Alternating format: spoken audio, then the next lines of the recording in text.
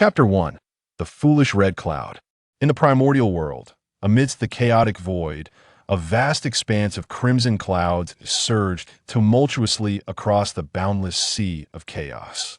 At the heart of the red clouds, a Taoist sat cross-legged in the void, beads of cold sweat trickling down his forehead. He shook his head repeatedly, murmuring to himself, "The heart demon. You are merely my heart demon. You are deceiving me. It is all a fabrication. Heart demon." In the next breath, the Taoist's expression hardened, and he gritted his teeth with a cold snort. "I am the immortal sovereign who unifies the myriad realms. Your embodiment is a tremendous opportunity for you, and yet you dare to call me a heart demon?"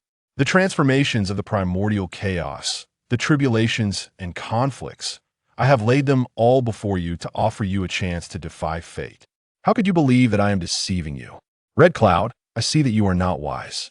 Rather, you are foolish. In another breath, the Taoist's visage once again reflected his torment. He shook his head continuously, murmuring, "What traversals, what alternate realms? All lies. You are my heart demon.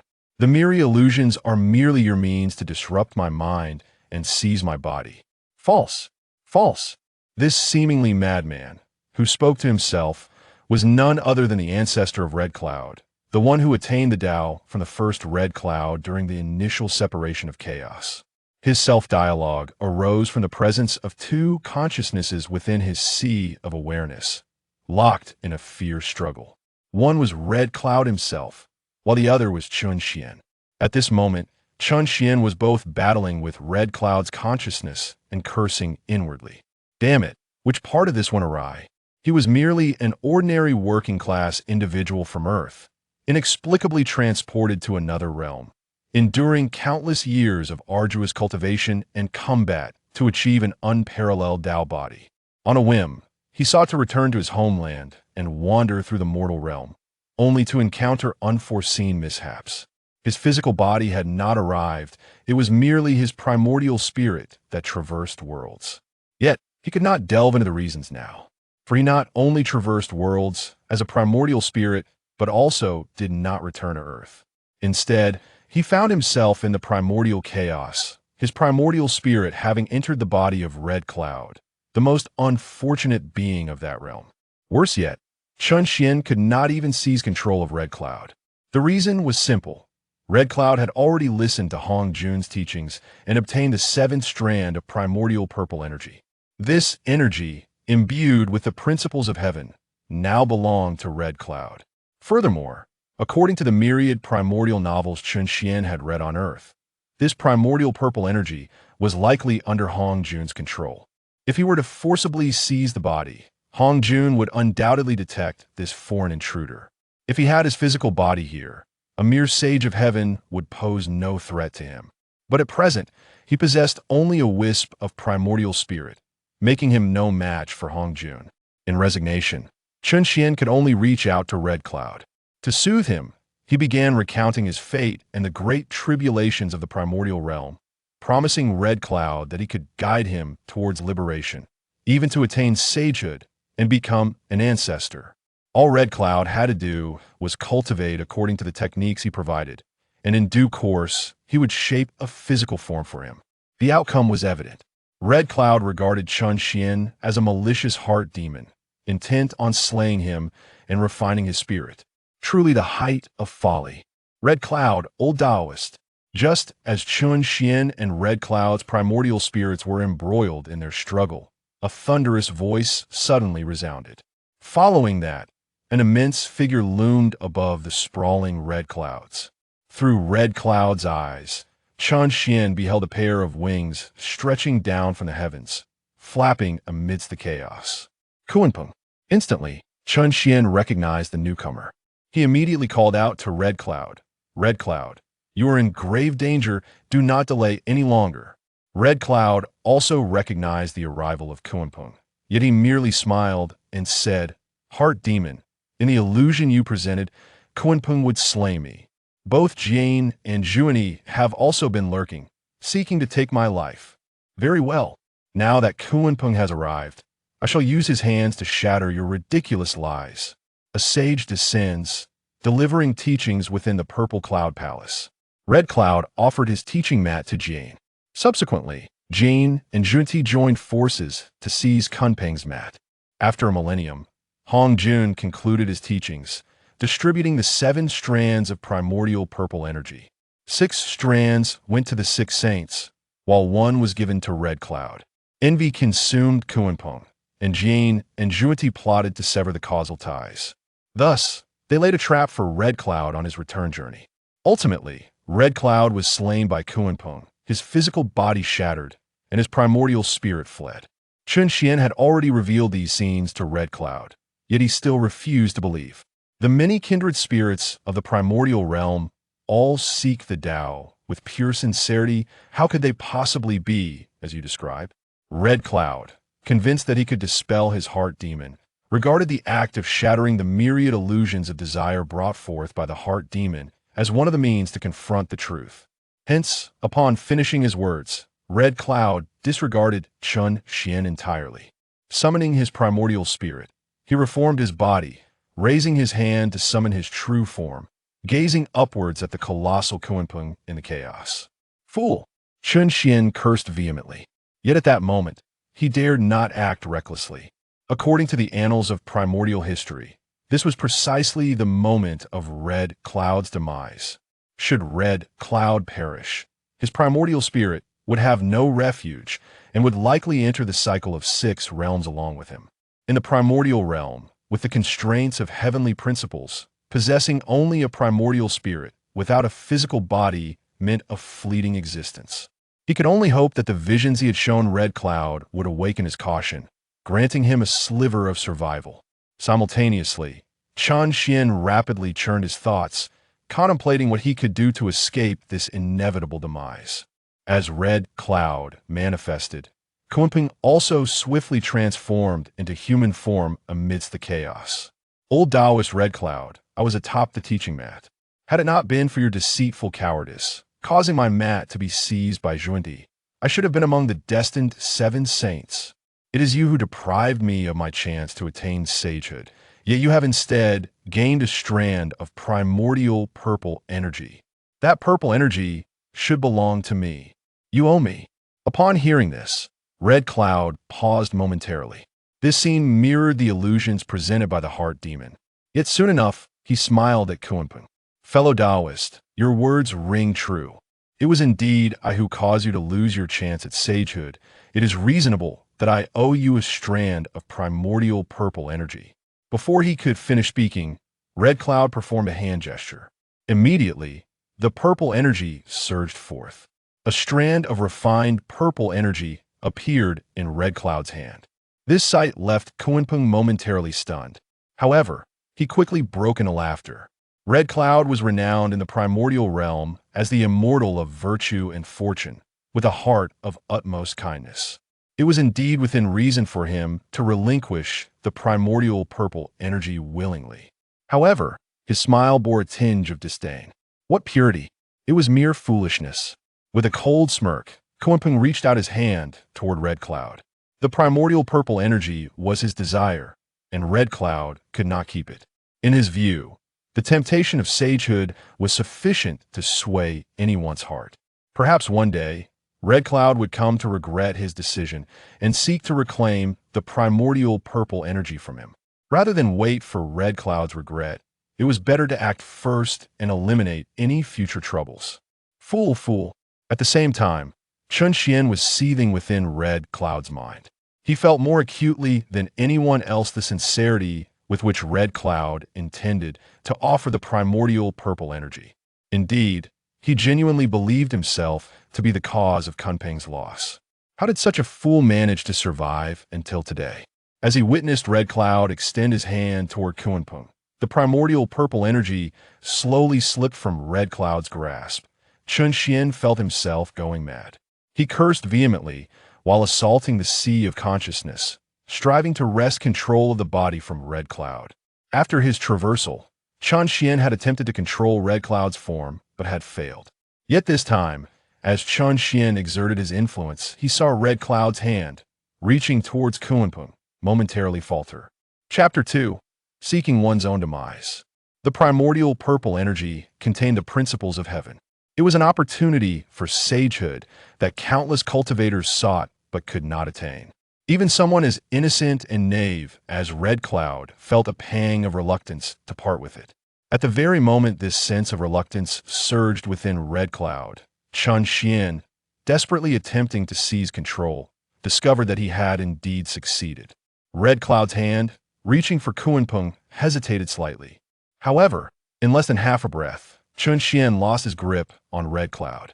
He could sense clearly that Red Cloud's reluctance toward the primordial purple energy had vanished entirely. Once more, Red Cloud willingly sought to surrender the primordial purple energy to Kunpeng. Ultimately, the purple energy flowed from Red Cloud's fingertips into Kunpeng's palm. Chun Xian, filled with unwillingness, could only resign himself to the situation. He contained his fury and addressed Red Cloud. The treasured item has been offered Kunpeng. To prevent you from harboring further reluctance, will undoubtedly seek to eradicate you. Do not hesitate to flee. Yet, Chun Xian underestimated Red Cloud's innocence. Heart demon, in your illusions, Kunpeng slays me to obtain the primordial purple energy. Yet now he is earnestly requesting it, and I am willingly offering it. Between us, there is no longer enmity, rather, we shall become allies through this. To continue to use Kunpeng's intention to kill me as a means to disrupt my mind is truly unwise. Very well, I shall completely shatter your plans, rendering you incapable of further deceit. With a silent smirk directed at Chun Xian in his heart, Red Cloud then raised his hand in a gesture of respect towards Kunpeng. My esteemed friend, my Fire Cloud Palace is a blessed sanctuary, born during the primordial separation. I wish to invite you to join me in the Fire Cloud Palace, to cultivate together for eons. What say you? Red Cloud, you are truly courting your own demise. Red Cloud's words nearly elicited laughter from Chun Xian. Were he to possess a physical form, he would not hesitate to deliver a few resounding slaps to Red Cloud's face. Such a naive individual. Without a confrontation, he would remain oblivious. Chun Xian had come to realize this. Red Cloud's innocence was so profound that unless he personally experienced life and death, no amount of persuasion from Chun Xian would convince him. Thus, he chose to remain silent. He began to ponder the true reason behind how he had gained control over Red Cloud's body in such a fleeting moment. At present, this foolish Red Cloud was destined to be ambushed by Kunpeng. If he could seize control of Red Cloud's body before his demise, and harness the power within his own consciousness, he might secure a glimmer of hope for survival. Idiot, he muttered inwardly, swiftly gathering his focus to meticulously recall the details from when he had commandeered Red Cloud. Meanwhile, Kunpeng gazed at Red Cloud with astonishment. You wish to invite me to cultivate with you. Red Cloud's willingness to relinquish the primordial purple energy was already beyond Kunpeng's comprehension. Such an immense opportunity, offered so freely, he could not fathom the absence of ulterior motives. Now, with Red Cloud inviting him to the Fire Cloud Palace, he was utterly perplexed. Yet Red Cloud remained oblivious to the strange glint in Kunpeng's eyes. He smiled and continued, My friend, the Fire Cloud Palace is a blessed realm, birthed during the primordial separation. If you were to cultivate within, you would undoubtedly reap significant benefits. In the future, I shall also invite my esteemed friend Yuanzi to join us. Together, the three of us shall engage in discourse and mutual verification. Would that not be splendid? At last, upon hearing these words, Kunpeng's eyes widened in realization. Yuanzi? Now it makes sense. I wondered how you, Red Cloud, could willingly part with the primordial purple energy. Furthermore, there is such a scheme at play. With a cold smile in his heart, Kunpeng's expression remained unchanged. With a flick of his hand, he absorbed the primordial purple energy into his being. Then Kunpeng nodded at Red Cloud. Such sincere hospitality cannot be declined. Lead the way, please. Instantly, Red Cloud was filled with joy, secretly reveling in his triumph. Heart demon, as you can see, I shall forge a bond of mutual cultivation with Kunpeng. How could he possibly harm me? My intentions are pure, free from greed or deception. In due time, you shall surely be refined by me. Fool! Red Cloud's triumphant words fell on Chun Xian's ears, provoking nothing but a scornful retort from him. As the saying goes, good advice is often wasted on the damned. Now, he needed to urgently devise a method to control Red Cloud. After his moment of triumph, Red Cloud finally turned to Kunpeng with a smile. My friend, please follow me. Turning around, Red Cloud summoned a crimson cloud to lead the way. However, at the very instant Red Cloud pivoted and took flight, his aura suddenly turned frigid. A terrifying, concentrated energy erupted with force. Bang! A muffled sound reverberated, shaking the heavens and the earth. Red Cloud shuddered, a searing pain radiating from his chest to the depths of his soul. He instinctively lowered his gaze. To his horror, a black eagle's claw had pierced through his chest. Between the claws, there was seething flesh and blood. Before Red Cloud could comprehend the situation, the claw tightened its grip. Though small, the eagle's claw felt as if it commanded the very essence of the universe. As the claw constricted, the very fabric of reality trembled once more. It was as if the heavens and earth were being crushed. Simultaneously, the sound of flesh exploding filled the air. Red Cloud's body was mercilessly crushed by an overwhelming force, shattering completely. How? All flesh and blood shall be transformed into crimson clouds. Kunpeng. Within the crimson clouds, the figure of Hongyun emerged, gazing at Kunpeng with profound trepidation. At this moment, Kunpeng wore a chilling smile, his murderous intent palpable. The old Taoist of Hongyun truly believed I would fall for your ruse. Fall for what? A feeble question echoed from within the crimson clouds. Kunpeng sneered, Do you think I am unaware?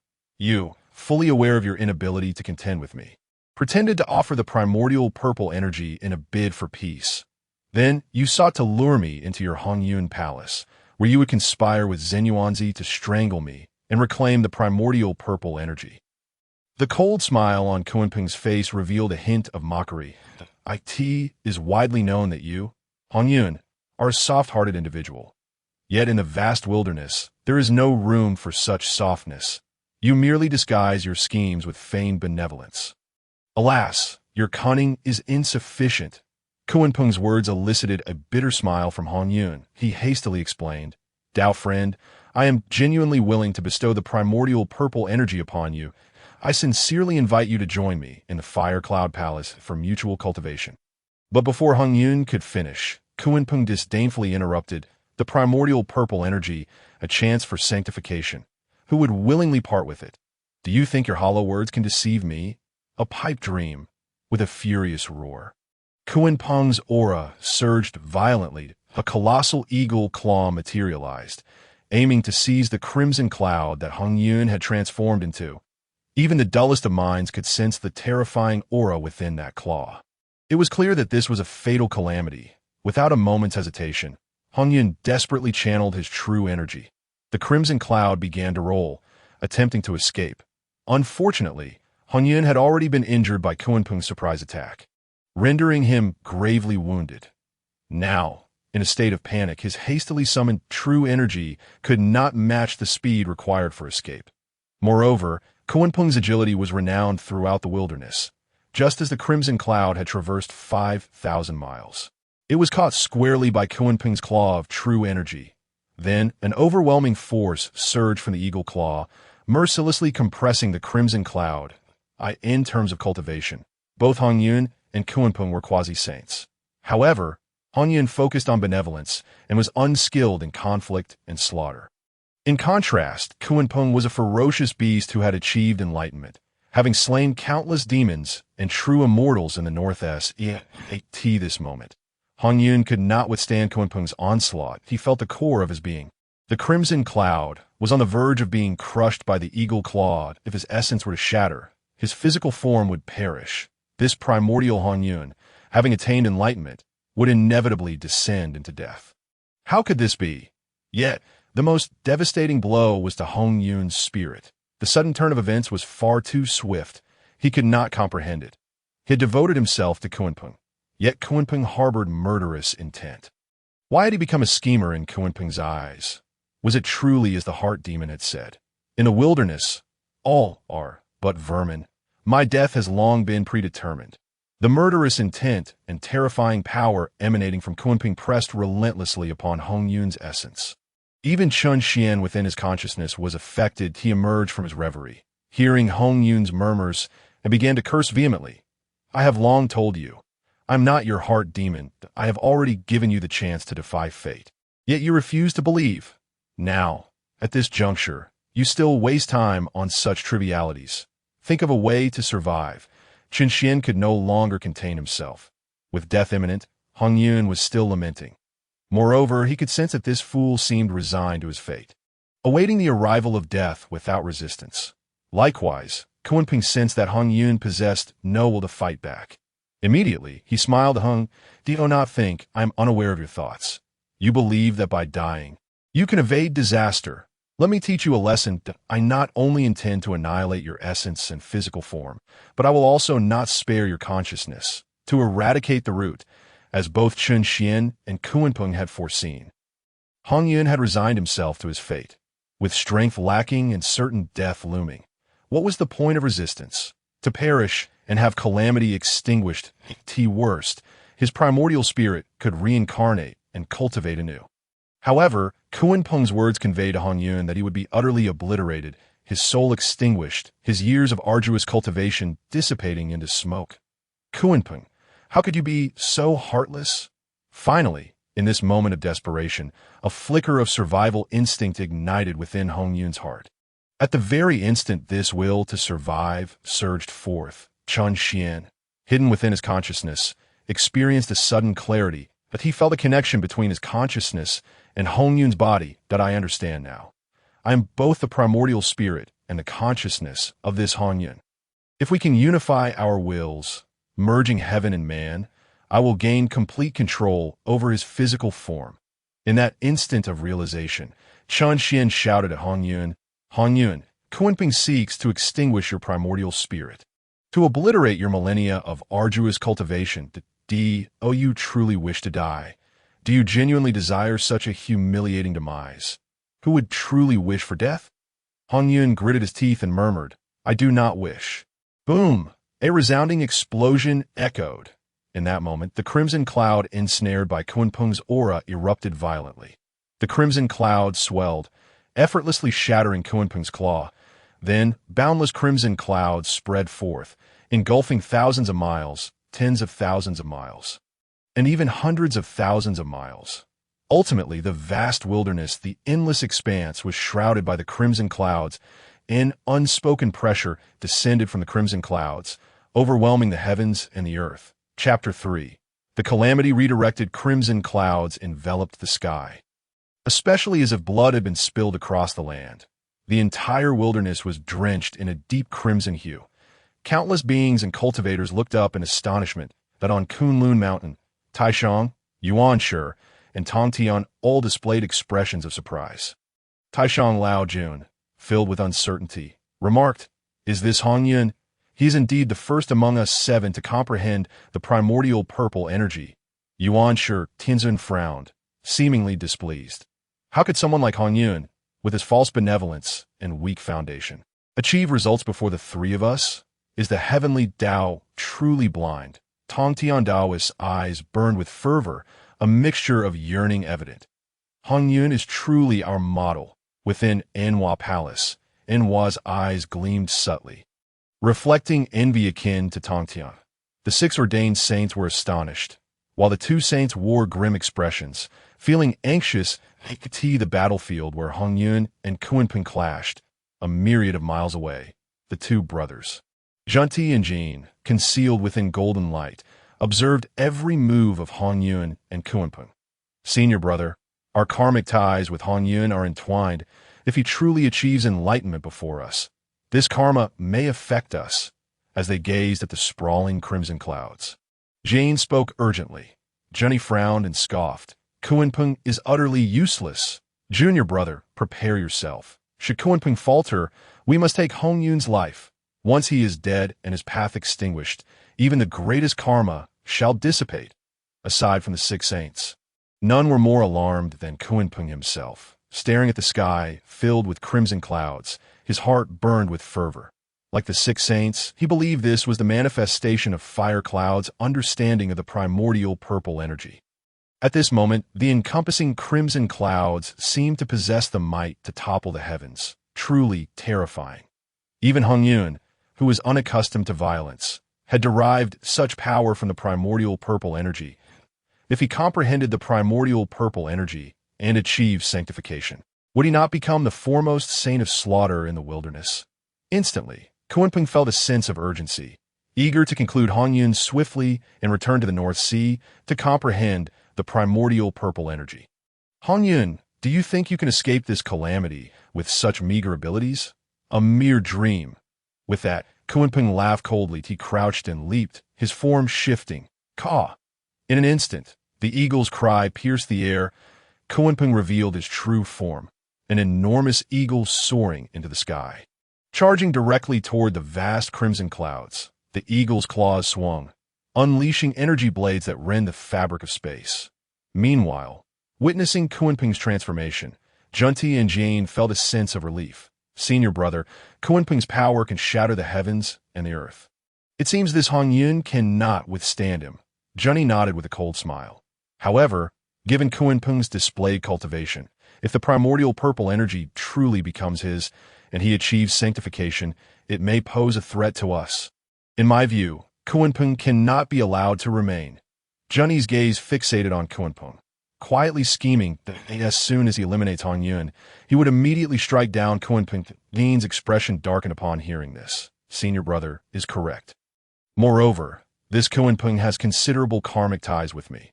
Eliminating him is the best course of action, as these two brothers patiently awaited the moment when Hongyun would tear apart the Kunpeng, preparing to strike and extinguish it once more. A sudden tremor rippled through the vast expanse of red clouds. Then, a disdainful, icy voice descended from the heavens. "It is merely a chick, yet it dares to challenge me. Watch as I pluck every feather from your body." Upon hearing these words, Junti and Jane were taken aback. The voice resonated with an unwavering steadiness and overwhelming authority, starkly contrasting the claims made by the red clouds. Equally astonished was the Kunpeng. Known as a benevolent figure in the primordial realm, the red clouds appeared gentle and easily manipulated in the eyes of the Kunpeng. Otherwise, why would he, who had narrowly missed the attainment of sainthood, refrain from contending with Junti and Jane and instead seek trouble with Hongyun? It was simply because Hongyun was perceived as a pushover. Yet now, the words emanating from the heavens struck terror into his heart. The mere sound pierced his soul like a sword. In the next moment, the Kunpeng bellowed, "You think you can frighten me? You are overestimating your capabilities." Following this, a piercing eagle cry rang out. The Kunpeng's claws shimmered with golden light, dazzling enough to rival the resplendent red clouds above. In an instant, the world was awash in a golden-red brilliance, both mystical and uncanny. Simultaneously, the red clouds churned violently as a massive hand manifested from the clouds. Descending with relentless force, the Kunpeng, in a bid to split the heavens, clashed against the cloud's palm. Boom! In that moment, the collision of the cloud and eagle reverberated throughout the primordial realm, echoing like the sound of world annihilation. Instilling dread in all living beings and cultivators alike, that a tempestuous wave of energy surged from the point of impact, wreaking havoc as it swept through the lands. Mountains crumbled, and seas roared. Caw! Another anguished eagle cry erupted, filled with agony and despair. In the midair, the colossal eagle shuddered violently before plummeting from the sky. The relentless cloud hand descended with unyielding force, bearing down upon the Kunpeng. Boom! Another terrifying explosion resounded as the cloud hand smashed the Kunpeng into the ground, creating a vast basin spanning 1,000,000 miles in the primordial earth. The fallen Kunpeng emitted a mournful wail, spewing forth a fountain of blood that pooled into a river of crimson. Humph! Following this, a mocking, cold laugh echoed from the crimson clouds. Kunpeng, you are not yet at death's door. However, your transgressions against me cannot go unpunished. Today, I shall pluck every feather from your body as a lesson. The hand that had struck the Kunpeng began to twist and turn. Then, it split into two, which further multiplied into 4, and then 8 from the palm. The red clouds transformed into thousands of hands, descending upon the Kunpeng. Each hand clutched a massive feather from the Kunpeng's body. In the next heartbeat, all of the cloud hands yanked forcefully. Instantly, a wail of despair resonated, one that could make mountains weep and send shivers through deities and ghosts alike. The feathers of the Kunpeng were plucked clean. Countless hands grasped the feathers and returned to the crimson clouds that on the ground lay nothing but a gigantic, featherless turkey. Hiss from a distance of 10,000 miles. Zhuanti and Jane gasped in astonishment at the sight. The defeat of the Kunpeng by the red clouds was beyond their expectations, sending chills down their spines. However, the sheer act of plucking the Kunpeng's feathers was something they had never anticipated.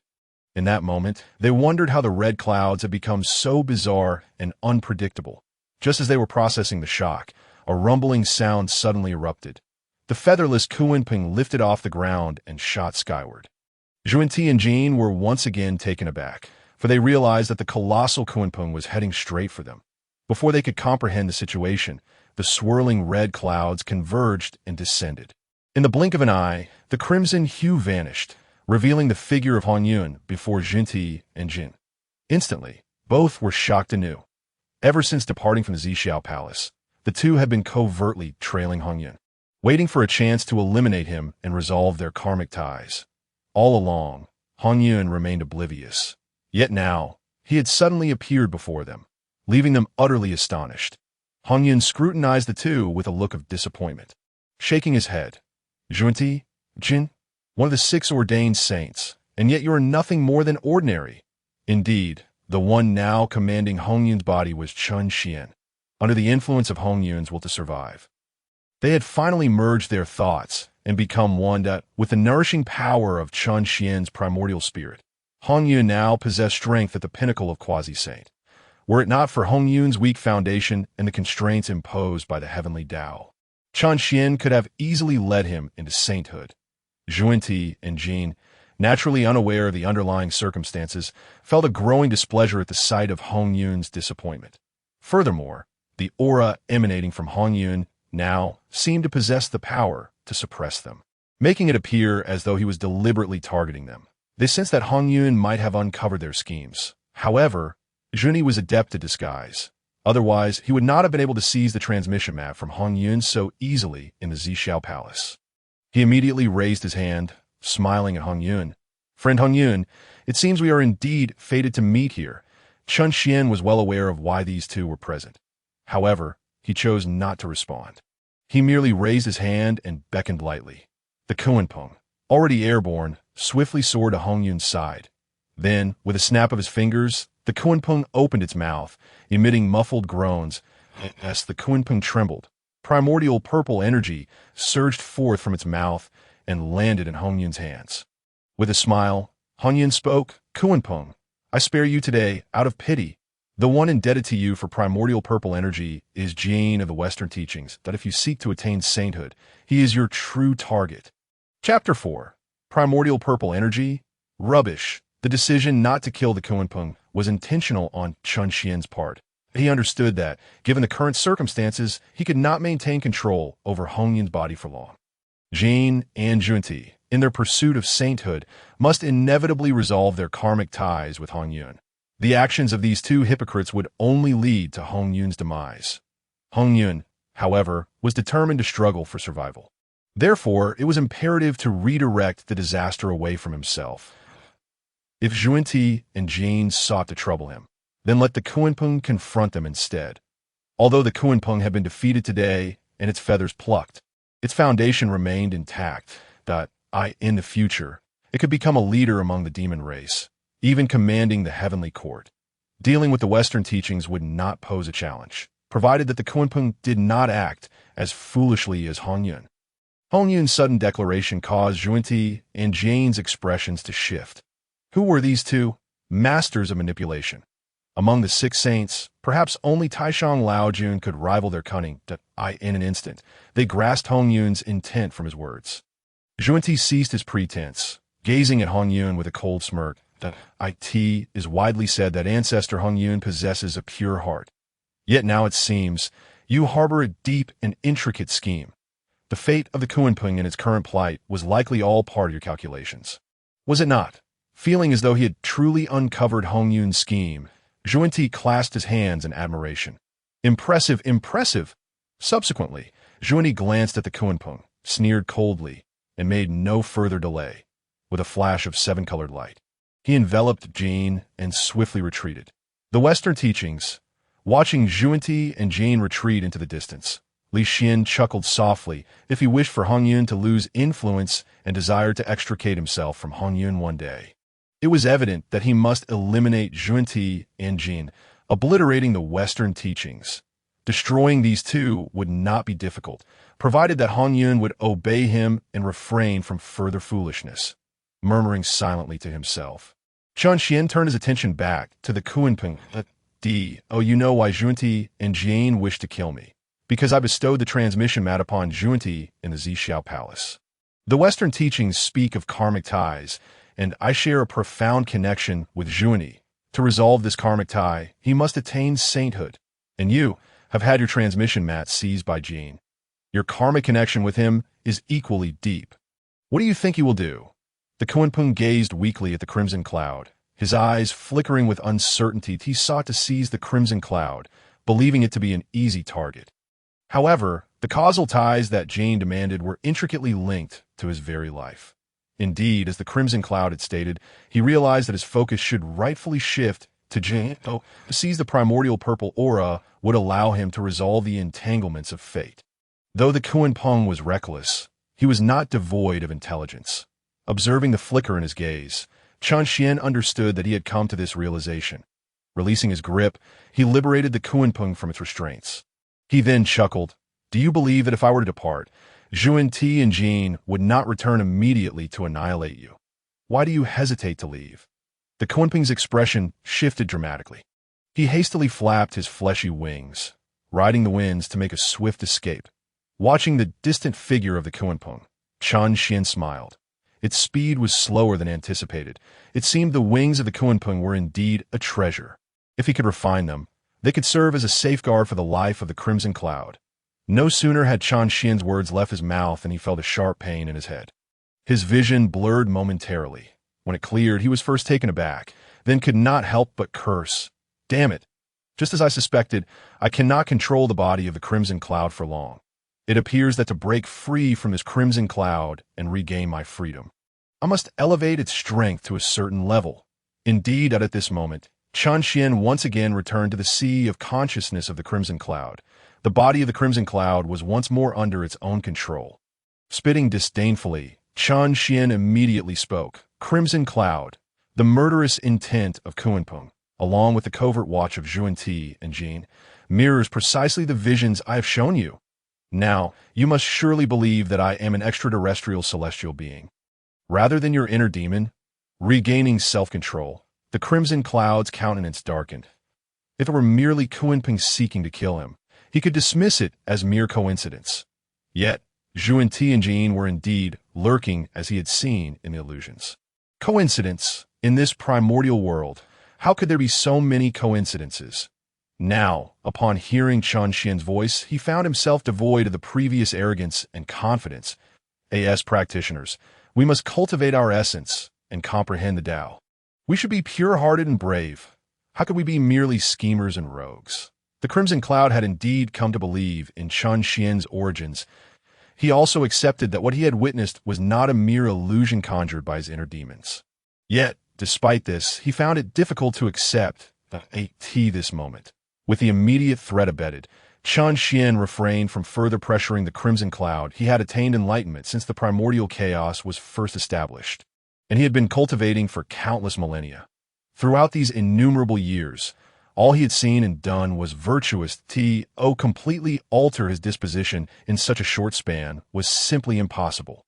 Chen Xian was not anxious as long as the Crimson Cloud believed in him, listened to his guidance, avoided calamity, and practiced the techniques he imparted. Surviving the great calamities of the primordial world and achieving a saintly position would be no problem. After a brief moment, Chen Xian continued, "The nature of the beings in the primordial world is of little concern to you.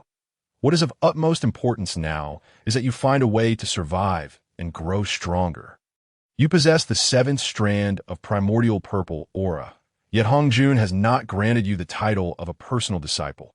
This primordial purple aura is clearly meant for others to seize. It is not just Zhuan Ti and Jin from the Western teachings. The demon race, the witch race, and even the hidden dragon and phoenix clans will not spare you.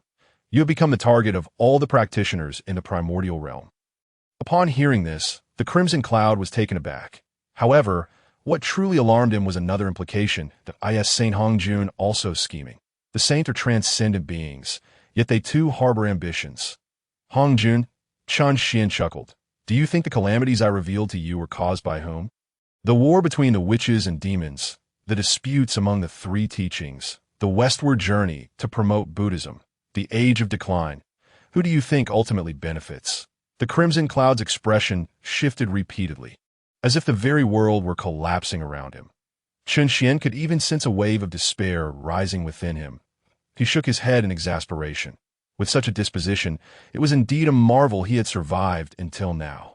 Muttering under his breath, Chen Xian hastily added, "Do not dwell on other matters. What you must do now is to hasten your cultivation and strengthen your abilities. In this primordial world, it is simply a realm where the weak are devoured by the strong." Hearing this, the Crimson Cloud steadied himself and quickly responded, "Indeed, I shall return to the Fire Cloud Palace at once to diligently pursue the path to sainthood through the primordial purple aura. As long as I achieve the saintly position, I need not fear any schemes." Comprehending the primordial purple aura, just as the Crimson Cloud finished speaking, Chen Xian burst into laughter. If you truly wish to attain the saintly position, free and unrestrained, then you must absolutely refrain from touching that primordial purple aura. The very first thing I require of you is to relinquish that primordial purple aura. Startled, the Crimson Cloud exclaimed, "The primordial purple aura is the only chance for attaining sainthood, and you wish for me to relinquish it?" Chen Xian smiled again. "The primordial purple aura? The chance for sainthood? Incorrect. The primordial purple aura is merely a prison of the heavenly Dao. Those who achieve sainthood through it become mere puppets of the heavenly Dao. Besides, with my presence here, what do you need to worry about regarding attaining sainthood? If it comes to methods for achieving sainthood, I can provide you with myriad options. The primordial purple aura, mere refuse. It is even inferior to the most basic methods of attaining sainthood in my possession. Chapter 5. You wish to be a good person. Yet I insist you become a demon lord. You possess countless methods for attaining sainthood." The Crimson Cloud was astonished, yet skeptical, since Pangu opened the heavens and the primordial world was first established. Over countless eons, there has only been one saint, Hongjun Daozu. Even if there are more methods for achieving sainthood than those passed down by the Daozu, it cannot possibly amount to countless options. The Crimson Cloud's words made Chen Xian chuckle. However, upon reflection, this reaction was expected. It was not just the Crimson Cloud. All beings in the primordial realm appeared foolish in Chen Xian's eyes. How many years had passed since Pangu opened the heavens? When he was still an ordinary person, he had often encountered the phrase, "In the primordial realm, time is inconsequential." Since Pangu opened the heavens, through the struggles of the three clans and the battles of gods and demons, it had to be at least countless eons. Yet, in all those countless years, even those with Pangu's bloodline, such as the 12 ancestor witches, or those embodying Pangu's primordial spirit, like the three pure ones, had merely reached the level of the great Luo golden immortal. Moreover, none had discovered a method for advancement. It was only after Hongjun preached that a method for breakthrough emerged. Was that not foolish? In any world where cultivation was paramount, those with the bloodline of a creator deity would be extraordinary. Wouldn't they achieve a level equivalent to that of the saints of the primordial realm within mere centuries? Countless eons. In other worlds, the cultivation systems had undergone numerous evolutions. The gods of the primordial realm were merely a group of individuals endowed with natural gifts yet devoid of any comprehension. Enough. Chen Xian had initially intended to berate the Crimson Cloud, but ultimately shook his head. Further discussion was futile. Since you do not believe, I shall make you believe. Behold, this is the cultivation method I have meticulously chosen, most suitable for your current predicament. With that, Chen Xian's primordial spirit surged. Instantly, a vision unfolded before the crimson cloud's eyes that it was a vast expanse of starry sky, teeming with countless celestial bodies. There were dim, irrelevant dead stars, lush and vibrant stars brimming with life, and radiant solar stars illuminated by the eternal flames of primordial fire, shining like the stillness of death. Countless stars filled the boundless void. Suddenly, a speck of darkness, akin to dust, emerged from the infinite sea of stars, in that very instant. The crimson cloud felt a surge of warmth in his dantian. Following that, within the vision, the dark speck emitted an overwhelming gravitational pull. Countless stars were ensnared by this force, ultimately drawn in and consumed in the blink of an eye. An entire sea of stars was devoured by this dark speck, which expanded to the size of the starry sea. The gravitational force intensified until it resembled a terrifying black hole, threatening to consume the entire expanse of the cosmos. It was at this moment that the crimson cloud sensed a connection. The true energy within his dantian compressed and gathered until it coalesced into a speck of dust. Subsequently, this dust-sized essence underwent continuous transformation and rotation. At one moment, it flowed like a river of stars. At another, it surged like crashing waves, and, yet again, it stood still like a mountain. The transformations occurred countless times in an instant. It was impossible to determine how much time had passed. Suddenly, the essence, resembling dust, stood resolute. A gravitational force erupted from the essence itself. Indeed, all beings of primordial origin are inherently blessed with extraordinary foundations. The devouring heaven demon art, astonishingly, the crimson cloud grasped it in a mere moment. At the same time, Chen Xian couldn't help but feel a pang of emotion. However, he soon found the so-called great powers of the primordial world utterly hilarious. Even Hongyun, after acquiring a new technique, could master it in no time. As for the likes of the three pure ones and the ancestor witches, their innate talents would only be stronger. Yet astonishingly, they had remained stagnant for countless years. What a bunch of fools! After living for so long, they had wasted their lives with a secretive spit of disdain. Chen Xian finally spoke. Listen well, this technique is called the Devouring Heaven Divine art.b. Why practicing this art? You can consume everything in the world and turn it into your own power. When refined to a profound level, the cosmic rivers and the laws of divinity can be devoured and utilized by you. Moreover, this technique has no upper limit. As long as you consume, you shall grow stronger. The transformation of your dantian will surge with astonishing power.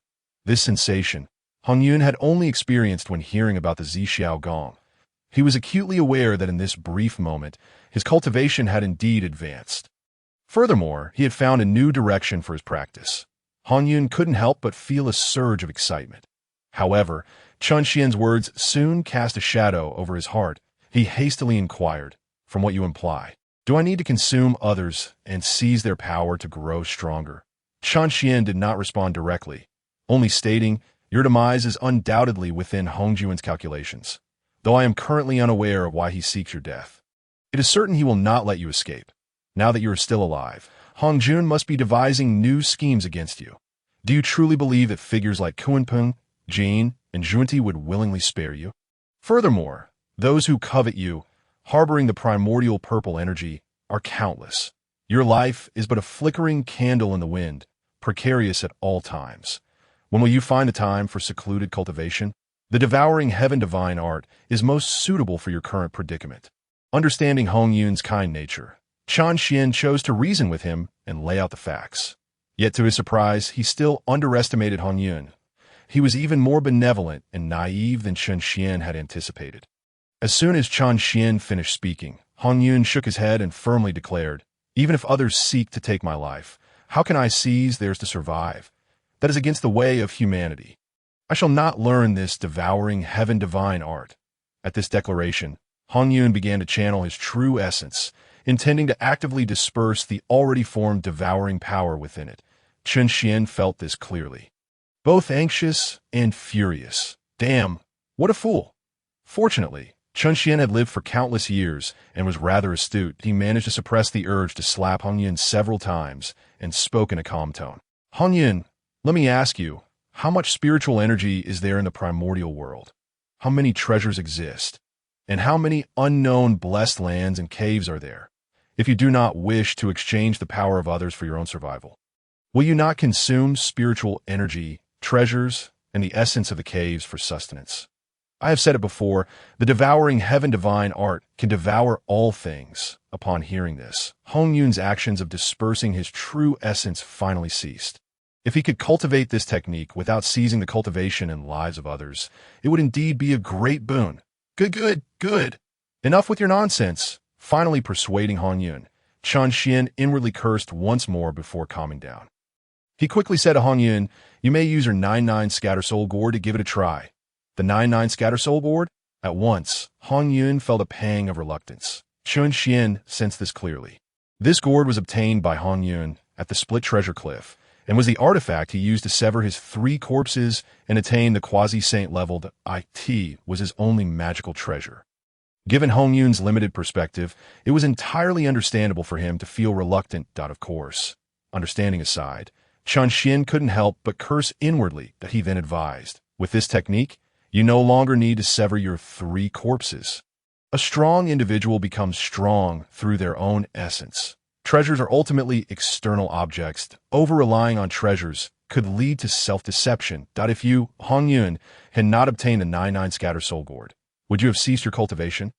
After saying this, Chen Xian sneered inwardly that it seemed that the beings of the primordial world were overly reliant on treasures.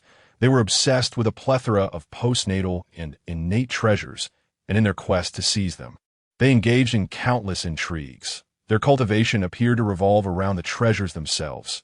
Pangu had advocated for achieving sanctity through the flesh, devoid of reliance on external objects. The true strength lay within Pangu himself, not the Pangu acts, yet they failed to see this. Foolish, utterly foolish that I must hasten to help Hongyun attain sanctity, so he can provide me with a body to escape from here, with a hidden spit of disdain. Seeing that Hongyun was still hesitant, Chen Xian shouted, "Why hesitate? Consume it. Even if we take a step back, if you grow stronger, what treasures will you not be able to acquire?" Finally, Hongyun was swayed. The 9-9 Scatter Soul Gourd, after all, was a stroke of luck to obtain. There was no need to cling to IT that moment. He flipped his hand, and the 9-9 Scatter Soul Gourd appeared in his palm, simultaneously with a thought. The devouring power in his dantian surged, enveloping the red gourd within. The 9-9 Scatter Soul Gourd had already been refined by Hongyun.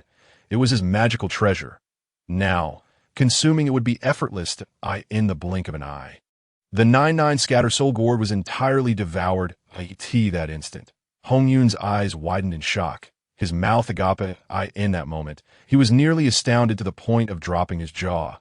Simultaneously, Chen Xian chuckled mockingly. "Excellent, it has finally begun.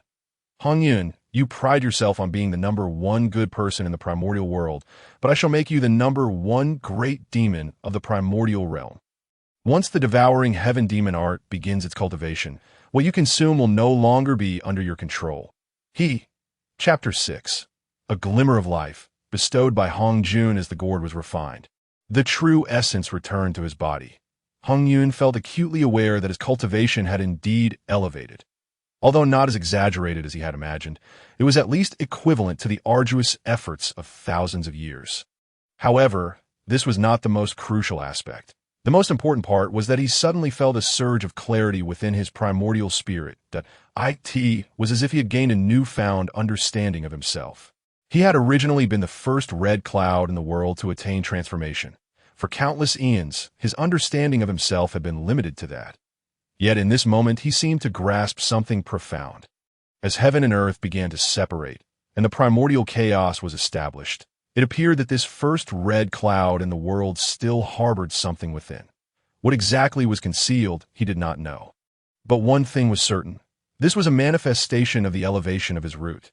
The root that it is both a natural endowment and a predetermined fate. To enhance it, is it not an arduous task fraught with difficulties? Hongyun preached for 10,000 years, and among the 3,000 guests in the Zixiao Palace, only the 3 pure ones of Pangu's true lineage had ever experienced an elevation of their root. That occasion had even moved Hongyun. who lamented that they were indeed destined saints. This technique could even elevate one's root? In that moment, Hongyun murmured in excitement, yet Qianxian looked on with utmost disdain. How could he not be aware of what had transpired with Hongyun? What elevation of the root? It was merely an enhancement of cultivation, a feeling that had emerged, leading to an understanding of one's own essence. What kind of path can one cultivate if they have yet to clarify their own essence? No wonder a lowly technique like severing 3 corpses could elevate this group of primordial powers to a higher realm. With an inward sneer, Qianxian finally spoke. What is the elevation of the root matter? You must calm your heart and truly comprehend. Hongyun immediately closed his eyes, diligently contemplating. After just a few breaths, he suddenly opened his eyes and exhaled sharply. A burst of red mist erupted from his mouth. As the red mist swirled, an aura of murder emanated, incredibly tyrannical. Wherever it passed, it seemed to obliterate and strip away the very fabric of space. Is this the divine power of the 99 scatter soul gourd? Gazing at the mist he had expelled, Hongyun murmured in astonishment. Indeed, Qianxian smiled. The devouring heaven divine, art devours all. It is not limited to merely consuming spiritual power.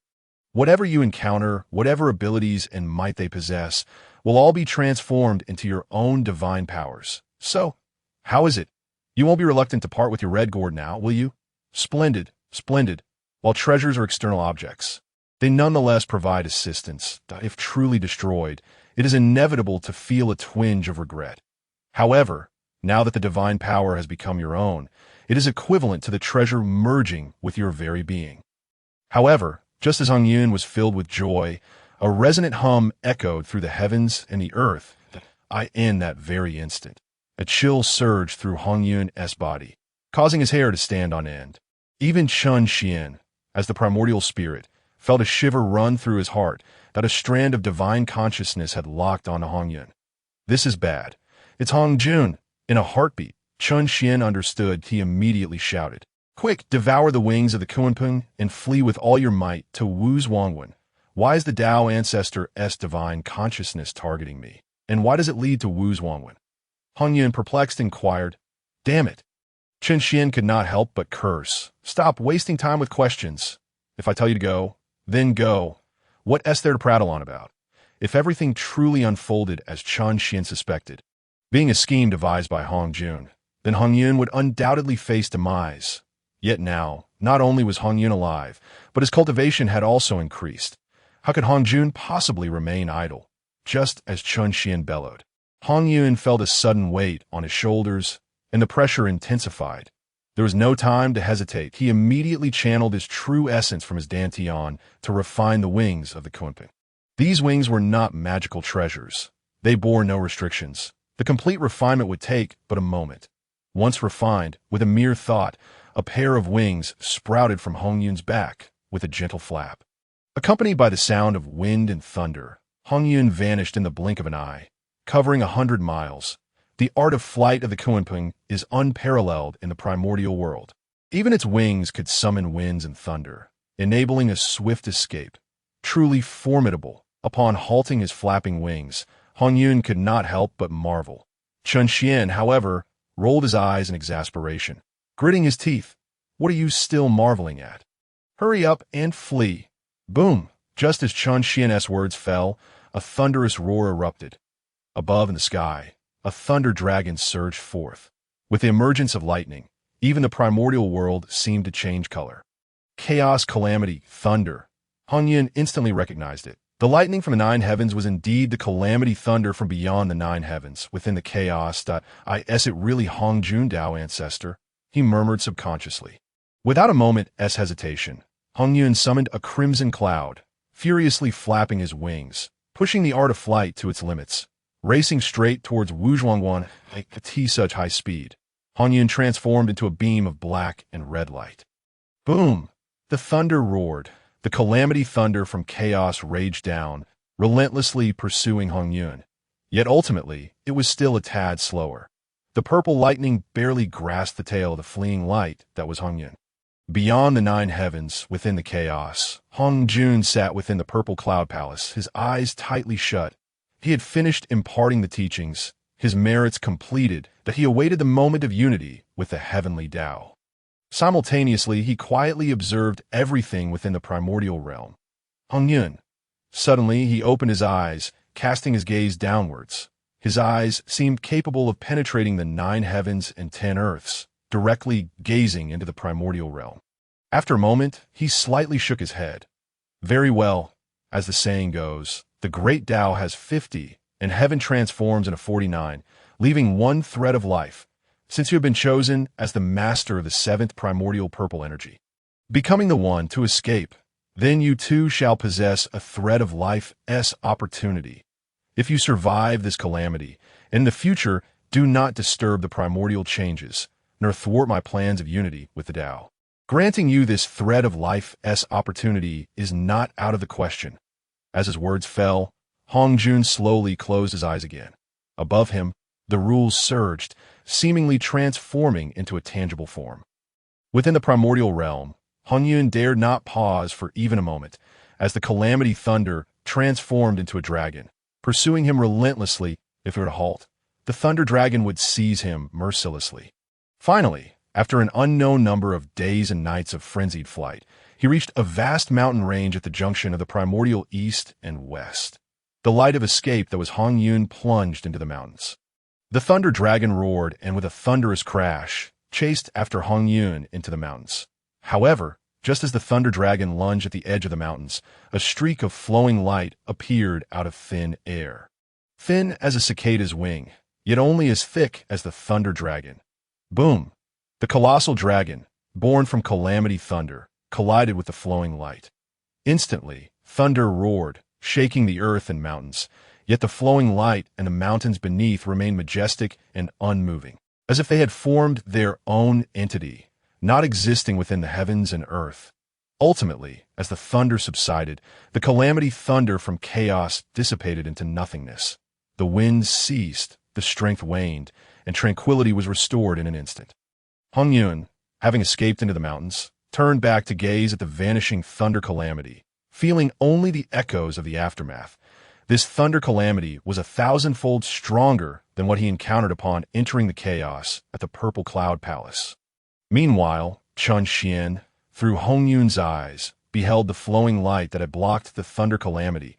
He couldn't help but exclaim in admiration.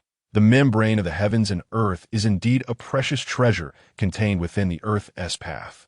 Even when contending against the heavenly Tao, it stands firm and unyielding. If utilized properly, there would be no need to fear Hongyun's schemes at all. Finally, Chun Xian sighed softly, as a primordial being blessed with fortune. It seems all of Hongyun's fortune has been expended in forging a bond with the great immortal Jinyuan. Chapter 7. Devour, consume it all. Ha! Congratulations, my friend, congratulations. Just as Hongyun felt lingering trepidation and Chun Xian harbored sentiments of reflection, a hearty laugh resounded. The light of escape suddenly appeared.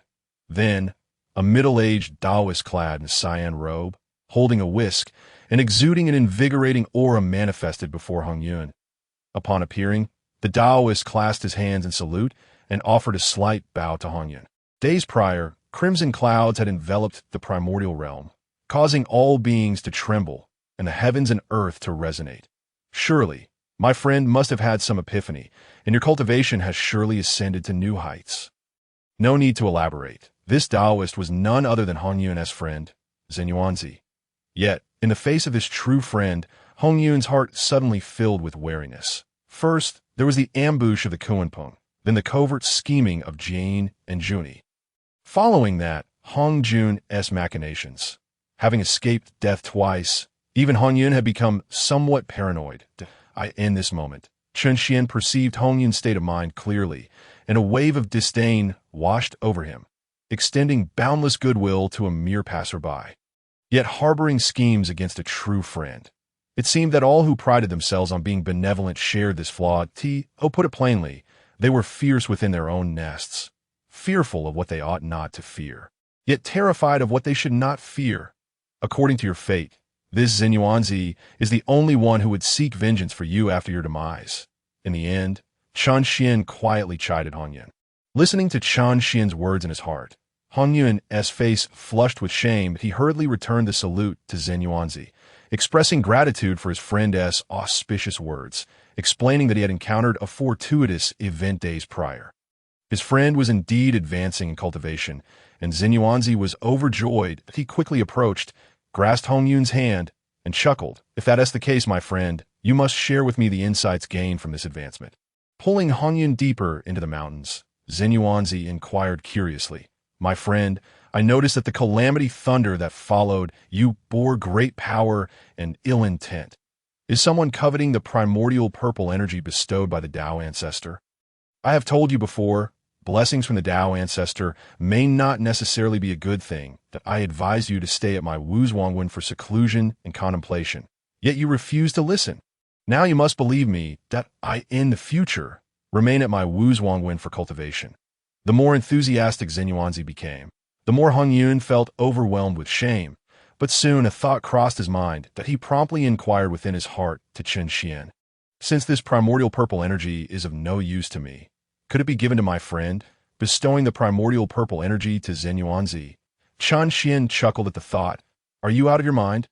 Zhen Yuanzi possesses the earthly book, being a primordial membrane. Wuzhuangguan, situated upon Mount Wanshou, is the foundation of the membrane. After severing the three corpses and achieving quasi-sainthood, standing upon Mount Wanshou, drawing upon the power of the heavens and earth's membrane. Though he may lack the title of a saint, he already possesses the might of one, that should he truly leverage the primordial purple energy to attain sainthood, he would only become a puppet of the heavenly Dao. At that point, whether Wuzhuangguan would still belong to Zhen Yuanzi would become uncertain. Yet Hongyun, unaware of the underlying reasons, was greatly astonished upon hearing Chen Xian's words. "Why can't I give it? My friend is exceptionally talented and possesses outstanding roots. With the primordial purple energy, he would surely attain sainthood." Upon meeting Zhen Yuanzi, Chen Xian had already begun to contemplate, while Hongyun had acquired the devouring heaven demon art he imparted. It would not yield immediate results that in the early stages, Zhen Yuanzi was Hongyun's strongest support.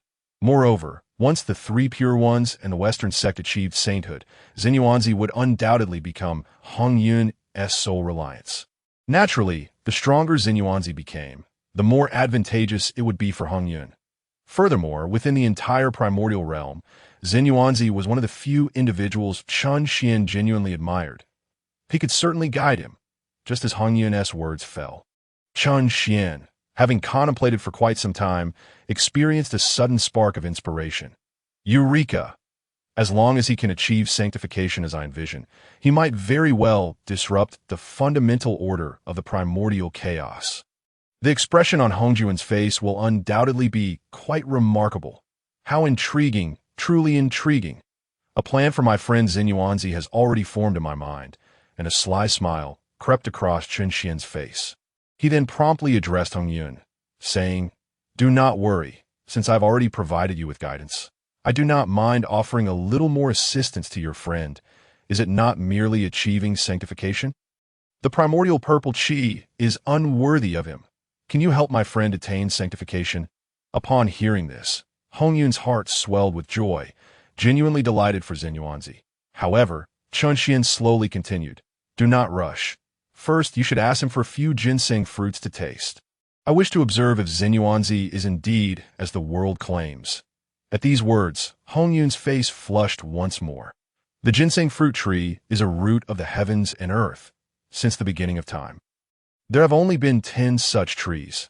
The fruits they bear are rare treasures, taking thousands of years from blossom to maturity. Even Zhen Yuanzi himself is reluctant to consume them, only partaking when he has gained insights during his cultivation.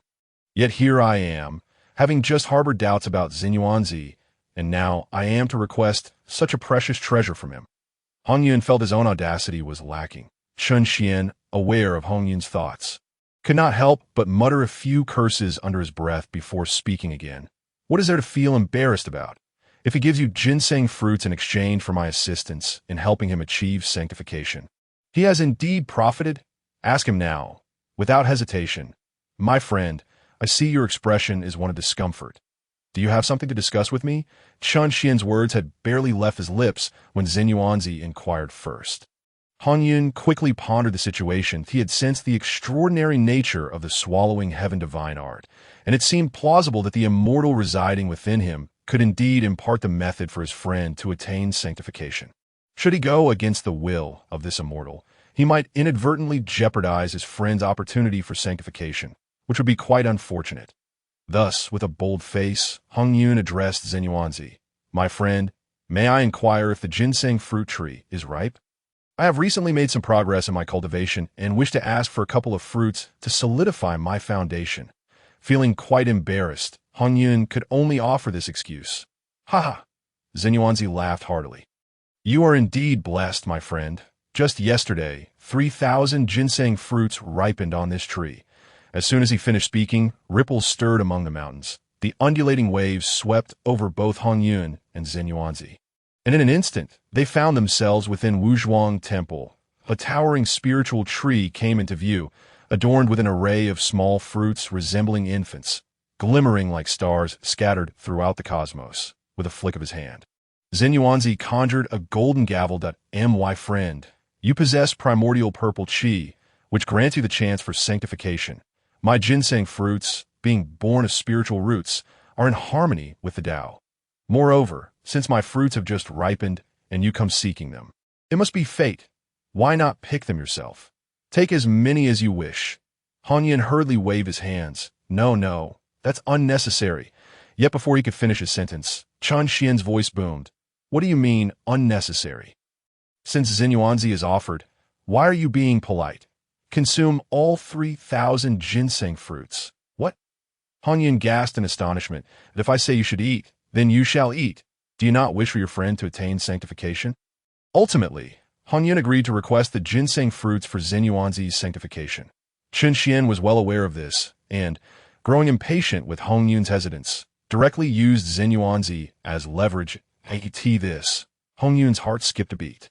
He looked up at Zenyuanzi, trembling as he grasped the golden gavel in his hand, then forced a wry smile at Zenyuanzi. "Rest assured, my friend, I will certainly repay this kindness of the spiritual fruits." Zenyuanzi chuckled heartily. "What repayment is necessary? Just enjoy them." In the end, Hongyun gritted his teeth, stomped his foot, and soared upwards, flying toward the branches. With a sweep of the golden gavel, a wave of golden light surged forth. Chapter 8. Pre-sanctity. The golden light swept through, ensnaring over 100 fruits resembling infants. Subsequently, Hongyun activated the swallowing heaven divine art, consuming all the fallen ginseng fruits. The spiritual fruits transformed into the purest spiritual energy, which infused into Hongyun's energy in an instant. His aura surged. Simultaneously, Chun Xian felt an overwhelming joy. Indeed, the ginseng fruit tree of Wuzhuangguan Temple was not merely a manifestation of spiritual roots, but was born of the earth's essence. Within the ginseng fruit lay the essence of the earth. Legends speak of how, in the primordial era, Zenyuanzi wielded quasi-saintly power, relying on a manifestation of the earth's essence to dominate the unchallenged wilderness of Wanshou Mountain, contending against saints. This was because the earth's essence was embodied in the earth scripture, with Wanshou Mountain serving as its foundation. Zenyuanzi was, in truth, the representative of the earth's essence. Yet the primordial world fell victim to the schemes of the heavenly Tao representative, Hongyun, resulting in the entire primordial realm's great Tao being obscured, with the heavenly Tao reigning supreme. Among the three talents of heaven, earth, and humanity, the earthly and human paths were ruthlessly suppressed by the heavenly Tao.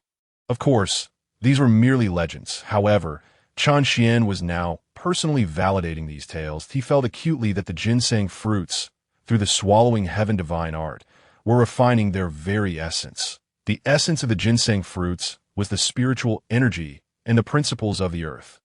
Excellent. It seems that the plan regarding Zenyuanzi is indeed feasible. Overjoyed, Chun Xian hastily urged Hongyun, "What are you still hesitating for? Channel your true essence and swallow the remaining fruits in one go." "Hurry!" Hearing this, Hongyun lowered his head and offered an awkward smile to Zenyuanzi.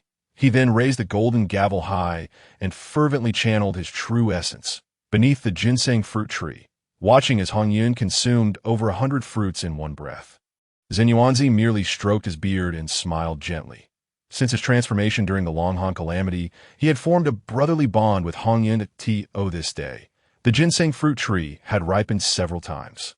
Each time, Hongyun had only taken a single fruit symbolically. Now, as Hongyun devoured so many at once, Yuanzi considered it as if Hongyun had consumed all the fruits he had previously wished to gift him. Furthermore, Yuanzi thought Hongyun had finally come to understand the value of these ginseng fruits, feeling genuinely happy for him. However, the next moment, the smile on his face froze, and his mind went blank. He beheld Hongyun raising the golden gavel high. And a sudden burst of golden light erupted forth. In an instant, the entire ginseng fruit tree was enveloped in golden radiance. Soon, fruits began to plummet from the tree. 100, 200, 300. In the blink of an eye, the ginseng fruit tree was utterly stripped bare. Yes, it was bare. Thousands of fruits, mingled with countless verdant leaves, transformed into a small mountain. Rushing toward Hongyun, in another fleeting moment, the fruit mountain vanished. Only then did Yuanzi regain his senses. Yet he could hardly believe what he was witnessing.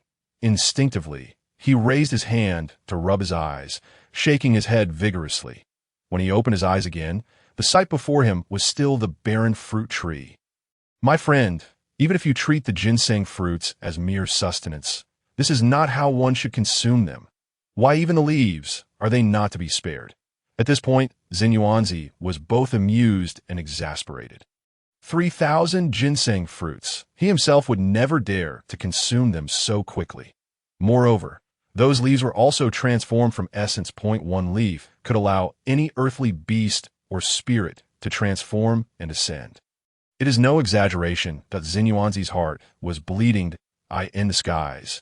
Hongyun felt an overwhelming shame. He hadn't anticipated that even the leaves would be devoured by the swallowing heaven divine art. He truly felt he could not face his dear friend again. This was akin to dining at a friend's home only to steal everything clean from them. Boom! However, at that moment, a resounding explosion echoed from within Wanshou Mountain. Following that, the mountains trembled and the world abruptly turned crimson. An unspoken aura of majesty manifested amidst the endless mountains of Wanshou. Accompanying it was a dense crimson mist that enveloped the entirety of Wanshou Mountain. In an instant, the entire Wanshou Mountain was shrouded in crimson clouds.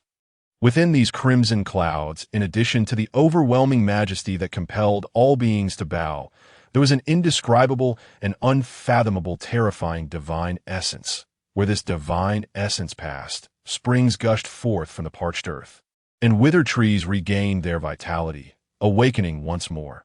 Within Wuzhuangguan Temple, celestial birds soared heavenward, their calls resonating without cease. The creatures of the land raced joyfully, an extraordinary spectacle indeed. Even the bare ginseng fruit tree, stripped of its foliage, began to sprout tender shoots and fresh leaves.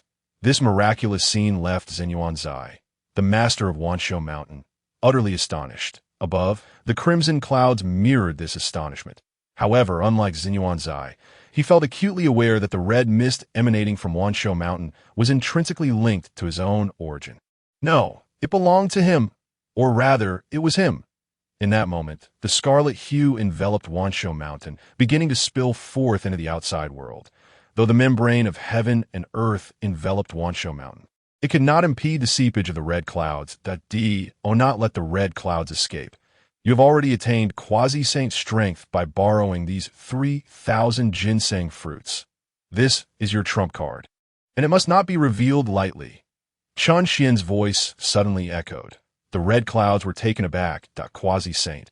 In the Zixiao Palace, Hongyun had imparted the method to attain quasi-saint status.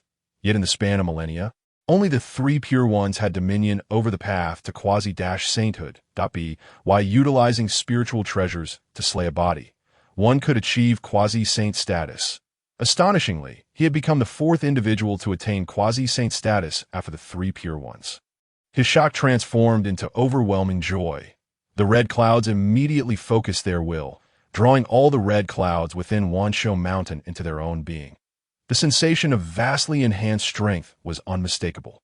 He felt confident that should he encounter Kunpeng again, A mere flick of his finger would utterly crush him. At that moment, he silently expressed his gratitude. "Thank you, immortal sovereign, for your assistance." This expression of gratitude caught Chen Xian off guard. There was indeed merit in this. He then smiled faintly. "In no matter. As long as you heed my counsel, it shall not take long for you to attain the strength of a saint." The red clouds nodded vigorously, vowing to follow the immortal sovereign's words unconditionally in the future. After making this declaration, the red clouds descended from the clouds to stand before Xinyuanzai. The red clouds were entirely absorbed within the red clouds form. Xinyuanzai regained his composure, suddenly enlightened. "My friend, have you perhaps broken through to quasi-saint status?" In the Zhixiao Palace, when the three pure ones achieved quasi-saint status by slaying a body, it also caused the heavens and earth to stir. An extraordinary phenomenon indeed. This was precisely the spectacle that had just unfolded with the red clouds. Without waiting for the red clouds to respond, he promptly raised his hand to congratulate him. "Indeed, my friend is destined to be a saint. These 3,000 fruits have proven to be of some use." Upon hearing this, the red clouds offered a shy smile. Yet in this moment of elation, Xinyuanzai waved his hand grandly. "Come, I have another 3,000 fruits in my possession. I shall give them all to you, my friend. Since you have consumed so much, you might as well feast to your heart's content." The red clouds instinctively raised a hand. However, before they could refuse, Chen Xian's voice boomed in their mind. Still being polite? "Eat, take as many as you desire. You have just entered quasi-saint status.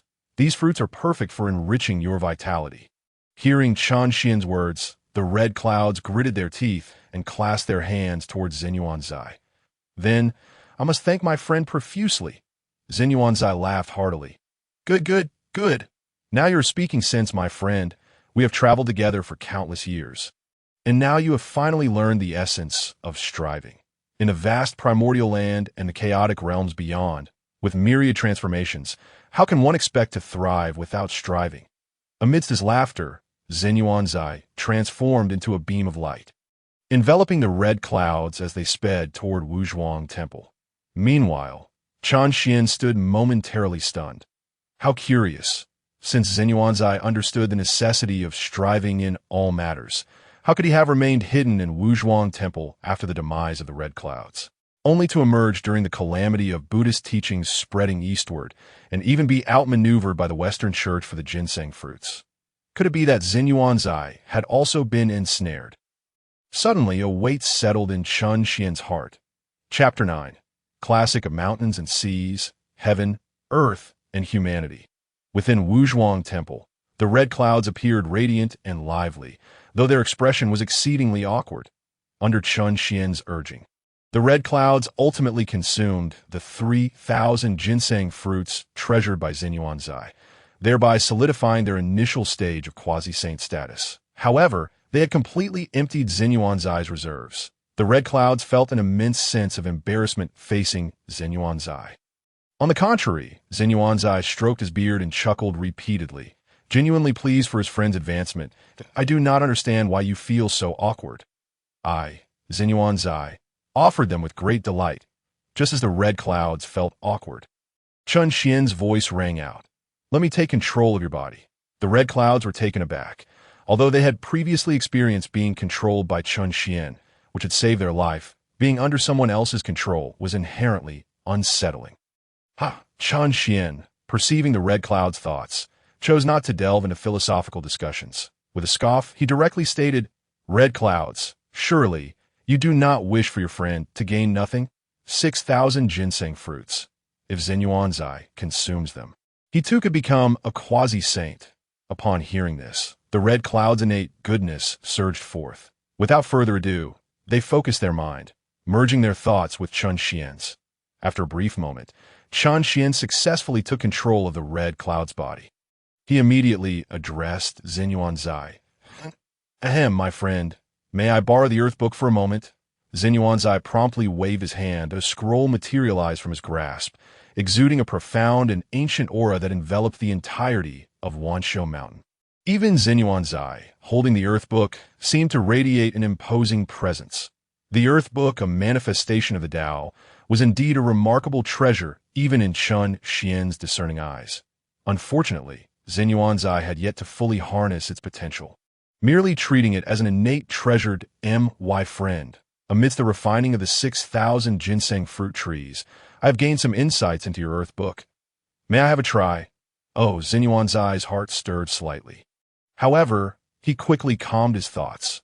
Wanshou Mountain, the 5 Yus Temple, the ginseng fruit trees, and the membrane of the earth were all manifestations of a singular entity. Even Xinyuanzai himself was but the first breath of pure wind. Born when heaven and earth were first divided, nourished by Wanshou Mountain to attain the innate Tao body, it seemed only natural that his friend, having forcefully refined 6,000 ginseng fruit trees, would gain insight into the earth book. Smiling, Xinyuanzai decisively tossed the earth book to Chun Xian. Upon receiving the earth book, Chun Xian immediately activated the earth power contained within the ginseng fruits, channeling it into the book. Nourished by this earth power, the earth book erupted with a radiant golden light. The scroll expanded rapidly, soon encompassing an area of several dozen feet. Subsequently, with a wave of Chun Xian's hand, the scroll unfurled, extending across miles. The mountains, rivers, basins, and oceans of the primordial realm emerged in exquisite detail upon the scroll. The earth book was aptly named the membrane of the earth, meticulously recording the natural landscape. Yet Chun Xian knew it also bore another name, the classic of mountains and seas. In this moment, the earth book was far from revealing its true nature. Unhesitatingly, Chun Xian poured the earth principles absorbed from the ginseng fruits into the earth book. After all, these earth principles held little significance for the red clouds. Instantly, the golden light surged, radiating throughout Wanshou Mountain. The golden brilliance coalesced, and Wanshou Mountain erupted with divine resonance, soaring toward the heavens. The myriad ferocious beasts and foreign tribes across the primordial lands sensed this change, lifting their heads to gaze upon Wanshou Mountain, as if it had transformed into a sacred site etched into their very souls. Simultaneously, Xinyuanzai's expression shifted as the golden light from the earth book intensified. Strange phenomena manifested on the geographical map. It depicted point one by one. Golden dots emerged on the mountains, rivers, and seas illustrated within the map. Subsequently, various figures appeared among the geographical features: beasts, demons, deities, and an array of bizarre beings. This spectacle was unprecedented for Xinyuanzai. Unable to contain his curiosity, he stepped forward to observe closely. Just as his attention focused on a mountain radiating golden light, an influx of information surged from the depths of his soul. The mountain of common sheep lies within the seas, to the west of the ancestral grounds, at a place of great peril. Infused with the tainted blood of Pangu, if allied with the Wu, one may attain immortality. When his gaze shifted to an image of a ferocious beast, similar information emerged. Tao Tai, the offspring of the ancestral dragon, possesses a sheep's head and human body, skilled in devouring. The sudden appearance of these images and streams of information left Xinyuanzai astounded. Turning to the red clouds, he quietly inquired, "My friend? What is this?" The principles of the earthly Tao have been thoroughly expounded, and Chun Xian has withdrawn his hand. He cast a smile towards Zhang Yuanzi and declared, "From my understanding of the ginseng fruit, this is the true essence of the earthly script, known as the classic of mountains and seas. It embodies the earthly Tao, carrying all information regarding creations born of the earthly realm. The classic of mountains and seas, the embodiment of the earthly Tao." Zhang Yuanzi's eyes widened in astonishment. This earthly script had been in his possession for countless millennia, yet he had never comprehended this layer of meaning. The notion of the earthly Tao sparked a flicker of surprise within him. It is worth noting that they had only just concluded the teachings of Hongyun after millennia, and the doctrines he imparted were inextricably linked to the concept of the heavenly Tao. The earthly Tao appeared to correspond with the heavenly Tao elucidated by the Tao ancestor Hongyun. Could it be that I might uncover a novel path to enlightenment through this treasure? In just a couple of sentences, Chun Xian had catalyzed a profound realization within Zhang Yuanzi. Chun Xian nodded appreciatively. Nevertheless, he deemed this reaction to be entirely reasonable. In later generations, Zhang Yuanzi was revered as the progenitor of the earth immortals, wielding the earthly script within the invincible confines of Mount Wanshou. After all, it posed no challenge to be deemed the foremost beneath the saints. He had undoubtedly grasped the mysteries of the earthly script and comprehended the principles of the earthly Dao. Had he not first listened to Hongyun's teachings, thus entering the heavenly Dao, severing his 3 corpses and losing his original essence, he too might have attained sainthood.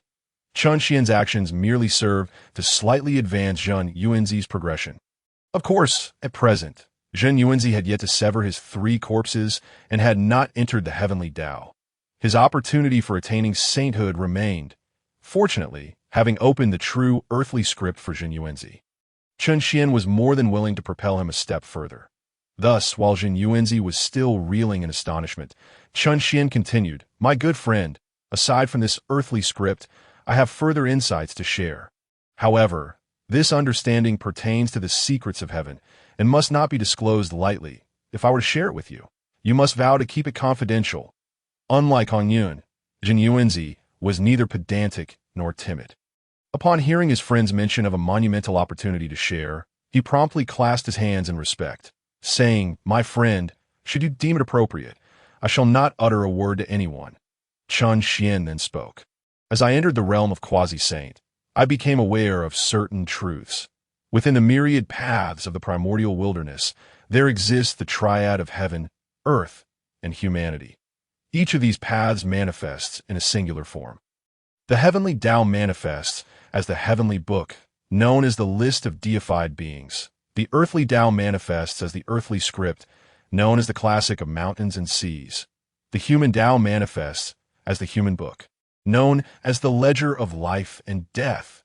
In the future, when calamities befall the primordial wilderness, the list of deified beings shall surface, allowing the great powers of the realm to be inscribed within its pages, bestowing them with divine appointments to act on behalf of the heavenly Dao. That I surmise that this earthly script may possess similar efficacy. Why not delve into the earthly script, my friend, to appoint earth immortal deities and act in accordance with the earthly Dao? With this foundation in the earthly Dao, you too may emulate Hongyun and disseminate the teachings, thus becoming the progenitor of the earth immortals." The progenitor of the earth immortals? Zhen Yuanzi's heart trembled. Simultaneously, ripples surged forth from the classic of mountains and seas, while the radiant light of the Xianhuang continued to shimmer. Zhen Yuanzi, already capable of grasping the principles of the earthly Dao, could intuitively realize his potential to become the progenitor of the earth immortals. His innate talent and understanding were undoubtedly not inferior to the 3 pure ones at this moment. Chen Xian had merely nudged his opportunity forward slightly to eye in this instant. Zhen Yuanzi experienced an epiphany that encompassed myriad thoughts. Indeed, the Purple Cloud Palace disseminates teachings, and Hongjun has become the ancestor. Why then can I not impart wisdom and declare myself an ancestor? The incessant agitation of the earthly script further solidified Zhen Yuanzi's resolve. Suddenly, he lifted his head and proclaimed, "I, Zhen Yuanzi of the 5 on Mount Wanshou, recognize the arduous path to enlightenment for all beings in the primordial wilderness. Therefore, I shall propagate the teachings of the Dao at the 5. All beings, be they exquisite spirits, demonic entities, or primordial sanctities, shall be welcome to sit and listen to the Dao." Chapter 10. Beneath the saints, all are ants as if the heavens and earth had conspired, and the great Dao complemented one another. Zhen Yunzi's words flowed forth effortlessly, yet they reverberated throughout the primordial wilderness. The land trembled, mountains quaked, and waves surged upon the seas. Rivers twisted and turned as living beings shed tears. Countless beings, already endowed with intelligence, or those who had attained human forms, sensed that their opportunity had arrived and surged towards Mount Wanshou with fervor. On Kunlun Mountain, the 3 pure ones, who were deeply engrossed in their arduous training to sever the second corpse, simultaneously opened their eyes. Zhen Yunzi dared to emulate the Dao ancestor and disseminate teachings to all beings. Laozi furrowed his brow, lost in contemplation. Yuan Shi snorted derisively. How absurd! What qualifications does a mere Zhen Yuanzi possess to emulate the Dao ancestor? Even more laughable is his desire to impart teachings to the masses. Does he intend to enlighten those who feast on raw flesh and wear animal skins? Our methods cannot be shared lightly. Tong Tian too appeared pensive, murmuring softly, to impart teachings to all beings indiscriminately. He felt a dawning realization. Yet, simultaneously, he was engulfed in a sense of loss that it felt as though something that rightfully belonged to him had vanished without a trace. More tragically, he remained unaware of what he had lost. Another who shared this sentiment was Dijun, basking in the true fire upon the sun star, with the river map and Luo book suspended above him. A figure identical to Dijun, yet bearing an expression of compassion, gradually detached from him. He was at a critical juncture for severing the good corpse and attaining the quasi-saint position. Zhen Yuanzi's words reached the sun star and fell upon his ears. In that instant, Dijun's primordial spirit trembled violently, nearly causing the river map and Luo book to falter. How peculiar! After murmuring upon opening his eyes, he quickly shut them once more, focusing his mind and urging his true essence. Only then did he manage to stabilize the river map and Luo book. High above the heavens, amidst the primordial chaos, within the purple cloud palace, Hongyun's lips curled into a slight smile. Zhen Yuanzi, truly worthy of being chosen by the earthly Dao. Under the teachings of my heavenly Dao, he has managed to comprehend so swiftly. From this day forth, the principles of the earthly Dao shall be imparted to the younger generations, while my heavenly Dao shall remain bound to the mighty. Henceforth, the heavenly Dao shall no longer need to fear the rise of the earthly Dao within the confines of Mount Wanshou and the Five. After Zhen Yunzi's solemn vow was made, the earthly script trembled violently. Within the mountains of Mount Wanshou, colorful clouds ascended, in the blink of an eye. The dense, colorful clouds transformed into a dragon of Xianhuang energy, surging towards Zhen Yuanzi. The dragon of merit. Chun Xian was not surprised. In fact, upon witnessing this energy of merit, he smiled slightly. The merit of the heavenly Dao manifests as the golden dragon's energy. Yet, the dragon energy before him was of a Xianhuang, earthen Hu. It lacked the majesty and dominance of the heavenly Dao, but was exceedingly weighty and stable. It was evident that this was the merit of the earthly Dao. Zhen Yuanzi too felt the change and opened his mind to allow the energy of merit to enter his being. As the merit flowed within, Zhen Yuanzi's true essence surged forth, that a long-lost sensation of breakthrough and ascension welled up within his heart. Akin to that of the three pure ones, the ancestor witches Kunpeng, and others, these extraordinary primordial sanctities had been confined within the realm of the great Luo golden immortals for countless years. Now, having acquired the methods of the quasi-saint, once the opportune moment arrived, the chance for breakthrough would present itself. Breakthrough was but a natural progression. Zhen Yuanzi was no different. Sensing the timing for his breakthrough, he harbored no extraneous thoughts and simply urged his true essence. Thereafter, his true essence harnessed the power of the merit, breaking through layer upon layer of barriers and reaching the pinnacle. The aura surrounding Zhen Yuanzi suddenly surged forth, ascending in intensity in the blink of an eye. Zhen Yuanzi's aura enveloped the entirety of Mount Wanshou. Within the mountains, flowers bloomed and trees flourished. Vibrant clouds billowed, and the aura of immortality permeated the air. In no time, Zhen Yuanzi, buoyed by this aura, seemed to merge with Mount Wanshou, that he was Mount Wanshou, and Mount Wanshou was him. Amidst this seemingly unremarkable yet earth-shattering commotion, Zhen Yuanzi entered the realm of quasi-sainthood. Quasi-saint. Once reaching this realm, his vision expanded. Dao methods, divine abilities, rules, techniques, and even treasures all became newly understood. His heart brimmed with joy. Equally joyous was Hongyun. Just as Hongyun was filled with genuine happiness for Zhen Yuanzi, Chun Xian suddenly felt a flash before his eyes. Though he regained his composure in an instant, he could not suppress an exclamation. What the hell? Out of nowhere, Hongyun seized control of the body once more. Hongyun was taken aback, but quickly dismissed his surprise. Hastening to congratulate Zhen Yuanzi, my friend, congratulations, you too have entered the realm of quasi-sainthood. Stepping into the saintly realm is but a matter of time. Chun Xian's few words of guidance had revealed the secrets of heaven, leading his friend to a sudden enlightenment into quasi-sainthood, that he was now 100% certain that Chun Xian could indeed assist Zhen Yuanzi in attaining the saintly realm. upon hearing these words. Xinyuanzi nodded with conviction that he too believed that he might indeed possess the opportunity to ascend to the realm of the saints. The teachings imparted by Hongyun were centered around the method of severing the three corpses, ultimately culminating in the attainment of sanctity through the primordial purple energy. Yet at this moment he had not yet severed the three corpses and had already stepped into the quasi-saint realm. This indicated that he had discovered an alternative path to sanctification. Conceivably, he might achieve sainthood without relying on the primordial purple energy. Reflecting on this, Xinyuanzi turned his gaze towards Hongyun, acknowledging that his current fortune was largely due to the support of his esteemed friend. He clasped his hands in reverence and performed a deep bow, expressing his gratitude for this fortuitous encounter. Hongyun, however, felt a wave of embarrassment wash over him at Xinyuanzi's gesture. The achievements of Xinyuanzi had no bearing on him. Yet he found himself at a loss for words, unsure of how to explain that he now harbored within him an unparalleled celestial being. For a moment, he could only scratch his head and force a smile. Just as Hongyun and Xinyuanzi engaged in mutual pleasantries, Chun Xian's expression shifted dramatically. He noticed a sudden brilliance emanating from the sun, suspended high in the heavens, followed by several points of light erupting from the open Shanhai Jing. Chun Xian instantly recognized the locations of these luminous outbursts: Kunlun Mountain, Shouyang Mountain, Buzhou Mountain. In an instant, he comprehended the significance of this scene. The 3,000 guests within the Zixiao Palace, those destined to break through to the quasi-saint realm, were now all achieving their breakthroughs.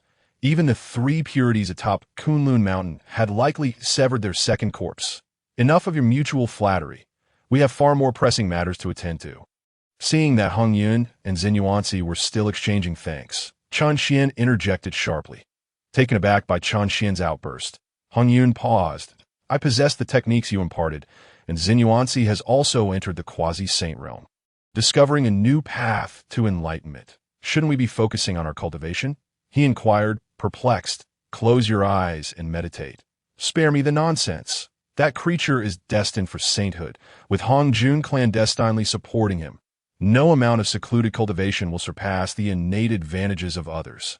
Enough talk. Let's move swiftly. Don't say I didn't warn you that T.O. survive. You must contend with Hongjun. Beneath the saints, all are but ants. Without attaining sainthood, even the greatest of waves you stir will still render you an ant. Hurry! Delay even a moment longer, and you shall forfeit your greatest opportunity for survival and resurgence. Chapter 11.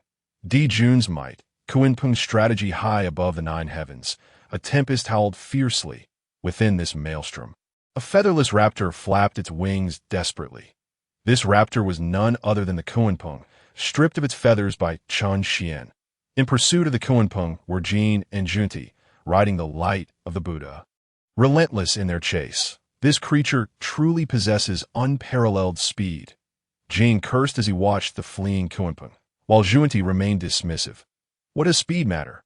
This creature is inherently inferior to us.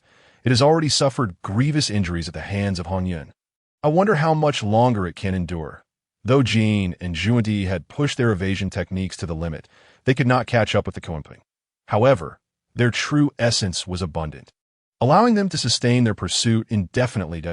In contrast, the Kunpeng, having transformed back to its original form, was beginning to bleed from the corners of its mouth, and, as Jin had noted, its endurance was waning. Severing the ties of fate with Hongyun is not the only thing I shall achieve. Cutting the ties of this feather creature is equally worthwhile. Junti's fists clenched tightly, his eyes gleaming with murderous intent. Yet at that moment, a brilliant light illuminated the primordial universe, startling Jin and Junti, who suddenly felt an unbearable heat envelop them. Even channeling their true essence to its fullest was not enough to dispel the discomfort. Just then, a resonant voice rang out, Dijun, save me. The Kunpeng's cry for help jolted both Jin and Junti, who had been singularly focused on annihilating it. Unbeknownst to them, they had already ascended to the primordial nine skies, where the sun, transformed from Pangu's gaze, hung overhead. Brother, this creature, like Dijun and Tai Yi, is an innate avian. Their connection must be profound, Jin remarked, fully aware of the ties between the Kunpeng and Dijun. both of whom belonged to the demon race and shared a bond as avian beings. This creature is indeed a clever strategist, but fret not. We possess the sacred bond of the Dao ancestor. We are also destined saints. Dijun will not dare to disregard our authority. With a cold laugh, Jane proclaimed, Dijun and Tai are by no means beyond our reach. However, no sooner had Jane spoken than the sun above them erupted with true fire. Waves of blazing flames cascaded down from the celestial body, surging towards them in an instant. The heat was overwhelming. The mere rush of heat halted Jane and Zhuanti in their tracks before they could react. The flames converged above them, coalescing into a figure clad in golden armor, a young man with fierce brows and piercing eyes, exuding an unparalleled aura. Dijun. The newcomer was none other than the golden crow of the sun. The future demon emperor, Dijun, gentlemen, I have heard your words. The Kunpeng is my friend. Having sought my aid, I shall undoubtedly rescue him. Should you wish to compel me to surrender the Kunpeng, feel free to try. As Dijun made his entrance, Jane and Zhuanti were momentarily taken aback. They had not anticipated his swift arrival, his speed seemingly surpassing even that of the fleeing Kunpeng. However, Zhuanti, intent on slaying the Kunpeng to settle their karmic ties, did not regard this unusual development with concern. Dijun, consider your position. My brother and I are disciples of the Dao ancestor, endowed with the primordial purple energy, destined saints. Do you dare to oppose us over a mere feathered creature? Zhuanti coldly retorted. Dijun scoffed. I have manifested from the sun, my essence derived from Pangu's pure yang energy, akin to the three purities, the very source of Pangu. You two are merely fortunate to have stumbled upon the opportunity for sanctification. Hence, I, Dijun, have no reason to fear you. As for the saints, allow me to inform you that I do not believe there exists another path to sainthood within this vast primordial realm, as I am rooted in Pangu's essence.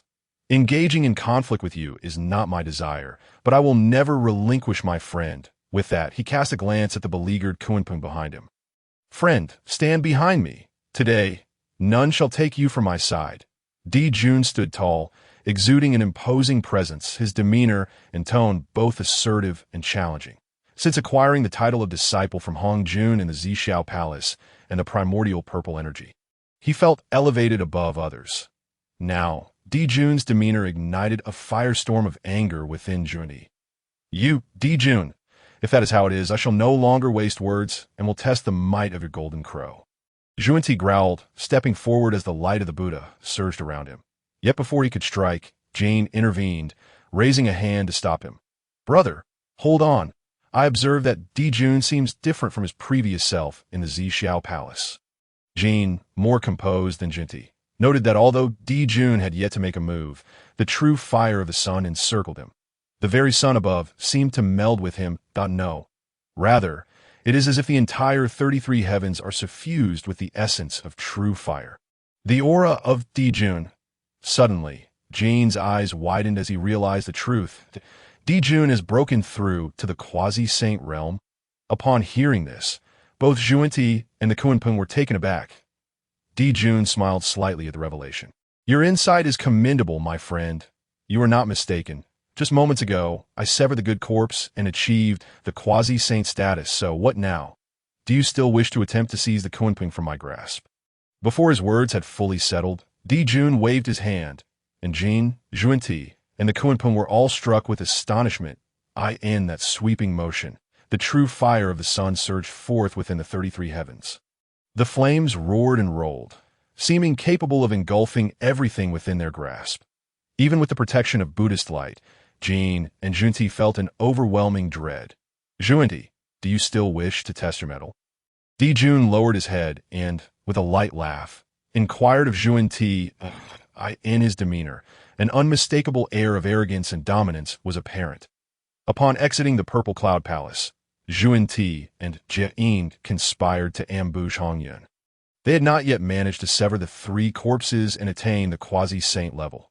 The disparity in power was abundantly clear. Zhuanti dared not make a move.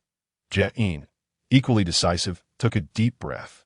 Resolutely suppressing his feelings of resentment, he then turned to Dijun with a faint smile, saying, "My friend, your breakthrough to the quasi-saint level is indeed a cause for celebration.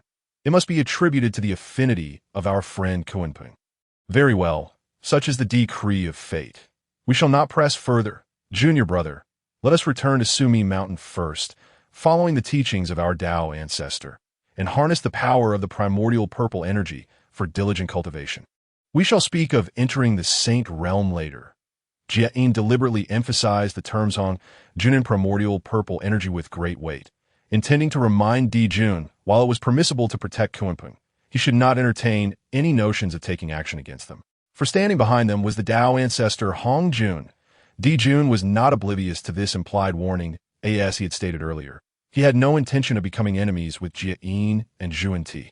Thus, it was mutually beneficial to take a step back. He clasped his hands in a gesture of respect towards Jie and Zhuan and smiled. "Then, I shall not see you off any further. Junior brother, let us be on our way." Jie promptly took hold of Zhuan and they vanished beneath the 9 heavens. Despite Zhuan-Ti's immense reluctance, he had no choice but to retreat. Once their figures had completely disappeared, Dijun retracted the true fire of the sun and turned his gaze towards Kunpeng. Kunpeng hastily transformed into his true form, nodding in salutation to Dijun. Expressing his gratitude for the rescue, Dijun smiled, saying, "We are of the same kin and share a bond that it is but a trifling effort. There is no need for thanks." He then curiously inquired of Kunpeng, "But how did you come to such a dire state? Was it the doing of Jie and Zhuan?"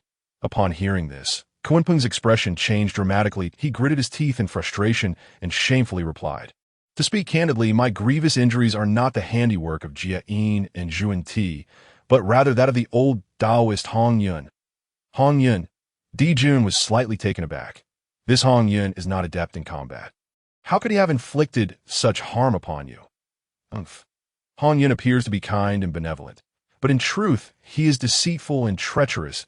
It is likely that from the moment I entered the Purple Cloud Palace, I fell into his schemes. He is truly despicable. Kunpeng spat, his anger palpable. Yet as he continued to vent his frustrations, an idea suddenly struck him. He quickly turned to Dijun and said, "Friend, would you be interested in seizing Hongyun's primordial purple energy?" Though Hongyun is skilled at concealing his talents, he has yet to reach the quasi-saint level. If you were to make a move, the primordial purple energy would surely fall into your hands. Chapter 12. I see you fit to be a bald donkey. Primordial purple energy. Dijun was taken aback. Could this energy bestowed by the Dao ancestor truly be seized? Dijun was aware of the conflict between Kunpeng and Hongyun because, during their time in the Purple Cloud Palace, he had sensed Kunpeng's animosity towards Hongyun. He had also surmised that, given Kunpeng's temperament, he would undoubtedly seek retribution against Hongyun. However, he could never have anticipated that Kunpeng would dare to covet the primordial purple energy. At this moment, Kunpeng's face was twisted with hatred. He craved the primordial purple energy, yet he was far from a match for Hongyun. Jie and Zhuan would not let him off easily. Acquiring the primordial purple energy from Hongyun was nearly impossible for him. But if he could not have it, neither should Hongyun. Stripping Hongyun of the primordial purple energy would allow him to vent some of his anger. Both Dijun and Kunpeng belonged to the same demon tribe and were primordial beings. It would be better for Dijun to possess it than for it to remain in Hongyun's hands. He nodded earnestly at Dijun. "I will not hide it from you. The primordial purple energy once fell into my possession. Yet the Dao ancestor did not impose any punishment. It seems the Dao ancestor has not given Hongyun and his apprentice any recognition, and thus will not concern himself with the primordial purple energy in their possession. If you wish to seize it, I can help you locate Hongyun." At this point, Kunpeng grinned awkwardly, clearly uncomfortable. Hongyun had plucked all his feathers. However, unbeknownst to Hongyun, those feathers had long since become his primal treasure, deeply embedded with his divine essence. Even if Hongyun were to refine them, he would still be able to sense Hongyun's whereabouts. As for Dijun, his brows furrowed deeply as he began to ponder. The primordial purple energy was the key to becoming a saint. Although he had boasted that he could surely find another path to sainthood, whether he could truly do so remained uncertain. Furthermore, his actions today had already forged enmity with Jie and Zhuan. Should either of them attain sainthood, he could not guarantee they would not seek revenge against him, given this situation. With the opportunity for sainthood before him, why not contend for it? Moreover, the Dao ancestor once stated, "The great Dao is 50, heaven's evolution is 49, leaving but a single thread of opportunity." The primordial purple energy consists of 7 paths. 6 paths are designated for the Dao ancestor's disciples, while 1 is reserved for the nameless and rootless Hongyun. This primordial purple energy may very well be the opportunity the Dao ancestor has left for us. In a short while, Dijun had made up his mind that he clenched his fist and looked at Kunpeng. "If I am able to obtain the primordial purple energy, I will surely assist you in seeking another opportunity for enlightenment." Upon hearing this, Kunpeng's heart surged with joy that Dijun had already reached the quasi-saint realm. Seizing the primordial purple energy from Hongyun's hands would surely be a matter of ease, given Dijun's foundation. As long as he held the primordial purple energy, attaining sainthood would be inevitable. If Dijun achieved sainthood, he would not even need to express gratitude. The karmic ties formed would be enough for Dijun to elevate him. Thereupon, Kunpeng quickly expressed his gratitude to Dijun. "I do not dare to expect an opportunity for enlightenment. I only hope that my friend, once you achieve sainthood, can also assist me in attaining the quasi-saint level." The path of Hongjun's teachings leads to sainthood through the severing of the 3 corpses. However, achieving this requires top-tier spiritual treasures. The severed 3 corpses must reside within top-tier spiritual treasures to endure. Although he possessed extraordinary foundations and remarkable talents, he lacked such treasures. Since Hongjun divided the treasures on the treasure cliff, most spiritual treasures of the wilderness already belonged to others that he possessed the power to achieve quasi-sainthood, yet lacked the means to do so. However, upon hearing Kunpeng's words, Dijun threw back his head and laughed heartily. "My friend, what difficulty is there in attaining quasi-sainthood? At present, my brother Tai is on the verge of achieving quasi-sainthood. If we combine our efforts, assisting you in severing the corpses to attain quasi-sainthood will be no problem at all. Moreover, you have given me such significant news. How could a mere quasi-saint realm suffice as repayment? I have other opportunities to bestow upon you." Hearing that Dijun was willing to help him achieve quasi-sainthood filled Kunpeng with overwhelming joy.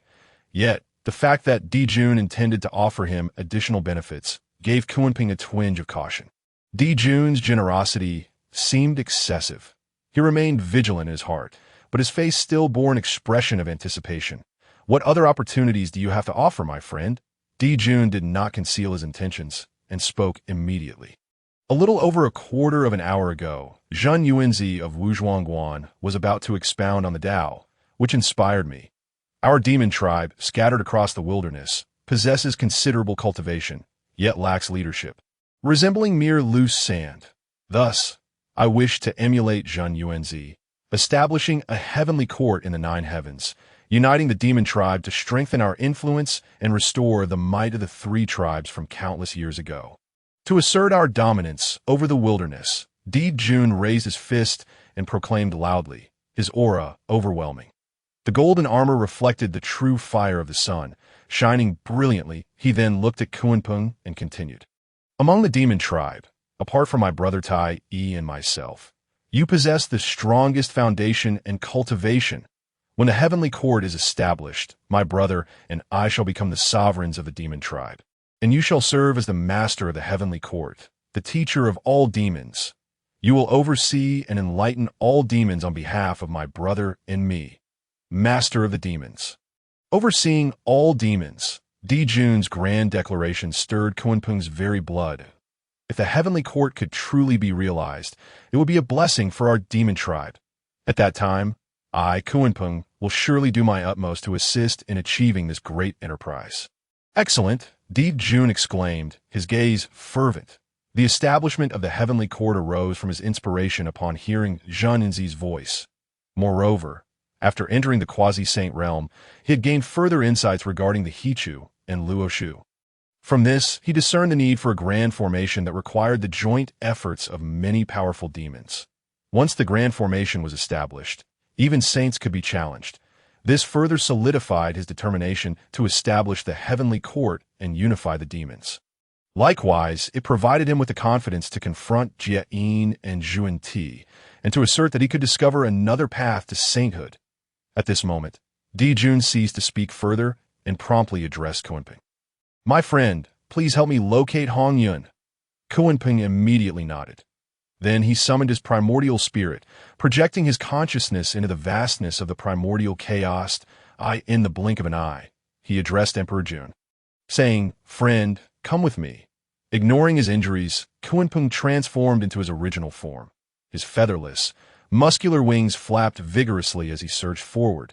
Surrounding Emperor Jun, the true fire of the sun erupted, morphing into a fireball that followed closely behind. Above the 9 heavens, the crimson cloud, shrouded in red mist, soared swiftly with its dual wings. Suddenly, the crimson cloud quivered slightly, a chill creeping into its heart. "Immortal sovereign, I feel an inexplicable discomfort, as if something is wandering within me." After the incident at Wuzhuangguan Temple, the crimson cloud had established immense trust in Chen Xian. Now, feeling unwell without clear reason, it immediately sought Chen Xian's counsel. I could see this moment. Chen Xian was also slightly taken aback. The crimson cloud had not sensed it clearly, yet he had detected it. Deep within the crimson cloud's primordial spirit, a strand of foreign primordial energy had detached, as Chen Xian was now essentially a primordial spirit. He quickly discerned the identity of that energy that it was Kunpeng. It is likely that within the wings you devoured lies a fragment of his primordial consciousness that has not been refined. He continued, "He must have sensed you and is now pursuing you." Saying this, Chen Xian chuckled again. "Junti and Jean, you two are utterly useless. How could you not have eliminated Kunpeng?" Upon hearing that Kunpeng was coming, the crimson cloud was taken aback. Is Kunpeng still unwilling to let me go? A wave of fear surged within. "Why are you afraid of Bird?" Chen Xian could clearly sense this fear. Instantly, he rolled his eyes. "What is your current realm? If Kunpeng dares to come, he must be prepared to die. Since Junti and Jane are so inept, my plan to divert calamity has failed. It would be fortunate to rid ourselves of him." Chen Xian's words, however, sparked a flicker of goodwill in the crimson cloud. "Immortal sovereign, Kunpeng has cultivated for countless years. It is indeed unexpected. In my view, it would suffice to intimidate him into retreating. Shall we spare his life?" "Spare his life?" Hearing this, Chen Xian was truly amused. "After being bitten by a dog once or twice, you still don't feel it enough? I suggest we change our course now and head straight for Shumi Mountain." "What do you mean by going to Shumi Mountain?" Kunpeng asked, perplexed. Chen Xian bellowed. "What do I mean? To establish Buddhism at Shumi Mountain. Then you can shave your head, become a bald monk, and be the Buddha." Buddhism, bald monk, Buddha. These words left the crimson cloud even more bewildered. Just as he pondered in confusion, an extraordinarily violent aura of authority suddenly descended. Then a thunderous roar reverberated through the heavens and earth. "This is the ancestral land of the Witch Clan. Outsiders must keep their distance. I implore the venerable ancestor Hongyun to depart swiftly." Chapter 13. 3,000 buckets. Before the voice faded, 10 towering figures appeared in the sky. Each one, though flying in the air, gave the impression of standing firmly on the ground with their heads in the heavens. Their presence was not only imposing, but seemed to meld seamlessly with the very essence of the universe. It was profoundly mystical. The crimson cloud immediately clasped his hands.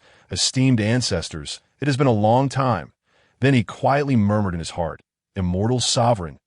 Indeed, the destination Chen Xian urged the crimson cloud to reach was beneath Mount Buzhou, the land of the Witch Clan. However, Chen Xian did not disclose his intentions. Now that the ancestral witches had manifested, the crimson cloud could only let Chen Xian inquire. Yet at this moment, Chen Xian was slightly puzzled. The 10 visitors were all male figures. Apart from Hutu and Xian Yuan, all 10 ancestral witches had arrived. Moreover, each bore an expression of extreme seriousness, as if facing a formidable adversary, poised for action. Yet, according to Chen Xian's knowledge, every legend surrounding the ancestral witches indicated that although they had fiery tempers, they were not exclusionary. In fact, during the calamity of the witch and demon, they even allied with the human race. This is troubling. In merely a few breaths, Chen Xian began to grasp the situation. It was likely that at this moment, Hoodoo had comprehended the path of reincarnation and was in a critical phase of cultivation. Alas, despite his haste, he had arrived a step too late. Oh well, if Hoodoo can attain the position of a savior sage, it will not be a significant loss to be unbound by the 6 paths of reincarnation. He just didn't know whether the path of reincarnation in this primordial chaos was of heavenly, earthly, or human nature. Immortal sovereign, just as Chun Xian was lost in contemplation, the Crimson Cloud's voice called out again. Immortal sovereign, what else should I tell you? These ancestral witches seem intent on expelling us. While Chun Xian pondered, the leader of the ancestral witches, Dijun, had already urged the Crimson Cloud several times. At this moment, his expression had darkened considerably. The other ancestral witches also bore unfriendly expressions. Chun Xian immediately spoke up. Yet just as the words were on the tip of his tongue, a sudden thought surged in his mind. This Crimson Cloud, having experienced calamities, still hasn't learned his lesson. It seems he is still lacking the harsh realities of society.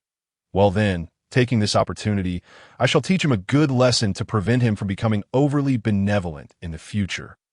With the temperament of the Witch Clan, it would be just right for him to understand what it means to be decisive in killing. Their methods would be perfectly suited to temper the Crimson Cloud skills.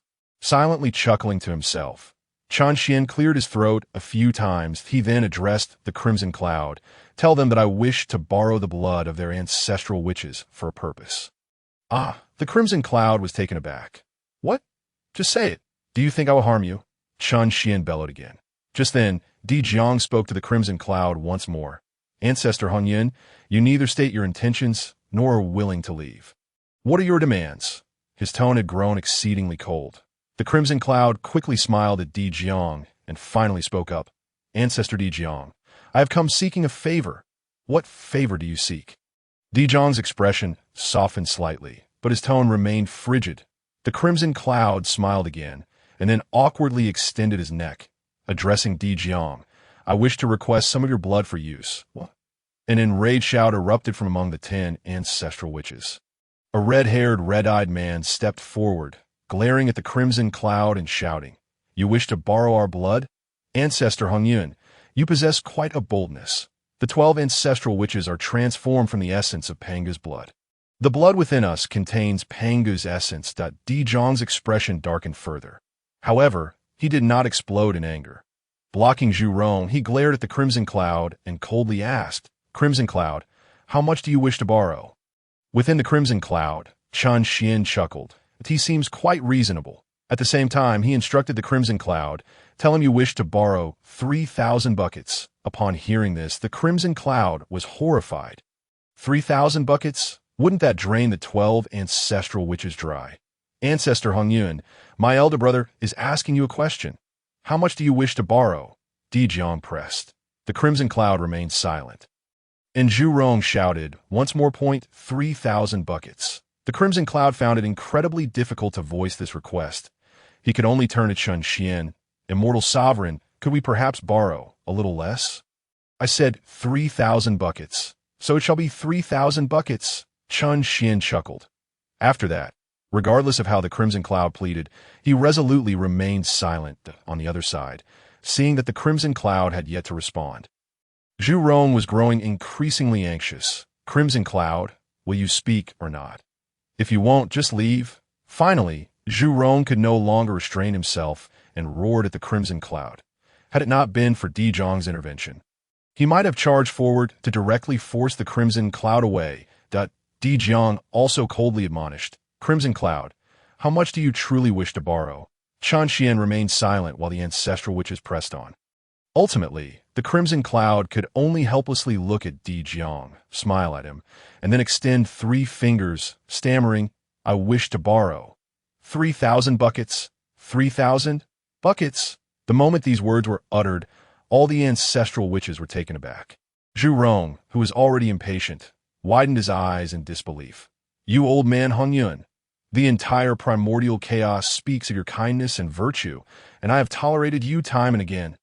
Yet you dare to be so vicious. Asking for 3,000 buckets of our ancestral witch blood, why not directly ask for our lives? With a resounding bang, The furious Zhu Rong stomped his feet in the void and charged at the crimson cloud. A torrent of violent energy surged from Zhu Rong, shaking the heavens and earth. The crimson cloud was alarmed, having never expected Zhu Rong to attack so suddenly. Moreover, the energy emanating from Zhu Rong's body swept across the entire realm. He was clearly wielding quasi-saint power. This genuinely astonished him. What the hell? At the same time, Chun Xian finally spoke up, but he bellowed at the crimson cloud instead. They've already made their move, and you're still astonished and lamenting. Challenge accepted. With such a disposition, how have you managed to survive until today? At last, under the reminder from Chun Xian, Hongyun came to his senses. Without a moment's hesitation, he fervently urged his true essence. The crimson cloud beneath his feet rose up, and with wings unfurled, he transformed into a streak of light, fleeing at an astonishing speed, a quasi-saint.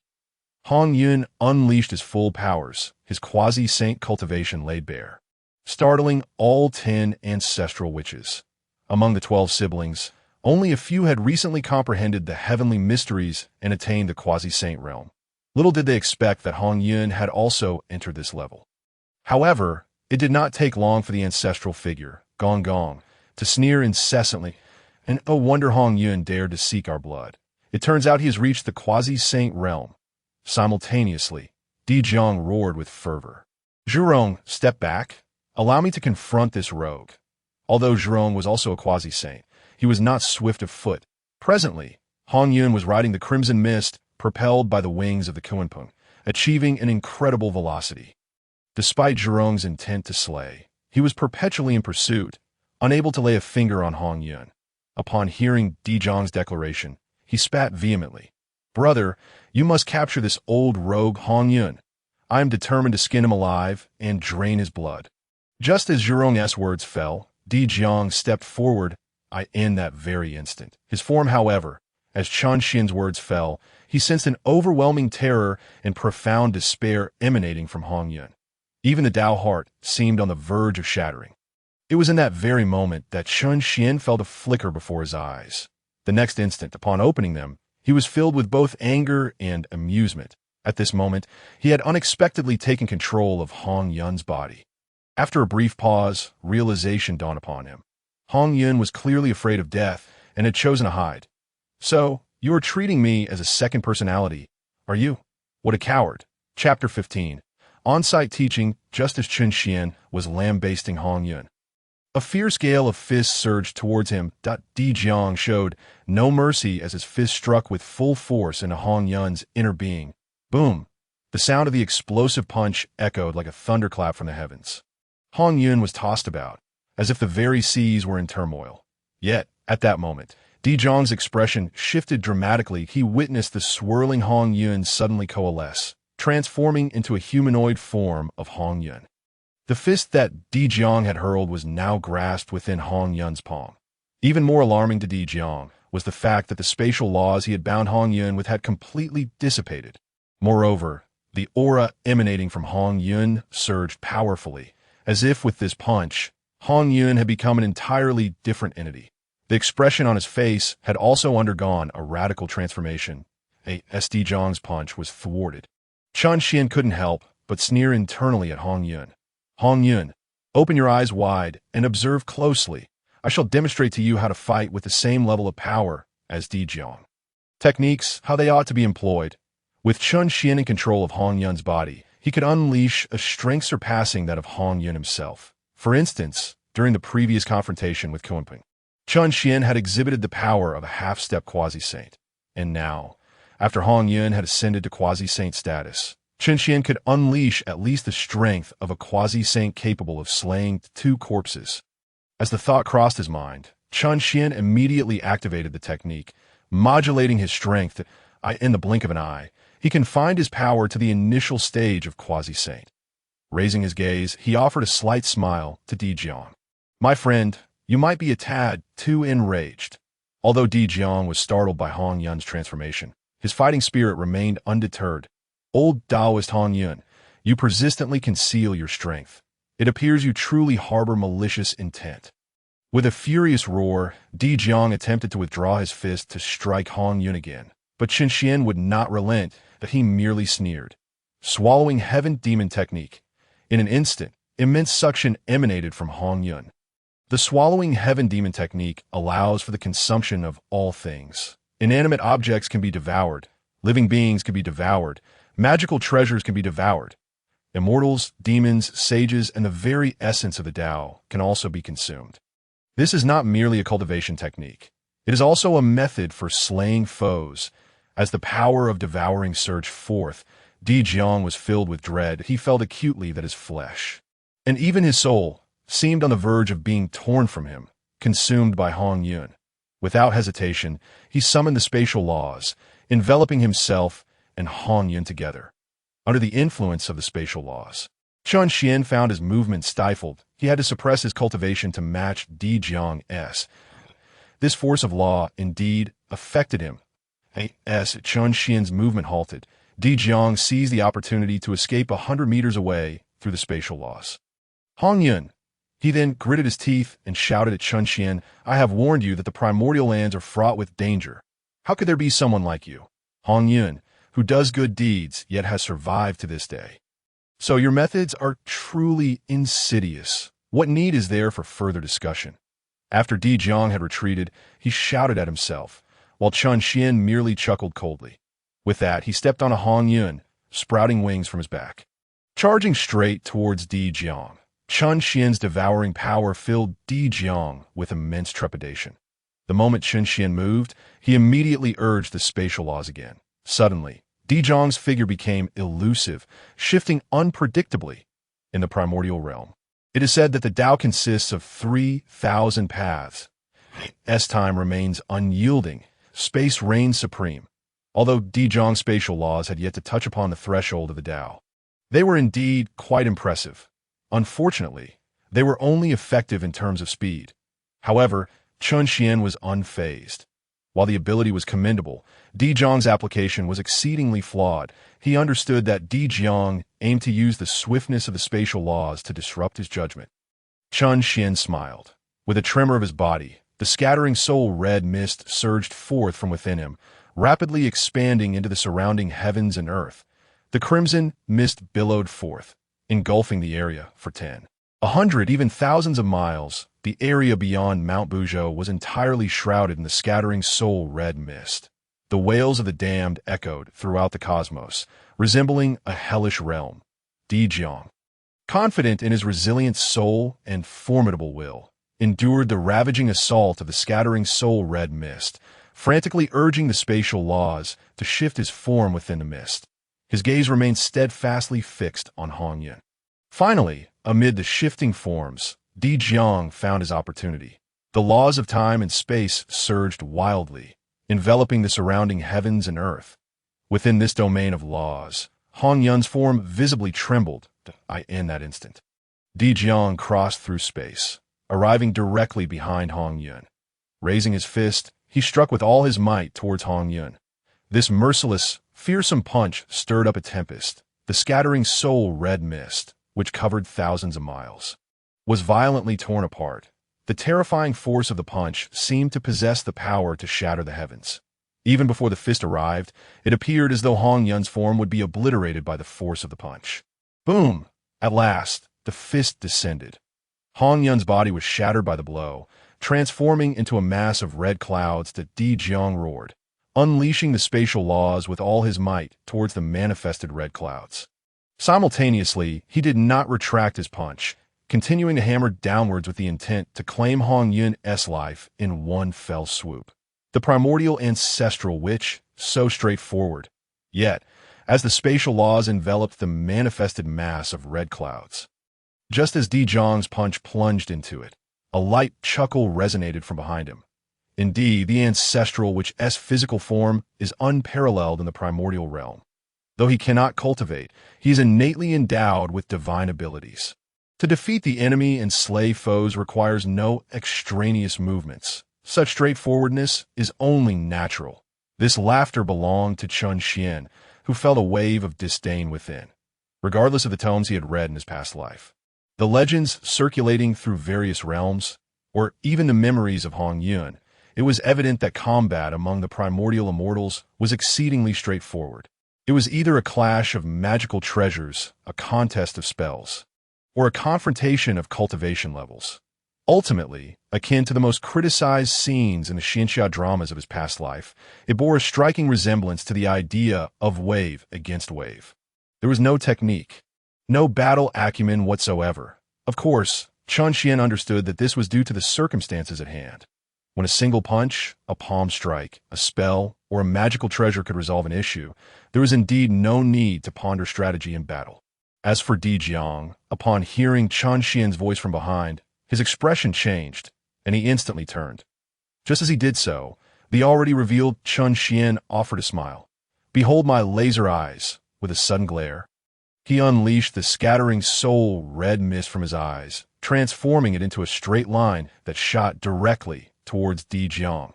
It resembled two beams of laser. The red mist surged forth, striking Dijun directly. Within this mist, aside from the scattering soul power, it also contained Chun Xian's pure vital energy. Upon contact with Dijun, not only did it cause his soul to tremble, but an immense pressure also descended upon him, forcefully driving him towards the ground.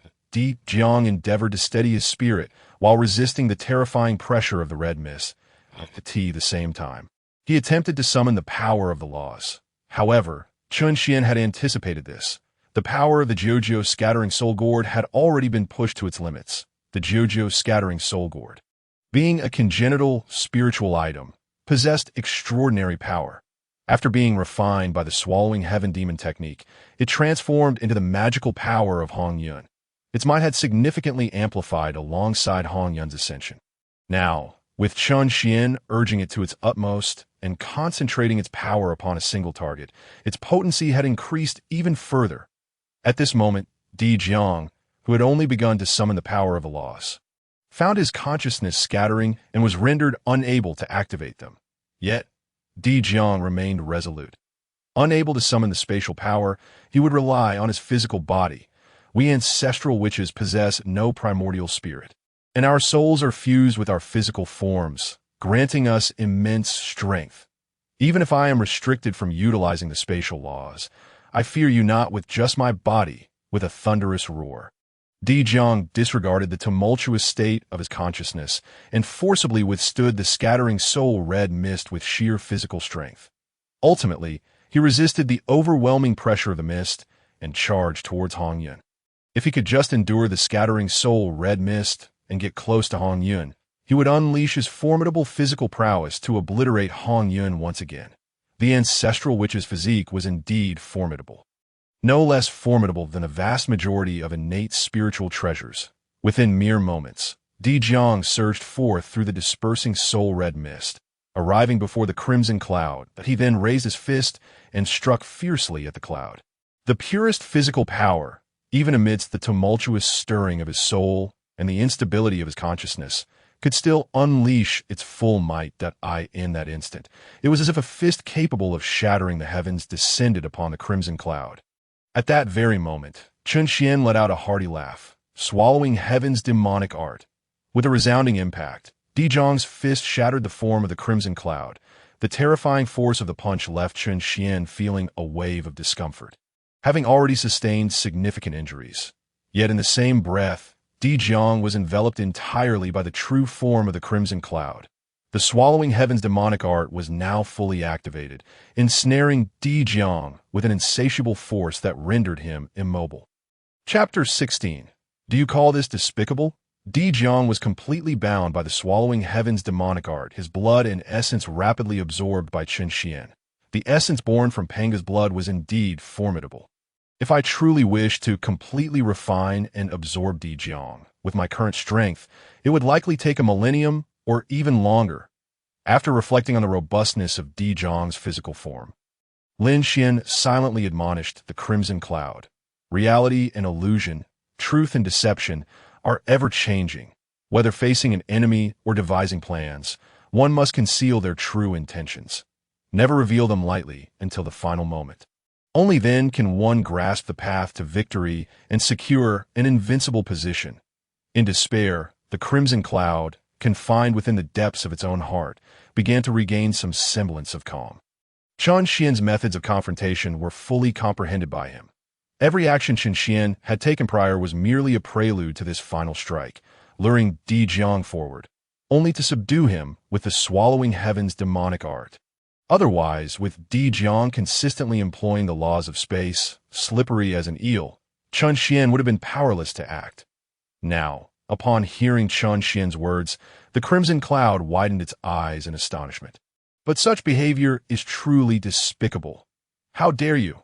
Chen Xian could hardly believe that the crimson cloud would utter the word despicable in the end.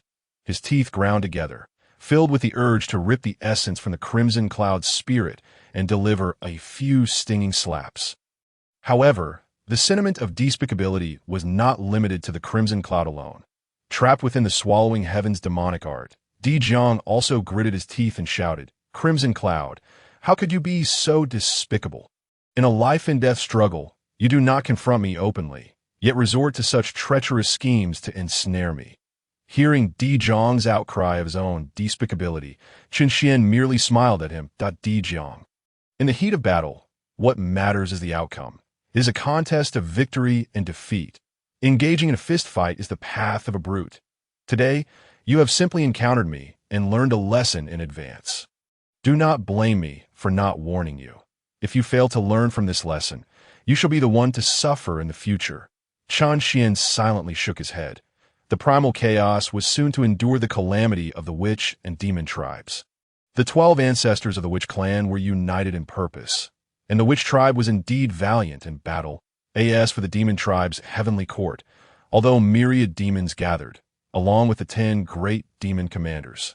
Many harbored ulterior motives, merely congregating for their own interests. In terms of combat prowess, they were not necessarily inferior, but in terms of internal unity, the 12 ancestors of the witch clan held the advantage. Both factions possessed formations capable of rivaling the sage level.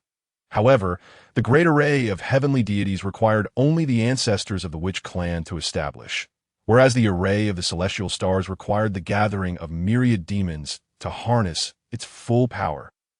If the witch tribe had devised some tactical strategies before the decisive battle, sowing discord within the heavenly court would not have been a difficult task. To prevent the array of the celestial stars from reaching its full potential would also not be insurmountable. Yet the witch tribe chose to engage the demon court in a mutually destructive conflict, ultimately leading to their annihilation and exclusion from the primal chaos. Meanwhile, the demon tribe, though retreating from the grand stage of the primal chaos, still maintained a foothold in the future.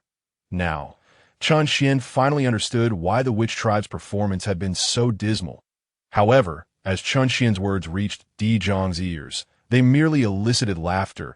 We of the witch tribe seek the Dao through strength. We disdain to employ schemes and underhanded tactics. Ha! Chen Xian chuckled again. Disdain to employ such tactics? The consequence of disdain is death. At that moment, Chen Xian steeled his resolve and further urged the swallowing heaven's demonic art. The crimson cloud's absorption of Dijun's flesh and essence accelerated dramatically. Yet at that juncture, Dijun let out a cold laugh. Death, crimson cloud, you underestimate us witches far too much. I shall show you how feeble your schemes are in the face of absolute power. As his words fell, the blood and flesh of Dijun surged with vigor. An overwhelming aura erupted from him in that instant, dispersing the swallowing force of the swallowing heaven's demonic art. The binding power weakened momentarily, and the laws of space reemerged. Dijun seized the opportunity to slip away 1,000 meters. Simultaneously, his form began to swell dramatically. The Dharma aspect, with a thunderous roar.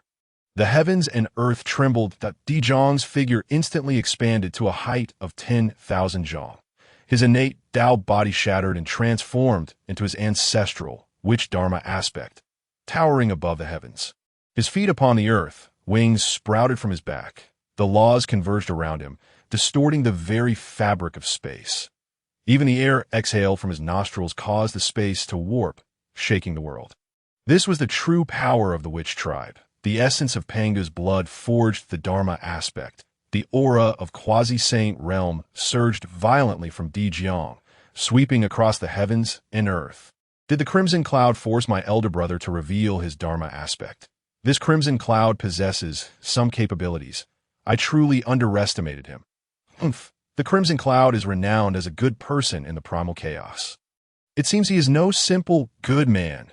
Dijun's manifestation of the Dharma aspect left the observing ancestors of the witch clan in astonishment. However, some ancestors merely smiled, since my elder brother has revealed his Dharma aspect. The crimson cloud is doomed. As quasi-saints, our clan's Dharma aspect far surpasses that of the same tier. Yet, the shock and amusement of the ancestors had barely settled in their hearts when, before Dijun could even make a move, the 10 great ancestors gasped sharply. Their eyes widened in horror upon witnessing the crimson cloud throw back its head and roar, unleashing 4 words that resounded like thunder. Law, heaven, aspect, earth, as the echoes faded. The crimson cloud transformed into a vast expanse of red, rapidly spreading over 10,000 jond. In that moment, the heavens and earth were consumed by a frenzy of spiritual energy, enveloping the sprawling crimson cloud, which swiftly converged in the blink of an eye. The crimson cloud coalesced into a colossal figure. Mist swirled around it, obscuring the heavens and blocking the sun. Yet this was not merely a transformation in size. The 10 ancestors could sense that the towering crimson cloud exuded an aura akin to that of the witch tribe. It was the purest, most unyielding essence, as if the very forces of the abyss and the earth had converged upon that giant figure. Pangu, the Great One, opened the heavens and the earth, proving the Dao through strength. The path of strength permeated the primal chaos. The witch tribe's Dharma aspect sought to absorb the immense power of Pangu that pervaded the primal chaos, aiming to return to their ancestral roots. Yet, the giant that Chun Xian manifested also radiated Pangu's strength. How could the ancestors not be astonished? How could they not stare wide-eyed, their hearts stirred by tumultuous waves?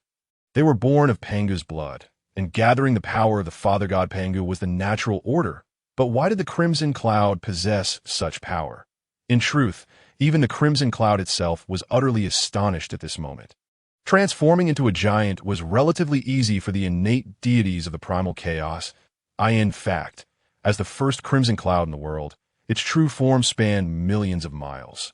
Fully manifesting, it could easily cover the entire primal chaos. However, what had changed was merely its size. Yet now, it could clearly feel that within its enlarged form lay an unprecedented power, transcending all limits.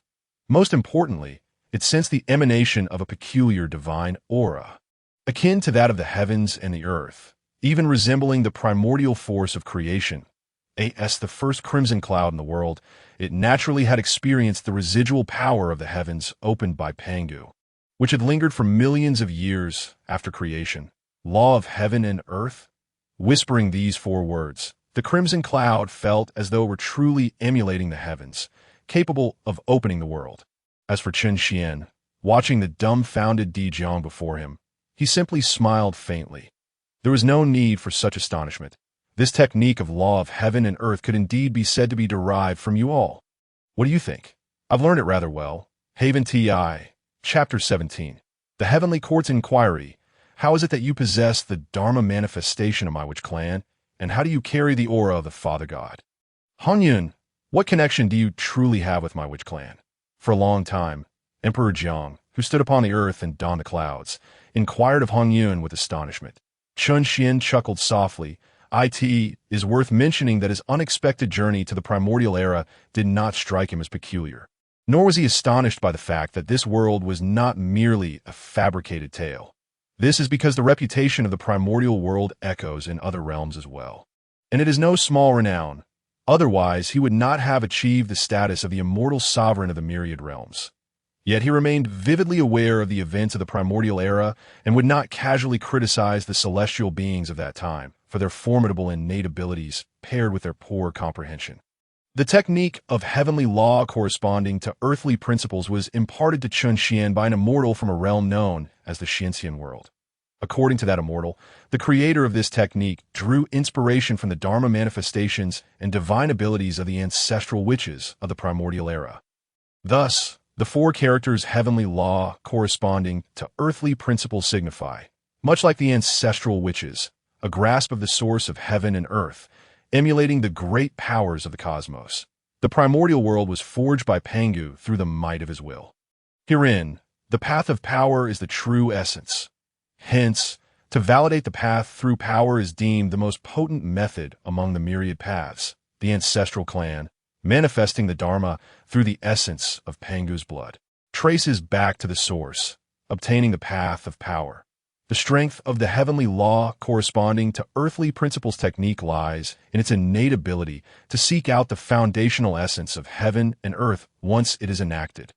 Naturally, when Chen Xian employed this technique in the primordial world, he too acquired the path of power.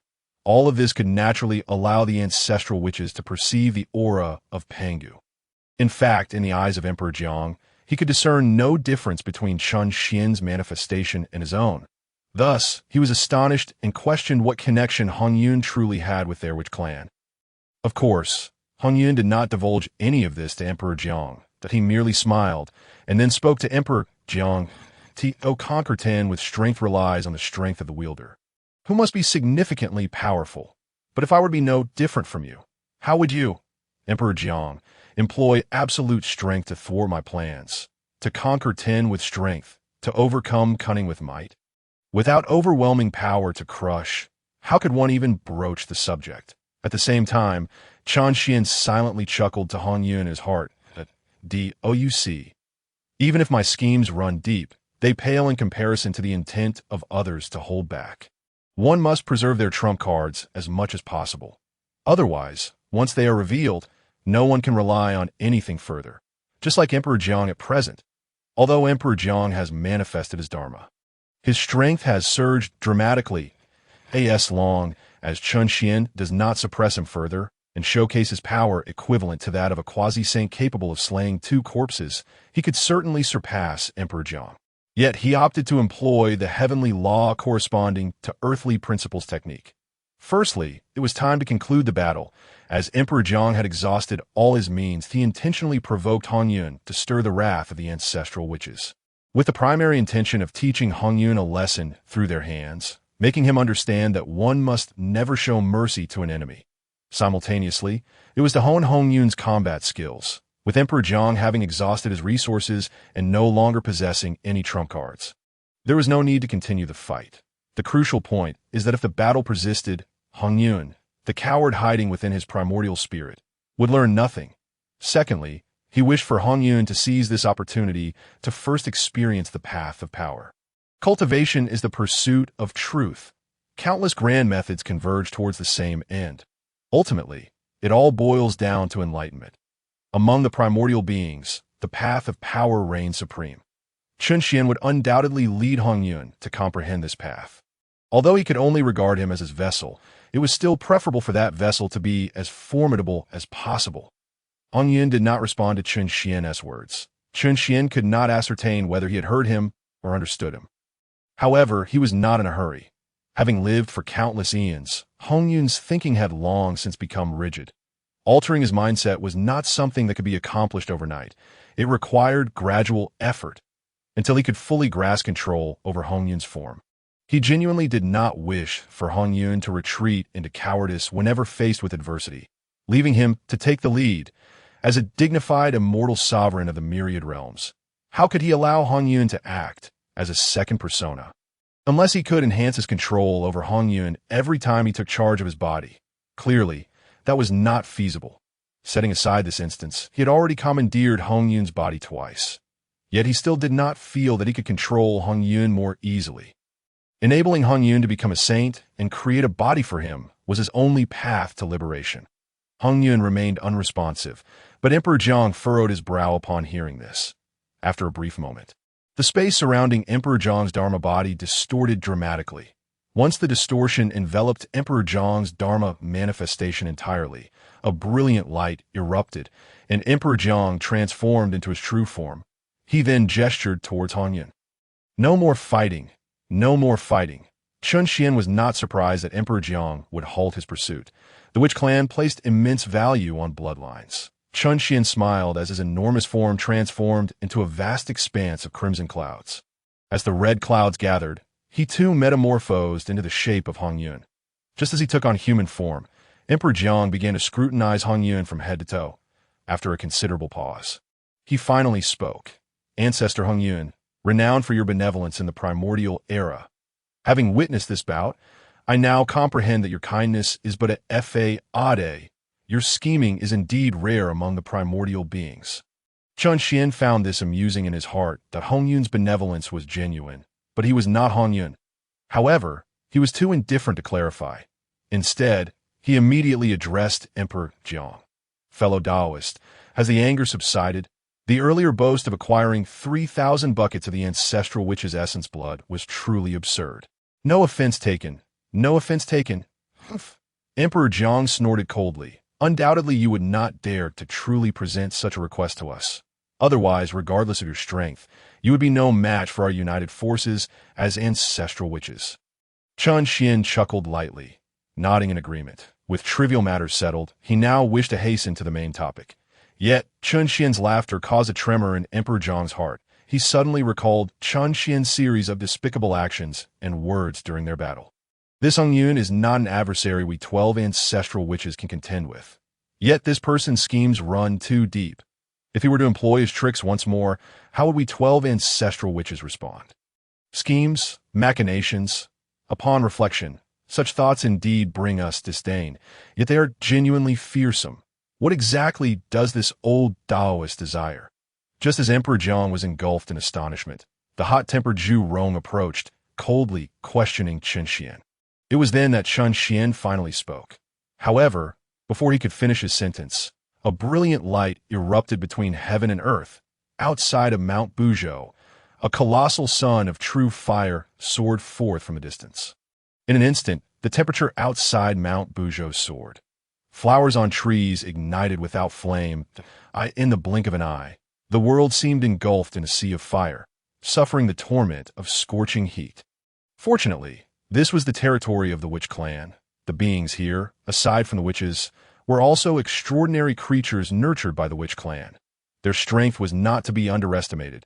The calamity of scorching heat brought forth by the swift arrival of the great sun did not result in catastrophic disaster. Naturally, this strange phenomenon drew the attention of many, who gazed upwards in awe. Soon, exclamations rang out. The sun's true fire. This flame seems to possess the majesty of a quasi-saint. Is it Dijun or Tai coming?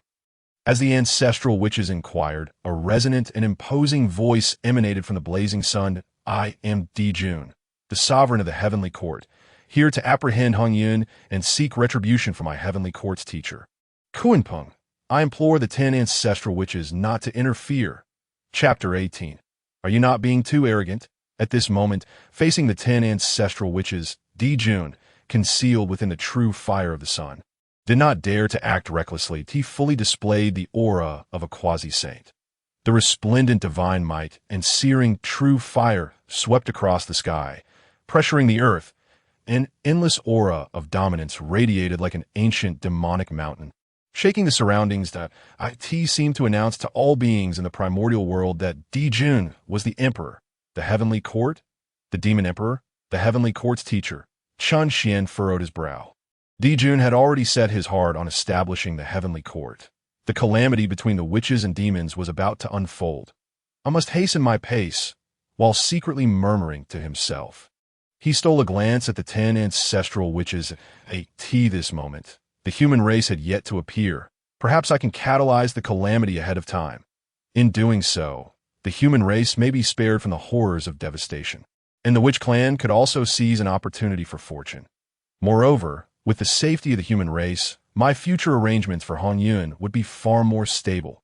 At the very moment when Chun Xian was musing, Chun Xian's eyes suddenly blurred. Once more, the control over the body of Hongyun was seized by Hongyun himself. Before he could utter a curse, Chun Xian sensed an exceedingly absurd thought burgeoning within Hongyun's heart. This fellow, upon hearing Emperor Jun mention that Kunpeng had arrived, unexpectedly felt a surge of benevolence, wishing to alert Kunpeng to flee post-haste. Hongyun truly believed that Chun Xian would eliminate Kunpeng. In truth, it was precisely this thought that allowed Hongyun to instantaneously reclaim control over his body.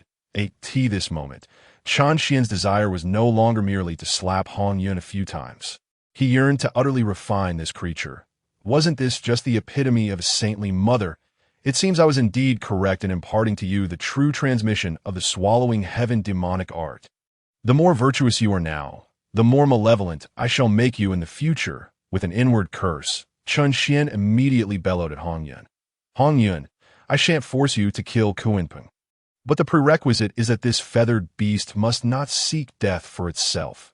Furthermore, regardless of what is said later, you must obediently comply. Otherwise, the moment I seize an opportunity, I shall certainly annihilate it. Having regained control over his own body, Hongyun was momentarily taken aback. Upon hearing Chen Xian's words, he hastily nodded. Thank you, immortal sovereign, for your understanding. This humble Taoist shall surely comply with the arrangements of the immortal sovereign. The exchange of primordial spirits was completed in an instant. The 10 great ancestor witches furrowed their brows slightly, murmuring in unison. Heavenly court? Demon Emperor? But soon, Dijun raised his head and shouted, Emperor Jun, if you wish to capture Hongyun, then capture him. Is it not a tad tyrannical to come here to assert your dominance? You declare yourself emperor. Do you expect the witch clan to bow to you? As his words fell, Dijong's aura surged, unleashing the might of a quasi-saint. The 10 great ancestor witches also snorted in unison. In an instant, resonating thunderous sounds echoed throughout the cosmos, akin to the cataclysmic thunder of the 9 heavens crashing down upon the mortal realm. Simultaneously, waves of quasi-saintly aura erupted forth at this moment. Although the 12 ancestor witches had not all fully attained quasi-saint status, several had already done so. The atmosphere was charged with the presence and authority of quasi-saints. Merely the aura of quasi-saints twisted the elemental dragons of wind, fire, water, and earth into a frenzied dance. Within the cosmos, calamity thunder erupted, and fierce winds howled. The true solar flames commanded by Emperor Jun seemed to sway with the wind. Flickering uncertainly, Emperor Jun was taken aback.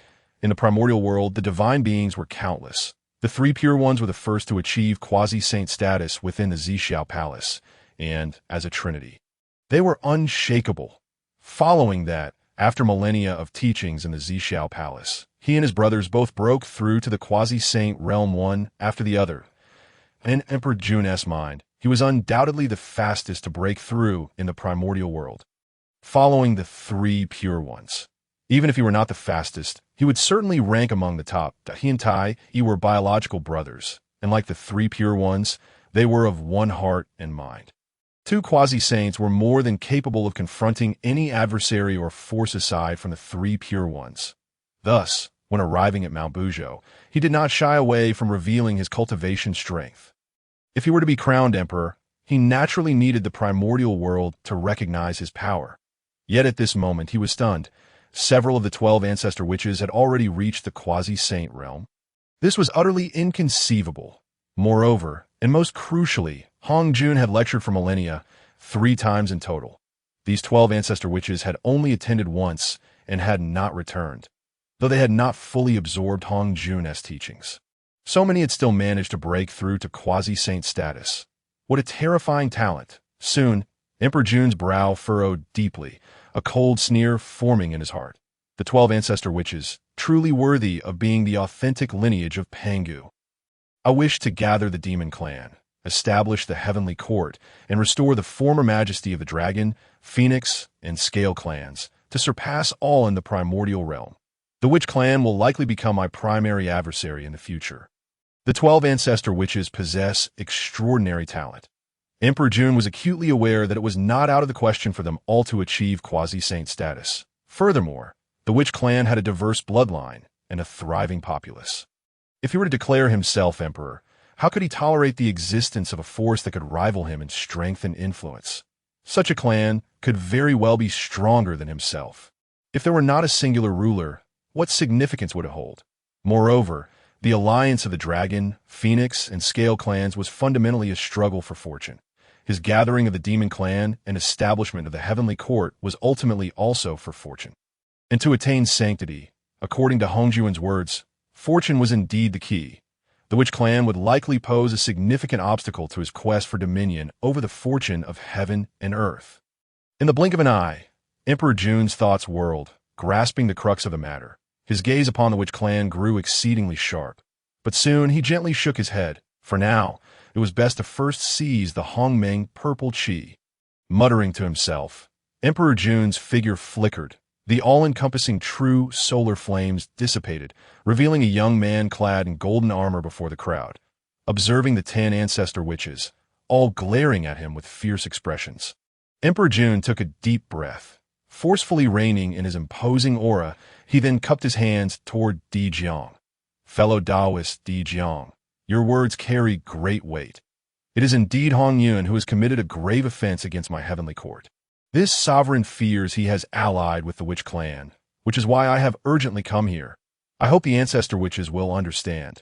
Since Emperor Jun had taken the initiative to humble himself, Dijun merely snorted lightly and withdrew his aura. He then glanced at Hongyun before looking back at Emperor Jun and inquired, "Pray tell, what offense has Hongyun committed against you?" Emperor Jun remained silent, slowly shifting to the side. Behind him, Kunpeng materialized. With Emperor Jun bearing the brunt of the pressure, Kunpeng faced several quasi-saints without fear. He could not believe that Hongyun could withstand the might of quasi-saint Emperor Jun. Would the ancestor witches not show Emperor Jun any favor? At that moment, he bellowed in fury. Hongyun is a schemer. He lured me into a trap and left me severely injured. 10 ancestor witches. Do you believe he deserves to die? Naturally, he did not mention the matter of the Hongmeng purple chi. Immediately after, Kunpeng turned to Hongyun and shouted, "Hongyun, the demon emperor possesses quasi-saint power. No matter how deep your schemes, you cannot possibly rival him. Surrender, and the demon emperor may spare your life." Upon witnessing Kunpeng's appearance, Hongyun was taken aback. Truly, what one fears often comes to pass. As soon as Kunpeng's words fell, he immediately urged, "Fellow Taoist, you should leave quickly. Even with Emperor Jun backing you, you cannot contend with me. If you do not flee, you may very well perish here today." With a clear conscience, Hongyun genuinely advised Kunpeng that he understood that if this immortal sovereign were to gain control of his body once more, Kunpeng would be doomed. Moreover, Emperor Jun would also suffer greatly. He had witnessed the battle between this immortal sovereign and Dijun in its entirety. After urging Kunpeng, he then cupped his hands toward Emperor Jun and continued, "Emperor Jun, you should leave as well. You cannot navigate this treacherous waters. Otherwise, I truly cannot guarantee what fate may befall you." However, Hongyun's earnest words, when heard by others, sparked a tremendous uproar. The tone of his few sentences, his demeanor, was laden with mockery and provocation. Both Kunpeng and Emperor Jun were outraged, bellowing in unison at Hongyun. "Old Taoist Hongyun, you are excessively arrogant, are you not? A mere great Luo golden immortal, and you cannot even assure what fate may await me." Emperor Jun's brows furrowed tightly, his anger unabated. Meanwhile, the 10 great ancestor witches were momentarily taken aback. Shortly thereafter, among the ancestor witches, Zhu Rong laughed heartily that, "I thought, Hongyun, you only sought to scheme against our witch clan. Hence your arrogance towards us. It appears you are this arrogant towards everyone. What is the matter?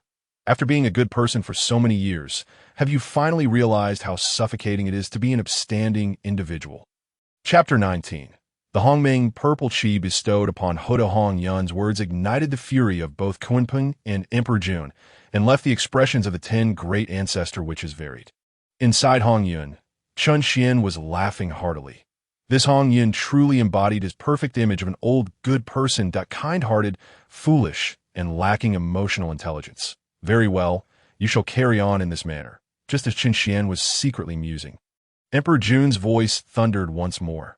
"Old Taoist Hongyun, you are exceedingly presumptuous. I shall see what fate awaits me." As his voice fell, golden radiance erupted. Emperor Jun transformed into a golden streak of light, charging towards Hongyun.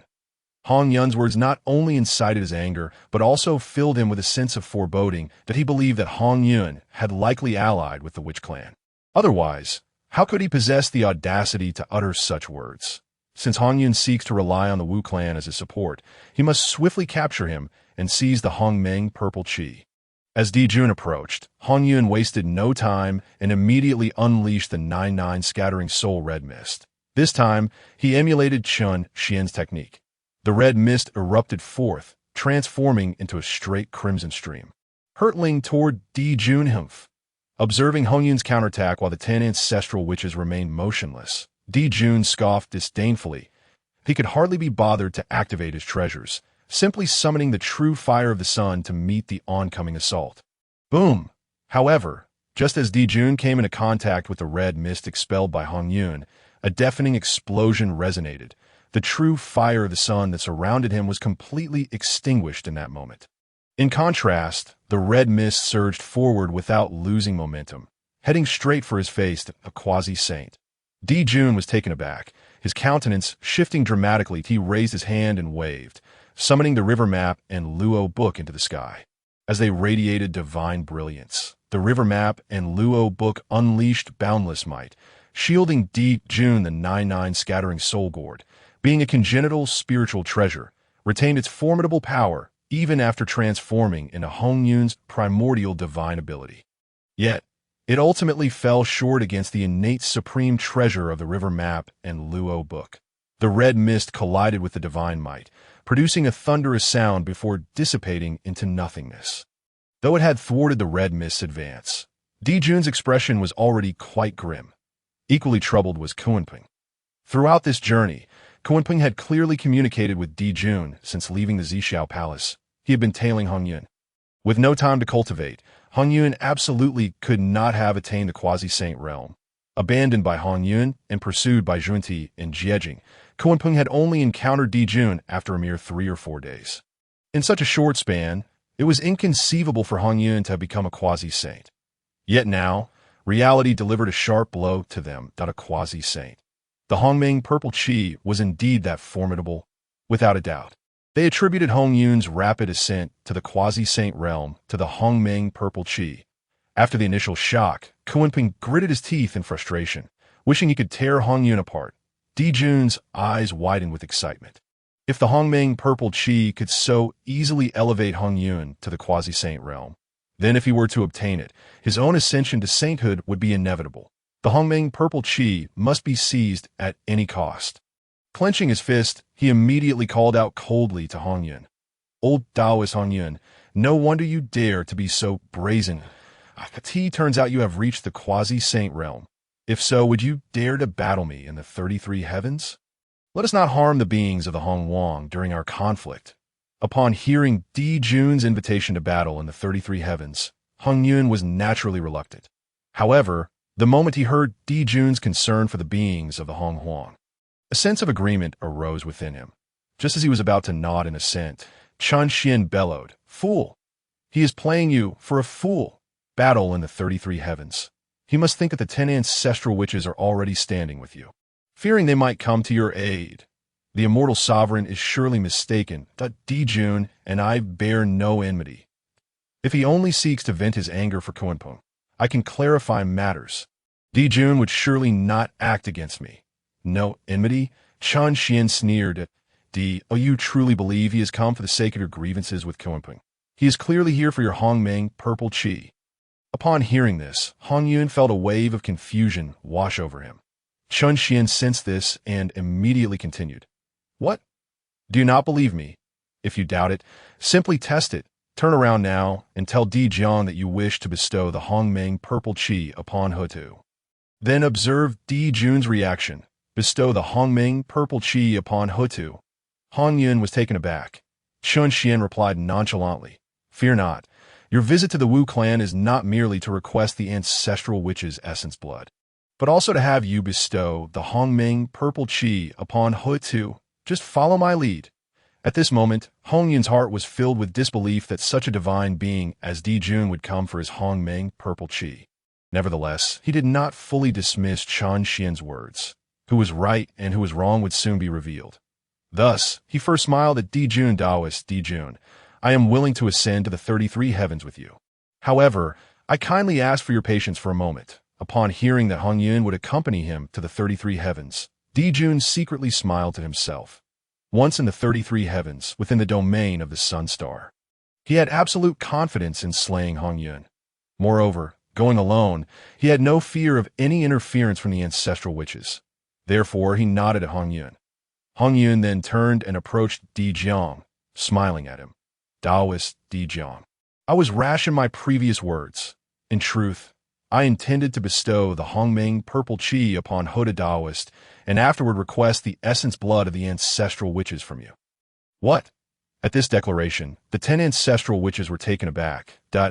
In recent times, the ancestral witches had each gained insights and were on the verge of breaking through to the quasi-saint level. Among the 12, Hotu's potential to become a quasi-saint was particularly extraordinary. Yet now, Hotu was still in the midst of her breakthrough. It seemed as if a mysterious force was continuously being imposed upon her, both delaying her breakthrough and enhancing her strength. Yet, Hotu was unable to accurately grasp and absorb this power. However, if she were to obtain the Hongmeng purple qi, that would make all the difference. Hongjun had conferred 7 portions of Hongmeng purple qi, known throughout the Honghuang. This was a pivotal opportunity for attaining sainthood, well understood across the realm. If Hotu could truly acquire this Hongmeng purple qi, it would undoubtedly be greatly beneficial for her current state. Perhaps, as a member of the Wu clan, even without a primordial spirit, she could achieve sainthood through it. In that moment, the 10 ancestral witches surrounded Hongyun, eagerly inquiring, "Old Taoist Hongyun, do you truly intend to bestow the Hongmeng purple qi upon Hotu? Old Taoist, are you not jesting with us? Hongyun, if you truly wish to give that purple qi, we would not hesitate to offer you 3,000 barrels of blood, or even 30,000. The 12 ancestral witches, transformed from Pangu's essence blood, formed a true bond of blood thicker than water. Intertwined as one to 8 this moment, the 10 ancestral witches were practically desperate to have Hongyun hand over the purple qi immediately. Hongyun did not hold back. His words naturally reached Dijun and Kunpeng. In an instant, both Kunpeng and Dijun were struck with horror. Hongyun, how dare you? The Hongmeng purple qi should have rightfully been mine. Kunpeng scolded in a frantic rage. Dijun ground his teeth, silently fuming. Good Hongyun, you've seen through my true intentions. This is an attempt to deliberately provoke conflict between me and the Wu clan. After finishing his internal outburst, Dijun shouted loudly, "Gentlemen, allow this emperor to first capture Hongyun and punish him for his transgressions. Then we shall discuss the Hongmeng purple qi." With that resounding command, Dijun no longer held back. His true essence surged. The river map and Luo book whirled violently. With an imposing might, they descended from the 9 heavens. He swore to seize Hongyun in one strike, leaving no opportunity for the Wu clan. Chapter 20. Will we fear your nonsense, heavenly court? In the blink of an eye, Dijun surged forward in an uncontrollable assault. This took Hongyun by surprise. He could not comprehend why Dijun had suddenly become so urgent. Had he not already promised to ascend to the 33 heavens with him? For a moment, Hongyun was at a loss. Moreover, Dijun had already made up his mind, his cultivation surging in an astonishing speed. This left Hongyun momentarily stunned, unable to react. However, while Hongyun may have been slow, the 10 ancestral witches surrounding him were far from dull. Born for battle, they immediately turned to face Dijun as he approached. Boom! 10 torrents of ferocious energy erupted simultaneously. In that instant, the 10 ancestral witches held nothing back. Their fierce aura sent tremors through heaven and earth. Shaking the very foundations of the Honghuang, Dijun was the first to raise his hand. Swinging his fist toward Dijun, the earth-shattering force of his punch surged forth, colliding with Dijun. With a thunderous roar, akin to the rumblings of thunder from heavens, it sent shockwaves that rattled the hearts of all beings in the Honghuang. The 2 quasi-saints clashed with all their might, causing several tremors around the entire Buzhou mountain. Although this punch did not injure Dijun, it caused him to momentarily falter and halt. He opened his mouth, intending to shout, but before he could utter a sound, he was abruptly startled. The 10 ancestral witches had completely surrounded Hongyun, each of them glaring fiercely at him with an overwhelming ferocity. What is the meaning of this? Do you intend to obstruct this emperor from carrying out justice? Dijun bellowed from the forefront. Dijun, you heard it clearly just now. Hongyun intends to bestow the Hongmeng purple qi upon our sister Hutu. Such a favor is greater than the heavens themselves. Do you truly believe we would allow you to seize the Hongyun right under our noses? Upon hearing these words, Emperor Dijun gritted his teeth in fury. Behind him, Kunpeng felt the same way. However, it did not take long for Kunpeng to soar forward and immediately address Emperor Jiang. Friend Jiang, do you genuinely think that Hongyun would bestow the Hongmeng purple qi upon you? Allow me to enlighten you. Previously, Hongyun claimed he would grant me the Hongmeng purple qi. Yet, when he handed it over, he took advantage of my momentary lapse in vigilance to launch a surprise attack, leaving me grievously injured. This individual is cunning and astute. The Hongmeng purple qi is merely a pawn he uses to manipulate our fates. Upon hearing this, Hongyun's face turned ashen. Kunpeng, why do you speak thus? It was you who took the Hongmeng purple qi. Yet you wish to pin the blame on me. I had no choice but to resist. What a farce. Kunpeng laughed heartily. Having acquired the Hongmeng purple qi, why would I need to kill you? Everyone, do not be deceived by this Hongyun. In a state of distress, Hongyun could not comprehend why Kunpeng would resort to such deceit. Humph. Chen Xian's cold laughter echoed in Hongyun's mind. Hongyun, do you see? This is the true nature of beings. Your kindness will only become a weapon in the hands of others. Do not even think about contending with him to unveil the truth. Simply present the Hongmeng purple qi to Emperor Jiang. Who is right and who is lying will become crystal clear.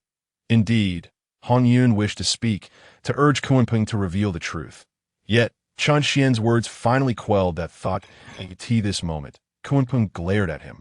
His face flushed, his expression menacing that it seemed he would never speak the truth. After shaking his head inwardly, Hongyun glanced at Emperor Dijun once more. Do not look at him any longer. Whether Emperor Dijun came for the Hongmeng purple qi will soon be apparent when you hand it to Emperor Jiang. Hongyun's skepticism regarding Emperor Dijun's intentions was not lost on Chen Xian, who immediately advised him. Hearing this, Hongyun took a deep breath. Indeed, truth and deception, reality and illusion. Once the Hongmeng purple qi is revealed, everything will be known to that moment. Hongyun's demeanor changed. With a flick of his hand, the heavens and earth erupted in a resplendent purple haze. A wisp of purple qi materialized in the palm of Hongyun's hand. Instantly, the expressions of all present shifted dramatically. Who would not be astonished or moved by such an opportunity to attain sanctity? Without hesitation, Hongyun lifted his hand and offered it to Emperor Jiang. Friend Jiang, this purple qi is yours. Before his voice faded, the purple qi surged swiftly toward Emperor Jiang. Hongyun, return my purple qi. At long last, Kunpeng could no longer contain himself. With a deafening roar, he summoned a tempest. Rushing toward the Hongmeng purple qi, employing the fastest speed he had ever mustered. Emperor Jun also shouted, the Hongmeng purple qi belongs to my demon clan. As the purple qi drifted, it was about to change hands. He could no longer maintain his facade. With a sweeping gesture, the Hichu and Luoshu flew toward Emperor Jiang. However, in that moment, within the realm of spatial laws, all efforts proved futile as the purple qi wafted. Emperor Jiang had already activated the spatial laws. In an instant, the purple qi transformed its space and appeared in Emperor Jiang's grasp. Emperor Jiang, relinquish the Hongmeng purple qi. Otherwise, the witch clan will become our greatest enemy. Witnessing the purple qi change hands, Emperor Jun roared in fury. Kunpeng also altered his trajectory, charging toward Emperor Jiang. Grasping the purple qi, Emperor Jiang's spirit surged with fervor. His gaze toward Hongyun grew increasingly fervent. Originally, Hongyun had manifested the aspect of the celestial, which emanated the aura of Pangu, which had already altered Emperor Jiang's perception of him. He had come to believe that Hongyun shared an intricate connection with the witch clan. The witch clan, being of the bloodline, considered those with shared blood akin. Now, as Hongyun decisively presented the Hongmeng purple qi, there was not a trace of any refining aura upon it. It was ready for use. Was he not one of their own? With a mere smile at Hongyun, Emperor Jiang's expression shifted dramatically. The law aspect. In an instant, a tempestuous aura engulfed the heavens and earth. Emperor Jiang once again manifested his unparalleled form. Standing firm on the ground, his head reaching the heavens, the spatial laws swirled around him, as if he had become one with the cosmos. Kunpeng, my friend Hongyun has acted with such decisiveness. I suspect you previously forcefully seized the Hongmeng purple chi. Get out of my way. With a massive hand, transformed from Emperor Jiang, he waved it.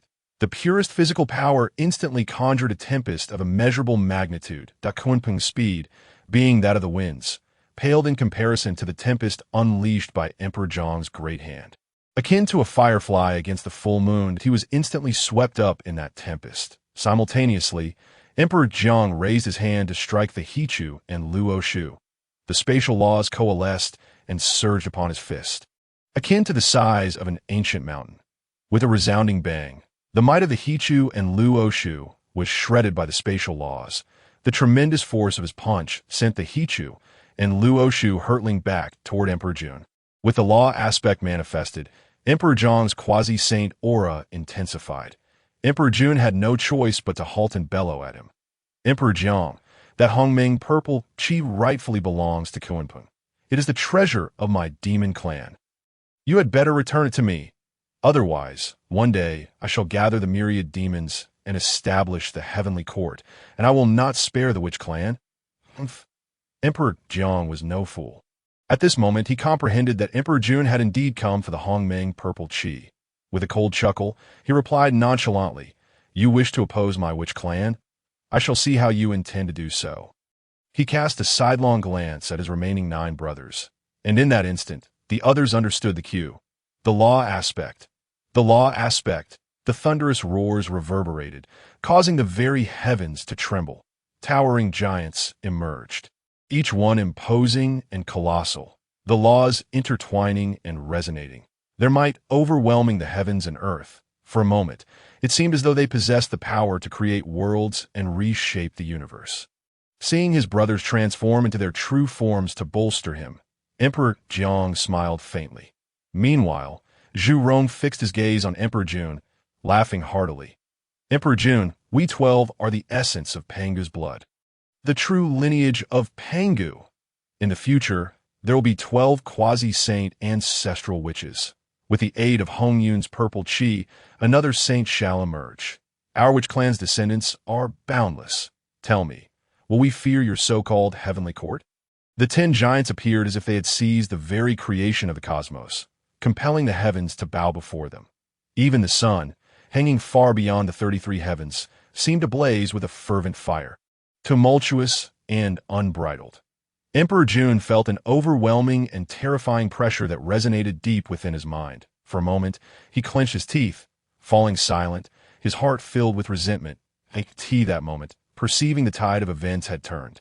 Hongyun gently shook his head. He addressed Emperor Jun. Friend Jun, I truly cannot give you this Hongmeng purple chi. Do not take offense. One day, when I possess something of value, I shall bestow it upon you. Listening to Hongyun's words, Chun Xian gritted his teeth in frustration, his anger palpable. Even at this juncture, Hongyun still considered Emperor Jun's feelings. Yet, Emperor Jun also seethed with rage, though Hongyun wore a mask of apologetic smiles. To Emperor Jun, it felt like mockery. He could almost envision that beneath Hongyun's facade of regret lay a profound sense of triumph. Hongyun, you are truly ruthless. The sound of grinding teeth echoed as Emperor Jun bellowed vehemently at Hongyun. Upon hearing the words of Emperor Jun, Chan Xian within Hongyun could not help but chuckle. How audacious to be so brazen here. If I were one of the 10 great ancestors, I would undoubtedly slay this Emperor Jun on the spot. Just as Chun Xian found amusement in the situation, Zhu Rong leaped forth, glaring at Emperor Jun, his eyes ablaze with a fierce crimson light. Emperor Jun, you speak with such bravado. I shall see how your so-called heavenly court stands if you perish here. Brothers, this Emperor Jun has threatened us. I propose we eliminate him now to prevent future troubles. With that declaration, Zhu Rong's fiery wrath surged, and true flames erupted in the heavens. Emperor Jun, I am eager to learn from you. Let us see if your solar flames are mightier than my Pangu fire. As the flames soared, a violent force rushed towards Emperor Jun. The flames, conjured from thin air, followed Zhu Rong's momentum directly at Emperor Jun. Boom! In that very instant, a resonant chime echoed across the skies. From the sun star in the 33 heavens, a radiant pillar of fire descended, instantly landing upon Mount Buzhou. The dazzling beam shone like the birth of the sun god, rendering all but Emperor Jun unable to open their eyes. You wish to learn from my brother's solar true fire?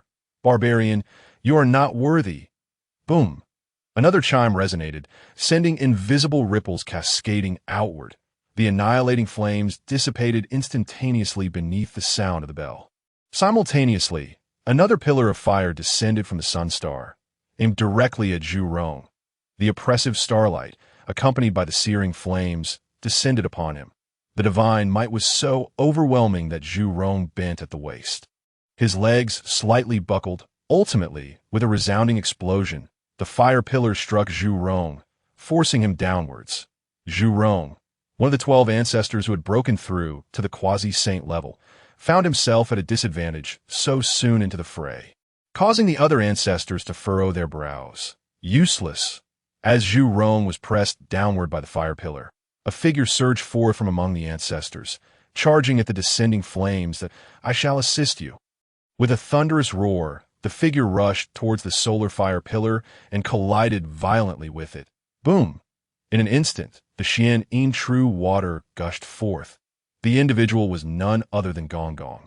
One of the 10 great ancestors. Fire and water clashed, and in the blink of an eye, the entire realm was enveloped in mist. Below, Zhu Rong bellowed, raising his fist to strike. The sheer power of his physical might unleashed a force reminiscent of the heavens collapsing. The fist's energy surged upwards, finally dispersing the fire pillar that had descended from the sun star. Gong Gong, join me. With the fire pillar shattered, Zhu Rong immediately soared towards the first descending pillar. Gong Gong frowned and muttered, "Such formidable, solar, true fire." As he murmured, he turned and charged towards the falling pillar as well. Boom! But at that very moment, a heavy bell tolled. Invisible ripples surged, sweeping across the surroundings. Zhu Rong and Gong Gong were the first to be affected by the ripples, feeling an incomparably heavy and indomitable force pressing against them. In an instant, their path was completely blocked, pushing them back towards the remaining ancestors. Likewise, the other ancestors felt this overwhelming power. They all struck out simultaneously, launching their fists into the void. The pure physical strength of the 10 great ancestors twisted the space where their fists landed, seemingly on the verge of annihilation. This also completely shattered the ripples of the bell. The 10 ancestors combined their strength to withstand the ripples, though they did not exert their full power. It was enough to astonish them. In that moment, all eyes turned towards the fire pillar descending from the sun star. That instant, the fire pillar began to slowly dissipate. A handsome young man, adorned in golden armor and draped with an additional cape, emerged from the fire pillar. Naturally, Emperor Jun recognized the newcomer immediately. Who else but his brother Tai? He could so effortlessly wield the solar true fire? Excellent. You have also successfully entered the quasi-saint level. Tai smiled faintly at Emperor Jun then. He turned to face the 10 great ancestors. Gentlemen, if you wish to retain us brothers, feel free to come and try. Boom! The bell tolled once more. An ancient, small bell hovered above Tai Yi's head, emanating overwhelming divine might. It seemed that as long as he stood within the power of the small bell, Tai Yi would be in an invincible position. The appearance of this bell caused the expressions of the 10 great ancestors to shift. Lacking primordial spirits, they could not cultivate any so-called techniques or refine magical artifacts. Yet, even so, they could discern the formidable nature of the small bell above Tai Yi's head. The Donghuang bell. Meanwhile, Chan Xian gazed at the small bell and could not help but sigh. It truly was a precious treasure, standing within this bell. Even if all 12 ancestors became quasi-saints and attacked together, they would not be able to subdue him. After a brief sigh, Chan Xian smiled slightly. It seems that I must acquire this small bell. With the Donghuang bell in hand, no matter how foolish Hongyun acts, I need not worry about his life. On the other side, upon witnessing his brother reveal the Donghuang bell, Emperor Jun also activated the He Tu and Luo Shu, unleashing a similar overwhelming might. Then Emperor Jun fixed his gaze on the 10 great ancestors, speaking coldly. Gentlemen, if you wish to engage in battle now, then let us fight. In that fleeting moment, Emperor Jun and Tai Yi turned the tables, boldly challenging their adversaries. Moreover, this was beneath Mount Buzhou, within the territory of the Wu clan. The 10 great ancestors could hardly contain themselves. Humph! Zhu Rong, who had long been eager for a fight, snorted coldly. If you wish to battle, then let us do so. Dijun also furrowed his brow fiercely. We of the Wu clan were born for battle. Emperor Jun and Tai Yi, since you challenge us beneath Mount Buzhou, if we do not respond, the beings of the primordial world may truly believe that we, the Wu clan, fear you. Brothers, let's fight. With that battle cry, 10 powerful auras surged back into the primordial world. Emperor Jun and Tai Yi were not to be outdone, summoning the He Tu, Luo Shu, and the Donghuang Bell with the intent to engage the 10 great ancestors in combat. However, Chen Xian, within Hongyun, saw through it all. Although Emperor Jun and Tai Yi appeared determined to settle the score with the 10 great ancestors, their gazes occasionally drifted towards Hongyun Dada. These two brothers truly share a remarkable understanding. Without any discussion, they arrived at the same decision. This subtle expression was enough for Chen Xian to grasp the true intentions of Tai Yi and Emperor Jun. After Tai Yi's arrival, he repeatedly provoked the ancestors, seemingly seeking to instigate a battle with them. In reality, he aimed to seize Hongyun at this opportune moment. Emperor Jun likely realized Tai Yi's intentions immediately. Hence, he swiftly cooperated. You think to deceive the heavens and gain the upper hand? Unfortunately, Hongyun has me. I shall see who truly benefits from this. Understanding the plans of Emperor Jun and Tai Yi, Chen Xian immediately urged Hongyun in a stern voice. Listen to me. Once the two sides engage in battle, you must fully charge towards Kunpeng. At this moment, however, Hongyun wore a face of self-reproach. The sudden tension between the 10 great ancestors and Emperor Jun, Tai Yi, made him believe he was the cause of it all. Overwhelmed with guilt, upon hearing Chen Xian's words, he responded, Immortal Sovereign, I believe it would be best to first mediate between the two sides. You need not rush to punish Kunpeng. This fool, still trying to show kindness. Chen Xian wanted to scold him fiercely. Yet, just as the words were on his lips, he abruptly halted. Then he quickly rephrased, Do you think they can be persuaded? My intention in having you capture Kunpeng is to quell the conflict between the two parties. Trust me, it will be infallible. Just as Chen Xian's words fell, the primordial world suddenly transformed into a crimson expanse. Endless flames engulfed the entire realm. In that instant, all living beings found their eyes filled with a blinding red. Losing all color, here it comes. Reveal your true form and seize Kunpeng. At that very moment, Chen Xian bellowed that he knew that Emperor Jun and Tai Yi had made their move. Chapter 22. The fisherman profits in an instant. The sun star's light surged wildly. The swelling starlight rendered the primordial world devoid of color. Only the piercing brilliance of the starlight remained in the 9 heavens and 10 earths. It was also in that same moment that Tai Yi urged the Donghuang Bell with fervor, casting it towards the 10 great ancestors. Emperor Jun, in perfect harmony, dove towards Hongyun, his eyes filled with ruthlessness and malice. Chen Xian's guess was indeed accurate. The moment his own brother provoked the 10 great ancestral witches, Dijun comprehended Tai Yi's true intent, a feigned provocation to ignite the flames of war, while in reality, it was a ploy to capture Hongyun amidst the chaos. Once Hongyun was secured, it would naturally compel the release of the Hongmeng purple chi from the hands of the 10 great ancestral witches. Surely, Hongyun would not disregard his own life, would he? Although the Donghuang Bell was a supreme treasure of the primordial chaos, capable of both offense and defense, it could at most only temporarily restrain the 10 great ancestral witches. After all, even to this day, Tai had not fully refined all the restrictions within the Donghuang Bell, preventing him from unleashing its full power. However, restraining the ancestral witches for even a moment would suffice. Dijun held absolute confidence that before the ancestral witches could escape, he would seize Hongyun. This singular red cloud, the first of its kind in the world, could not possibly compare to his innate divinity born from the concentrated essence of the sun star. At that point, he would not only reclaim the Hongmeng purple qi, but also ensure the annihilation of Hongyun, avenging the betrayal he had suffered. Yet, at the moment when Tai erased the Donghuang bell and Dijun furiously charged forth, he witnessed Hongyun seemingly prepare in advance, transforming into his true form and swiftly rushing towards Kunpeng. He was a quasi-saint. Hongyun was also a quasi-saint. His speed was formidable, yet Hongyun's was even more so. Before Dijun could reach Hongyun, the latter had already dashed toward the visually obscured Kunpeng. The enormous red cloud enveloped Kunpeng, followed by a piercing scream that echoed through the air.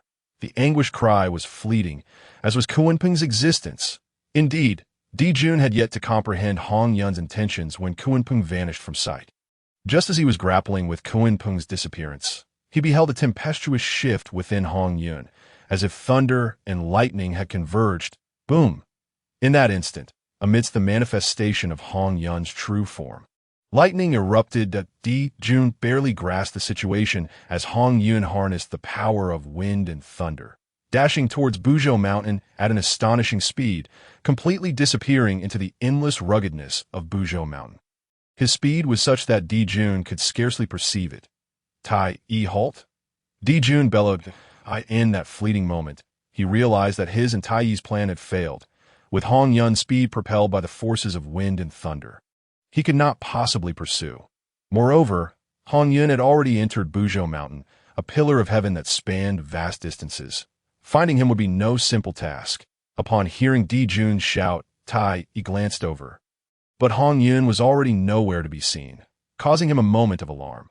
However, before he could retract the Donghuang bell, a tumultuous wave surged through the primordial world, amidst the boundless brilliance of the sun god.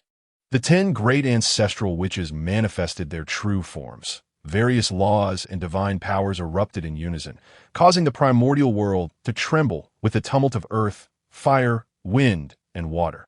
These 4 fundamental elements were the very foundation of Pangu's creation. As the foundation shifted, the entire primordial realm transformed. A tempest arose, floods surged, rocks flew, and thunder roared. The sun star, being a manifestation of Pangu's eye, was naturally affected by the elemental upheaval. Indeed, even the sun star in the 33 heavens felt the impact. On the sun star, true fire raged, and the dazzling brilliance of the sun god quickly dimmed. In the blink of an eye, the sun had lost much of its radiance. The primordial world returned to its usual state. What audacity! Immediately, 10 furious roars resounded, echoing like the divine voice of heaven and earth, dominating all. The roars erupted. The 10 great ancestral witches once more raised their fists in unison, having already manifested their Dharma forms. 10 towering giants poised to strike down upon the world. Yet, this was not the most terrifying aspect. The most terrifying revelation was that as the 10 great ancestral witches simultaneously raised their fists, their colossal figures, vast enough to occupy the entirety of heaven and earth, coalesced into an ethereal silhouette. This figure exuded an ancient and incredibly violent aura, more ancient than the Dao ancestor Hongyun. Its ferocity could make the stars lose their might, compelling the primordial realm to submit. Indeed, this silhouette seemed to embody the true master of the primordial realm, the sole sovereign of all. That was the aura of Pangu. Both Dijun and Tai were profoundly shaken, their eyes wide open, momentarily forgetting to act. Boom! Ultimately, the fists of the 10 ancestral witches struck the Donghuang bell. The barely perceptible giant fist silhouette also crashed down, causing the Donghuang bell to tremble incessantly, its divine might dissipating. This left Tai trembling, his breath constricted. He felt as though the Donghuang bell had not merely endured the force of the 10 great ancestral witches' punches, but rather had received a blow from the very essence of the primordial world. In that moment, Tai ceased to hesitate. With a flicker of his divine consciousness, he summoned the Donghuang bell back to hover above his head. Resolutely shielding himself, Dijun also placed the He-Tu and Luo Shu above his head to protect himself. The combat prowess of the 10 great ancestral witches was indeed staggering. After recalling the Donghuang bell, Tai immediately inquired of Dijun that the plan has changed. Brother, we can only forcibly capture Hongyun. Where is he now? Dijun had urged Tai Yi to halt precisely for the purpose that Tai Yi now articulated. With Hongyun having fled, capturing him would necessitate a forceful search of the mountain, but he spoke decisively. That old thief Hongyun has entered Buzhou Mountain. Let us search together, no longer concerned with the four great ancestral witches. Dijun and Tai Yi charged towards Buzhou Mountain. Witnessing the two abandon their battle and instead rush toward Buzhou Mountain, Zhurong bellowed, fleeing in the face of danger. How shameless! We shall pursue as well. Dijun immediately shouted, retracting his Dharma form, utilizing spatial manipulation to take the lead in pursuing Dijun and Tai Yi. The Wu clan lacked primordial spirits and could not cultivate spells. Naturally, they could not learn or execute ordinary formation techniques. Thus, although Buzhou Mountain served as a gathering place for various Wu clan tribes, it lacked protective formations. Therefore, both Hongyun and Dijun with Tai Yi easily entered Buzhou Mountain. Dijun, possessing remarkable speed, effortlessly caught up to Dijun and Tai Yi. However, upon closing in, the two activated their treasures, forcing Dijun to retreat. They would not allow Dijun to entangle them, instead riding the true fire of the sun to scour the interiors of Buzhou Mountain. For a moment, neither side could gain the upper hand. As for Hongyun, who had already entered Buzhou Mountain, he felt a mix of shock and fear. Yet, Chun Xian burst into hearty laughter. That it worked? Ha! It finally worked. Indeed, Kunpeng was dead. The moment Hongyun enveloped Kunpeng in his true form, Chun Xian had urged him to activate the Devourer demon technique. In the urgency of the moment, Hongyun had not paused to think and obediently unleashed the technique. The outcome, as one might expect, was a complete annihilation of Kunpeng, absorbed into Hongyun's cultivation. Even the divine powers that Kunpeng possessed were transformed into the foundational strength of Hongyun. However, Kunpeng had only achieved the cultivation of a great Luo golden immortal, wielding the speed of wind. Yet, once his power was assimilated into Hongyun, the latter's quasi-saint cultivation instantly elevated his wind-based speed to a quasi-saint level. In the primordial world, earth, fire, wind, and water, the four elements governed all, and among them, wind evolved into thunder. Indeed, only now did Chun Xian realize that Kunpeng's claim to be the fastest in the primordial realm stemmed from his innate mastery of the wind's path, one of the four elements of creation. Once his cultivation reached a certain level, he could harness the powers of the wind to manifest other elemental forces birthed from creation.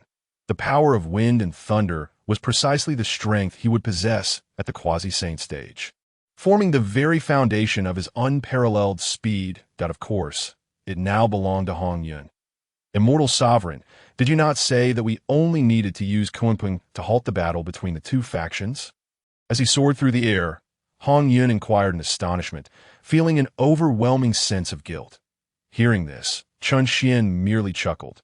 Tell me, has the battle between Dijun, Tai Yi, and the Wu clan come to a halt? Chapter 23. Hongyun plays with the golden crow.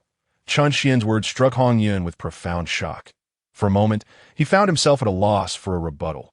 Ultimately, he could only reply helplessly. But I did not wish for Kunpeng to die. Immortal Sovereign, you did not inform me that I would devour Kunpeng. An overwhelming sense of guilt and regret surged within Hongyun's heart. As he listened to Chun Xian's words, he could feel the weight of his emotions. Chun Xian rolled his eyes in exasperation. Yet he couldn't help but chuckle that I didn't instruct you to eliminate Kunpeng. My intention in urging you to utilize the Devouring Heaven Demon technique was to enable you to capture him. Who would have thought that due to your own blunder, you would swallow him whole in an instant? This is certainly not my fault. Upon hearing this, Hongyun's remorse deepened. Alas, it is my fault. I should have been more careful. I should have perfected my skills. Kunpeng, my friend, it is I who have wronged you. Hongyun muttered to himself, consumed by self-reproach. Chun Xian, however, chose to ignore him, secretly smirking as he coldly mused. Regret. Is it? Guilt, perhaps? Soon enough, Hongyun, you will be liberated from such sentiments. After tasting the rich essence of Kunpeng's blood, it won't be long before you find yourself utterly entranced. The Devouring Heaven Demon technique, with its ominous title, was not a legitimate cultivation method. It was, in fact, a nefarious art created by a powerful demon lord from another realm. designed for rapid advancement in cultivation. Naturally, this wicked technique harbored its own malevolent aspects. Once one savored the taste of living flesh, one would gradually sink into depravity, ultimately becoming irretrievable. Of course, the demon lore had refined this technique to address its flaws. However, the version Chun Xian imparted to Hongyun was flawed. This was, of course, a deliberate act on his part. As the saying goes, while Hongyun aspired to be the foremost benevolent figure of the primordial chaos, Chun Xian was determined to mold him into the greatest demon and madman of that era. Otherwise, with Hongyun's inherently kind nature and indiscriminate acts of goodwill, he would surely vex Chun Xian to no end. Events had proven just how accurate Chun Xian's predictions were. Hongyun's recent behavior had nearly driven Chun Xian to the brink of exasperation. The plan was to first alter Hongyun's disposition.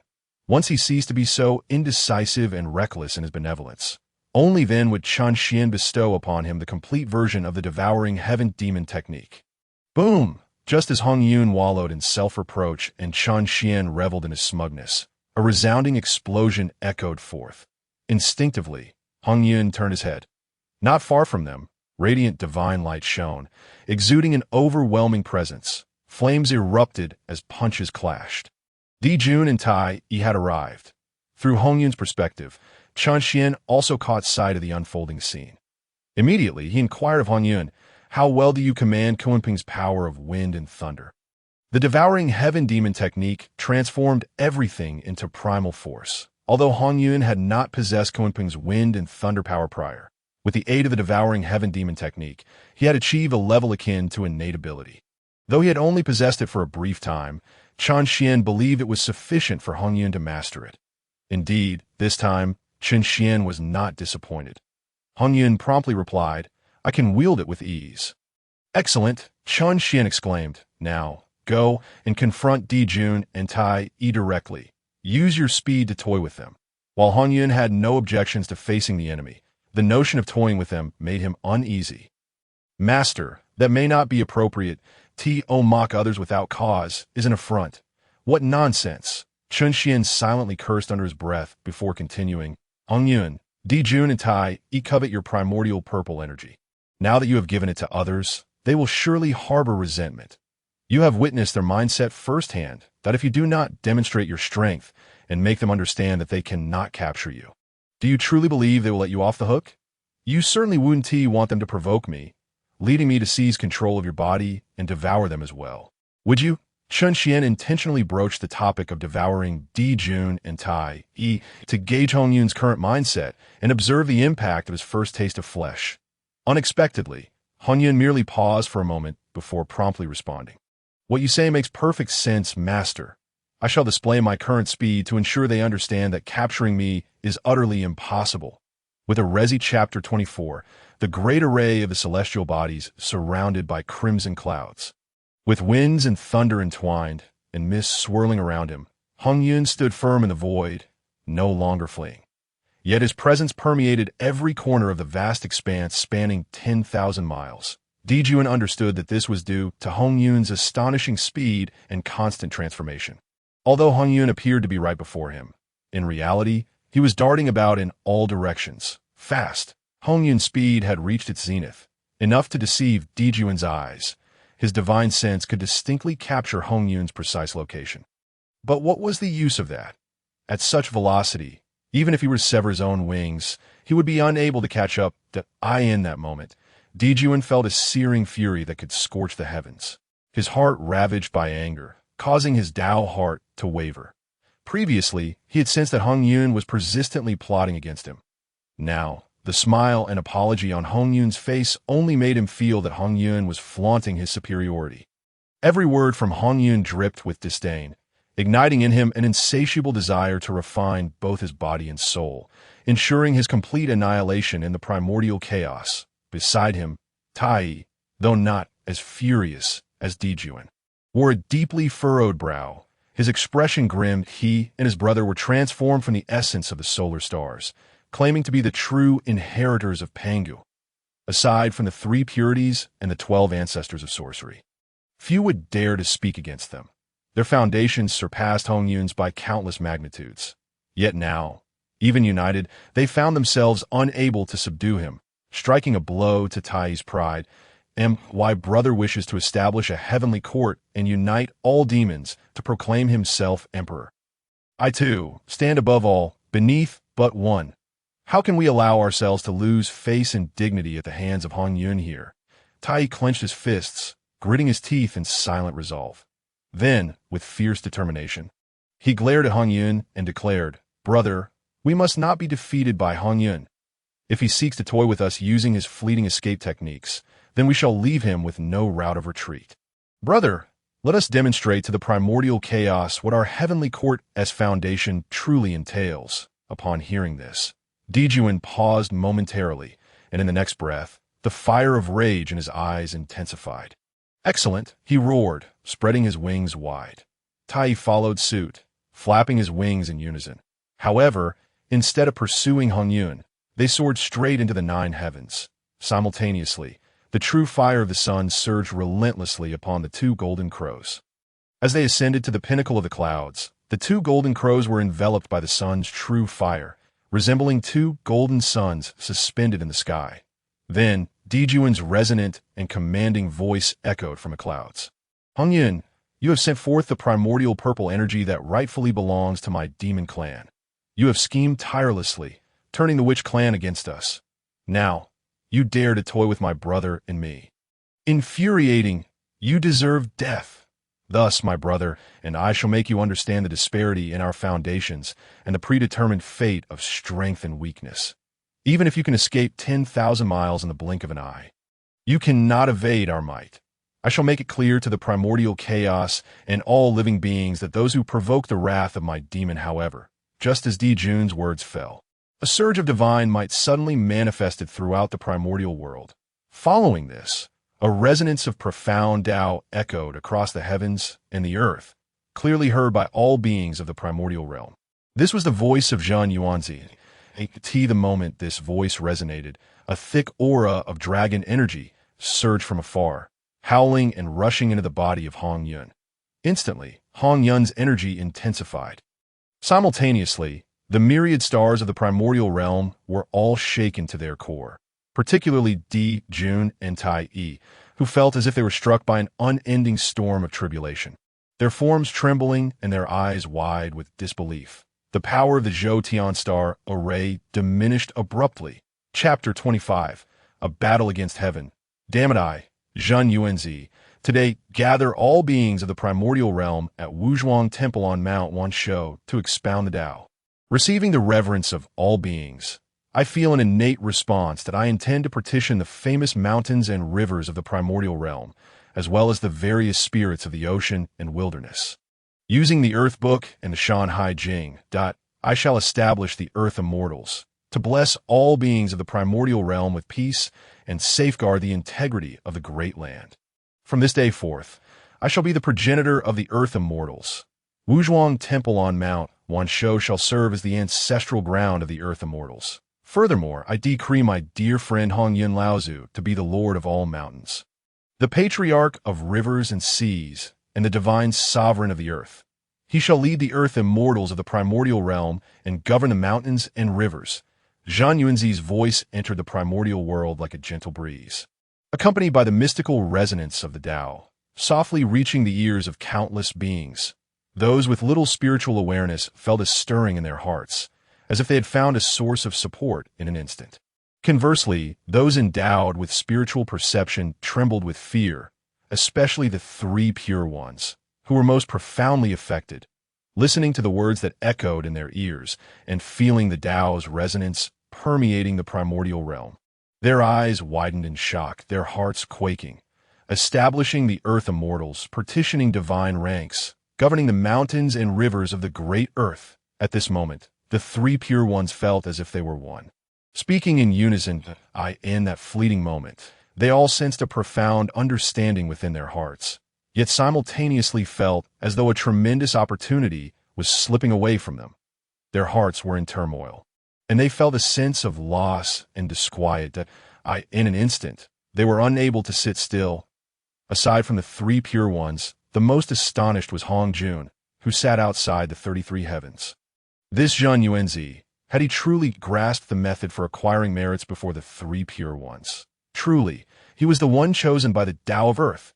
However, Hongyun soon closed his eyes again, fully exerting himself to hasten his path to unity. Besides them, Dijun and Tai were equally astonished and anxious. At the moment of slaying the corpse, Dijun had already contemplated establishing the heavenly court and gathering the demon race. Yet, he had not reached the status of a quasi-saint, and the time was not ripe. Upon hearing that Zhen Yuanzi would expound the Tao, he faintly sensed the need to accelerate his steps. He had intended to eliminate Hongyun and seize the primordial purple energy before promptly taking action. Little did he expect that Zhen Yuanzi would take the lead, establishing the Earth Immortals, partitioning divine ranks, governing the mountains and rivers of the great Earth. His ambitions mirrored Dijun's own aspirations for the heavenly court, yet stood in direct opposition. More critically, Zhen Yuanzi had acted first. Who knew how many of the demon race would be subdued by Zhen Yuanzi, and how many powerful beings would serve him? Fortune, power. At this moment, Zhen Yuanzi had nearly seized the majority. Brother, swiftly eliminate Hongyun and reclaim the purple energy. Then return to the sun star, establish the heavenly court, and gather the demon race. Tai Yi, too, grew impatient. He frantically urged the Eastern Emperor bell, causing it to ring incessantly, resounding throughout the primordial realm. Hearing this, Dijun also desperately activated the river map and Luo Shu that in an instant, the descending stars became immensely powerful. Yet it was at this time that Hongyun underwent a momentous transformation. Zhen Yuanzi's decree took effect. He received divine rank, becoming the progenitor of all mountains and the sovereign of rivers and seas, that he felt an indescribable divine power manifest within him, an abundance of divine abilities and spells that materialized spontaneously. He sensed an unparalleled clarity of connection with the primordial earth, as if all mountains and rivers lay within his grasp. Simultaneously, the dragon energy of earthly merit surged into him in an instant. The swallowing heaven demon art had long been activated under Chan Xian's urging.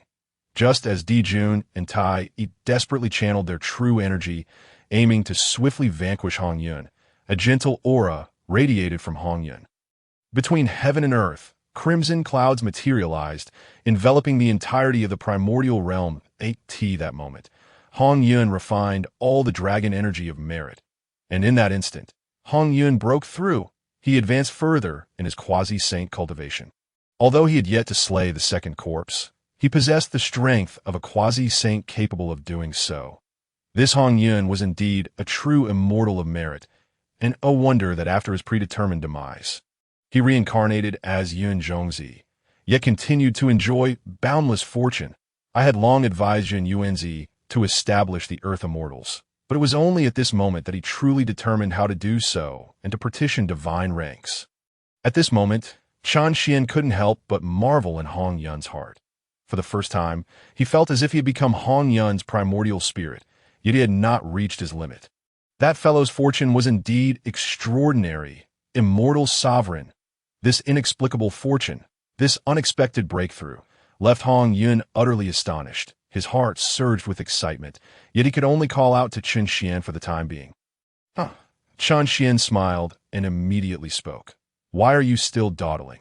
You now possess the strength to rival the slaying of 2 corpses, and have become the immortal sovereign of all mountains, the patriarch of rivers. You have obtained the authority of the primordial earth. Dijun and Tai pride themselves as the heavens. Then you now represent the earth. In the struggle between heaven and earth, the outcome remains uncertain. Do you not wish to fight for it? Go! Damn it! Upon hearing this, Hongyun looked up at the sky. The starlight descended, and the 10 ancestral witches had already bent down, crouching low. The terrifying power had long since locked onto Hongyun. He felt the palpable aura of slaughter and desperation. Finally, in this moment of life and death, even Hongyun stowed away his compassion. Very well, he could not simply bow to fate when others sought his life. Could he? Shaking his head with a faint smile. In the next second, Hongyun raised his head, pointing his sword at the heavens. After attaining divinity, the innate magical powers within him immediately activated, and the authority of the primordial earth was firmly grasped in his hands. Boom! In an instant, the earth roared and surged. The crimson mist that enveloped the land surged upward first. Then, at the foot of Wuzhuangguan Mountain, massive stone pillars shot skyward. Boom! In the blink of an eye. Countless stone pillars pierced the heavens, colliding with the starlight. Each stone pillar transformed into a heavenly pillar akin to Wuzhuangguan Mountain at that moment, finally propping up the descending heavens as Hongyun rolled and surged. He pushed against the falling starlight, charging upward. In an instant, the clouds and mist boiled. The earth trembled beneath the sky. Witnessing this scene, the 10 ancestral witches' eyes sparkled with brilliance. The 10 giants roared in unison, exerting their legs and lifting their arms. Alongside the countless heavenly pillars, they propelled the celestial starlight up to the 9th heaven. In that moment, outside Wuzhuangguan Mountain, it was as if the heavens were being cleaved apart. Above the 9th heaven, Dijun and Tai both wore expressions of astonishment. They had not anticipated that Hongyun still possessed the strength to retaliate. Moreover, the fighting spirit of Hongyun, supported by the stone pillars, emanated a terrifying aura. Indeed, it was a power that surpassed theirs, leaving them filled with dread. Brother, Hongyun's cultivation is extraordinary. He must not be allowed to live today, Tai bellowed. Dijun had already sensed something amiss, and as shock filled his heart, he frantically channeled his true energy. The river map and Luo Shu spun wildly, the Zhou Tian star array howling incessantly. The stars outside the 33 heavens gleamed brightly, seeking to bolster the power of the array. As the starlight surged, the counterforce directed toward the heavens suddenly halted. However, at that very moment, 2 thunderous roars resounded. "Brothers, we have arrived!" As the shouts echoed, 2 giants swiftly emerged from beneath Wuzhuangguan Mountain Point. 2 pairs of mighty hands struck fiercely against the starlight. The previously unseen Ho Tu and Xian Ming joined the fray. In this instant, the 12 ancestral witches gathered, and an overwhelmingly violent aura swept through the primordial realm. Wherever it passed, no one remained unshaken, no one unstartled. A more imposing giant appeared behind the 12 ancestral witches. Though his form was insubstantial, his aura was vast. Boom! The giant's colossal feet thundered against the ground, producing a resounding roar. Yet, rather than causing the primordial earth to tremble, it fortified the ground, rendering it more solid and robust. He raised his arms skyward, and as they touched the starlight, the might of the celestial glow abruptly diminished. The 12 heavenly gods' grand formation, Pangu. Through the eyes of Hongyun, Chan Xian gazed in awe at the magnificent giant once more. The primordial Pangu, who single-handedly battled the 3,000 Taoist demons, he split open the heavens and the earth, merging with the Dao, enlightening the vast wilderness. Even in other realms, he remains a legendary figure revered by all cultivators. In all of the primordial realm, only this Pangu inspires in Chan Xian a sense of profound respect. At that moment, an exhilarating laughter erupted. The 12 towering giants laughed heartily in unison, their mirth unrestrained and wild. Amidst this laughter, Dijun bellowed, "Hongyun, do not conceal your Dharma form any longer. Let us, brothers, reclaim this heavenly summit." The laughter was so liberating that even Hongyun felt a surge of indomitable spirit within his heart. "Immortal sovereign, teach me the art of the Dharma form. Today I, Hongyun, shall also test my strength against the heavens." Upon hearing this, Chan Xian smiled gently and replied, "Excellent." Chapter 26, The Creation of Heaven and Earth. The Dharma of Heaven and Earth. Chan Xian had previously employed Hongyun's body to demonstrate this. Now, as he instructs Hongyun again, it is merely a matter of reciting the incantation, and Hongyun easily comprehends it. Dharma, heaven, form, earth. The 4 divine syllables resonated across the 9 provinces. In an instant, Hongyun's form expanded dramatically. In the blink of an eye, he transformed into a towering figure, exuding a fierce aura that shook the heavens. His formidable Dharma body was indistinguishable from that of the 12 ancestor witches, as he stood firm upon the earth with arms raised to the sky. Coupled with the earth's dominion, he acquired upon being conferred a divine position. His divine might surged exponentially. The pillars supporting the heavens swelled to an imposing girth, their power multiplied 1,000-fold. The giants reappeared above the starlight, Dijun and Tai trembled in their hearts. The 12 ancestor witches, united in strength, resembled the rebirth of Pangu, radiating unparalleled divine might. De Hongyun's dharma form of heaven and earth left them in awe. His rugged physique and tempestuous presence not only caused their hearts to race, but also left them bewildered. Unable to comprehend the depth of this Hongyun's foundation, in the end, Dijun could only widen his eyes, murmuring helplessly. The astonishment and transformations brought forth by Hongyun had surpassed Dijun's understanding. No matter how he pondered, he could not grasp how this reputedly benevolent Hongyun could possess such formidable strength and myriad means. Beside Dijun, Tai Yi's eyes widened in disbelief. Few beings in the primordial world ever captured his attention. Yet now, the Hongyun beneath the starlight not only captured his gaze, but also instilled within him a sense of trepidation. Indeed, in a vague realization, Tai Yi sensed that this once celebrated paragon of benevolence would inevitably become a formidable adversary for him and his brother Dijun in the future. Yet even with this newfound apprehension, Tai Yi could only grit his teeth in frustration, feeling utterly powerless. The 13 giants battling against the heavens had pushed him to his limits, in contrast to Dijun and Tai Yi's shock. The giants beneath the starlight erupted in laughter, reveling in their triumph. Brothers, venerable ancestor Hongyun, together, let us reclaim this heavenly dominion. With a thunderous roar from Dijun, the 12 ancestor witches slightly bent their legs and arms. Following suit, the towering Hongyun mirrored their movements. Then, their thunderous roars resounded like a cataclysmic storm, echoing throughout the primordial realm.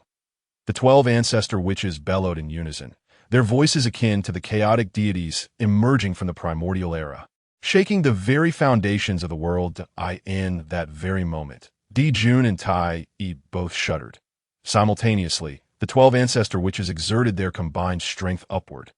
Hongyun also summoned all his might, his dharma golden body rising in unison. Boom! In an instant, a deafening explosion erupted, reminiscent of the cataclysmic sounds heralding the creation of the heavens.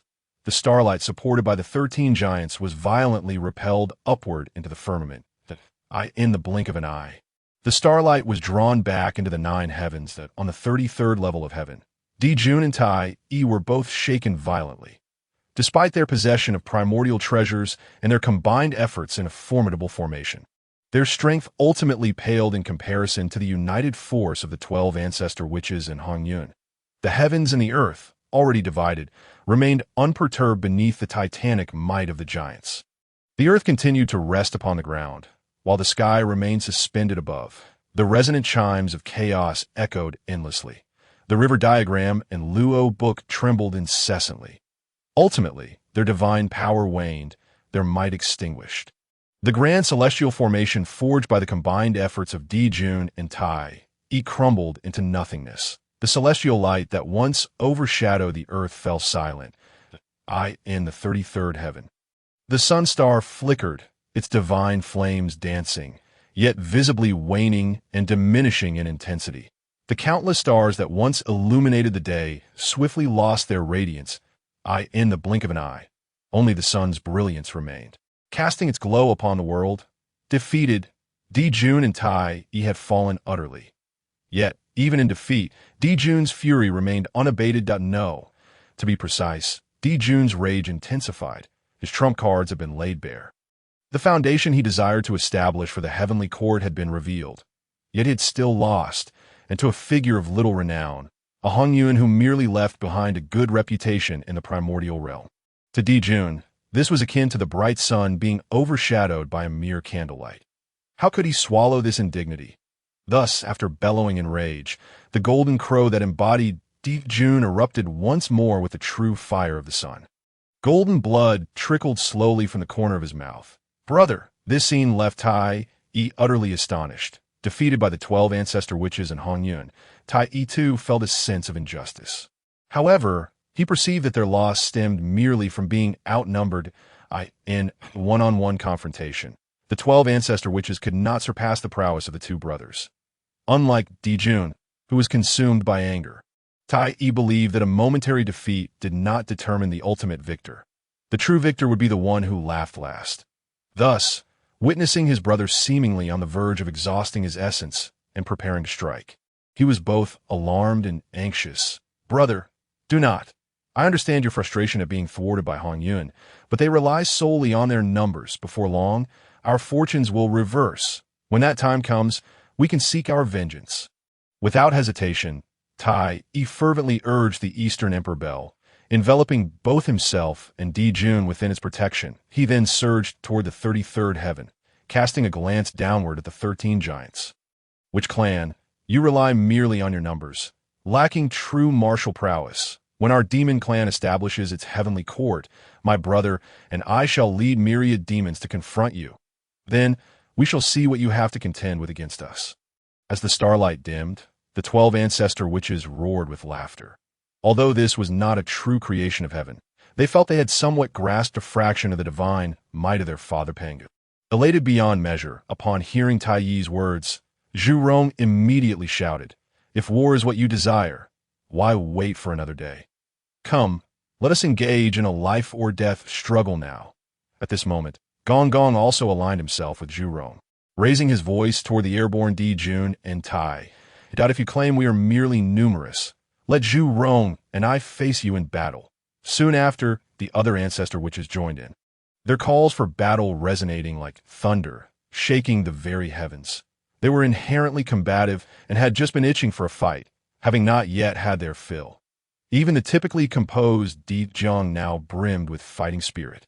Not only he, but even Hongyun, gasping for breath with eyes sparkling with excitement, felt invigorated.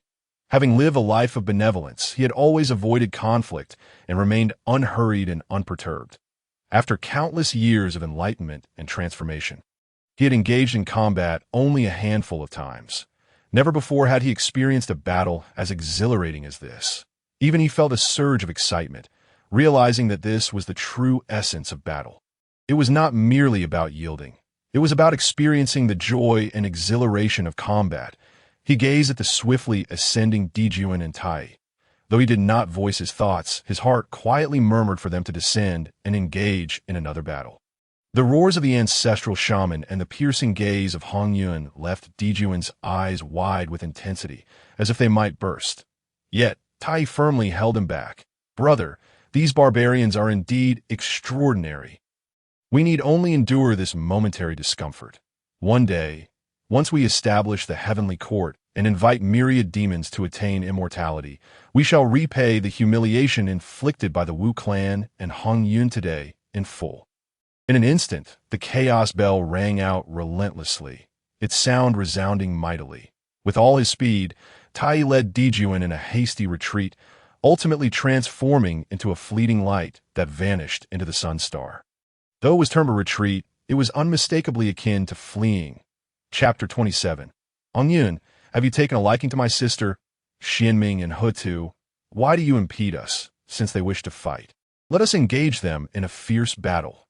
Even if they seek to fight to the bitter end, we shall match them blow for blow, as Dijun and Tai soared into the 33 heavens.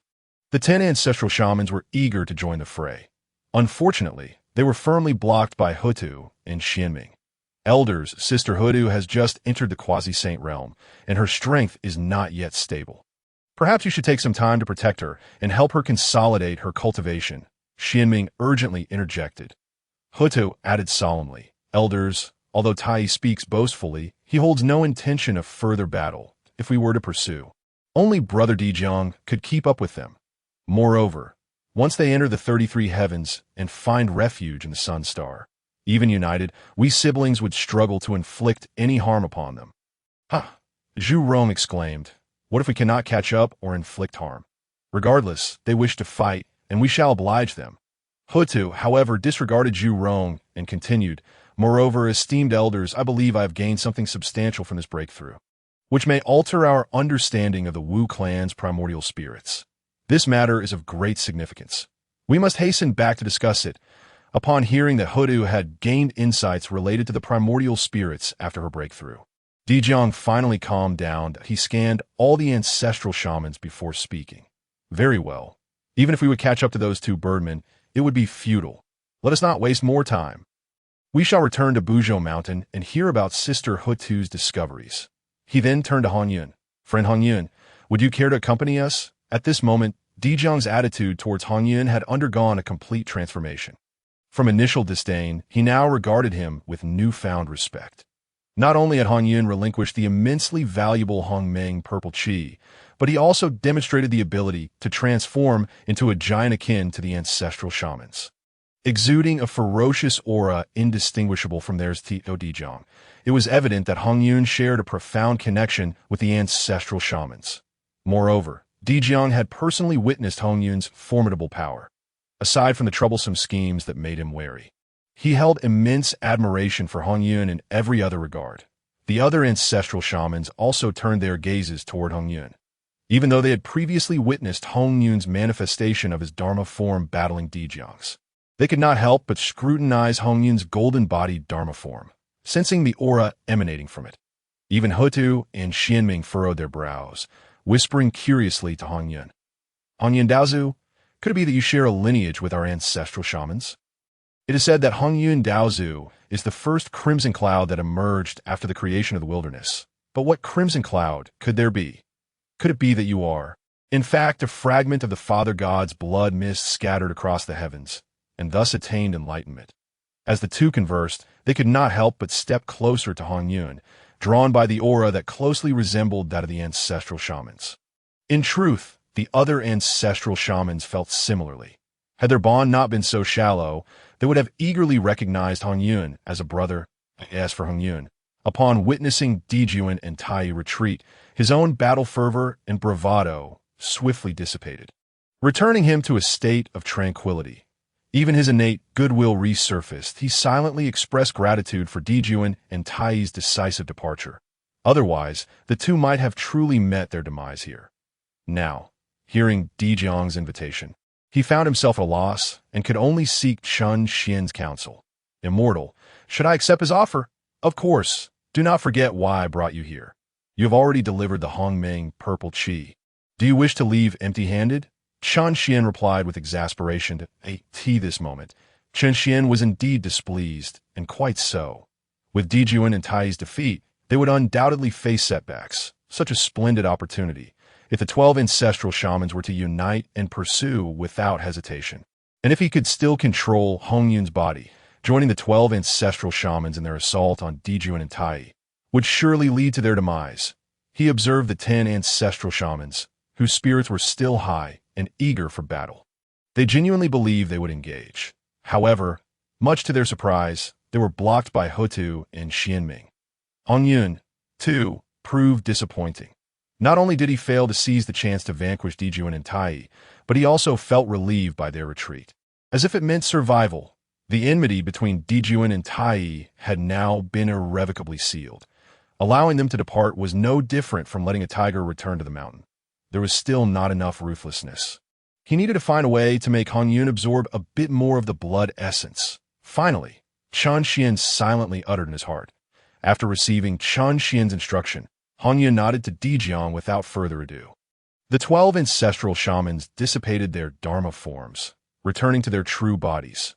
Hongyun also dispelled his spells and followed the 12 ancestral shamans back to Buzhou Mountain. Soon, they arrived at the place where the 12 ancestral shamans practiced and resided. The Wu clan had little desire for external treasures. The dwelling of the 12 ancestral shamans consisted merely of a square and 12 stone houses. Upon reaching the square, Dijun immediately addressed Hutu. "Sister, our friend Hongyun has brought you an extraordinary treasure." Without waiting for Hongyun to speak, he flipped his hand, revealing the Hongmeng purple chi, which instantly exuded an enigmatic aura that spread throughout Buzhou Mountain. Hutu was initially taken aback, then gasped in astonishment. "Hongmeng purple chi?" She quickly turned her gaze to Hongyun. "Hongyun Laozu, are you truly offering this Hongmeng purple chi to me?" Hongyun fell silent, somewhat at a loss for words. After all, the Hongmeng purple chi was intended as a gift from Chun Xian, not his own offering, but he was unsure how to respond. Hongyun's reaction caused Chun Xian to roll his eyes in exasperation. "What are you hesitating for? Just nod your head. And do not waste any more time. Get straight to the point and acquire what we need. We have a journey to undertake and tasks to complete."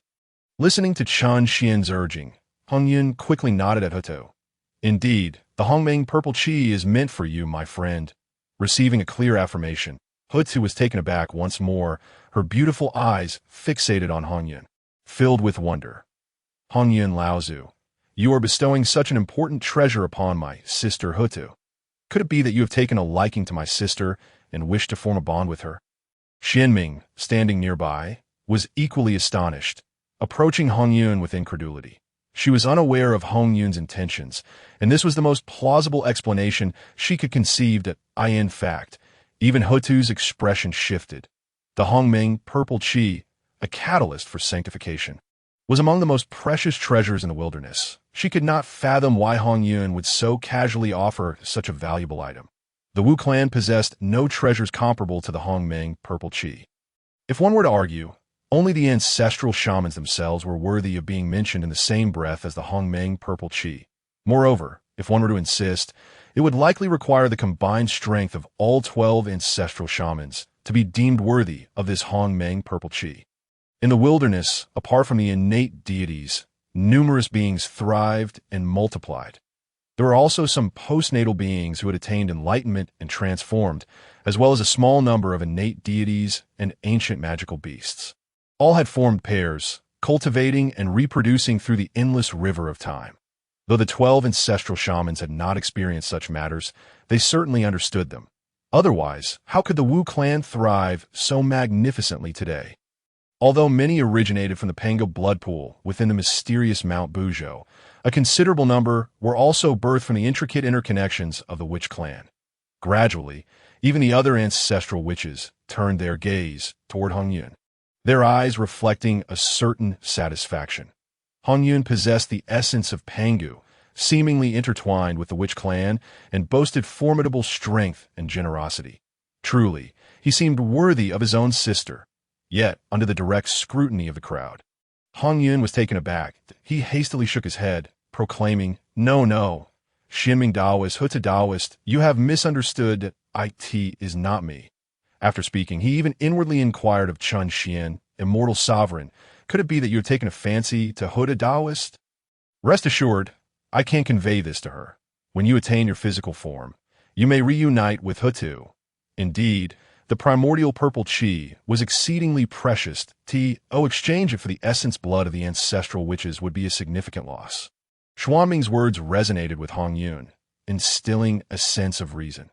Otherwise, with so many formidable beings in the Hongwang world and 12 ancestral witches alone, why would the immortal sovereign within him specifically direct the purple chi to Hutu? Who would believe there was no ulterior motive? However, upon hearing Hongyun's words, Chan Xian rolled his eyes in disbelief. Are you an idiot? Prior to this, I had never even laid eyes on Hutu. How could I possibly be enamored with her? Hurry, demand the Pangu essence blood from them. 3,000 barrels, not a single one less. Chapter 28. Only children make choices. Hutu. It remains uncertain whether the contemporary writers of Hongwang have truly visited and encountered Hutu, or if their fondness for her has skewed their portrayal. They all declare her unparalleled beauty, a sight to behold amidst the entirety of Hongwang. Now, through Hongyun's eyes, Qin Xian indeed found this to be true. The witch clan is born of Pangu's essence blood. Lacking a primordial spirit, their physical bodies are robust, resulting in a rugged, strong appearance. Even Xuanming's form is similar, his gaze fierce. Only the graceful silhouette and gentle contours of her features reveal her feminine Dao body. Yet her aura is akin to that of a small tiger, though still, it remains captivating. In contrast, Hutu's visage is soft, her features radiant, resembling a celestial maiden born of the heavens. Unlike the other ancestral witches, she exudes a gentle yet dignified grace, with a hint of compassion reflected in her eyes. Nevertheless, being a member of the witch clan, she also emanates a trace of wildness, in the alternate world where Chun Xian resides. Her image perfectly embodies the combination of a valiant, skilled martial artist and a benevolent sect leader. In terms of physical allure, she undeniably surpasses her siblings by countless degrees. Alas, Chun Xian had long transcended the stage of being enamored by mere beauty. Having traversed through different realms for millennia, he had encountered every conceivable type of woman, be it an unparalleled empress, an enlightened goddess, or a free-spirited enchantress. He had possessed them all. Hutu was indeed beautiful. Yet at this moment, Chen Xian's sole desire was to expedite Hongyun's attainment of the saint level, to forge a powerful body for him. Women, he had no inclination for such matters. As for Hongyun, Chen Xian sensed that he exhibited even less interest in romantic affairs. After all, how could a newly enlightened being comprehend the profound joys of love? Nevertheless, after urging Hongyun, Chen Xian couldn't help but inwardly admire Hutu's extraordinary grace. Considering her among the finest of the many women he had encountered, in that moment, Hongyun turned his gaze toward the other ancestral witches, offering them a resigned smile. Esteemed ones, I remain as before, merely seeking to procure the essence blood of the ancestral witches. He tremulously raised 3 fingers, forcing a bitter smile. I still require 3,000 barrels. Huh? So you seek our essence blood? Upon hearing Hongyun's true request, Xianming chuckled disinterestedly, and Hutu smiled faintly, her expression easing somewhat. Matters of romance were not her desire. Yet, the primordial purple qi lay before her. Should Hongyun truly wish for her to wed, she might find it difficult to refuse. The allure of becoming a saint was immense for any being in Hongyun. The other ancestral witches exchanged awkward smiles. Upon hearing Hongyun's request, no one found it excessive out of course. 3,000 barrels of ancestral blood in exchange for primordial purple qi was a magnificent deal. They even feared that Hongyun might be at a disadvantage. Zhurong stepped forward, addressing Hongyun with bravado. Hongyun, esteemed ancestor, if you seek our blood, it must be to strengthen the bloodline of the witch clan. Correct? You really ought not to require our blood. All beings of Hongyun believe we are formed from the essence blood of the Father God. Thus the essence lies within our blood. However, our physical bodies are truly our greatest strength. Why not take some flesh instead? With that, he unceremoniously carved a piece of flesh from his own chest. This act left Hongyun wide-eyed, and even Chen Xian was taken aback that it was said that Zhurong had a fiery temperament. Chen Xian had witnessed it firsthand. Yet amidst his fiery nature, he remained so straightforward to carve flesh from his own body without hesitation. Nonetheless, the physical bodies of the ancestral witches were indeed formidable. After Zhurong severed a piece of flesh, the fist-sized wound on his chest healed almost instantaneously. At that moment, Dijun stepped forward, addressing Hongyun as well. Our bodies have long been intertwined, inseparable. For countless years, we have refined our physical forms, rendering them exponentially stronger than our blood. If your aim is to enhance the bloodline of the witch clan, the flesh of our bodies would yield far superior results than our blood. Hongyun chuckled lightly, quickly turning to Chen Xian. Immortal sovereign, should we take their flesh or their blood? Chen Xian responded without hesitation. Choose? Only children make choices. We shall take both blood and flesh. Upon hearing this, Hongyun paused for a moment. Then, under Chen Xian's repeated urging, he reluctantly addressed Dijun. If you are willing, I shall take both blood and flesh. As soon as Hongyun's words were uttered, the 12 ancestral witches were momentarily stunned. After a while, they erupted into hearty laughter that echoed throughout Buzhou Mountain. The 12 ancestral witches, save for Hutu, all threw their heads back in laughter. Well said, Hongyun. You are not one to hold back. Very well. Since you are willing to part with the primordial purple qi, if we were to withhold our blood and flesh, that would make us the stingy ones. Just wait. We shall provide it for you. As they spoke, Dijun exuded a wild energy, his form visibly enlarging. It was evident that he intended to manifest his Dharma form, with the immense Dharma forms of the 12 ancestral witches and their unparalleled physical strength. Gathering 3,000 barrels of blood and flesh for Hongyun would be a trivial matter. However, at this moment, Chen Xian interjected to Hongyun, there is no rush regarding the blood and flesh. First, inquire about Hutu's circumstances. Having settled the matter, Chen Xian grew curious about Hutu. The tales he knew of Hongyun, whether from the novel prior to his crossing or the legends he had heard in the alternate realm, all stated that the witch clan lacked primordial spirits, rendering them incapable of refining qi, cultivating artifacts, or employing formations. Their path to becoming saints seemed singular, achieving sanctity through strength. Yet, within all the legends, it was said that Hutu had comprehended the path of reincarnation, establishing the 6 paths of reincarnation to facilitate the endless cycle of life for the beings of Hongyun, allowing their souls to endure eternally. Some claimed she had attained sainthood, while others asserted she merely stood at the pinnacle of quasi-sainthood, akin to Zenhuanzi. As long as she remained within the 6 paths of reincarnation, she could rival a saint. However, comprehending the Dao and utilizing it to elevate one's cultivation was a feat only beings with primordial spirits could achieve. Regarding how Hutu could grasp the path of reincarnation and utilize it for cultivation, opinions varied widely. Some asserted she had indeed acquired a primordial spirit, while others claimed she was merely manipulated by the heavenly Dao. Now, with Hutu before him, Chun Xian had the perfect opportunity to uncover the truth behind Hongyun's ability to comprehend the path of reincarnation.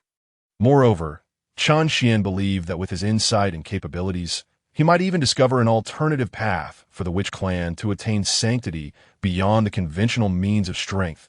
Just imagine if the 12 ancestral witches truly followed Hutu's method and forged a different path. How remarkable would the expressions on Dijun and Tai's faces be when, during the impending Witchiao War, 2 or 3 saint-level experts suddenly emerged from among the ancestral witches? What a spectacle it would be for Hongyun as well. The calamity of the witch and Yao. Others merely perceive this as a conflict between the witch and demon clans.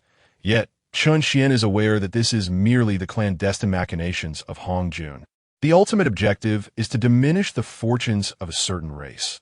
This race, which is to be diminished, is none other than the human race. The war of witches and demons may appear to culminate in the annihilation of the witch clan and the withdrawal of the demon clan from the annals of history. The vast expanse of the primordial world shall then revere the human race. However, let us not forget that during the war of witches and demons, countless humans perished, the 3,000 innate humans, crafted by Nu Hua herself, were all lost save for Master Xiandu. The human race has stepped onto the historical stage of the primordial world, yet the very 3,000 beings that ought to have stirred the tides of this stage have long since vanished. If these 3,000 had survived, to what staggering heights might the civilization of the human race have ascended? Future calamities, such as the great calamity of canonization, the eastward transmission of Buddhism, and even the great calamity of the end times. How many innocent humans would have been spared from entanglement under the protection of these 3,000 innate beings? Moreover, Chun Xian is also human. In fact, he is intricately linked to those created by Nu Hua. The land of his birth is steeped in legends of Nu Hua crafting humanity. On the strength of this alone, he is most eager to alter the fate of the human race in this primordial world. In truth, this is also one of the true objectives of the witch clan. Beyond the simple desire to support the human race, strengthening the human race is a crucial step in his arrangement concerning Hongyun, as well as the most significant step in his own plans that it is no exaggeration to assert that should Hongyun become aware of his existence in the future, or should he observe Hongyun growing increasingly powerful and seek to interfere, then as long as this step is executed well, Hongyun will no longer need to fear the threat posed by Hongyun. The day Hongyun ascends to sainthood will also be the day Hongyun bows his head. Chapter 29. The Great Calamity of Witches and Demons. Killing 2 birds with 1 stone. As Emperor Zhang's form rapidly expanded, the other ancestral witches followed suit. Hongyun quickly interjected, "My fellow Taoist, there is no haste in this matter. I have heard whispers of something unusual concerning Taoist Hutu. Perhaps we should first assess her situation." Upon hearing this, Emperor Jiang ceased his transformation, turning to regard Hutu. Indeed, Hutu's anomaly is of greater significance than Hongyun's. Consequently, Emperor Jiang retracted his form. Returning to normal, he first smiled at Hongyun in gratitude before swiftly directing his gaze towards Hutu, inquiring, "Sister, what problems have you encountered during this breakthrough?" The other ancestral witches also resumed their normal forms, focusing their attention on Hutu. She hurriedly responded, "I am not entirely certain. It seems that my divine abilities have undergone some change following this breakthrough." Upon reflection, this change appears remarkably similar to the arts spoken of by the primordial Qi practitioners. Arts? The crowd was taken aback. Hongyun was equally astonished. The arts, formations, refining of tools, and alchemy all require the activation of true essence through the primordial spirit to seize the creations of heaven and earth. Hutu's statement was tantamount to declaring that she had birthed a primordial spirit. Naturally, besides their surprise, the remaining ancestral witches displayed expressions of confusion. Hutu sensed their bewilderment but chose not to elaborate further. She raised her hand and pointed downwards, causing a clump of yellow earth to rise and settle within her palm. "Brothers, behold!" As her words fell, the yellow earth in her palm swiftly transformed in the blink of an eye. It condensed into stone, and in another instant, the stone morphed into a stone lotus. At this point, the ancestral witches in Hongyun, along with Chun Xian, were no longer surprised. The ancestral witches lack primordial spirits. Yet each possesses innate abilities to command the laws. Hutu's innate connection is with the laws of the earth and the primordial essence of Xianhuang. Her mastery over the laws of the earth is undoubtedly superior to that of Hongyun, who has become the deity of the myriad mountains and gained dominion over the earth. Thus, this transformation of yellow earth into stone and then into a lotus is merely a minor feat for Hutu. However, in but a breath's time, the small stone lotus in Hongyun's hand began to crack, with chunks peeling away at that moment. All the ancestral witches widened their eyes in astonishment as the stone fragments fell away from the lotus. A vivid crimson hue emerged from within. Ultimately, the stone lotus transformed into a genuine lotus flower. Lively and poised, it stood resplendently. "What is this?" Gasps of astonishment erupted. Emperor Jiang swiftly reached out to receive the red lotus from Hutu. Examining it closely, indeed, this was a true, living red lotus. "This is undoubtedly an art." Immediately, a bronze-skinned ancestral which exclaimed in astonishment, "The petrified red lotus, a manifestation of creation from nothingness, is indeed a transformation technique. This is precisely the art employed by the Qi practitioners. Sister Hutu, could it be that you have condensed a primordial spirit?" Upon hearing this, Hutu smiled in resignation. "Brother Zhulong, that is what I believe as well. However, aside from comprehending this clever technique and establishing a deeper connection with the earth, I cannot perceive any other anomalies within myself. I have no awareness of a primordial spirit. But without a primordial spirit, how can you wield the arts?" Emperor Jiang mused, both excited and anxious as he gazed at the red lotus. If Hutu has indeed condensed a primordial spirit, their cultivation would surely advance by leaps and bounds. Moreover, with a primordial spirit, they would undoubtedly possess a stronger foundation and greater opportunities than other beings in the primordial world, paving a path to sainthood. Hutu, however, shook her head in resignation. "That is why I am eager to discuss with you, my brothers, whether I have truly condensed a primordial spirit. If so, where is it? How can I locate it and enhance my cultivation?" As she spoke, Hutu's eyes suddenly brightened. She swiftly turned to look at Hongyun. Emperor Jiang, after a moment of surprise, also brightened, gazing at Hongyun. They are of the witch clan and possess limited understanding of Qi cultivation. Their knowledge of the path of the primordial spirit is even more scant. Yet, before them stands a Qi practitioner, naturally divine, possessing an exceptional foundation, and with cultivation having reached the threshold of quasi-saint. If they do not seek his counsel, to whom else might they turn? "Hongyun, would you be so kind as to examine whether this red lotus crafted by my sister truly originates from the arts? Has my sister Hutu indeed condensed a primordial spirit?" Hongyun, who was also curious, did not wait for Chun Xian to speak and took the red lotus from Emperor Jiang's hands. Hongyun possesses a remarkable foundation, having cultivated for countless eons, and thus holds considerable expertise. After receiving the red lotus, he did not inquire of Chun Xian, but began his own exploration. The so-called arts, formations, tool refining, and alchemy all stem from the Qi practitioner's ability to manipulate spiritual energy through their primordial spirits, achieving a state of unity between heaven and man, and subsequently operating the four foundational elements of the primordial world. This process involves harmonizing the elements of earth, fire, wind, and water, culminating in the fruits of their transformations. These statements prompted Chun Xian to nod in agreement, internally marveling at the depth of Hongyun's understanding. In the primordial world, all saints possess the ability to create, during the great calamity of canonization. Even the master of the heavenly teaching harbored intentions to annihilate and recreate the world. Creation involves reconstituting the earth, fire, wind, and water of the primordial world, allowing these four elements to metamorphose and forge a complete world anew. It can be said that the foundation of the primordial world lies within these elements. All transformations and evolutions within the primordial realm arise from the alterations of these elemental forces. The wondrous techniques of practitioners ultimately converge upon this principle. Indeed, some innate divine beings are born with the capabilities of these elements. Take Kunpeng, for instance. He inherently possesses the power of wind from the earth, fire, and water. This primal source of power grants him a terrifying speed that rivals even the laws of space. Just as Chun Xian was inwardly acknowledging Hongyun's capabilities, he saw Hongyun cradling the red lotus. Secretly channeling true essence, that he sought to connect the primordial spirit with the elemental forces of earth, fire, and water contained within the red lotus. This method is essentially the approach to refining artifacts, utilizing the primordial spirit to refine the restrictions within the artifact, tracing back to the elemental origins of the artifact, thereby achieving complete mastery over it. As long as Hudu does not resist, Hongyun can fully control the red lotus in his grasp, manipulating its elemental forces to facilitate its rebirth and transformation.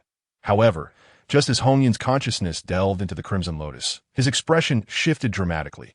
Instead of perceiving the elemental forces of earth, fire, wind, and water within the lotus, he was met with an exceedingly pure, profoundly arcane, and overwhelmingly tyrannical power. Even he, upon sensing this force, felt a surge of disbelief and dread rising within him, rendering him utterly reluctant to make contact. Naturally, Chun Xian, who resided within Hongyun's heart, also sensed this formidable aura.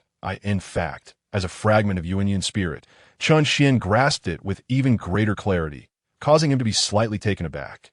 What is this? As Chun Xian grappled with his astonishment, Hongyun, under the oppressive weight of this aura, swiftly retracted his consciousness. In that very moment, the crimson lotus erupted violently, transforming into countless specks of flowing light that scattered across the ground. As the lotus dissipated, Hutu furrowed her brow slightly, casting an inquisitive glance at Hongyun. Why, dear Hongyun, it seems there is something within this lotus. At the instant the lotus vanished, Hutu felt as though she had lost something significant, akin to having a piece of flesh excised from her being. It was not an insignificant loss, yet the sensation was unmistakably vivid. Hutu's reaction, in turn, startled Chun Xian. Even having left her body, she could still perceive it. Hongyun, you must inquire with Hutu about the nature of her sensations as the lotus dissipated, Chun Xian instructed, then pondered privately. Could it be that this is the reason Hutu is capable of creating the 6 paths of reincarnation while the other ancestral witches cannot? The calamity of the witch-demon conflict. It appears that this tribulation is indeed orchestrated by Hongyun, and its purpose extends beyond merely weakening the fortunes of the human race. If my conjecture holds true, propelling the witch-demon calamity is truly a clever strategy that serves 2 purposes. Chapter 30. Reincarnation. Hutu's peculiar behavior, along with the aura that unsettled Hongyun, piqued his curiosity immensely. Thus, after Chun Xian's words, he immediately turned to Hutu and inquired, Hutu, could you accurately convey to me the sensations you experienced at the moment of the lotus's birth and demise? Hutu contemplated for a moment before articulating her thoughts with precision.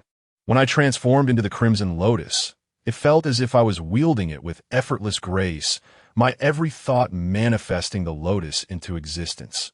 However, upon its subsequent destruction, I sensed a profound loss within my heart, akin to having a vital piece of my essence severed. Hongyun was perplexed by Hutu's words and quickly sought clarification from Chun Xian in his heart. Immortal sovereign? Yet, while Hutu remained oblivious, Chun Xian comprehended the implications of her statements clearly. Effortless grace, embodying the essence of existence. Indeed, it was just as such before his transcendence. In the countless tales of the primordial era he had perused, some had alluded to the notion that Hutu, in her peak quasi-saint state, could contend with the saints due to her understanding of reincarnation. which was a manifestation of the great Dao, an elevated realm beyond the heavenly Dao. This great Dao stemmed from the chaotic primordial deities slain by Pangu. It was said that when Pangu sought to validate his enlightenment by parting the heavens and the earth, the 3,000 chaotic deities obstructed him, only to be vanquished one by one. In truth, Pangu intended to amalgamate the might of the 3,000 deities to unify the 3,000 great Daos, thereby solidifying the foundation of the primordial realm. The slaying of the 3,000 deities was indeed a deliberate act on Pangu's part. Chen Xian's thoughts resonated within Hongyun's heart, igniting a profound astonishment within him. Immortal sovereign, what do you mean by this? Yet, Chen Xian remained absorbed in contemplation, muttering to himself, indeed, given the current circumstances, it must be so. Pangu intentionally slayed the 3,000 chaotic deities to consolidate the 3,000 great Daos and forge the primordial realm. Otherwise, how could the primordial world encompass the 3,000 great Daos, intertwining seamlessly into a singular entity?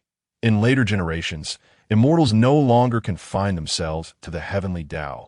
By comprehending merely one of the myriad paths, they could ascend to the great Luo. However, by that time, the heavenly Dao had already crystallized, becoming the singular sovereign of the primordial world, rendering the other great Daos, despite being comprehended by individuals, unable to stir a ripple. Those who grasped these paths became no more than the strongest beneath the saints. Reaching merely the pinnacle of quasi-saints, the 3,000 great Daos had long been refined by Pangu, serving as the cornerstone of the primordial world. Furthermore, the 12 ancestral witches had already resonated with the great Dao. Their lack of a primordial spirit was due to their essence having long since merged with the Dao.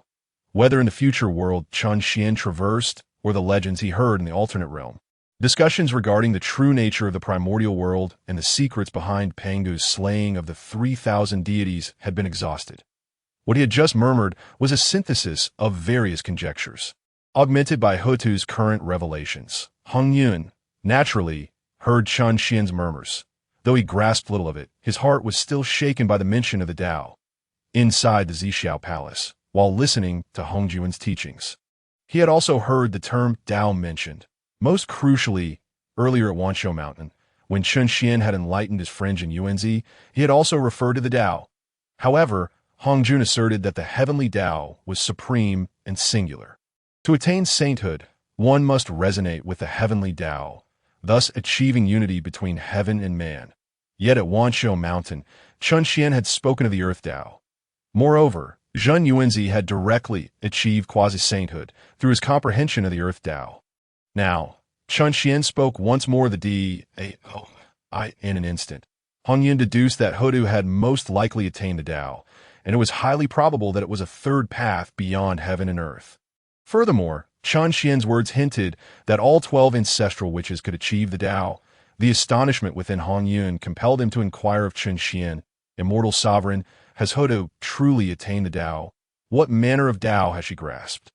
At this moment, Chen Xian, having regained his composure from his astonishment, turned to Hutu and spoke calmly upon hearing Hongyun's inquiry. This Dao is known as reincarnation. The birth and death of living beings are uncertain, yet eternally unyielding. This great Dao governs the life and death of all beings and the path of eternal existence. Hutu's comprehension of reincarnation led her to establish the 6 paths of reincarnation, creating the underworld and hell. This was divinely ordained. Even if Chen Xian were to remain silent, it would not be long before Hutu grasped this truth herself. Thus, there was no need for concealment. After addressing Hongyun, Chen Xian continued, "You should inform Hutu directly that she has not merely solidified her primordial spirit, but has attained the Dao and comprehended reincarnation. Hutu had indeed attained enlightenment." Hongyun felt both astonished and contemplative. Yet he promptly bowed with a smile toward Hutu, saying, "Congratulations, my friend. What you possess is not merely a primordial spirit, but rather the great Dao you have comprehended, known as reincarnation." The Dao, the 12 ancestral witches were all taken aback. Dijun, in particular, queried, "What is the Dao? What is reincarnation?" Dijun's question momentarily stunned Hongyun. However, he soon realized that Hongyun had only introduced the concept of the Dao during his third lecture. The 12 ancestral witches had only heard the first discourse. It was entirely understandable that they were unfamiliar with the Dao. With a smile, Hongyun patiently began to explain to Dijun and the other ancestral witches the essence of the Dao, as articulated by Hongyun. The Dao is the foundation of heaven and earth, the essence of all things, and the source of all laws. The myriad transformations of the primordial realm and the operations of its rules reside within the Dao. If one can sever the three corpses and shed worldly desires, they may sense the heavenly Dao in their hearts. Subsequently, with immense magical power, profound cultivation, or great virtue, they may gain the favor of heaven and unite with the heavenly Dao, thus achieving the status of a saint, enduring myriad calamities without perishing. Even if the primordial realm collapses and chaos dissipates, they shall endure. Hongyuan's third lecture spanned 3,000 long years, while there may have been deeper explanations or inquiries during the discourse. The core teachings did not extend over such a lengthy period. Nevertheless, even so, Hongyun took considerable time to relay Hongyuan's words. The sun rose and set, the stars shifted, time flew swiftly. Meanwhile, the 12 ancestral witches listened attentively. When Hongyun had lectured in the past, they had ceased attending after the first session because the initial teachings focused on the techniques of qi refining and the cultivation of the primordial spirit, knowledge that held no utility for them.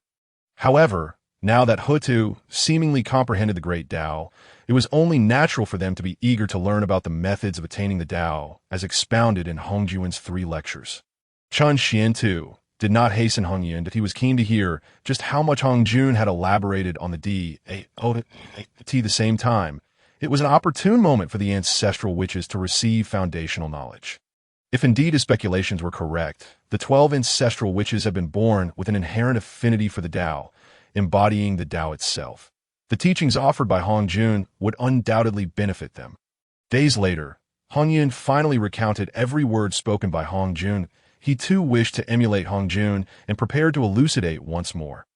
However, Emperor Jiang could not restrain himself and interjected, stating that ever since Hongyun Daozu completed his discourse, the primordial realm was divided into levels of understanding, with notions of quasi-sainthood and the attainment of sanctity through the primordial purple qi circulating.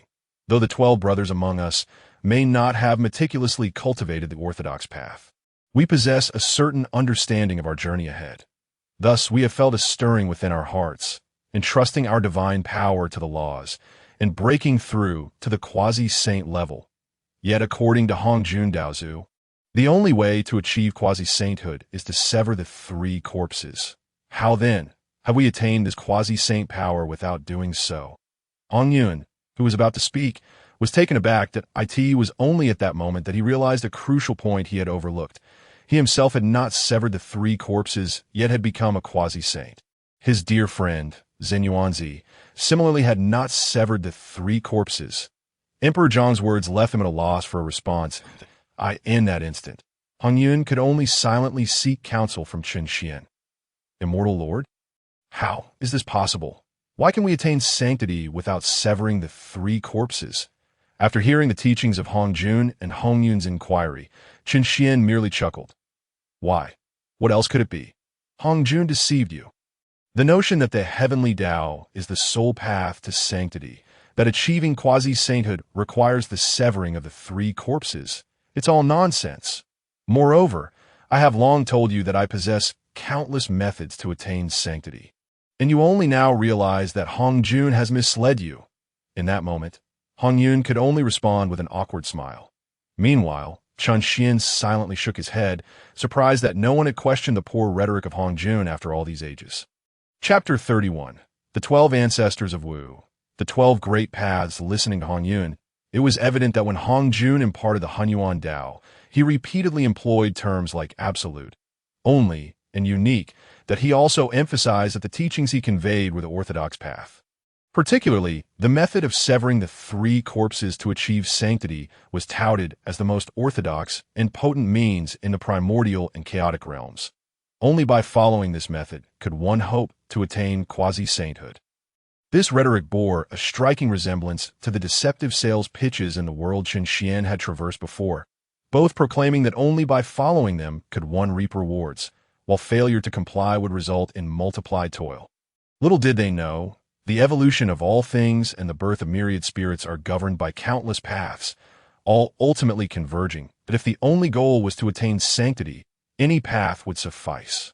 In the primordial world, the 3,000 guests listening to the Tao in the purple clouds were all sacred beings, yet not a single person questioned this. Qin Xian was truly perplexed as to how they had lived for countless eons without a hint of doubt.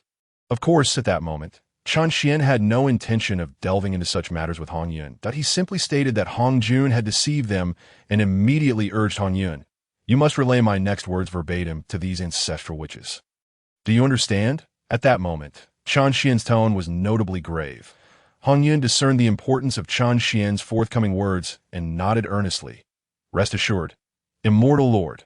After a light cough, Qin Xian organized his thoughts and spoke, informed them that Pangu vanquished 3,000 demons, forging 3,000 great paths within the primordial realm. He then created the heavens and the earth, establishing the foundation of creation with the elements of earth, fire, wind, and water, while utilizing the 3,000 great paths as the principles governing all things. The attainment of sanctity is by no means limited to the comprehension of the heavenly Tao. The 3,000 great paths are all orthodox paths, accessible for understanding and for achieving Tao. Furthermore, the 12 ancestral witches were born to master the laws of the primordial realm. I believe that you are innately aligned with one of the 3,000 great paths. You do not lack a primordial spirit. Rather, your spirit has already taken refuge in the great path. However, due to erroneous cultivation, low realms, and a lack of clarity regarding your path and self, you have yet to discover your true self and have lost sight of your nature. Consequently, you are unable to grasp the great path, and what you utilize is merely a rudimentary manifestation of it. If you can comprehend your true nature, the great path within you will surely manifest. At that time, you will undoubtedly be able to wield the great path like the ancestral Wuzhuangguan, embodying the principles of the law. You might even achieve sanctity, standing shoulder to shoulder with the chaotic demons. This assertion was far from mere fabrication. In truth, upon careful consideration, it was evident that the primordial realm indeed contained the 3,000 great paths after Pangu split the heavens and the earth. He left behind the extraordinary treasure of the chaos jade plate, which encompassed the ways of the 3,000 demons, also embodying the 3,000 great paths Hongjun.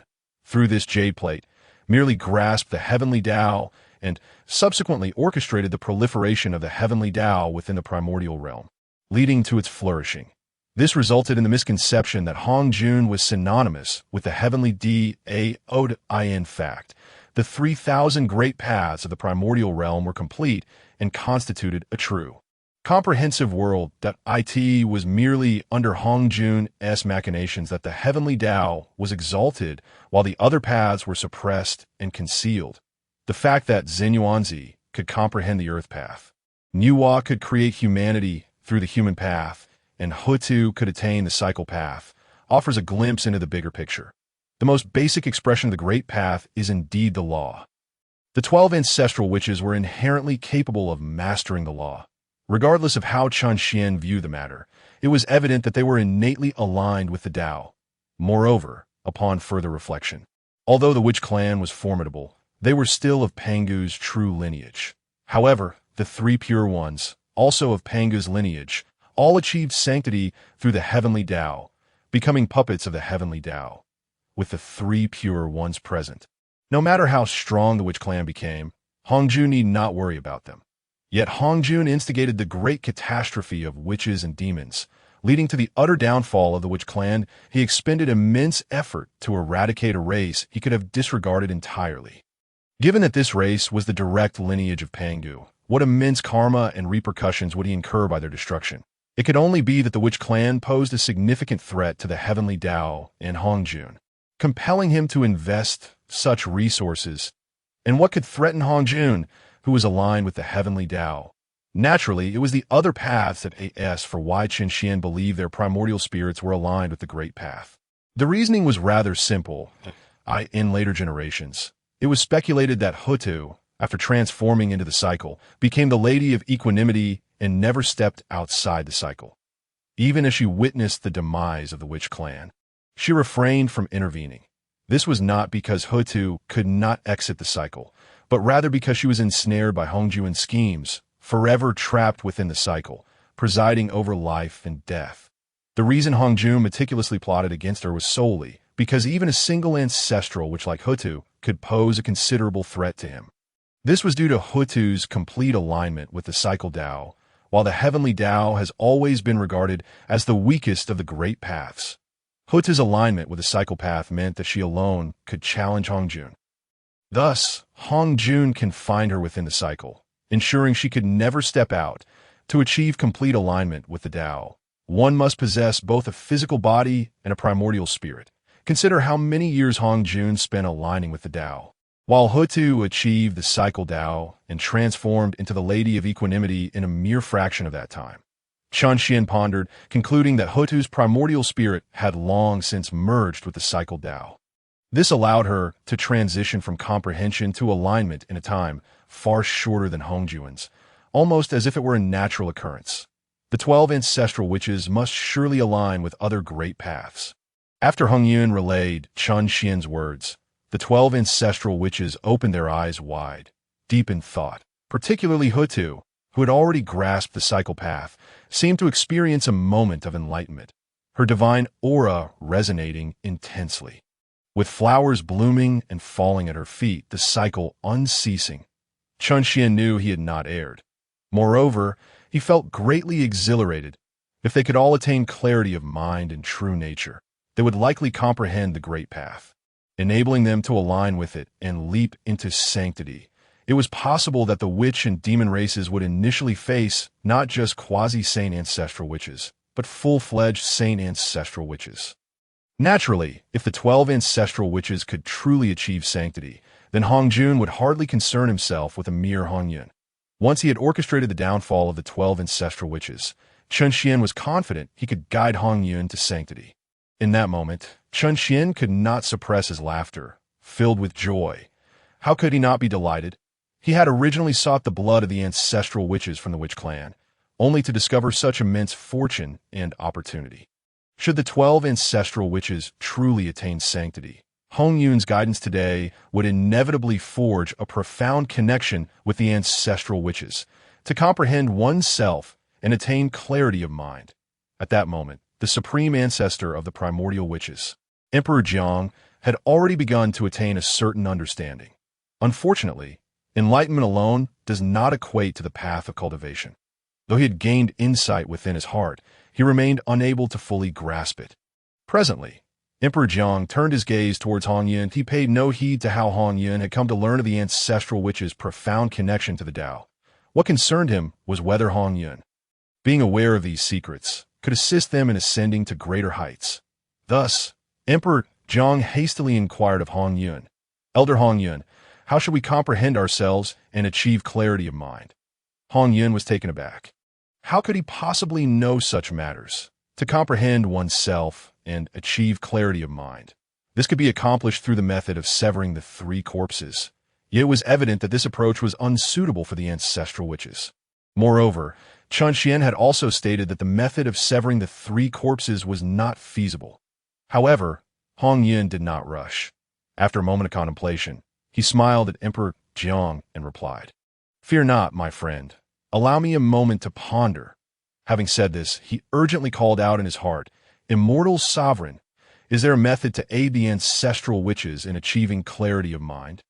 "Hey, do you take me for a mere tool?"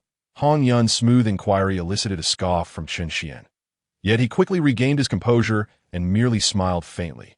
Were it anyone else, they might have sought to showcase their knowledge before the ancestral witches by leveraging Chen Xian's insights. However, Chen Xian could clearly perceive that this kind-hearted Hongyun genuinely wished to assist the ancestral witches. After sharing a smile, he finally spoke to Hongyun. "Simply tell them that since Hutu has already attained some understanding, they can directly seek her guidance. In the future, Hutu would grasp the complete cycle of the Dao and embody the cycle itself.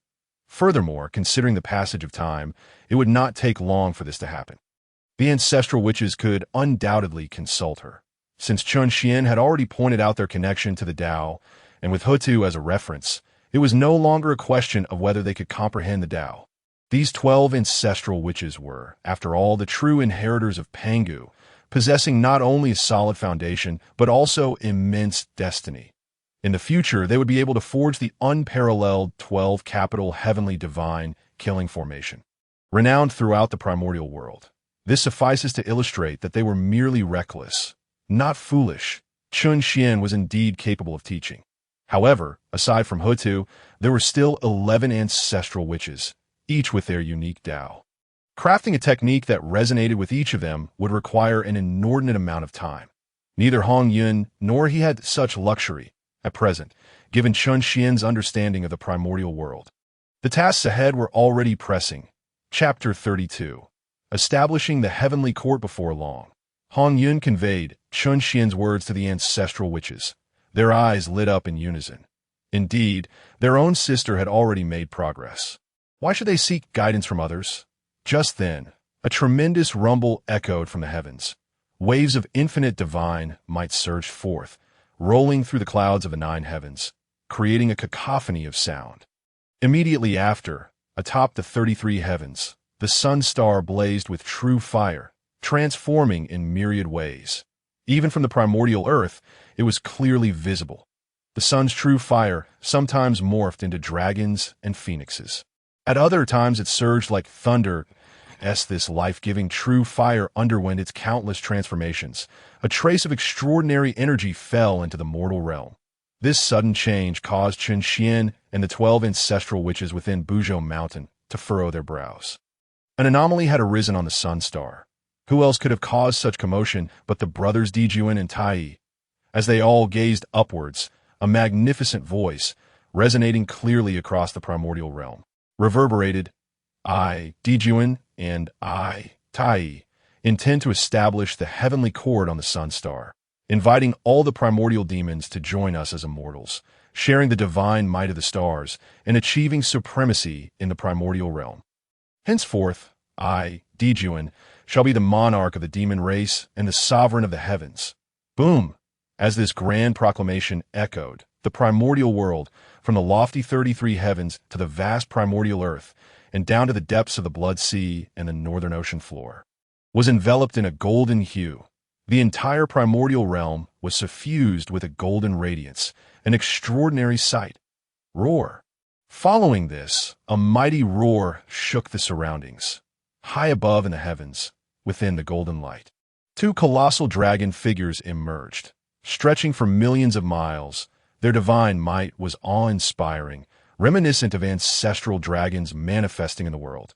The 2 golden dragons traversed the primordial realm, then charged directly towards the sun star, ultimately plunging into its depths. The golden light that pervaded the primordial realm likewise converged into the sun star. The golden dragons of heavenly merit appeared in the world. The heavenly court had manifested within the primordial realm. Simultaneously, as the golden light receded, countless figures rose from the ground. Millions of primordial demons surged towards the 33 heavens. Even within Buzhou Mountain, several enormous, fearsome figures ascended, aiming to tread the heavens and become immortals. Dijun and Tai. They certainly move swiftly. After a moment, Emperor Zhang's voice resonated coldly. Brothers and sisters, Dijun and Tai have forged a mortal enmity with our clan, now that they have proclaimed the establishment of the heavenly court. It won't be long before they mobilize their forces to seize the Hongmeng purple qi. From this day forth, we must lead the witch clan in diligent cultivation to prepare for the impending threat. The other ancestral witches were well aware that Dijun and Tai would not relent so easily, and they nodded in agreement. Emperor Zhang raised a hand, directly handing the Hongmeng purple qi to Hutu. "Sister, you are the most likely among us 12 to ascend to the sacred realm. The prosperity and longevity of our witch clan will hinge on you." Receiving the Hongmeng purple qi, Hutu was filled with immense joy. Previously, Hongyun had recounted the teachings of Hongjun's 3rd sermon, which included how to utilize the Hongmeng purple qi to attain sanctity. The method to achieve sanctity involved, like Dijun and Tai. Leveraging heavenly merit, merging with the purple chi, and refining it within one's body to attain sanctity. What she needed to do next was to find a way to acquire merit.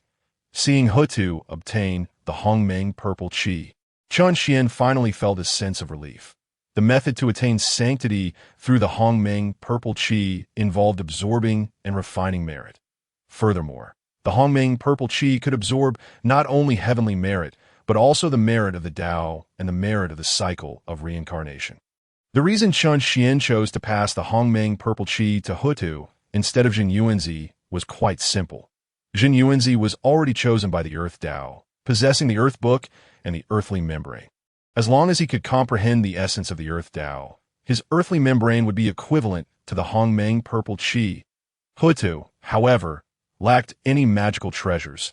She possessed a body intimately connected with the Dao. But without any supportive tools, Chun Xian genuinely worried that she might only reach the pinnacle of the quasi-saint realm after the 6 paths of reincarnation were opened. For her, the Hongmeng purple chi was essentially a form of insurance. At the same time, Chun Xian urged Hongyun, "You can ask them for flesh and blood.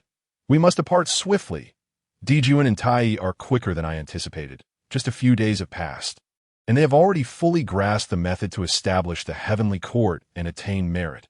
After speaking to Hongyun, Chun Xian frowned and muttered softly to himself, "How peculiar! The primordial world has been developing for so many years, and the cultivation and realms of these celestial beings have progressed slowly. Why is it that as soon as Hongyun finished speaking, they all seem to have activated some hidden power, advancing rapidly?" As Chun Xian pondered this, Hongyun once again requested blood and flesh from the ancestral witches. This was already the 3rd request, and Hongyun felt less embarrassed about it. Naturally, the ancestral witches did not refuse. They all conjured their spells. Hongyun requested 3,000 barrels of blood. It seemed like a lot, but in reality, once the ancestral witches manifested their forms, a single drop of blood could create a lake. And scraps of flesh could amount to small mountains. Hardly worth mentioning.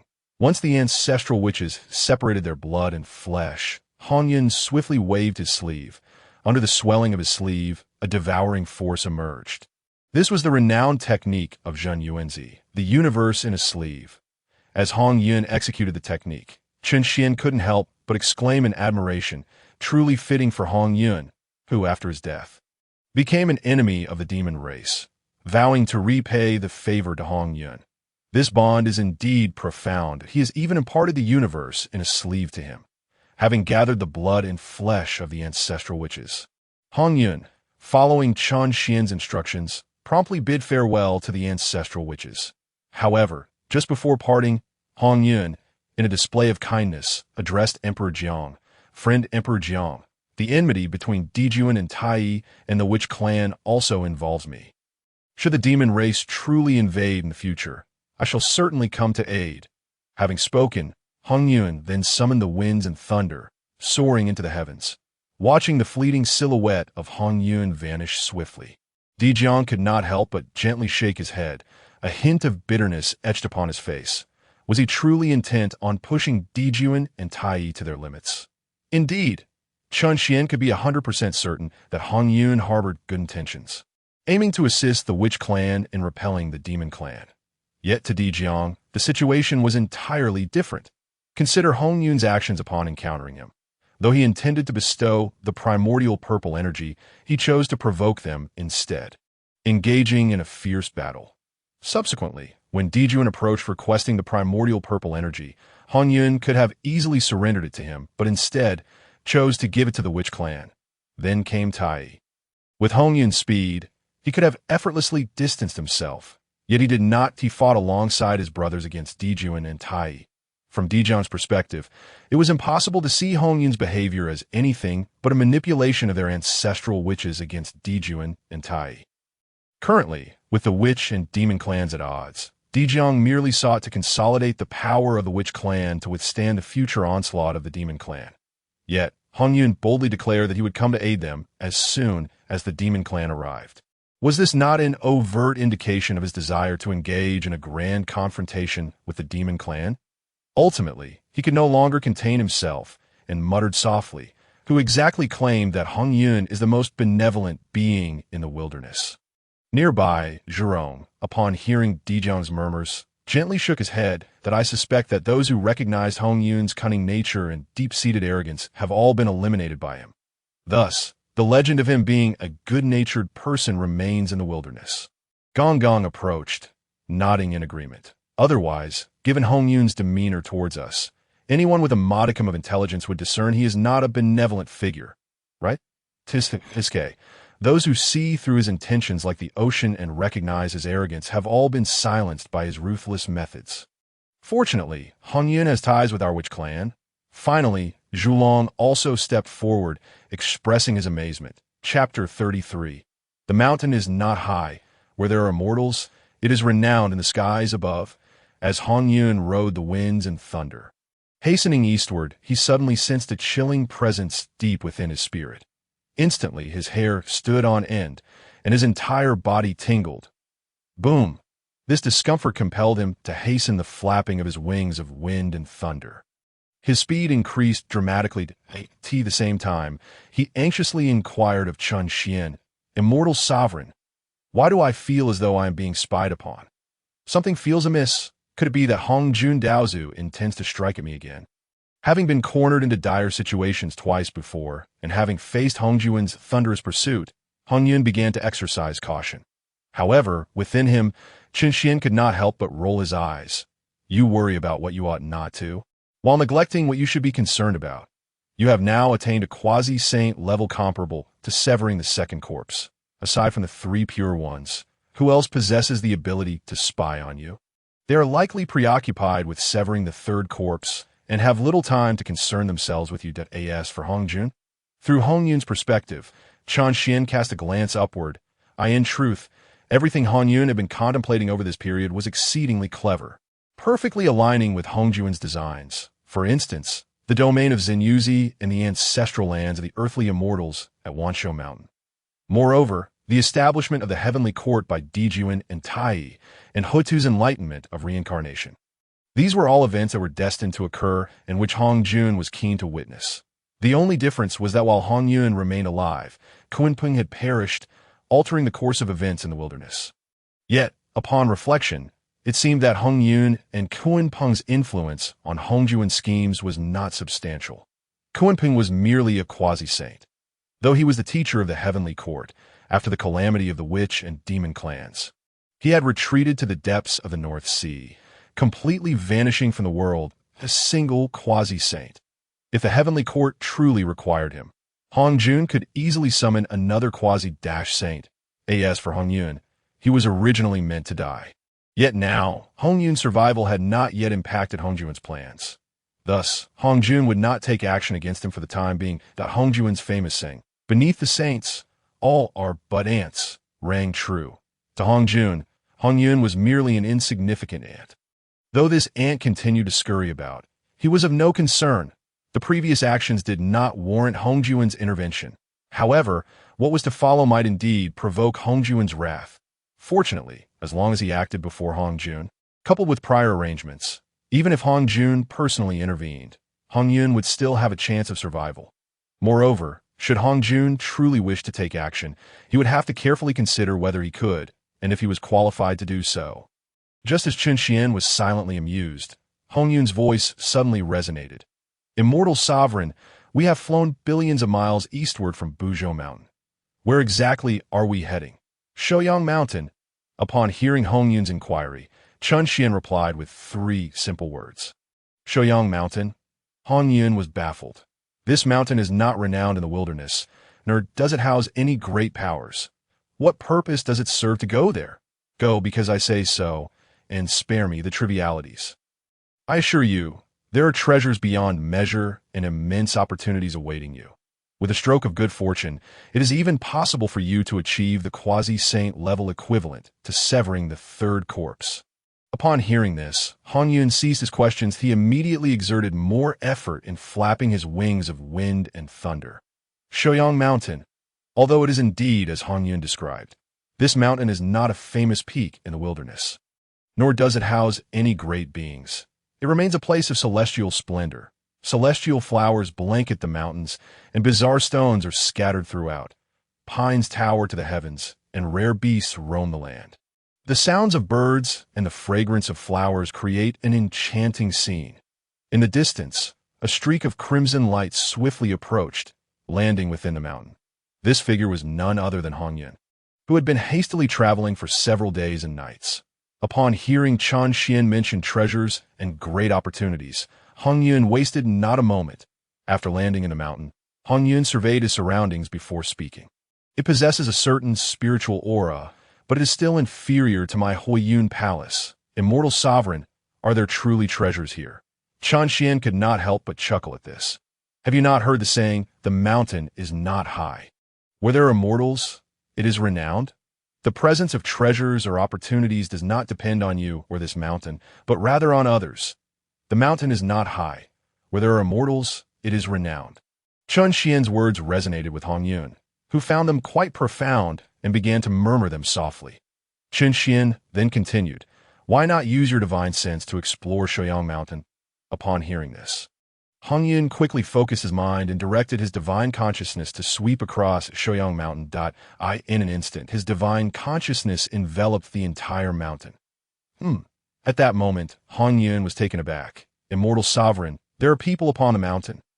This individual's aura was extraordinary, transcending the ordinary, seemingly even stronger than Hongyun himself. As soon as he uttered this, Hongyun was startled once more. Immortal sovereign, it appears to be Nuwa. Understood that no need to be overly alarmed. Upon hearing Hongyun mention Nuwa's presence, Chen Xian spoke in a calm tone. Yet despite his composed exterior, he felt a surge of tension within. Nuwa, who molded humanity from clay, was the mother of the earth. The mother of humanity. This was also a legend from the world Chen Xian had previously inhabited. The bloodline flowing within him was that of humanity, even though he had become an immortal sovereign. The prospect of meeting this legendary ancestor of mankind stirred excitement within Chen Xian. Moreover, a certain connection deep within his bloodline seemed to awaken. Immortal sovereign, should we go to meet Nuwa? As fellow guests of the purple clouds, we must adhere to the proper etiquette. However, Chen Xian was not in a rush. First, delve deeper into Buzhou Mountain with your divine sense and see if there are any discoveries. Upon hearing this, Hongyun retracted his thoughts and directed his divine sense deeper into Buzhou Mountain. This exploration took him 3,000 miles deep into the mountain, then further down 3,000 miles into the earth. He continued deeper, reaching 100,000 miles, then 1,000,000 miles. Ultimately, even with Hongyun's quasi-saint level divine sense, he could penetrate no further. Immortal sovereign, I have thoroughly explored Shouyang Mountain. There are no treasures or remarkable items. Upon hearing Hongyun's report, Chen Xian responded with a faint, understood. According to later legends, Shouyang Mountain was transformed from the yang essence of Pangu and was the true abode of the utmost yang in the wilderness. Within it lay the hardest substance known as Shouyang copper. Additionally, there existed the extraordinary Kong Tong seal, which possessed unparalleled might and could even suppress fortune. In the vast expanse of the primordial world, the 6 saints emerged, 5 of whom attained sanctification through the establishment of their teachings. Yet, after their ascension, they could not forego the most pivotal step, the suppression of the fortune of their sex with supreme artifacts. Only by subduing this fortune could they ensure its continuity, thus fostering an enduring legacy for their teachings across the ages, bestowing ceaseless blessings upon their disciples. Notably, the Kong Tong seal was tasked with suppressing the fortune of the human race. However, Hongyun found himself at a loss, unable to locate the Kong Tong seal or the copper of Shouyang, which took Chen Xian by surprise. Nevertheless, Chen Xian remained untroubled by the potential errors of future generations. Nuwa resided atop Shouyang Mountain, and more crucially, she had yet to mold humanity from clay. The human race had yet to be established. The Kong Tong seal might have been concealed by the secrets of heaven, hidden away along with the copper of Shouyang. Yet, as the saying goes, a mountain need not be lofty. It is the presence of deities that grants it renown. The Kong Tong seal would eventually suppress the fortune of humanity. If it did not emerge now, it would undoubtedly appear after the advent of the human race. Nuwa was the key. Thus, even though Hongyun had not discovered the Kong Tong seal at this moment, he felt no urgency. He then addressed Hongyun, suggesting he seek an audience with Nuwa. In an instant, thunder and lightning erupted. Hongyun promptly harnessed the tempest and soared towards Nuwa. Chapter 34. The Supreme emerges from Kunlun. Chun Xian encounters Nuwa, Kunlun Mountain. The three pure ones sat cross-legged, their energies surging forth, radiating brilliance. The essence of the divine permeated Kunlun, rendering the entire mountain akin to an otherworldly realm, a self-sustaining entity. Despite the overwhelming divine might that swept through, it bore no impact upon the beings of the primordial world, nor upon those at the foot of Kunlun Mountain. Suddenly, the divine might atop Kunlun came to an abrupt halt. In the next instant, it surged upward with renewed vigor, all energies racing towards the summit of Kunlun. In the blink of an eye, they converged at the peak, merging entirely within the Supreme One's form. Simultaneously, a figure emerged from within the Supreme One, identical in appearance. Clutching a whisk and garbed in a Taoist robe, he turned and bowed deeply to the Supreme One. Dao friend, I take my leave. After uttering these simple 5 words, he transformed into a streak of light, darting toward the heavens. The same moment, the Supreme One opened his eyes, as they fluttered open. Golden light emanated from his gaze. Upon closer inspection, one could discern that within the golden radiance lay a tapestry of stars, mountains, and rivers. Yet this golden glow flickered and vanished in an instant. The Supreme One exhaled a breath of turbid air and rose to his feet. Concurrently, Yuan Shi and Tong Tian, seated nearby, sensed the change and opened their eyes. Upon seeing the Supreme One, they both clasped their hands in greeting, smiling. Congratulations, elder brother. Huzzah! You have severed the 3 corpses, purged good and evil and attachments. Achieving your true self. The opportunity for sanctification lies before you. Indeed, the figure who had just emerged from the Supreme One was the 3rd corpse of attachment he had severed. Now, the Supreme One had surpassed many divinities of the primordial realm, attaining the pinnacle of the quasi-saint, the foremost being beneath the saints. As he heard the congratulations from his 2 brothers, the Supreme One smiled, his demeanor serene. We, the 3 pure ones, are one in essence. Interconnected, now that I have severed the 3 corpses and reached the zenith of quasi-sainthood, it will not be long before both of you can take this step as well. The 3 of us shall certainly sit together in the sanctified realm, guiding the primordial world. You speak wisely, elder brother. With your auspicious vision, I shall continue my cultivation. Yuan Shi and Tong Tian chimed in. Just as they prepared to sit cross-legged and delve into their training, a flash of divine insight surged within the Supreme One's mind.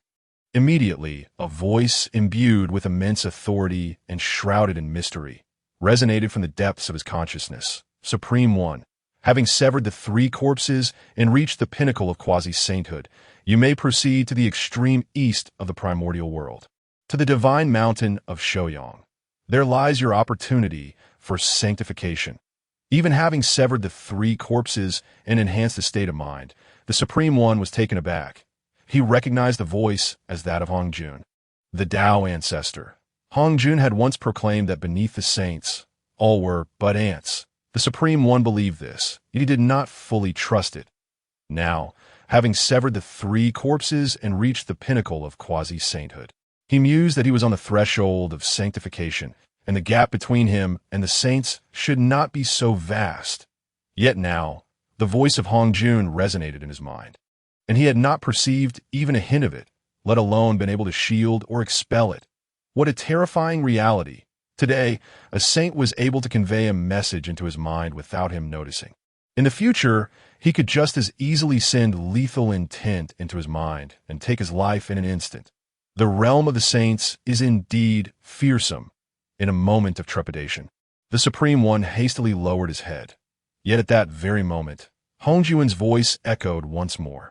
This opportunity for sanctification is a secret of the heavenly Dao, carefully devised by me after my union with the heavens. If the secret were to leak, there would be repercussions. Therefore, this matter must not be disclosed to others. If you speak of it to your brothers, simply state that after severing the 3 corpses, you felt a sense of awareness and comprehended it on your own. Upon hearing this, the Supreme One was both astonished and overjoyed. The Dao ancestor was willing to concoct the secrets of the heavenly mechanism for him, even risking the great disfavor of the Dao to divulge these secrets. At once, the Supreme One expressed his gratitude to Hongyun in his heart. "Thank you, Dao ancestor, for your support." However, this expression of gratitude received no response from Hongyun. Presumably, Hongyun had departed. The Supreme One then turned to Yuanshi and Tongtan, nodding slightly. "My dear brothers, I shall not conceal it from you. Having severed the three corpses and reached the pinnacle of quasi-sainthood, a sudden insight has emerged within my heart. I have already comprehended how to attain sanctification. This opportunity for sanctification has manifested, and I shall seize it first, achieving the sacred position before returning for both of you to cultivate together." Upon hearing that the Supreme One had grasped the opportunity for sanctification and that it was at hand, Yuanshi and Tongtian rejoiced, as the three teachings had yet to be established and the three families were not yet divided. Their kinship was as profound as that of the 12 witch clans. Naturally, Yuanshi and Tongtian were genuinely delighted for the Supreme One. Tongtian immediately urged, "Elder brother, since the opportunity for sanctification has appeared, why waste time? You should hasten to achieve this sacred position." Yuanshi smiled as well, adding, "After your sanctification, do ensure to devise opportunities for your two brothers. Rest assured, like a second brother, beneath the Dao ancestor, I shall be the first saint, and you will surely be the second saint of the primordial world." Hearing the Supreme One's promise, Yuanshi was elated. The Supreme One then shared a smile with Tongtan. "My dear brothers, I take my leave." With a respectful bow, the Supreme One transformed into a pure essence and departed Kunlun, soaring straight towards Shouyang Mountain. Yuanshi and Tongtian exchanged glances of delight. After sharing their joy, they too sat cross-legged, eager to sever their third corpses before the Supreme One attained sanctification, thus welcoming him to their shared opportunity for enlightenment.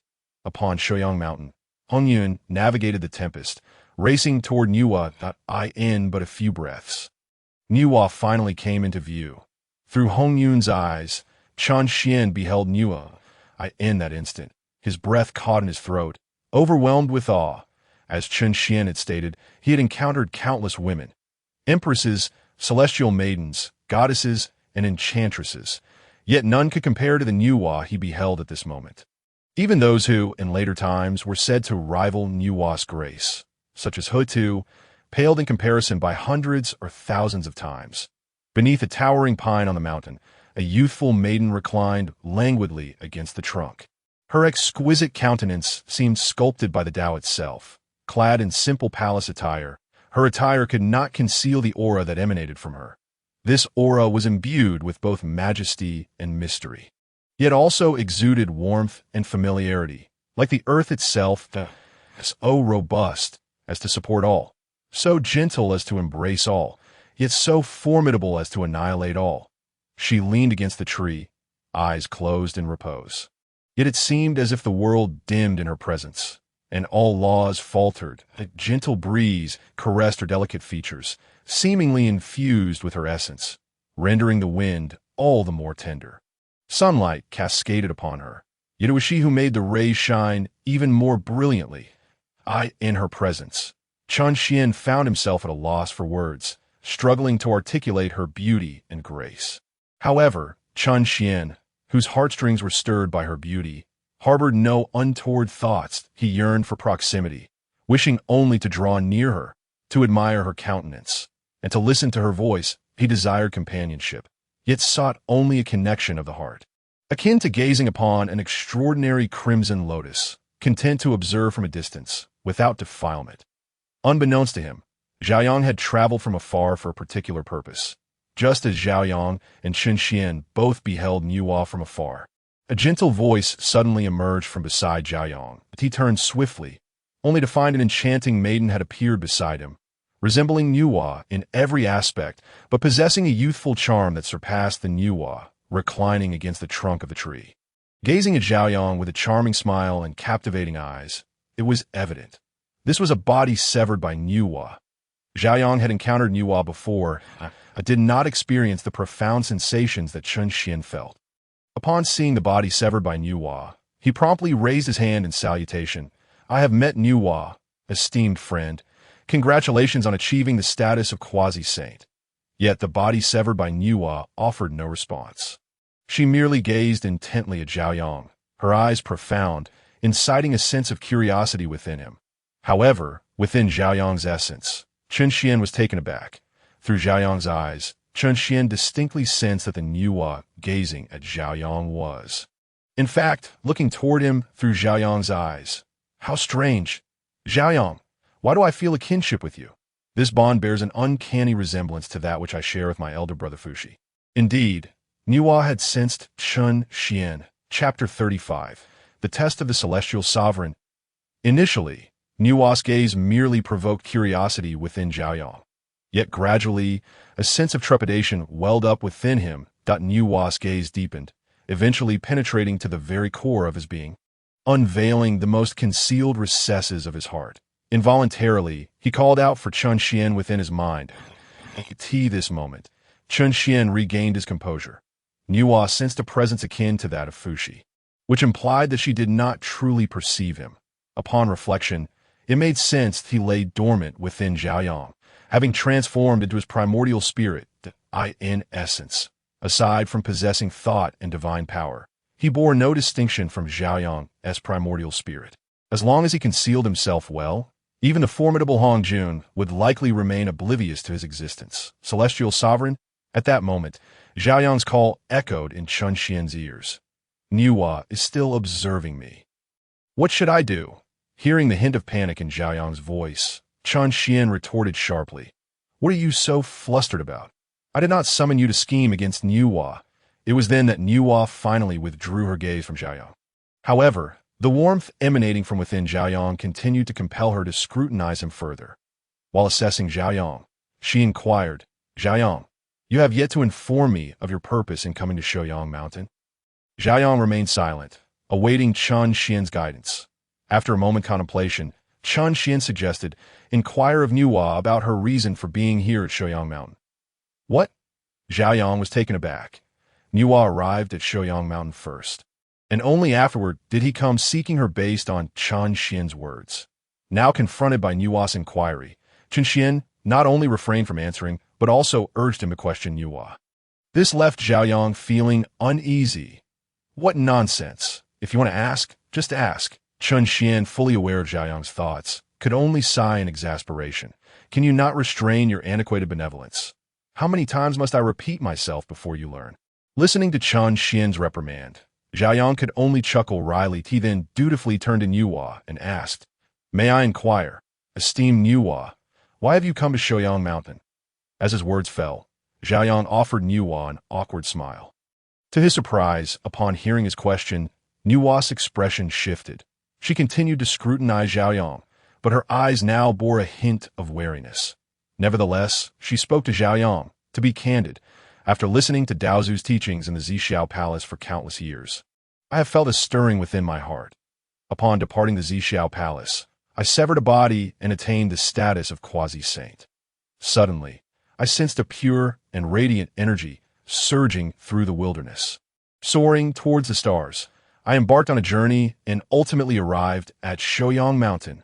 Pure yang energy. Upon hearing Nuwa's response, Chen Xian's heart surged with excitement. Could it be? He murmured to himself before hastily addressing Zhao Yang. Ask her where this pure yang energy is currently located on Shouyang Mountain. If it has already dissipated, why does she not depart? Zhao Yang felt a twinge of rudeness at the prospect of continuing his inquiries. Yet, he could not disregard Chen Xian's words. Thus, he smiled once more at Nuwa and inquired, Nuwa, I have not detected any pure yang energy in this mountain. May I ask where it has gone? If the yang energy is no longer present, why do you linger here? As he spoke, Zhao Yang offered Nuwa another awkward smile. Upon hearing Zhao Yang's question, Nuwa's complexion flushed suddenly. Following that, she caught sight of Zhao Yang's smiling visage, prompting a flicker of annoyance to cross her features. Zhao Yang, you foolish old man. Just as Nuwa displayed her displeasure, a voice of fury erupted, a streak of radiant light manifested, revealing a figure clad in red armor. Wielding a sharp sword, She bore an uncanny resemblance to Nuwa. Undoubtedly, she was the body severed by Nuwa, yet she radiated a malevolent aura, exuding an air of ferocity akin to a battle-hardened general. Her demeanor rivaled that of Dijun encountered on Buzhou Mountain. This was assuredly the malevolent body severed by Nuwa. Zhaoyang, I see your face adorned with a mocking grin, your eyes gleaming with mischief. It appears you have become aware of everything. If you are indeed enlightened, why do you feign ignorance and toy with me? The sudden emergence of Nuwa's malevolent body and her accusatory tone left Zhaoyang feeling helpless. Nuwa, this is a misunderstanding, a grave misunderstanding, a misunderstanding. Nuwa's malevolent body, her anger unabated, continued to shout. Your Zhaoyang palace lies leagues away from Shouyang Mountain. You have traveled from afar, surely understanding the significance of the pure yang energy found here. If you are aware, why do you persist in feigning ignorance? Do you think I would consider this a misunderstanding? Rogue, taste my sword. Before she had finished speaking, Nuwa's malevolent body unsheathed her sword without hesitation. Launching a strike, in an instant, the heavens and earth seemed to cleave asunder, collapsing toward him. No. Soon, Zhaoyang realized that it was not a mere division of heaven and earth, but rather an overwhelming sword energy that stood erect between them, as if cleaving the very cosmos in twain. Had Nuwa's malevolent body truly such a volatile temperament? With the slightest provocation, she drew her sword to strike. Even Chun Xian was taken aback in his recollection. Nuwa, as the progenitor of humanity and the mother of the earth, ought to possess a gentle and harmonious disposition. Could it be that the calamity of the investiture of the gods was instigated by this malevolent body? As he pondered, Chun Xian's countenance shifted suddenly, and he began to berate inwardly. Zhaoyang, could you be any more foolish? Witnessing the sword energy surging toward the stars, Zhaoyang stood there, wide-eyed, as though paralyzed by fear. Utterly motionless. Are you not going to retaliate? Chun Xian's voice rang out just as the sword energy descended with a thunderous crash. At the critical moment, the winds and thunder roared. Zhaoyang summoned the wings of wind and thunder. Swiftly evading the celestial, cleaving sword, he hastily addressed Nuwa's malevolent body. Nuwa, this is indeed a misunderstanding. This is not my doing. Simultaneously, he called out to Chun Xian in his heart. Celestial Sovereign, you must explain quickly. What is there to explain? Do you not see that this malevolent body of Nuwa is utterly unreasonable? Just as Chun Xian spoke, Nuwa's malevolent body raised her sword once more, delivering a cold command as she prepared to strike down. Another wave of sword energy, akin to a heavenly cleaving force, surged forth, aimed at Zhaoyang. At the same time, Nuwa's malevolent body declared, Zhaoyang, you harbor such disdain. You must possess wicked intentions. Those born with malevolent thoughts must be eradicated. As the sound of the sword fell, Nuwa's malevolent corpse once again raised its sword and swung it fiercely. The strike, however, was executed in a horizontal manner. Immediately, a sword aura that spanned the heavens and the earth emerged, intersecting with the vertical sword energy to form a cross. Yet at the very moment the cross converged, the intertwining energies continued to surge, unceasingly, not in the blink of an eye. The crisscrossing cross, harnessing the energy, transformed into an immense net that rapidly descended upon the crimson clouds. Boom! The winds and thunder roared. The crimson clouds once more summoned the wings of wind and thunder, attempting to metamorphose into a tempest to evade the onslaught. But simultaneously, Chun Xian bellowed, Flee! What are you fleeing from? You already possess the combat prowess of a quasi-saint capable of slaying 2 corpses. Why fear a mere malevolent corpse? Counterattack. However, the crimson clouds still wished to speak. Yet before the words could escape, Chun Xian shouted again. What is there to discuss? Do you not see that Nuwa is merely testing you? If you cannot overcome her malevolent corpse, you are unworthy to converse regarding the pure yang energy of Shouyang Mountain. Strike back! Boom! At that moment, with Chun Xian's thunderous cry, the net-like sword aura descended fiercely. This time, the crimson clouds did not attempt to evade. Transforming into a shade of crimson, they evaded the onslaught of the sword energy with an intangible form. Thereafter, They manifested their true body and flashed a wry smile at Nuwa's malevolent corpse. "Since my fellow Taoist wishes to battle, I shall oblige. Less talk," Nuwa's malevolent corpse shouted, charging forward with the sword. Heading straight for the crimson clouds. Chapter 36. One move to defeat the enemy. As Nuwa charged forward with her sword, her imposing aura was enough to instill fear in all beings, sending tremors through the primordial world. The crimson clouds immediately channeled their true essence, wishing to unveil their true form and unleash their full brilliance. Yet, at the same moment, Chen Xian's furious shout echoed. "Why are you avoiding?" At this moment, Chen Xian was truly on the verge of exploding with rage. He finally understood why. In the world he had traversed before, so many parents became hospitalized while tutoring their children with their homework. A single problem was presented over and over again, yet it remained incomprehensible. Clearly, within the bounds of Buzhou Mountain, he had provided on-site instruction and guidance to the Crimson Clouds, yet they still possessed no comprehension of combat. Nevertheless, despite his frustration, Chen Xian could only endure. Seizing the moment before Nuwa reached him, he urged the Crimson Clouds, "Since Nuwa is testing you, you must demonstrate that your strength is worthy of discourse with her. Do not evade. Strike with all your might, aiming to defeat Nuwa's malevolent corpse with a single blow." At this moment, Nuwa's malevolent corpse had once again raised her sword for a fierce slash. The sword energy net that pervaded the sky descended upon the crimson clouds with renewed ferocity. Chen Xian refrained from further words, only directing a furious shout at the crimson clouds. It must be said that during this period, Chen Xian had amassed considerable prestige in the eyes of the crimson clouds, having saved them from peril numerous times and imparted the methods to attain sainthood. The crimson clouds had unconsciously begun to regard Chen Xian as an equal to Hongyun Daozu. Now, Chen Xian's roar dispelled any lingering thoughts in the crimson clouds. All true essence and spiritual energy surged frantically to in an instant. The sword energy net was upon the crimson clouds. The crimson clouds had also accumulated their spiritual energy to its utmost limit. With a resounding shout, they opened their mouth and exhaled. Instantly, a mist of scattered souls erupted from their lips, enveloping the heavens and the earth. This mist collided violently with the sword energy net, and for a moment, the sword energy and the mist were locked in a fierce stalemate, neither yielding nor prevailing. However, the crimson clouds had already attained the quasi-saint combat prowess capable of slaying 2 corpses. And now, the adversary they faced was merely Nuwa's malevolent corpse. Just as the mist and sword energy clashed, the crimson cloud's chest heaved. Then, they opened their mouth and forcefully exhaled again. This time, no mist emerged. Instead, a vast power surged forth, charging toward the mist that resisted the sword energy. In an instant, the scattered soul mist potency surged exponentially. With a gentle tremor, it consumed and shattered the sword energy net entirely.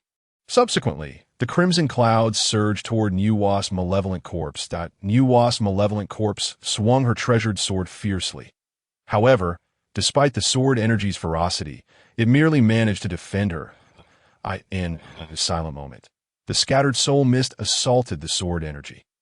That seemingly invincible sword energy could not withstand the devouring force of the scattered soul mist, rapidly collapsing. Then, the mist bore down upon Nuwa's malevolent corpse. At this moment, the crimson clouds felt a pang of compassion and wished to retract the mist. But in that very instant, Chen Xian spat out a stern rebuke that he then hastily shouted at the crimson clouds. In battle, regardless of whether your opponent is friend or foe, one must exert oneself fully.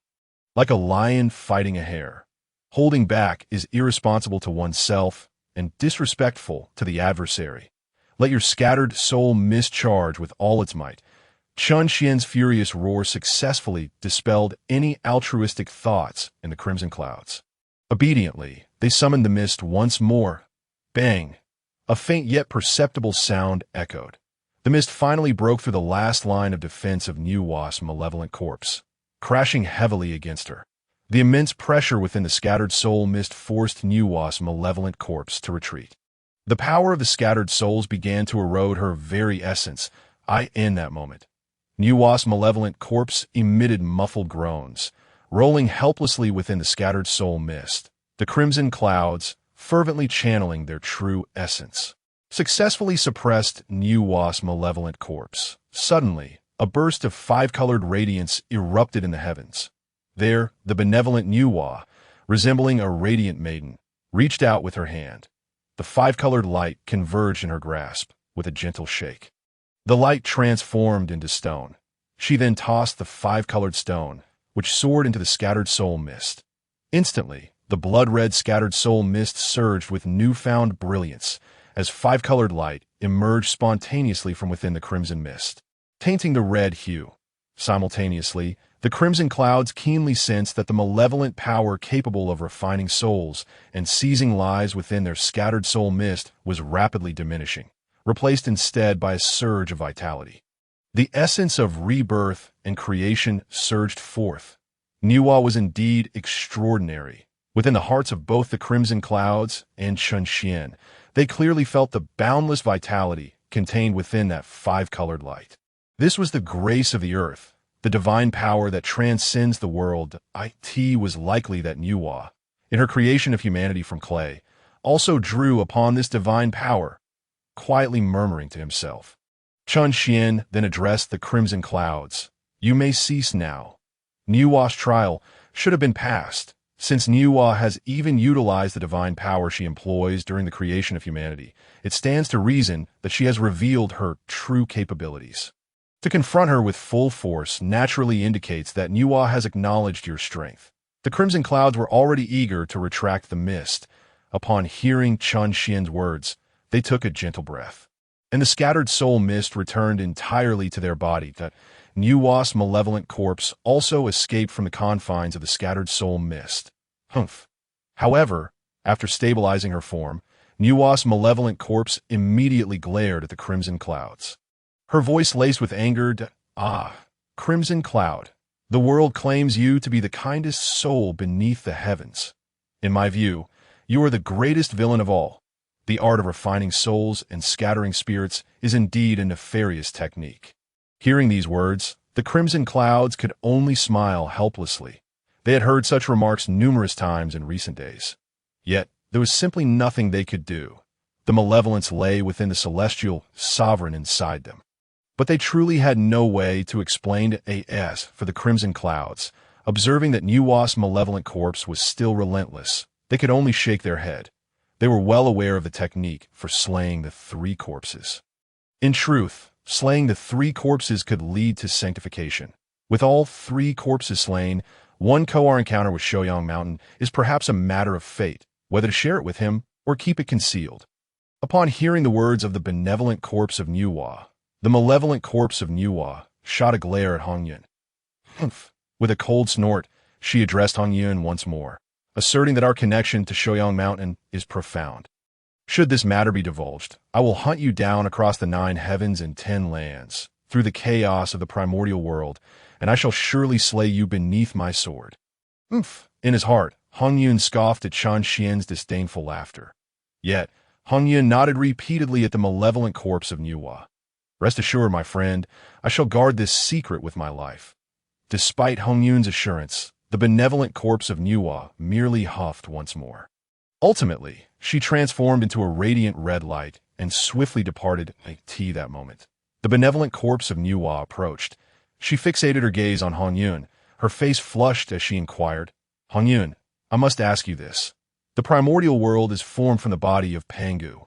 His eyes became the sun and moon. His blood turned into rivers, his body became the earth, and his pure essence became the heavens. The unyielding spine transformed into the pillars that uphold the sky, and the tainted blood became the torrents of the blood river. Do you know from whence Shoyang Mountain was derived from Pangu? How could Hongyun know? He was taken aback and hastily sought assistance from Chunxian within. Immortal Master? At that moment, Chunxian burst into hearty laughter.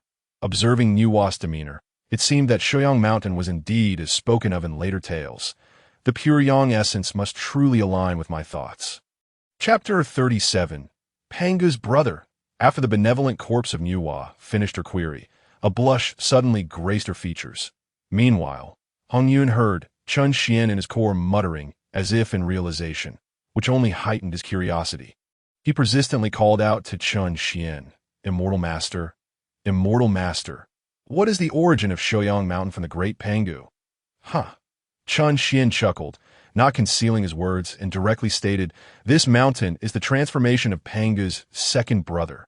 Indeed, Shouyang, the pinnacle of pure yang. The entire primordial world is fashioned from Pangu. Hence, from which part of Pangu does pure yang reside and converge?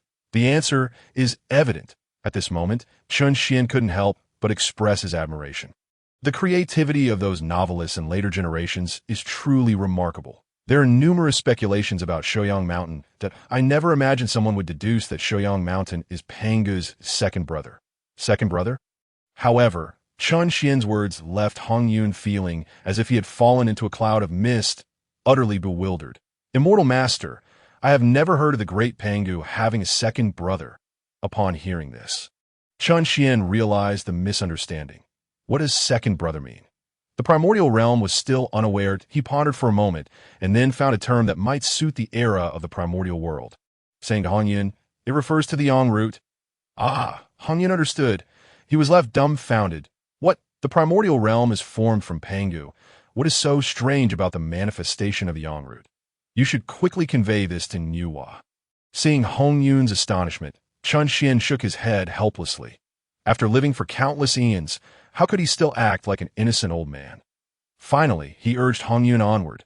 Regaining his composure, Hongyun smiled at Niuhua. Then, lowering his voice, he tentatively addressed the benevolent corpse of Niuhua. Shouyang Mountain is the transformation of Pangu's yang root. Imachum. The benevolent corpse of Niuhua's face flushed as she softly murmured. Observing her demeanor, Chun Xian couldn't help but chuckle. He was now certain that his thoughts were undoubtedly correct. No wonder this human race, upon its emergence, became the absolute protagonist of the primordial world. Logically, as humans align with the way of humanity, the heavenly way should aim to dominate by calculating their demise. Yet, no matter how they are schemed against, humans always find a glimmer of hope. If the birth of humanity carries such a hidden secret, then in this primordial world, there's truly no other species that can assume the role of the celestial protagonist. No wonder, even the postnatal human race possesses boundless potential. While chuckling inwardly, Chun Xian couldn't help but marvel. Simultaneously, the benevolent corpse of Niuhua, blushing, spoke to Hongyun. Now that you have grasped the essence of Shouyang Mountain, you must also understand the nature of the pure yang essence I sensed. My fate with this Shouyang Mountain, indeed, need not be concealed from you. Niuhua's words elicited a wry smile from Hongyun, for he was utterly unaware of what the pure yang essence entailed. He could only urge Chun Xian to inquire, Immortal Master, what is the pure yang? Yet, before he could finish, Chun Xian interjected, just listen to Niuhua.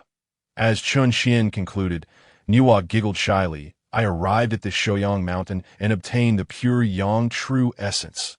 Thereafter, I felt a connection, harmonizing with the pure yang essence as yin and yang converged. Uniting heaven and earth, not long ago, I merged with the pure yang essence, severing the three corpses, and during the union of yin and yang, I experienced enlightenment and gained insights. Yin and yang converging, heaven and earth uniting. Hongyun felt as though he began to comprehend. However, at that moment, the benevolent corpse of Niuhua spoke these words, her face flushed, her eyes shimmering. This only left him more perplexed, but while he remained puzzled, Chun Xian understood. Hearing the response from the benevolent corpse of Niuhua, Chun Xian couldn't contain his laughter any longer. Indeed, this primordial realm is worthy of Niuhua, and it can only be Pangu. Yes, Niuhua's assertion of yin and yang converging. The union of heaven and man signifies a certain sense of male-female harmony.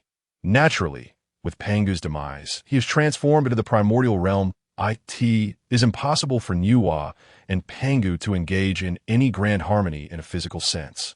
According to Niuhua, it must be her primordial spiritual energy that fused with the yang energy of Shouyang Mountain, becoming one.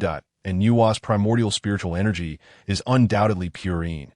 Otherwise, she would not have been revered as the mother of earth in later generations. Heaven is yang, and earth is yin. Thus, Niuhua would add, after the convergence of yin and yang, a phrase about the unity of heaven and earth. Regardless, while Nuwa and Pangu may not have had a physical harmony, in a certain sense, they have indeed merged and harmonized. After a considerable time, Chan Xian finally ceased his laughter. He gently cleared his throat and murmured softly. Those novelists in later generations, whenever they write about time travel to the primordial realm, love to claim Nuwa as their own, adding her to their harem. If they were to discover that Nuwa has long been claimed, I wonder what their thoughts would be regarding the plot arranged by later generations novelists to claim Nuwa. Chan Xian held no disdain that if there are those who enjoy it, the author shall write. If the author writes, there will be admirers. There is nothing wrong with that. Yet, at times, he would entertain mischievous thoughts. If Nuwa were truly capable of being moved by love, whom would this mother of earth become enamored with in the absence of a time traveler? Who could unite with this ancestor of the human race without inciting the aversion of all humanity? To his surprise, he had personally arrived at the answer, and the answer was indeed somewhat extraordinary, yet it also fell within the bounds of reason. After finishing his soft muttering, he turned to Hongyun, saying, "You should ask her whether her insights gained from the convergence of yin and yang with Shoyang Mountain are related to Pangu's creation of the world." Without hesitation, Hongyun immediately inquired of Nuwa, "Dare I ask, dear friend, are your later insights related to Pangu's creation of the world?" However, this time, the radiant and youthful, benevolent corpse of Nuwa did not respond to Hongyun's question. Suddenly, from Shoyang Mountain, divine light burst forth in aura, exuding both formidable authority and gentle warmth, emanated from the mountain. This imposing presence carried the majesty of a sovereign. In terms of sheer power, it rivaled that of Emperor Jun. Like a ruler, it inspired reverence. Yet, it was not tyrannical to the point of demanding submission from all beings. This aura merely stirred a yearning in the hearts of those who felt inclined to follow.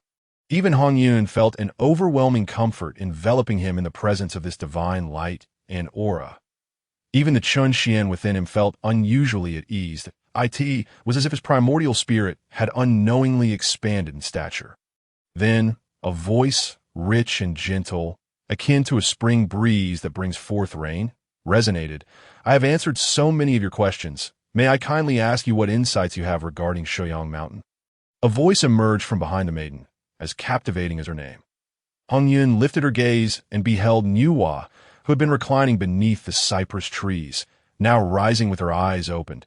She stepped gracefully upon the rainbow clouds with her jade-like bare feet. Approaching Hongyun slowly, the gentle breeze stirred her celestial garments, which billowed elegantly. A faint aura of divinity surrounded her, emanating an enchanting charm. As she approached, it felt as if the most exquisite scenery of the primordial world was drawing near. To behold her was to etch her image into one's memory for eternity. To turn away was to invoke an unquenchable longing within the heart. In that moment, even Hongyun, who was unacquainted with the matters of love and desire, felt a surge of emotion rising within. Meanwhile, Chan Xian experienced a tumult of thoughts. Although he possessed no physical form, he felt a rush of blood coursing through him, as if the one advancing towards him was a deerkin. He nearly succumbed to the urge to speak through Hongyun, desiring to control Hongyun's body and converse directly with the graceful Nuwa. Chapter 38. Chan Xian's Fortuity, a breathtaking figure amidst a splendid era. It was only when Nuwa drew nearer that Hongyun snapped out of his reverie. The young maiden, created as Nuwa's third incarnation, held a deep-seated obsession. "I have met the venerable ancestor Hongyun." Nuwa's spirit inclined slightly, bowing respectfully before Hongyun. She then gently inquired, "What I comprehended atop Shoyang Mountain is of great significance. It pertains to the heavenly secrets. If the venerable ancestor wishes to know, could you first share your insights from Shoyang Mountain?" Nuwa's tender words stirred Hongyun's heart, compelling him to lower his gaze, afraid that a mere glance would mar the beauty before him. At the same time, Hongyun silently questioned Chan Xian, "Celestial Lord, how should I respond?" Chan Xian, filled with excitement beyond his control, sensed that Nuwa's spirit was subtly invoking some profound principle. Under this influence, he felt an overwhelming desire to acknowledge his ancestral roots. The blood within him surged, and for a fleeting moment, Nuwa's visage morphed into that of his biological mother. The sensation of bloodline connection was astoundingly intense. Fortunately, Chen Xian was not an ordinary being. He had experienced such soul-stirring impacts countless times before. Without resorting to any means, he managed to endure it completely. Amidst Hongyun's repeated calls, Chen Xian ultimately subdued the tumultuous bloodline surging within his primordial spirit. After a moment of contemplation, he addressed Hongyun. "There is no need for you to answer. Simply inform her that if Nuwa wishes to emulate Pangu in the act of creation, you can offer her your assistance." This statement initially left Hongyun astounded. Nuwa intends to imitate Pangu and create the world. Upon hearing Hongyun's incredulous words, Chen Xian replied nonchalantly, "No need for further inquiry. Just convey it."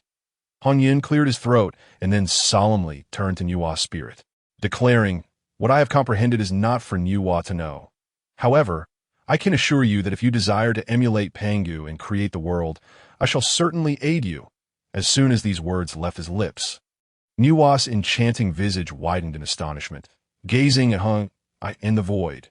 A mocking laughter echoed. "Hongyun, your words are quite audacious. You possess only the cultivation of severing two incarnations. How do you presume to assist us in creating the world?" Nuwa's spirit then exclaimed, "Venerable ancestor Hongyun, can you truly offer your aid? If so, your insights must align closely with mine." As she spoke, Nuwa's spirit bowed slightly once more in acknowledgement. "What I have comprehended is also an opportunity for sanctification. Should I succeed, I will undoubtedly achieve the status of a saint. Hence, the assistance of venerable ancestor Hongyun shall be reciprocated with profound gratitude." Listening to these words, Hongyun could only smile wryly at that moment. He found himself at a loss for words. Nuwa's realization was a chance for sanctification, while his own intention was to aid her in achieving that very goal. Yet, Hongyun had no understanding of such concepts. Up until now, he had merely harnessed Chen Xian's strength to attain the threshold of a quasi-saint. How could he possibly assist Nuwa? A wave of insecurity washed over him, especially as he felt the intense gaze of the two incarnations severed by Nuwa upon him. Their eyes gradually igniting with fervor. An overwhelming sense of guilt enveloped him. In that instant, Chen Xian, who had been poised to speak, felt a sudden clarity. However, it was also in that fleeting moment that he could no longer contain himself. He erupted inwardly, cursing, "Hongyun, could you be any more timid? This is not a matter of life and death. What are you so afraid of?" Indeed, at that moment, Chen Xian regained control over Hongyun's body. Hongyun recoiled, exclaiming, "If you're going to be this cowardly, perhaps you should just relinquish your body to me. Let me utilize you to achieve the status of saint, and then you can emerge once more." All right. Initially, Chen Xian had solely wished for Hongyun to attain the status of a saint, thus regaining his freedom, or to find a way to seize control over Hongyun's body. Yet by this point, he felt a deep frustration akin to that of a teacher disappointed in a student. He had devoted himself to guiding Hongyun, nurturing him with the care one would give to a child, as if he were teaching him step by step. Yet this fool had faltered before the examination even began. Chen Xian genuinely could not comprehend what there was to fear. Hongyun, aware of the storm of anger within Chen Xian, could only respond helplessly, "Celestial Lord, my cultivation is modest. What qualifications do I possess to advise Nuwa on the path to sanctification? I truly lack the face to confront her." Upon hearing Hongyun's words, Chen Xian felt entirely exasperated. With such a thin skin, it was no wonder he lacked the courage to even ask Xinyuanzi for a ginseng fruit. Do you not realize that having a thicker skin is also a means of survival? Shaking his head, Chen Xian sighed in resignation. "Just wait and watch closely as I demonstrate."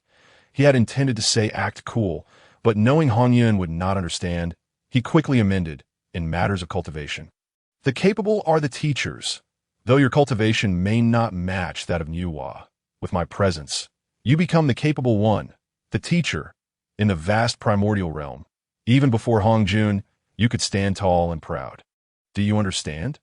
After imparting this wisdom to Hongyun, Chen Xian inwardly cursed. "Damn it, with me as your support, you don't even know how to leverage it. Even if a dog were to traverse this primordial realm, with me possessing it, I would surely fare better than you." Having vented his frustration, He then instructed Hongyun, "Now pay attention and learn well. You must understand how to present yourself before the beings of the primordial world. Your demeanor and mindset are intricately linked, since it is essential to alter Hongyun's mentality, making him less excessively kind and fearful." Chun Xian seized this opportunity to teach him what it means to be the protagonist endowed with a golden finger. After delivering a cold huff towards Hongyun, he finally raised his gaze towards Niuhua. However, upon doing so, Chun Xian was taken aback. He witnessed the expressions of both Niuhua's benevolent spirit and her obsession widen in disbelief as they regarded him. Even Niuhua's malevolent incarnation, which had retreated, transformed into light and now looked at Chun Xian with astonishment, sword in hand. Chun Xian initially froze, then felt his heart skip a beat. Could it be that Niuhua has sensed something amiss? Just as he pondered this, Niuhua's malevolent incarnation called out, "Hongyun, what precisely did you realize atop Shouyang Mountain? Why do I suddenly sense the same pure yang essence radiating from you that I felt when I was on Shouyang Mountain?" Niuhua's benevolent spirit echoed in astonishment. "Indeed, it is that pure yang essence. Although faint, it is unmistakably present. Venerable ancestor Hongyun, you can assist me in achieving the status of a saint." Finally, even Niuhua's obsession exclaimed in surprise. Pure yang essence? Naturally, Chun Xian was somewhat taken aback as well. However, he soon understood the situation. He was undeniably of the human race. In other words, within him flows the bloodline of Niuhua in contemporary times.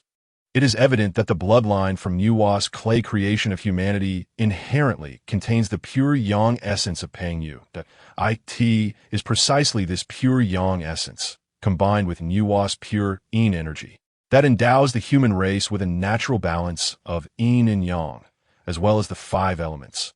Thus, they possess boundless potential. Furthermore, this pure yang essence, bestowed upon humanity through Niuhua's clay creation, is likely to become increasingly refined as humanity progresses in their cultivation. This pure yang vital energy constitutes the very foundation of human existence. It is their source. Consequently, even though Chun Xian currently exists in a primordial spirit state, he possesses it as well. However, he had previously concealed it within the red cloud of his primordial spirit, which is why Niuhua had not detected it. Now that he has taken control of the red cloud's form, it has naturally been discovered. Simultaneously, Chun Xian became aware of another point.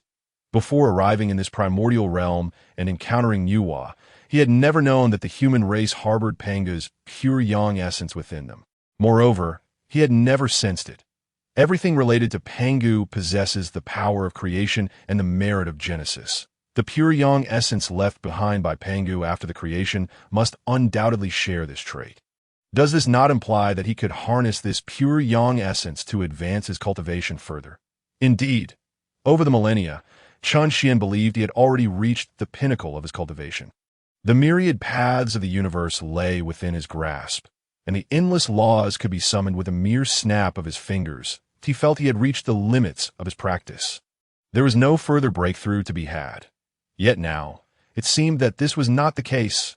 Could it be that this is the true reason for my inexplicable journey into the primordial realm? Chapter 39. Why not settle for a lesser option? The old Taoist of the red cloud. As Chun Xian pondered these thoughts, a sudden furious shout echoed through the air. Chun Xian regained his focus, only to see Niuhua's malevolent corpse furrowing her brow, coldly staring at him. "Speak quickly. Why do you possess Pangu's pure yang essence? What exactly did you comprehend on Shouyang Mountain?" The malevolent corpse of Niuhua exuded an air of arrogance, her demeanor aggressive and commanding. Looking at her, Chun Xian's expression turned slightly frosty. From the moment this malevolent corpse appeared, he had been displeased with her, without distinguishing right from wrong or inquiring into the reasons. She raised her weapon intending to harm, showing no mercy whatsoever. Although she was a malevolent corpse, inherently predisposed to such behavior, it did not mean that Chun Xian would simply endure her actions or yield to her. Seeing that Chun Xian was glaring at her without responding, her expression grew even colder. She opened her mouth again and shouted at him, "Are you deaf? I'm speaking to you," before she could finish her words. Chun Xian suddenly raised his hand. The scattered red mist transformed into a massive fist, striking fiercely toward the malevolent corpse of Nuwa. He held nothing back. After all, Nuwa had already severed 3 corpses and reached the pinnacle of quasi-saint. Although the malevolent corpse's strength was weak, given the current circumstances of the Red Cloud, it would be impossible for him to easily kill her. However, not being able to kill does not mean he cannot inflict harm. This move came as a complete surprise and was executed with remarkable speed. The 3 corpses of Nuwa had no time to react. With a resounding boom, the malevolent corpse's shout was abruptly cut off. The fist formed from the red mist landed squarely on her abdomen. The tremendous force instantly sent the malevolent corpse flying backward, hurtling far into the distance. Only after a considerable distance did the malevolent corpse finally react. The force of the scattered red mist surged violently into her body. In that instant, the malevolent corpse felt as if the world had plunged into darkness. Her spirit shattered. She barely managed to emit a muffled groan before her eyes rolled back. And she fell into a complete unconsciousness. It was not until she had flown nearly 100 miles that the fainted malevolent corpse finally crashed to the ground, falling into a deep slumber. Only then did the remaining 2 corpses of Nuwa and the Red Cloud react. The 2 corpses of Nuwa stared at Chun Xian in astonishment. The Red Cloud exclaimed, "Immortal Sovereign, how could you?" Silence. Before the Red Cloud could finish speaking, Chun Xian's internal voice cut in sharply. "Remember this. If someone displeases you, you must ensure they feel the same way. How can one possess such strength yet remain so timid? If it weren't for the fact that she is Nuwa's malevolent corpse, I would have already drained her of her essence." After delivering a stern reprimand to the Red Cloud, he turned his gaze to Nuwa's benevolent corpse and her lingering thoughts. With a slight smirk, he said, "Dear friends, that malevolent corpse was simply too noisy. I trust you have no objections to my silencing her for a while." In the eyes of Nuwa's benevolent corpse and her lingering thoughts, although the Red Cloud appeared to be smiling, an undeniable pressure emanated from him, overwhelmingly dominant. Under this pressure, while the Red Cloud's words were phrased as a question, they fell upon their ears merely as a formality. The 3 corpses were interconnected. Should anyone recklessly attack and intimidate the malevolent corpse, they would naturally not allow it. However, now that the Red Cloud asserted that he could assist Nuwa in attaining sainthood, this was a matter of great significance.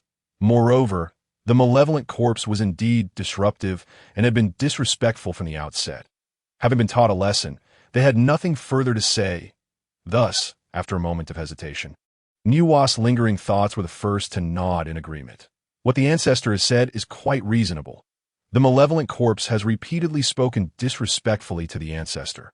I, as a representative, would like to offer my apologies. With a slight bow, Nuwa's lingering thoughts performed a graceful gesture of respect towards the ancestor. Meanwhile, the benevolent corpse, as vibrant as a youthful maiden, puffed up her cheeks and murmured, "Why have you suddenly become so fierce?" But I do agree that she's always making a racket, which is quite bothersome. Seeing the gentle demeanor and sincere apology of Nuwa's lingering thoughts, Chun Xian could not help but smile lightly. "Very well, the punishment has been administered. Let us now proceed to the main topic." Upon hearing this, Nuwa's lingering thoughts immediately glanced nervously at the Red Cloud. The benevolent corpse widened her watery eyes. Filled with expectation, Chun Xian, uninterested in prolonging the suspense, directly inquired, "Nuwa, you wish to emulate the great Pangu in creating the world to attain enlightenment, yet feel powerless, lacking the ability to create? Is that correct?" Nuwa's lingering thoughts nodded slightly. What the ancestor has said is entirely accurate. The Red Cloud smiled confidently. Creation is the means of the saints. Yet even though Nuwa has severed 3 corpses, she is still merely at the pinnacle of quasi-saint. How could she possibly possess the power of creation?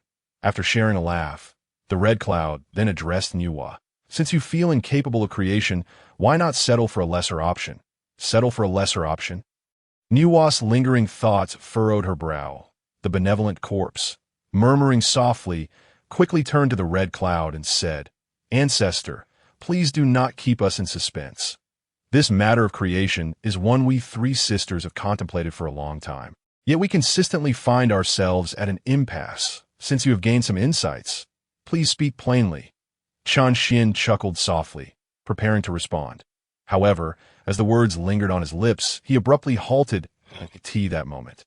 A tinge of apprehension surged within him. It was simple. He feared disrupting Nuwa's plans. According to the grand narrative of the primordial realm, there would come a day when Nuwa would realize that she needed to create humanity to fulfill the cosmic order of the primordial realm. In turn, she would gain merit and achieve sainthood through the primordial purple energy. If she were to comprehend that the process of shaping clay to create humanity was also a necessary experience for her to attain sainthood, would his direct indication of her need to create humanity not lead to unforeseen consequences? After all, in the realm of cultivation, the process of enlightenment is also a form of practice. In an instant, Chen Xian furrowed his brow in contemplation, remaining silent. Ancestor? Nuwa's voice sounded once more, devoid of urgency, but filled with concern. I it that what the ancestor has realized is too profound to divulge. If that is the case, then let it be. The opportunity for sainthood is predetermined. If the ancestor cannot speak of it, it is likely that the time has yet to arrive. These words, spoken by Nuwa's lingering thoughts, left Chen Xian quite taken aback. The tenacity of human thoughts is most resolute. Even with the strength of dragons and tigers, it is difficult to resist. Yet, witnessing Nuwa's lingering thoughts perceive the opportunity for sainthood as imminent. She displayed not a trace of obsession. Could it be that Nuwa does not actually harbor a desire for sainthood? Chen Xian found himself pondering this notion, feeling it utterly astonishing. Among the beings of the primordial realm, who does not yearn for sainthood? Who does not wish to become imperishable and endure through the ages? As the saying goes, beneath the sage, all are but ants. Without achieving sainthood, one is worth nothing. If Nuwa does not aspire to sainthood, then what does she truly desire? As Chen Xian found himself engulfed in astonishment and uncertainty, a sudden surge of purple mist swept across the horizon. In the blink of an eye, the entire sky had been transformed into a vast expanse of violet. Within this ethereal haze, an overwhelming aura, potent enough to overshadow the primordial chaos, surged forth as the purple mist approached with alarming swiftness.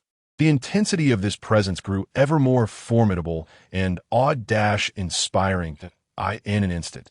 Even Chen Xian felt a twinge of discomfort. At the same moment, Nuwa, with her unwavering resolve, looked up with a mere glance. She spoke. The purple mist comes from the east, accompanied by a powerful aura. This is the essence of the leader of the three pure ones. Could it be that Taishang has attained enlightenment and has come to Shoyang Mountain in search of the opportunity to become a sage? The three pure ones, Taishang?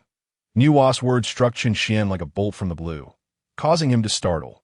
Suddenly, he recalled that after Nuwa created humanity from the earth of Shoyang Mountain, Taishang had chosen it as his sacred ground, establishing the teachings of humanity to attain sagehood. Goodness, could it be that as soon as Nuwa fashioned beings, Taishang was already contemplating the establishment of a teaching for sagehood? The timing is so tight. Cursing silently in his heart, Chen Xian resolved that he could no longer afford to hesitate. He must inform Nuwa of any potential repercussions. If that old man Taishang intervened, it could spell disaster. Chen Xian lifted his gaze towards the approaching purple mist, his brow furrowing slightly, as a sense of trepidation surged within him. Chapter 40. Taishang, a potential ally. Indeed, Chen Xian harbored a growing apprehension towards this foremost of the three pure ones. However, his concern was not for Taishang's combat prowess, but rather for his cunning. In the entirety of the primordial world, aside from Hongyun, who possessed the greatest aptitude for cultivation, unquestionably, it was Taishang, the pure essence of Pangu divided into three. And Taishang claimed the largest share, thus earning the title of the leader of the three pure ones. Purity signifies spirit.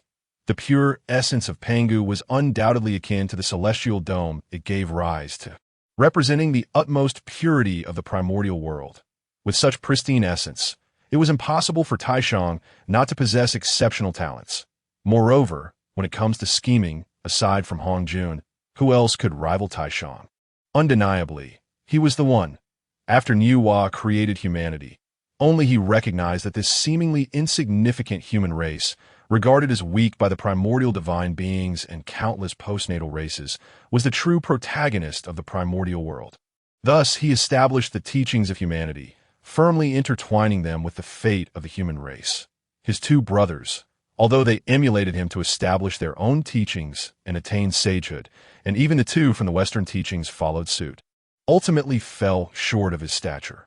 Consequently, during the calamity of the sealing of the gods, Hongyun dared not allow him to participate. In the end, the majority of the golden immortals of the ascended the list of sealed gods. While those of the suffered the loss of their top 3 flowers, the human emperor perished, leaving only the heavenly sovereign in his stead. The pace of dynastic change accelerated significantly. Yet, the teachings of humanity remained entirely unaffected, even giving rise to the Taoist teachings, becoming the national religion of humans. Not only was their fortune stable, but the fate of humanity seemed to subtly surpass that of the human race itself. In the later years, in an effort to suppress the teachings of humanity, Hongyun and the two from the Western teachings were compelled to devise the plan of transmitting Buddhist teachings eastward, thereby dividing the fortune of humanity. Even in the age of the end of laws, as spiritual energy dissipated, the fate of humanity remained impressive, based on Chun Xian's experiences during the end of laws. The teachings of humanity continued to be revered. Moreover, during the years he lived, the teachings of humanity gradually strengthened their influence among mortals. Just considering Taishang's attainment of sagehood through the teachings of humanity was enough to instill apprehension in Chun Xian. It was more than sufficient to make him worry that if Taishang became involved in Niuhua's creation of humanity, he might leave behind insidious schemes in the shadows. No, a plan must be devised to prevent Taishang from intervening. In that moment, Chun Xian's mind raced with thoughts. Meanwhile, within Chun Xian's body, Hongyun was taken aback. Immortal Lord, you cannot be considering plotting against Taishang. That is unthinkable. He is a legitimate descendant of Pangu, the foremost of the 3 pure ones. If we insult him, we shall. Silence, Chun Xian barked. However, as soon as the words left his mouth, a wave of dizziness surged through his mind. It was clear that Hongyun sought to regain control of their body. Chun Xian's heart sank. If Hongyun reclaimed control, given his current demeanor, it would undoubtedly lead to disaster. Without a moment to spare, Chun Xian urgently communicated in his mind. Hongyun, you must listen to me on this matter. Otherwise, all our plans will come to naught. I swear I shall not insult Taishang. Surely that is sufficient. As soon as the words fell, the dizziness in Chun Xian's mind dissipated instantly. Hongyun's voice resonated within Chun Xian's thoughts. Immortal Lord, it is settled then. Settled. Chun Xian gritted his teeth, coldly snorting in his mind. After that, he silently cursed. You think you could just be virtuous, huh? Just wait. I will see how long that benevolence can last. As Chun Xian's internal cold snort echoed, the purple mist had already reached Shouyang Mountain. Taishang within the purple mist seemed to have noticed Niuhua and Hongyun. Immediately, the mist coalesced, transforming into Taishang himself. Riding the wind and commanding the clouds, he descended upon Shouyang Mountain. Niuhua, Hongyun, it has been a long time. Upon landing, Taishang proactively bowed to Niuhua and Hongyun. Niuhua hurriedly returned the gesture, fellow Taoist. It has indeed been a while. Chun Xian also reciprocated the greeting. Greetings, fellow Taoist. At this moment, observing Niuhua and Hongyun, Taishang's heart was filled with astonishment. He had come to Shouyang Mountain upon hearing the call of Hongyun, sensing an opportunity for sagehood. Now, with Niuhua and Hongyun present, could it be that they too had received Hongjun's message and had come to Shouyang Mountain in search of the chance to attain sagehood? Yet, amidst his astonishment, a flicker of disappointment surged within Taishang. He had thought that Hongjun's guidance was a special favor directed solely at him. But now it seemed that in Hongjun's eyes, he was not the most exceptional one. Stealing a glance at Niuhua and Hongyun, Taishang's sense of disappointment deepened. Niuhua was understandable. After all, she had received the Taoist platform and the primordial purple energy, holding a master-disciple relationship with Hongjun. But what of Hongyun? In that moment, he could not fathom it. although Hongjun had bestowed the last trace of primordial purple energy upon Hongyun, seemingly in admiration of him.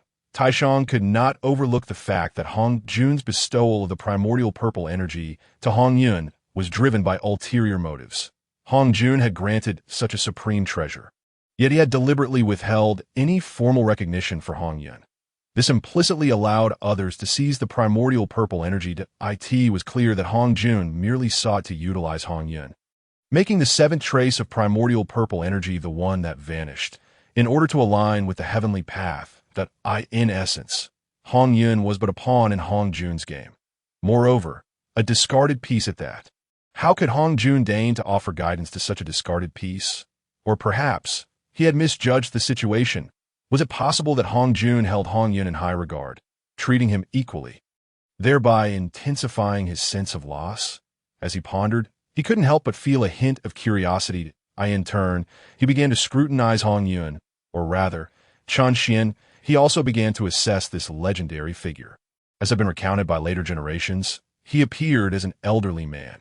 Due to his profound cultivation, even in ordinary attire, he exuded an aura of celestial elegance, an unfathomable presence. Most importantly, Chen Xian seemed inscrutable to him. Taishang merely stood there, motionless, yet it felt as though he had merged with the very fabric of the cosmos. The entire universe seemed to be infused with his essence, while simultaneously appearing devoid of him. He stood right before Chen Xian, yet Chen Xian felt as if they were separated by vast distances, gazing at each other across a chasm. Peak of quasi-sainthood. Indeed, he was but a step away from entering the realm of saints. In an instant, Chen Xian experienced a moment of enlightenment. Yes, he understood now. The reason Taishang emanated such an aura was that he had reached the pinnacle of quasi-sainthood, and it seemed he had already placed one foot within the realm of saints. Only thus could Chen Xian perceive Taishang as both omnipresent and absent, just like the Dao, easily visible yet perpetually elusive. He had yet to accumulate merit and establish the teachings of humanity, yet had already brushed against the threshold of sainthood. Even Chen Xian, upon realizing this, was taken aback. Truly, he was the authentic lineage of Pangu, the essence of the utmost purity that in this primordial world, he was undoubtedly the strongest. In the next breath, Chen Xian's eyes suddenly widened. At that moment, an exceedingly absurd and audacious thought surged within him, startling even himself. Though Taishang's cunning was profound, it remained a fact that he was a mentor to the human race. Why should I be so wary of him? A person endowed with such remarkable talent could prove to be a tremendous ally. Moreover, should Taishang manage to transcend the heavenly Dao and attain sanctity, he might surpass Hongjun in strength. No, wait, he is the true progeny of Pangu, the one most intimately connected to Pangu in this primordial realm, as long as he does not become a puppet of the heavenly Dao. He is bound to be stronger than Hongjun. The more he pondered, the brighter and more excited Chen Xian's gaze became as he looked at Taishang. Furthermore, as a true descendant of Pangu, he must certainly hold Pangu in high regard. If he were to learn that Hongjun intended to suppress the myriad paths painstakingly acquired by Pangu with the heavenly Dao, declaring himself supreme, it could lead to an even grander spectacle. By heavens, this could truly come to fruition. Would that not mean gaining a peerless enforcer? Chapter 41. Half true, half false. Friend Hongyun.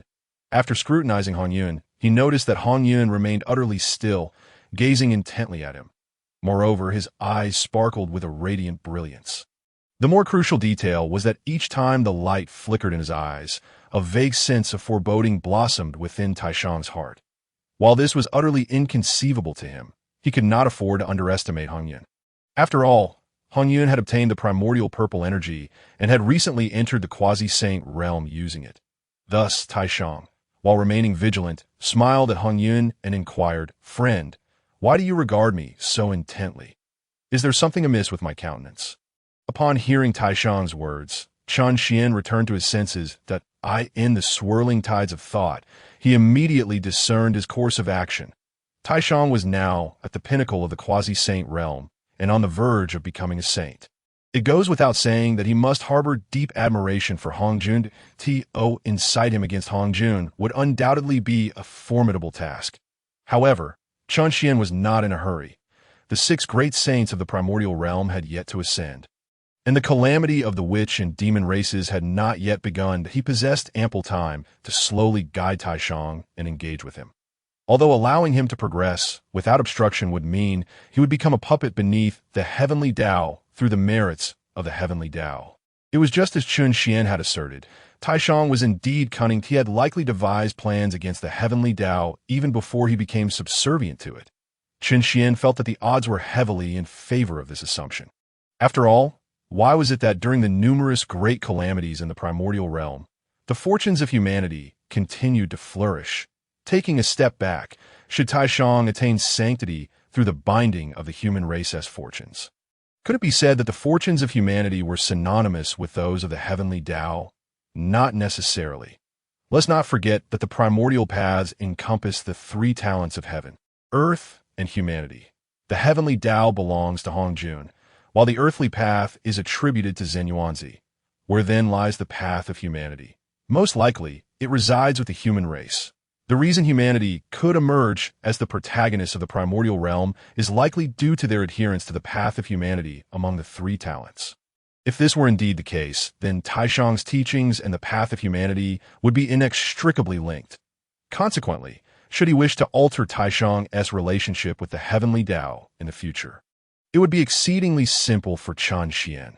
Should Taishang ultimately find himself completely subservient to the heavenly Dao and become its puppet, once Hongyun attains sanctity and Chen Xian regains his physical form, he would have 100 methods to liberate Taishang from the heavenly Dao.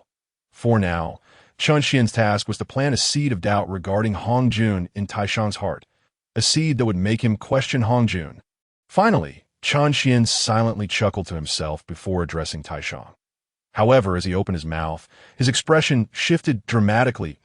In the blink of an eye, only worry remained on Chen Xian's face. I must not deceive you.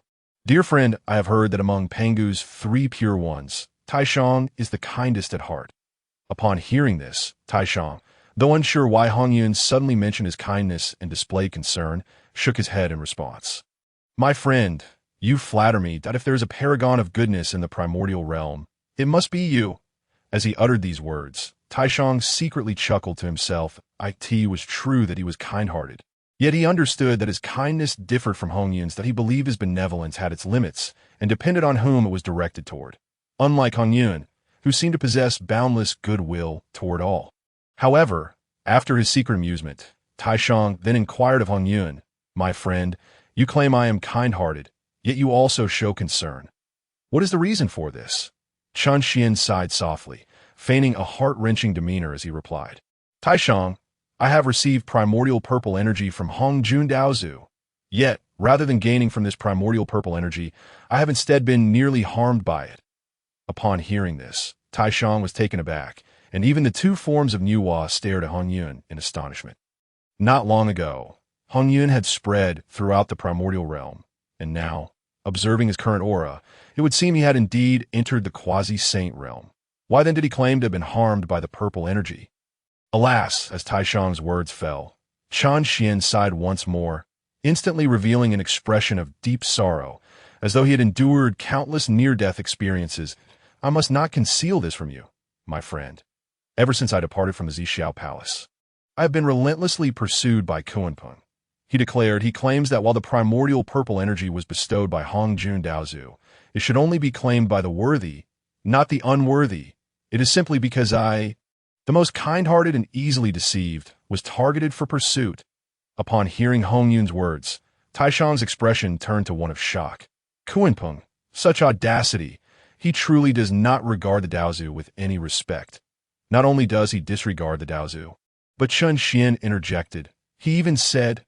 However, as he spoke midway, Chen Xian abruptly fell silent. The look of astonishment crossed his face, as though he had just realized he had misspoken, and immediately closed his mouth.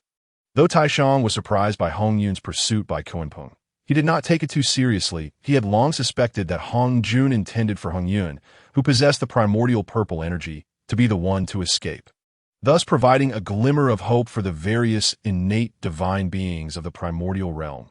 The heavenly Dao was inherently flawed, and only the capable could strive for it. However, Hongyun's words carried deeper implications. Given Hongyun's expression, Taishang could surmise that Kunpeng must have uttered some exceedingly contemptuous remarks. Most likely, they were insults directed at Hongjun Daozu, who had imparted the methods to attain sanctity and now guided the path to sanctity. How could Taishang tolerate such indignities toward Hongjun? Observing that Hongyun appeared ready to speak yet hesitated, Taishang hurriedly asked, "My friend, what else did Kunpeng say?" Chan Xian shook his head. "It is not to be spoken of." "Not to be spoken of. My friend, if it is not burdensome, I wish to know what kind of blasphemous words Kunpeng has uttered." Witnessing Taishang's growing impatience, his face flushed. Chen Xian smiled. Yet simultaneously, he could not suppress a faint sigh within. This Taishang was indeed profoundly devoted to Hongjun. Just a slight hint regarding Kunpeng's disrespect had already stirred such urgency in Taishang. Had he truly acted recklessly and directly provoked Taishang's relationship with Hongjun, he would likely have confronted Taishang's wrath in an instant. Though Taishang was not solely focused on paths of slaughter, his treasures were undeniably formidable. At this moment, Taishang's expression also indicated to Hongyun that the timing was ripe. Thus, he let out a heavy sigh. "Very well. The Daozu has transmitted the great Dao, and thus should be regarded as my master. If my master is insulted, yet I lack the power to restore his honor. Perhaps this is a matter for you, dear friend." After grinding his teeth and murmuring in an anguished manner, Chan Xian finally addressed Taishang. Kunpeng stated that Hongjun Daozu is, in truth, just like him, harboring a heart for slaughter, preying upon the kind and fearing the wicked. Therefore, the 7 strands of primordial purple energy should rightfully be contended for by all beings in the primordial realm. The Daozu's transmission of primordial purple energy serves to encourage all beings to strive for it. Hongjun Daozu is nothing but a hypocrite. What kind of lies are the most persuasive? Naturally, those that are half true and half false. Since Hongyun was pursued by Kunpeng, Taishang must have some inkling of the truth. These words, laden with truth, are enough to pry open the gates of Taishang's heart. However, what Kunpeng had said remains known only to heaven, earth, Hongyun, and Kunpeng himself. Yet Kunpeng is now dead, with no witnesses to contest his words. Whatever Chan Xian claims Kunpeng said, that shall be the truth he spoke. He was not afraid of Taishang's suspicions. However, merely provoking Taishang's emotions was sufficient. In fact, Chan Xian had been quite successful. His half-truths had indeed incensed Taishang. Yes, as soon as Hongyun finished speaking, Taishang let out a thunderous roar. What audacity for a Kunpeng to utter such reckless words. He deserves to be punished. Observing Taishang's fury, Chan Xian felt a surge of delight within. Simultaneously, he addressed Taishang again, saying, "Fellow Daoist, Kunpeng further claims that if Daozu were not hypocritical and did not intentionally incite conflict, then why wouldn't he use his sage power to assist you in refining the 7 paths of Hongming's purple energy? Daozu clearly sought to manipulate the primordial world like a game, stirring up chaos and watching as its inhabitants engage in slaughter." Chapter 42. I have enlightened. As Chen Xian spoke these words, Taishang's anger seemed impossible to contain. He bellowed fiercely, causing the entire primordial realm to tremble with the sound of thunder. He was on the verge of entering the realm of saints. Such actions naturally stirred up tempestuous change. As for Chen Xian, witnessing Taishang's increased rage, he secretly reveled in his triumph and decided to intensify his rhetoric. He continued, Kunpeng also stated, if Daozu truly possessed the power of a sage and was sincere in imparting the Dao, why wouldn't he descend into the primordial realm and teach the myriad beings? He meticulously selected 3,000 disciples, the strongest in the primordial realm, solely to create a hierarchy among beings, ensuring that the strong remained strong and the weak remained weak. In this way, the conflicts in the primordial realm would become truly spectacular. Finally, as Chan Xian reached this point, Taishang could no longer endure the words. Gritting his teeth, he shouted at Chen Xian, "Silence! Hongyun, this villain Kunpeng is indeed detestable. The teachings of Daozu are among the greatest benevolences in the primordial realm. How could this Kunpeng, with the heart of a petty person, judge the intentions of a gentleman? This wretched creature revels in slaughter and strife, assuming that all beings in the primordial realm are like him. Should I catch him, I will surely tear him to shreds. At this moment, Chen Xian could clearly see that Taishang was genuinely enraged. The very terms wretched creature and tear him to shreds had escaped his lips, revealing the extent of his fury. Unable to restrain himself, Chen Xian chuckled inwardly. Immortal sovereign, immortal sovereign. At that moment, Hongyun's voice resonated within Chen Xian's mind. How can you utter such lies to deceive fellow Taoist Taishang? Kunpeng is already dead. This accusation against him is truly pitiful. Hearing this, Chen Xian rolled his eyes. Pitiful? Did you feel pity when he sought to kill you? Furthermore, I deceived Taishang merely to awaken his vigilance. Do you think only Kunpeng seeks to rob you, with no one else intending to rob Taishang? However, as Taishang's fury surged, Hongyun, while inwardly lamenting, exchanged glances with the silent Enhua and Jinyan, whose expressions shifted dramatically to eye in their eyes. A glimmer of enlightenment flickered, as if they had grasped some profound truth. Hongyun. After a short while, Taishang's anger seemed to diminish slightly. He turned to Hongyun and solemnly inquired, Does Kunpeng have anything else to say? Without hesitation, Chen Xian nodded emphatically. Indeed, he does. Since Taishang was eager to listen, Chen Xian was more than willing to elaborate. This entire discourse aimed to sow seeds of doubt regarding Hongjun in Taishang's heart. What is most capable of corrupting the human heart? The answer is rumors. Indeed, Chen Xian had traversed countless worlds and witnessed numerous sects, factions, and masters fall due to rumors that in the primordial realm. All sacred beings possess emotions, desires, thoughts, and intentions. The most insidious power of rumors is their ability to take root and flourish silently within the soil of one's thoughts. That is no exaggeration to say that, in certain respects. Rumors are the most venomous words of curse, capable of ensnaring even the most divine and sage beings if they are not cautious. Thus, Chen Xian immediately continued. Kunpeng further stated that since Daozu proclaimed, below the sages, all are but ants, it implies that Hongjun Daozu regards all beings as mere ants. Only the strife of ants can bring joy to Hongjun. The more fiercely we contend, the more pleased Daozu Hongjun will be. A loud crack echoed through the air. Even Taishang could no longer contain himself, clenching his fists, his murderous intent surging. Witnessing this scene, Chen Xian could not help but stifle a laugh, given how furious and hateful Taishang was due to his words. Those sentiments would undoubtedly echo in Taishang's mind from that day forth. As long as he could not find Kunpeng, he would inevitably seek to find him to vent his ire on behalf of Hongjun. Naturally, whenever Kunpeng was mentioned, the words spoken through Kunpeng's mouth would resurface. And the more frequently these thoughts occurred, the more they would capture Taishang's attention. He would undoubtedly be compelled to ponder the truth of Kunpeng's claims. Was Hongjun truly scheming against all beings? Once doubt took root, it would inevitably sprout again and again. However, Chen Xian felt this was still insufficient. Taishang currently exhibited only rage and hatred. It was entirely possible he held a blind reverence for Hongjun. Such blind admiration could easily lead one to lose their rationality. Once rationality was lost, distinguishing right from wrong became nearly impossible. Therefore, Chen Xian needed to administer a potent stimulus to Taishang, ensuring that the seed of doubt firmly took root in his heart. The assertions he previously made through Kunpeng lacked any concrete evidence. To truly plant this seed of doubt, he required a notable anomaly regarding Hongjun that Taishang had witnessed. Momentarily, Chen Xian gazed intently at the enraged Taishang, deep in thought. Yet at that moment, Taishang suddenly turned to Chen Xian and bellowed, Hongyun, do you believe Kunpeng's words? Without a moment's hesitation. Chen Xian shook his head vigorously. Hongjun Daozu is of unparalleled righteousness, imparting the Dao within the primordial realm. He is both my teacher and someone we all revere. How could I possibly believe Kunpeng's claims? Taishang nodded emphatically at Chen Xian's words. Indeed, Hongjun Daozu is a saint of the heavenly way.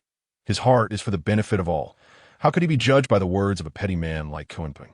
Seeing Taishang's resolute demeanor and unwavering conviction, Chen Xian smiled outwardly, while inwardly he mused. Taishang's faith in Hongjun is indeed extraordinary. I must swiftly locate that pivotal needle of the sea. Hongyun, think quickly. Is there any aspect of Hongjun that you have observed that seems suspicious? As soon as Chun Xian voiced this, Hongyun sighed in response. Immortal Sovereign, your words are misguided. Hongjun Daozu is certainly not an ill-intentioned person. I cannot conceive of anything about him that is suspect.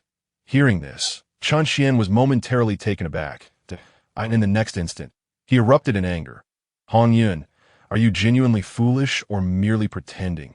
On the very first day of my arrival in your form, I revealed to you the events that would soon unfold and the great tribulations the primordial realm would face. And now you dare to tell me that Hongjun is still a benevolent being? If I had not come, how would you have perished? You do not recall, do you? After your physical body perished, how was your primordial spirit annihilated? You do not remember that either, do you? Think carefully. If Hongjun were truly benevolent, would he allow the very beings he bestowed with purple energy to meet such gruesome fates?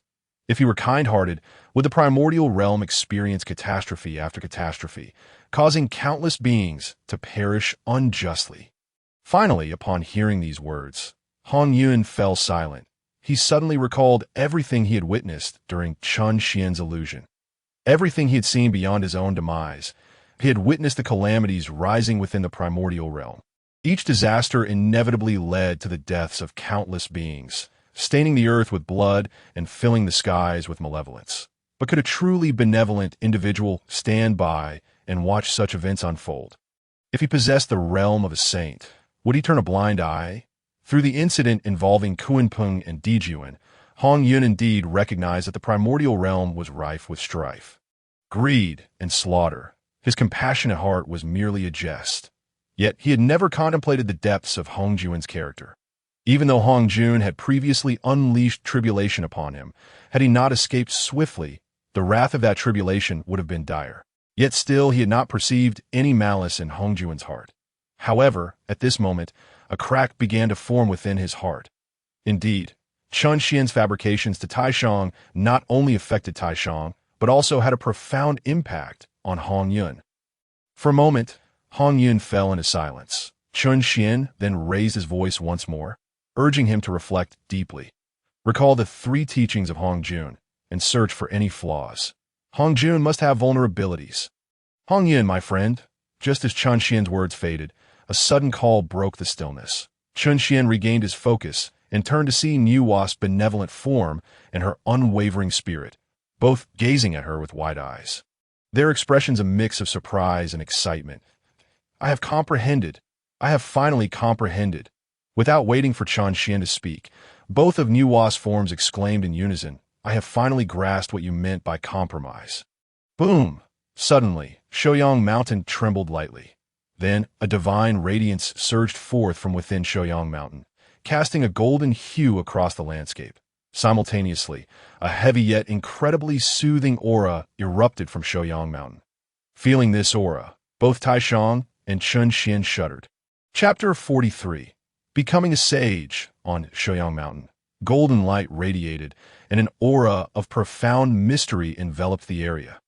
Both Chun Xian and Taishang trembled, their faces reflecting astonishment, before they could comprehend the situation.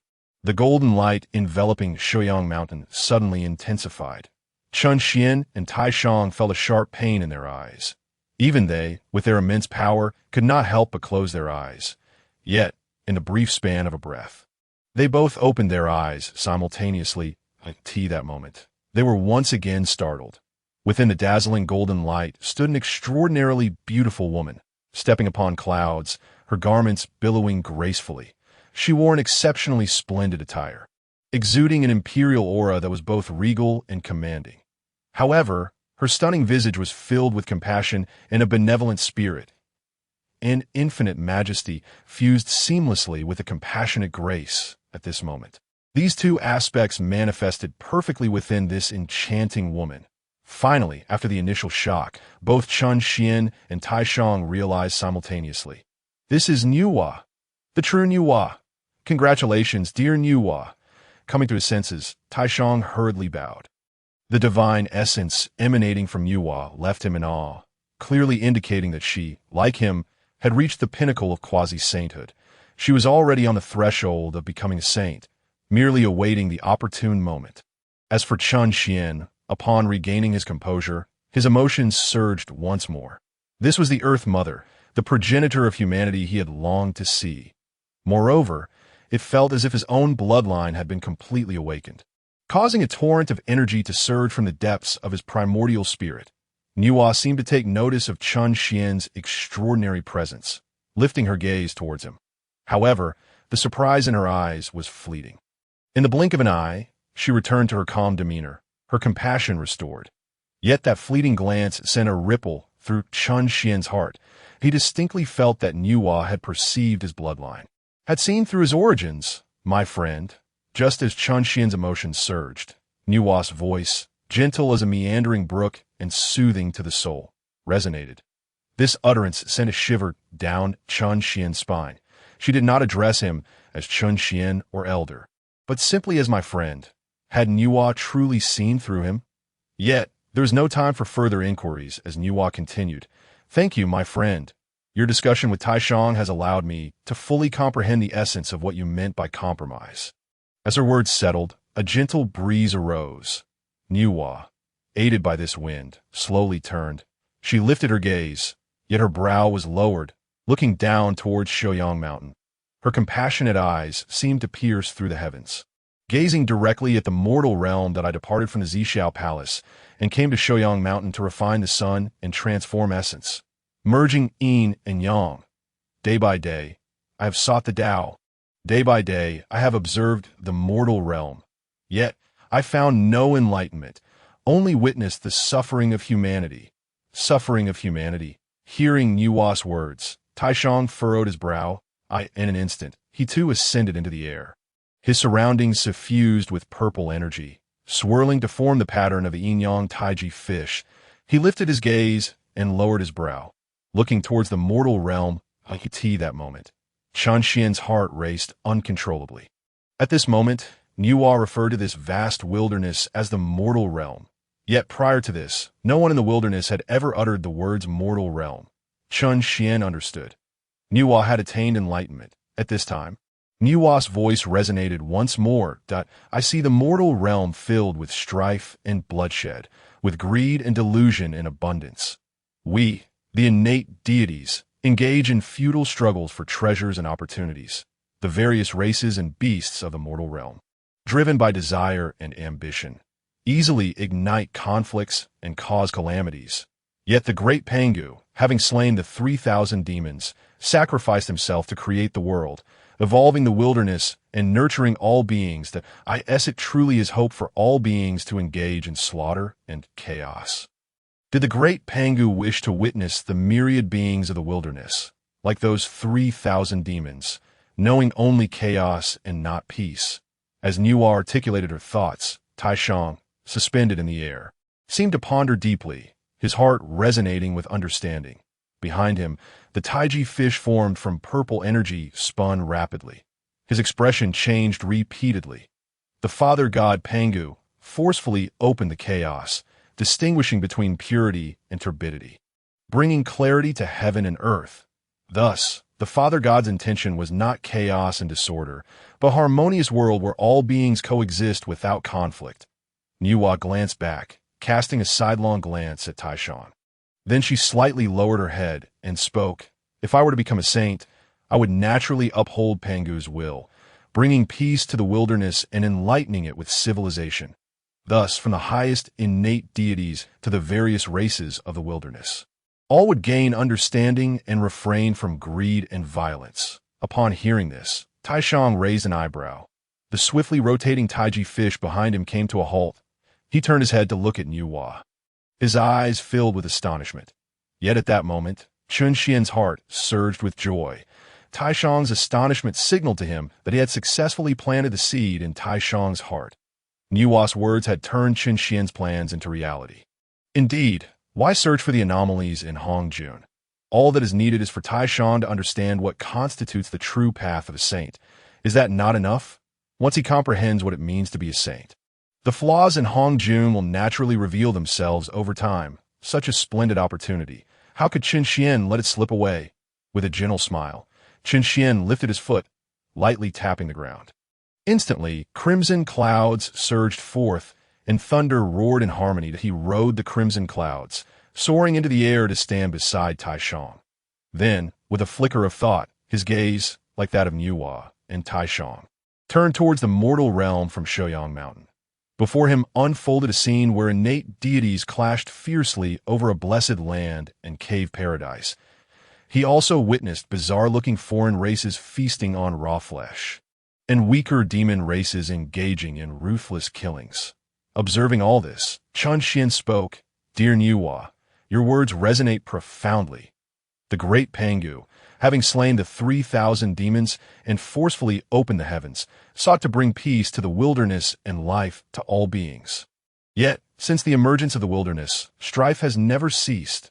The dragon, phoenix, and scale races once vied for supremacy, plunging the wilderness into a tempest of malevolence. Now, with innate deities rising, the myriad races stand in opposition. And bloodshed is rampant. This is also a calamity. If I were to become a saint, I would never allow the heavens and earth to fall into calamity, nor would I permit the suffering of all beings." Discussing the Tao, Qin Xian had engaged in discussions countless times before. Whether through sophistry or earnest debate, he could maneuver with ease. Now, he sought to leverage Niuhua's enlightenment and the momentum of her ascendance to deceive Taishang. For him, this was a task as simple as can be.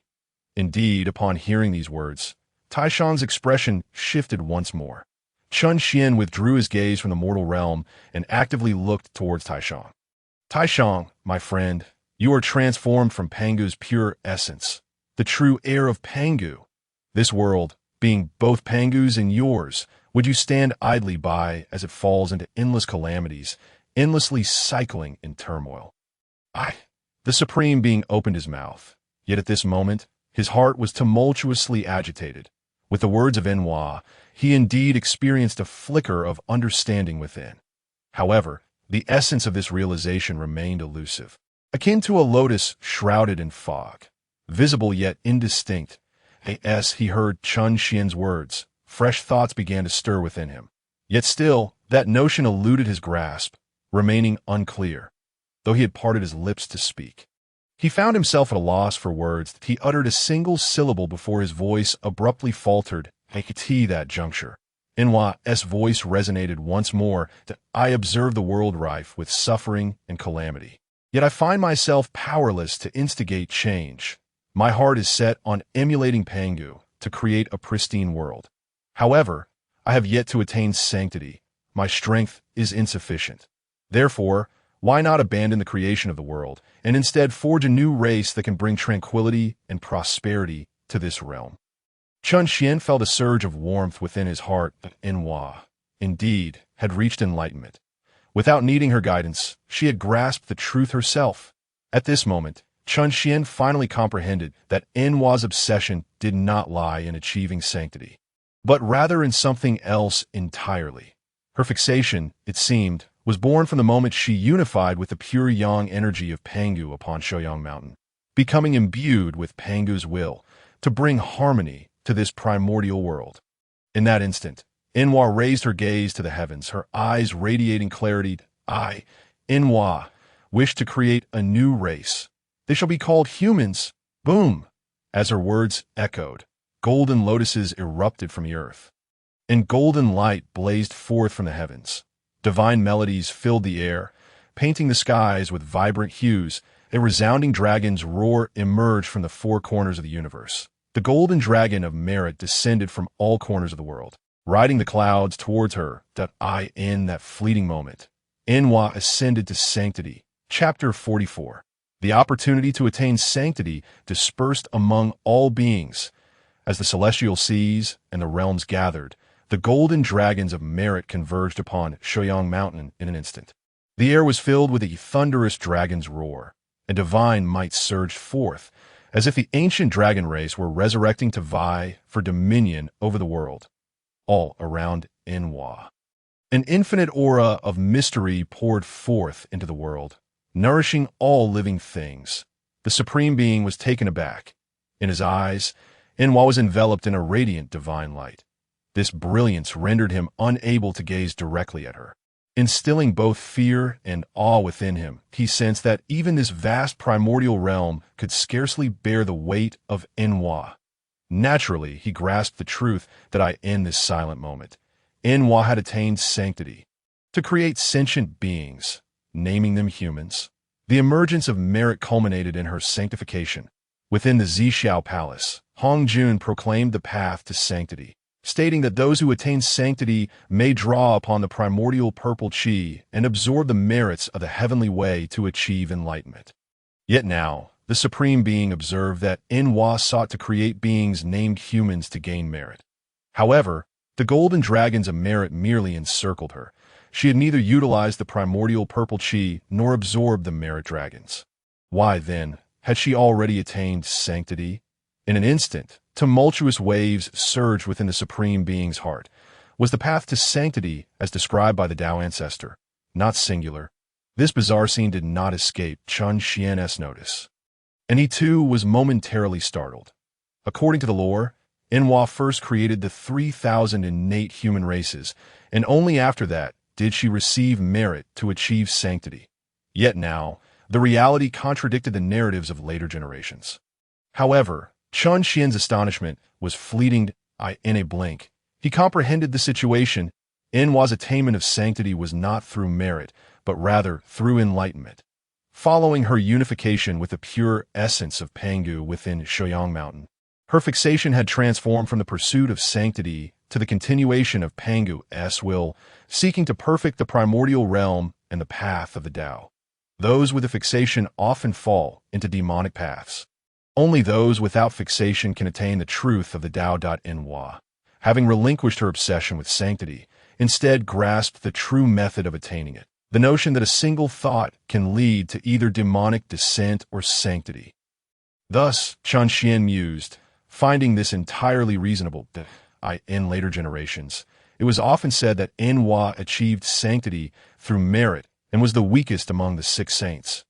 Yet she was, in fact, the first among them to attain sanctity, creating the protagonists ordained by the heavens, bearing the identity of the mother of the earth's protagonists, and being the first to realize the true path to sanctity.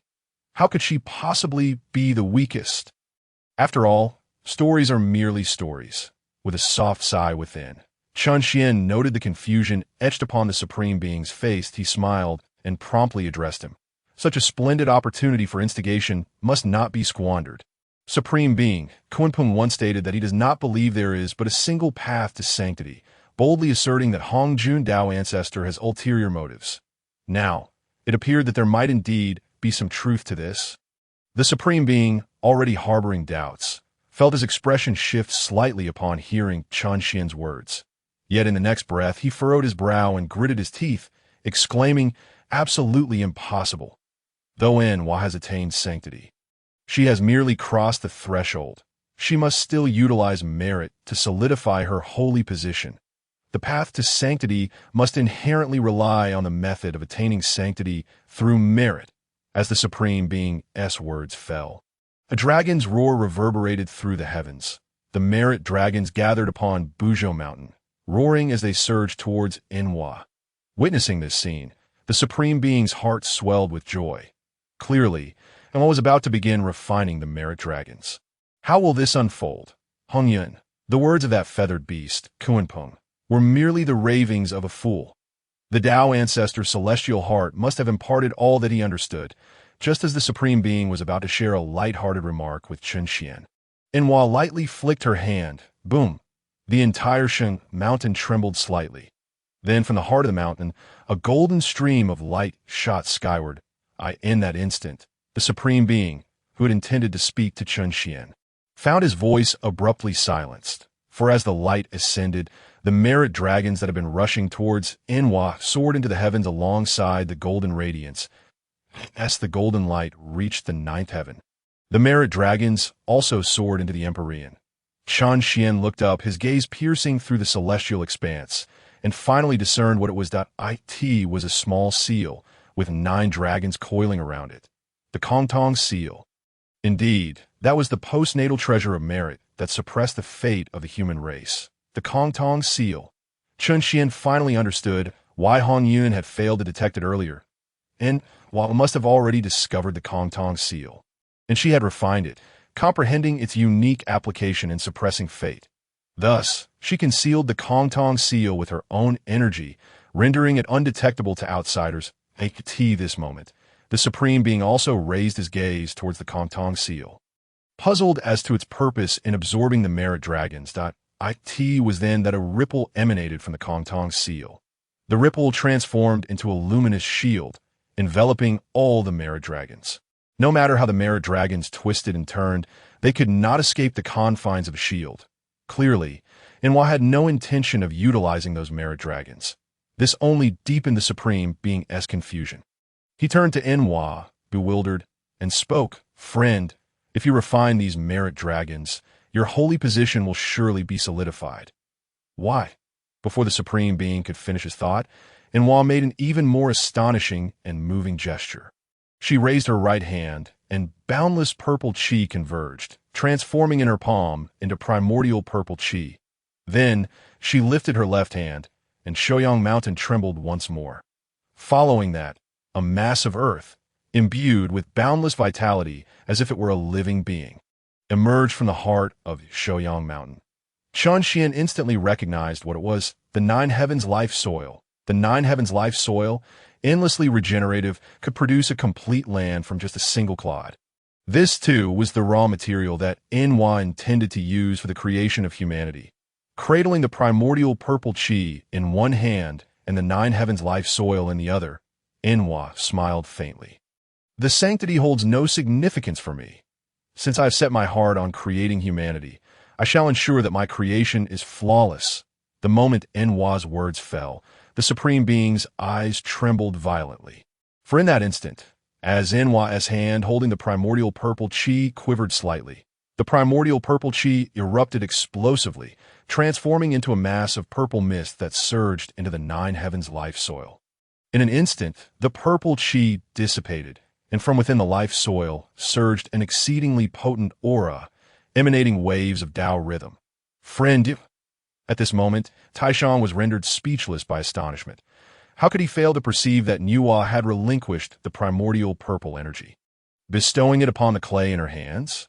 Even though she had already attained sainthood, the primordial purple energy still constituted a priceless treasure. He could hardly fathom that Enhwa would so readily give it away. Likewise, Chun Xian was equally taken aback. At that moment, Enhwa's voice echoed again. "Even the mighty Pangu, who created the world and birthed myriad beings, has witnessed the rampant greed that leads to slaughter. If my creations are left unchecked, how can they attain perfection? Henceforth my subjects, whether they perform acts of kindness, fulfill their destinies, or benefit humanity, shall accrue merit, and thus refine their virtues. Even without cultivation, they may seize the opportunity to attain sainthood." After speaking, Enhwa elegantly extended her hand, conjuring a mass from the essence of the Nine Heavens soil, which settled into her palm. She then turned to glance at Taishang and Hongyun, offering a gentle smile, those of innate divinity and those of later generations. All the myriad races in the world undergo millennia of cultivation, often facing tribulations to achieve the innate Tao body, such as ours. Dear friends, I wish to bestow upon you the form of my race. How do you find it? Yet at this moment, neither Taishang nor Chun Xian could respond to Enhwa's words, for they were both ensnared in a state of shock. Indeed, even Chun Xian felt an overwhelming sense of astonishment and agitation. Chapter 45. The True Purpose of the Ancestor Witch's Flesh and Blood. The 3,000 innate human tribes created by Enhwa perished during the Witch-Demon War. The later generations, born from their bloodlines, were inherently frail. They possessed the innate Tao body, yet lacked any real power. However, despite this, the later beings required no cultivation. They merely needed to comprehend the heavenly principles and perform good deeds, whether aiding others or themselves. They could spontaneously generate divine abilities and powers. It is no exaggeration to say that such treatment would be envied even by the innate saints. The innate saints must cultivate and accumulate their strength step by step, while the feeble later tribes do not require such efforts. and no matter how one looks at it. This defies the heavenly principles. Chen Xian had initially believed that the human race's peculiarities were due to their alignment with the human path, allowing for such deviations from the heavenly way. Yet now it seemed otherwise, that Nuwa's granting of the primordial purple energy, along with her sealing of the merit dragon with the Kong Tong seal, likely played a pivotal role. At this moment, even Chen Xian began to feel a profound admiration for Nuwa. After achieving the ultimate realm, he had traversed countless worlds, and those who were as selfless as Nuwa were few and far between. He questioned whether he could ever emulate such purity. This is what true sainthood looks like. Taishang was equally bewildered. He could not comprehend how Nuwa could bear to bestow all these opportunities for sainthood. Why would she so readily discard the merits that would solidify her saintly status? However, there was one person who was not as astonished, none other than Hongyun, who was currently hidden within his own body. Observing everything Nuwa accomplished, he could only exclaim, "Nuwa, you ought to be a model for our path." This exclamation snapped Chen Xian back to reality. He immediately turned to Hongyun with a smile. "You see, Nuwa is the true saint, while you're merely a saintly figure. Sometimes, one might even add a more disparaging term." This left Hongyun utterly perplexed at a saintly figure, a derogatory term. What is the distinction between being saintly and being a saint? Moreover, why did the immortal Lord's words carry such disdain? Chen Xian could not be bothered to further engage with Hongyun, and instead turned his attention back to Taishang, seeing the astonishment etched on his face. Chen Xian couldn't help but smile inwardly. Clearly, he wouldn't let such a splendid opportunity slip away. He promptly bowed in deference to Nuwa, who was already beginning to mold clay into a figure. "I have traveled through the vast wilderness and witnessed beings offering flesh and blood as sacrifices to the divine, which has led me to profound realizations. I perceive that the heavens are indifferent, treating all things as mere fodder, that if saints are unfeeling, they too would treat living beings as mere fodder. Nuwa, this act should rightfully be deemed as a saintly heart saving the world, truly befitting a saint." Upon hearing this, Nuwa smiled gently at Hongyun, while Taishang trembled violently, his mind seemingly struck by countless thunderous revelations, shaking his very essence and thoughts. The heavens are indifferent, treating all living things as fodder. Saints are unyielding, treating the divine as fodder. These words, although he heard them for the first time, resonated as if they had long echoed within his heart.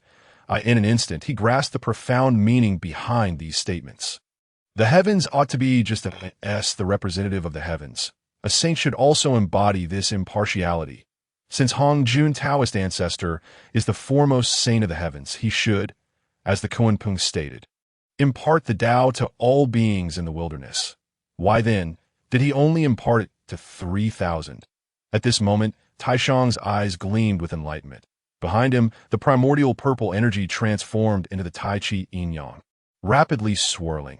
Chen Xian observed Taishang, who appeared utterly lost in thought, drifting through the void. That he chuckled inwardly, pleased to see Taishang on the path of understanding. It seemed that the words he had spoken had truly wielded significant power. Next, he merely needed to wait for Taishang to comprehend for himself, allowing the seeds of doubt he had sown regarding Hongyun to take root and blossom. "Hongyun, my friend," just as Chen Xian reveled in his internal mirth. Nuwa's voice rang out once more. "What do you think of the first innate human form I have crafted in your and Taishang's likeness?" Hearing this, Chen Xian instinctively turned, his gaze landing squarely on the first human figure Nuwa had shaped.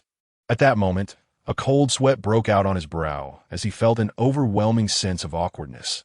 The figure Nuwa had shaped bore no peculiarities.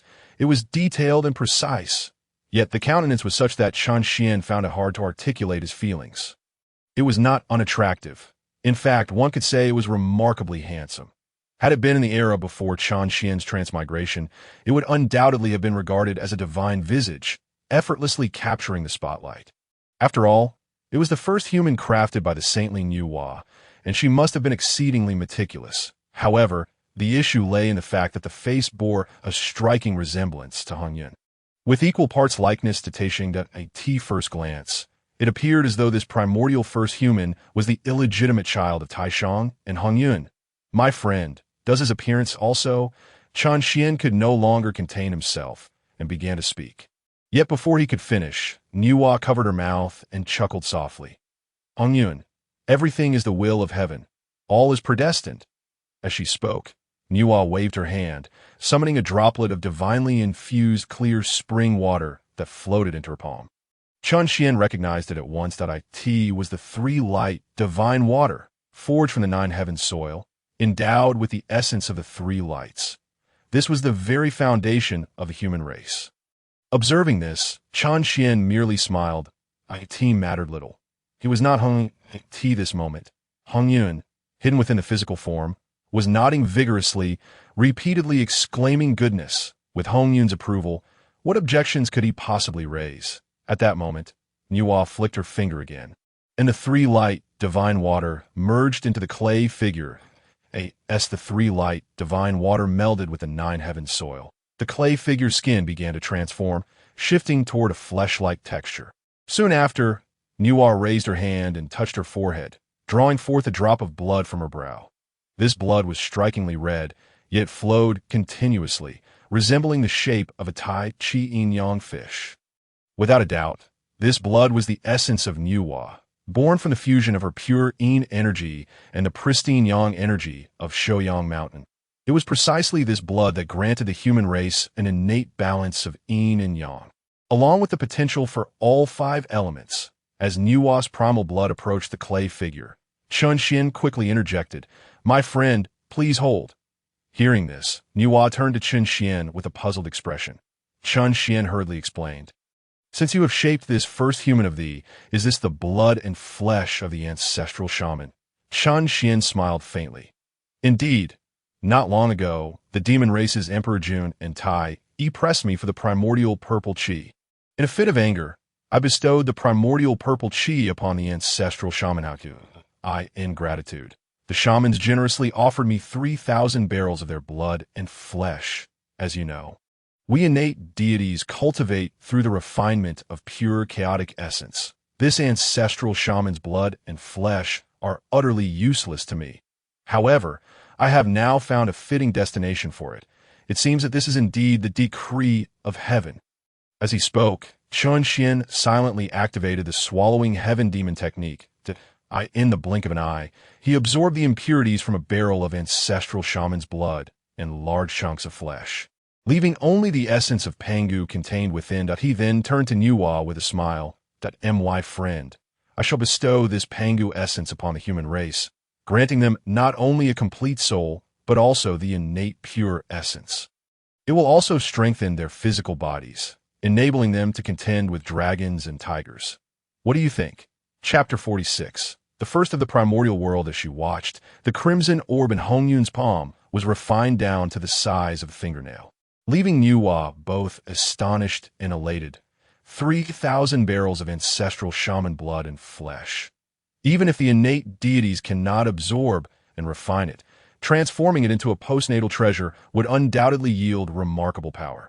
She was astonished that Hongyun would so readily offer such a precious item.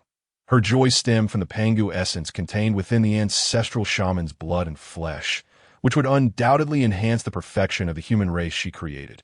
The innate soil could perfect the physical forms of humans, granting them the ability to reproduce like all postnatal races. The three lights divine water would endow them with spiritual wisdom, while her own original blood would provide the foundation for their cultivation. Like all innate deities, they would possess innate chi, allowing them to refine chi into divinity. Their cultivation potential would be boundless, rivaling that of any innate deity. Yet, she knew all too well that her creation, the human race, was akin to the three pure ones transformed from Pangu. The purity lay within Pangu's breath. The so-called innate Dao body was merely a means for that breath to facilitate better cultivation. If one were to speak of Pangu's descendants, who could be considered the true lineage? It was neither the three pure ones nor the ancestral shamans, but rather the fusion of both. If Pangu's pure breath could merge with their essence, that would yield the true descendants of Pangu. Both their primordial spirit and physical form would be immensely powerful, with limitless might. That is Pangu. Now, The blood of the original essence that she created after merging with Pangu's pure yang energy was sufficient to grant the human race a purity akin to that of the three pure ones. And now, with Hongyun presenting the ancestral shaman's blood and flesh, refining the Pangu essence, if this could truly be granted to the human race, it would mean that the being she created would possess both Pangu's pure breath and essence. In a sense, her creation of the human race would indeed be the legitimate lineage of Pangu, the bloodline of Pangu. After a long while, Nuwa finally emerged from her astonishment. She gazed at Qinxian, her expression becoming exceedingly solemn. If you are willing to bestow the Pangu bloodline upon my people, granting them a robust physique, I would gladly honor you as a deity on behalf of my people. Upon hearing this, even Qinxian was taken aback that, as Nuwa had stated, he would become the deity of the human race. This meant he would be irrevocably bound to the fate of humanity. The fate of humanity was precisely what he had intended to scheme for. The human race is the protagonist of the primordial world. As long as he could forge a deep bond with their fate, he would have no cause for concern regarding Hongyun's safety. Moreover, he might even grow stronger through several tribulations, much like the teachings of the Taishang. However, Qinxian had anticipated that he would have to go through considerable effort. He never expected it would come so easily. How could he not be astonished? The Hongyun within him was also exclaiming in surprise. Master, no. How could I possibly stand alongside the saints? How could I be worthy of being the deity of the human race? Saint? Hongyun's repeated calls brought Qinxian back to reality. That moment, he felt the world spinning. It was clear that the excited Hongyun was about to seize control of his body again. Immediately, he shouted in his heart to Hongyun. What do you mean, no? Hongyun, you too shall become a saint in the future. Why can't you stand alongside the saints? Besides, how could you dare reject the words of saint? At worst, you could simply offer something else to the human race, right? Finally, after Qinxian's anxious words, Hongyun calmed down. This moment, he truly realized that these words were spoken by Nuwa. Since Nuwa had already become saint, how could he defy her decree? Alas, it seems that I no longer even have the qualifications to converse with Nuwa. Master, I shall fully adhere to your arrangements. I must ensure that I am worthy of the title of deity of the human race, and that the human race does not suffer any losses. Hearing this, Qinxian chuckled inwardly. Rest assured, they will certainly not suffer any losses. What is about to be born is his own kin. How could Qinxian allow them to be at a disadvantage, letting Hongyun take advantage? Regaining his composure, he hesitated not for a moment. He flicked his fingers, sending forth the Pangu essence condensed from the ancestral shaman's blood and flesh toward the first human of the primordial world. Instantly, the Pangu essence entered the human's body. The exquisite lines originally sculpted by Nuwa upon the human's form began to rapidly transform. Muscles bulged, and in the blink of an eye, the human fully absorbed the Pangu essence. His physique became considerably more robust. With this Pangu essence, even if the human does not refine qi or cultivate the spirit, merely through physical training, he could still possess boundless potential. Seeing Qinxian truly bestowing the Pangu essence, Nuwa was naturally overjoyed. After smiling gently at Qinxian, she raised her finger to bestow her original blood upon this human, that my friend. Wait. Once again, Nuwa was halted by Qinxian, observing the smile on Qinxian's face. Nuwa was both astonished and delighted, quickly inquiring, my friend, do you have further gifts to offer? Qinxian nodded, my friend. This Pangu essence comes from the ancestral shaman. T.O. received the title of deity of the human race from this alone. I feel unworthy. However, I cannot refuse your kindness. After some contemplation, I must bestow another gift. With that, Qinxian raised his hand and tapped his forehead. Then, guiding with his hand, he drew out the original blood of Hongyun. Holding the blood of Hongyun, he smiled gently at my friend. My Hongyun is the first red cloud of the primordial world, a celestial being of fortune, under the protection of the great deity Pangu. I was born with boundless fortune and high destiny. Since the human race honors me, I shall also protect their ancestral fortune and ensure their destiny endures. This drop of blood shall grant the human race a profound fortune. If their hearts are pure and their intentions sincere, their wishes shall come to fruition. What do you think? After speaking to Nuwa, Chan Xian then addressed Hongyun in his heart. Hongyun, old friend, are you satisfied now? Hongyun quickly replied, Master, your arrangements are truly splendid. Since I am to be the deity of the human race, I shall certainly safeguard their peace. The fortune contained in my blood is immensely profound, making it most suitable for the human race. At the same time, Nuwa also raised her hand and bowed to Chen Xian. What you have bestowed, my friend, is truly benevolent. Without hesitation, Chen Xian flicked his fingers, and Hongyun's original blood entered the human's body.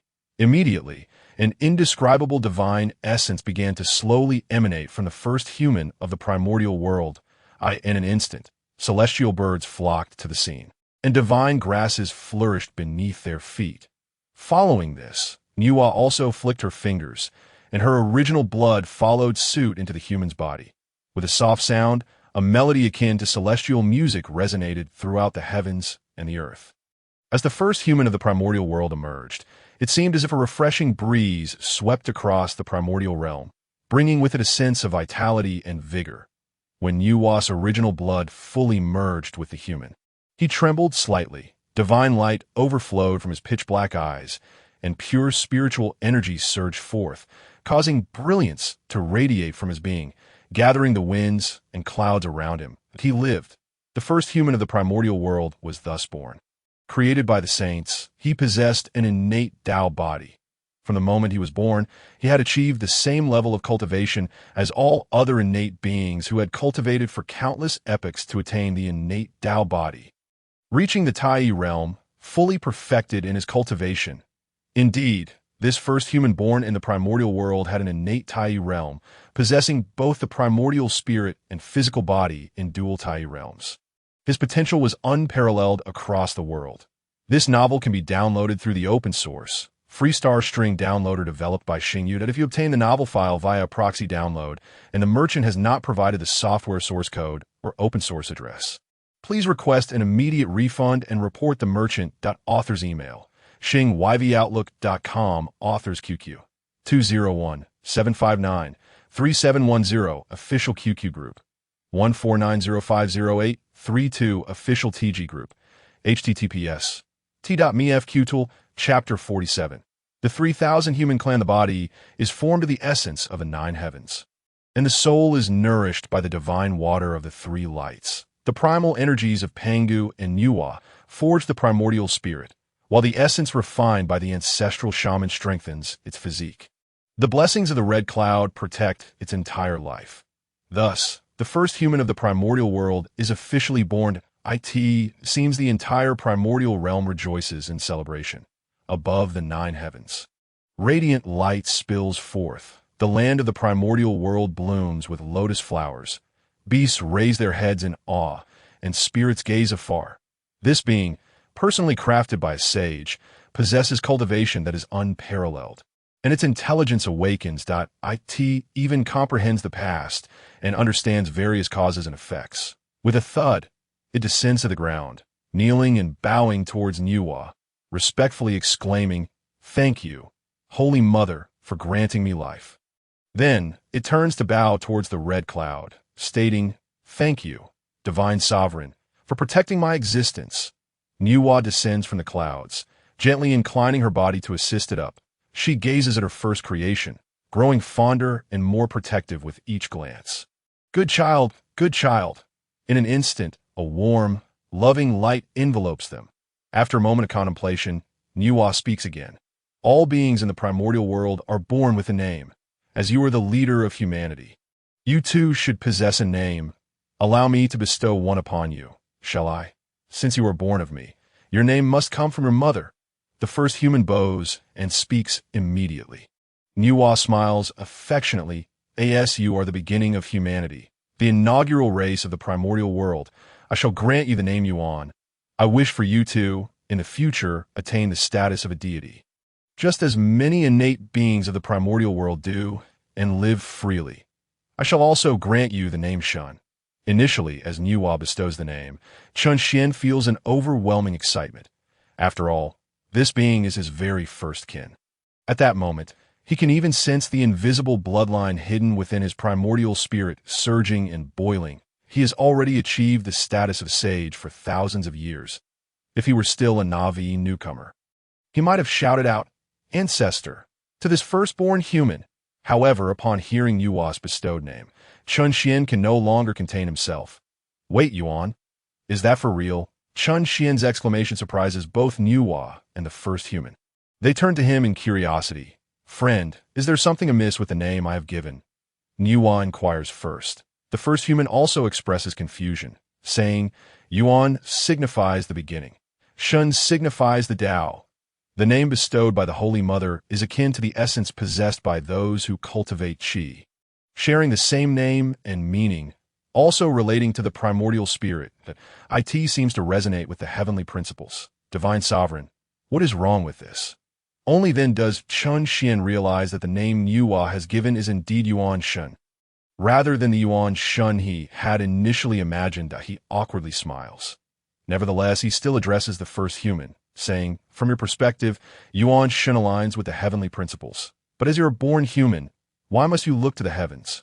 Yearning for the Dao, there's a path for humanity." Humanity's path? Yuan slightly pauses, then gently nods her head. "What you say resonates deeply with me. It is because of this that I have named my creation as human. Since it is human, it should follow the path of humanity. How about we call it Yuan Run?" Chun Xian's lips twitch. The standard of naming displayed by Yuan is rather lacking. However, it is undoubtedly better than Yuan Shun. Moreover, since Yuan is naming her first creation, it would not be appropriate for him to interfere repeatedly. Ultimately, Chun Xian nods towards Yuan. "Friend, you may decide for yourself." Think that moment. The first human raises a hand towards Yuan in a gesture of respect, expressing gratitude for the name bestowed upon him. Yuan nods slightly, smiling warmly. "Yuan Run, you shall enter this Shouyang mountain, cultivate on your own, and comprehend the myriad beings of heaven and earth, when I and the divine sovereign of humanity create the human race anew. I will call upon you." Upon hearing this, Yuan Ren bows deeply and promptly retreats into Shouyang mountain. He then sits cross-legged, commencing his cultivation. Soon after, Yuan turns to Chun Xian and asks, "Friend, do you wish to assist me in creating the human race anew?" Chun Xian nods. "Very well." Subsequently, Yuan gestures, and a handful of 9 heavens essence falls into her palm. This time, Yuan shapes a female figure based on her own likeness. Yet, it bears only 7 parts resemblance to her, while the remaining 3 parts exude an indescribable aura of heroism. After a moment of thought, Chun Xian realizes that perhaps the visage of this first female human also draws 3 parts from Yuan, his elder brother. Fushi, with the form established, everything proceeds according to the established method. The divine water of the 3 lights, the essence of Pangu's blood and flesh, the blessings of the red cloud, and the source blood of Yuan are successively infused into the clay body. The second human is born. Once again, she possesses innate qualities of the Tai realm, her consciousness clear and her intelligence awakened. In the following days, Yuan continually molds beings from the 9 heavens essence atop Shouyang Mountain, with Chun Xian assisting by providing the essence of Pangu and other materials. Time flies, and one innate human after another is born. Yuan and Chun Xian, busy and absorbed, lose track of time. They pay no heed to the presence of Taishang, who appears to be utterly lost in his own world. Taishang stands in the void, surrounded by swirling purple aura, forming a dynamic taiji of yin and yang that rotates ceaselessly, flickering in and out of existence. Moreover, his aura grows increasingly profound and intense. Chun Xian and Yuan can both discern that he has reached a new level of understanding. Yuan naturally refrains from interrupting him, while Chun Xian quietly chuckles to himself. Taishang has severed his 3 corpses and achieved the status of a quasi-saint. Ordinarily, he should be waiting for Yuan to create the human race before reaching the heavenly heart and establishing the teachings of humanity to attain sainthood. Given his previous demeanor, it is likely that he is solely contemplating the method of attaining sainthood as taught by Hongyun. However, at this moment, he seems to have gained some insight. What this insight pertains to, Chun Xian does not know. But he is certain that Taishang's current realization is not derived from Hongyuan's teachings, as long as it is not from Hongyuan's teachings. Chun Xian is indifferent to what Taishang has comprehended. After all, if he has discovered an alternative path to sainthood, it indicates a growing skepticism towards Hongyun. No, to be more precise, Taishang must have first harbored doubts about Hongyun in his heart to possibly break through this barrier and realize the sacred laws on his own. Simultaneously, Chun Xian feels a hint of astonishment and admiration for Taishang's insight. He merely hinted at some unfavorable remarks regarding Hongyun, yet Taishang could grasp something beneficial for his cultivation. Such talent, if present in a more conventional cultivation world, would likely have already ascended to immortality and become a progenitor, transcending into the realm of sainthood. As time progresses, Niwa has molded thousands of beings, with over 1,000 drops of source blood given. Both Niwa and Hongyun begin to feel fatigued.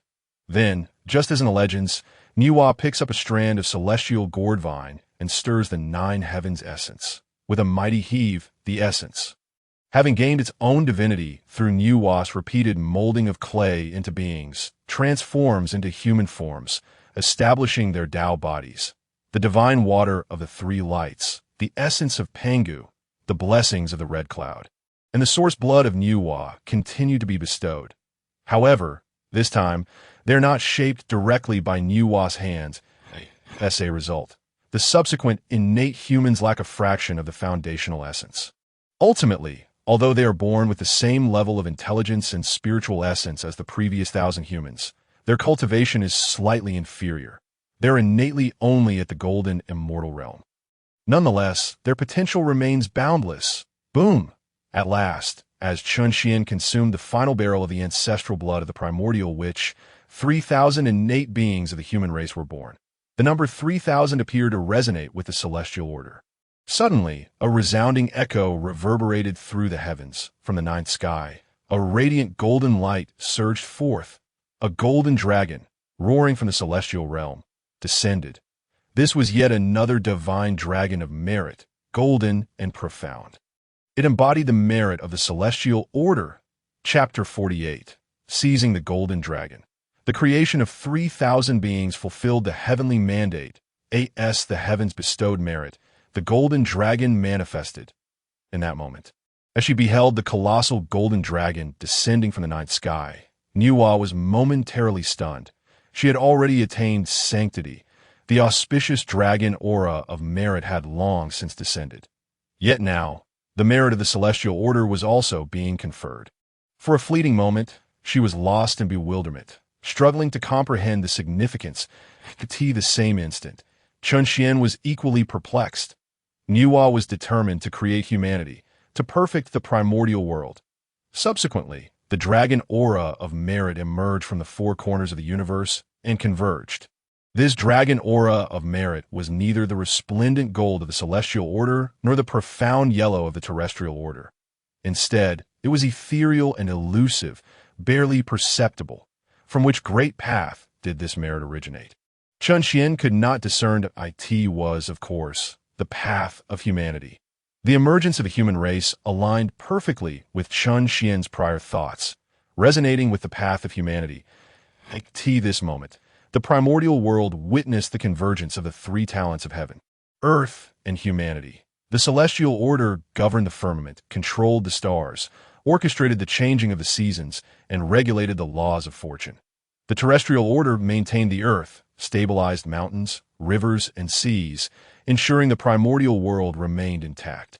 Meanwhile, the human path presided over the myriad beings of the post-heavenly world, fostering endless prosperity. As humanity served as the vessel for the human path, it became the true protagonist of the primordial realm, the sovereign of all living beings. Since Niwa was to manifest the human path, naturally, she would only receive the merits of the human path. The descent of this celestial merit left her momentarily at a loss. Just as Niwa and Chun Xian were astonished, the golden dragon of merit descending from the heavens split into 2.1 surged directly towards Niwa, while the other shot towards Chun Xian. In that instant of unexpected change, Chun Xian suddenly attained clarity. He comprehended the situation entirely. The emergence of humanity indeed brought the human path into the world, gathering the three talents of heaven, earth, and humanity, further propelling the development of the primordial realm. However, the creation of humanity was an arrangement of the celestial order, or rather, the celestial order had seized the initiative. At this moment, Chun Xian finally grasped the point that had eluded him for so long. Why had Hongyun chosen Yuhua as one of the 6 saints? One could argue that the 3 pure ones were the true successors of Pangu, thus their discipleship in the primordial realm was only natural. The 2 from the Western teachings could be seen as Hongyun repaying the karmic debt for fracturing the Western ley lines by accepting them as disciples. Even Hongyun could be interpreted as Hongjun leveraging Hongyun's benevolence and ineptitude, allowing the primordial purple energy to align with the incomplete nature of the celestial order. Yet, to elevate Yuhua as one of the 6 saints seemed utterly unfathomable in the primordial realm before Hongjun began his teachings. There were many who overshadowed Yuhua in renown. Figures like Xinhuanzi, the deceased Kunpeng, and even the Blood Sea ancestor. Even Yuhua's elder brother Fuxi appeared more suited to be a disciple of a saint. But now, Chun Xian understood. Just as Hongjun recognized Xinhuanzi as the representative of the terrestrial order, he must have long known that Yuhua was the representative of the human path. As for how he knew. It was simple. He possessed the creation jade slip. The creation jade slip encompassed the 3,000 great paths.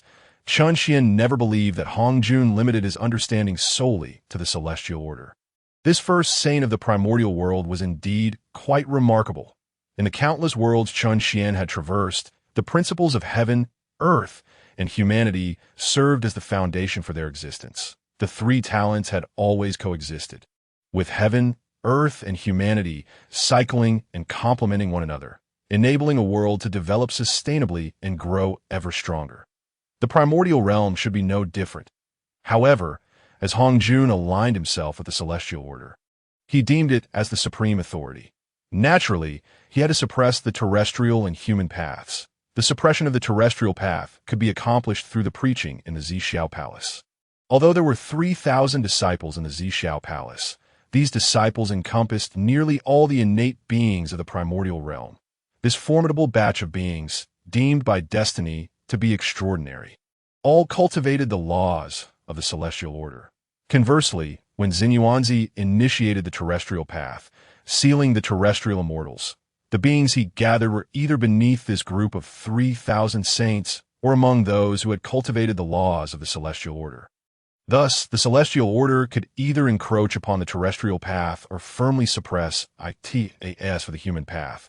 Its significance was now even more pronounced. Hongjun must have already known that Yuhua was chosen by the human path. She would undoubtedly create the true protagonist of the primordial realm, the bearer of the human path. By taking Yuhua as his disciple, it implied that Yuhua, the progenitor of humanity, became a disciple of the celestial order. Humanity would refer to Yuhua as their ancestor, while Yuhua would regard the primordial realm as her master. The celestial order represented by the primordial realm would thus stand above the human path, represented by Yuhua. In creating humanity, Yuhua was essentially embracing the will of the celestial order.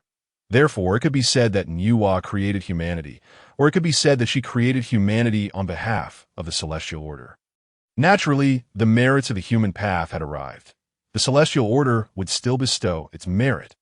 Although all of this sounded intricate, Chun Xian understood that in a world like the primordial realm, which sought not the law but the realm, what was calculated and sought after was merely this AS for the merits of the celestial order.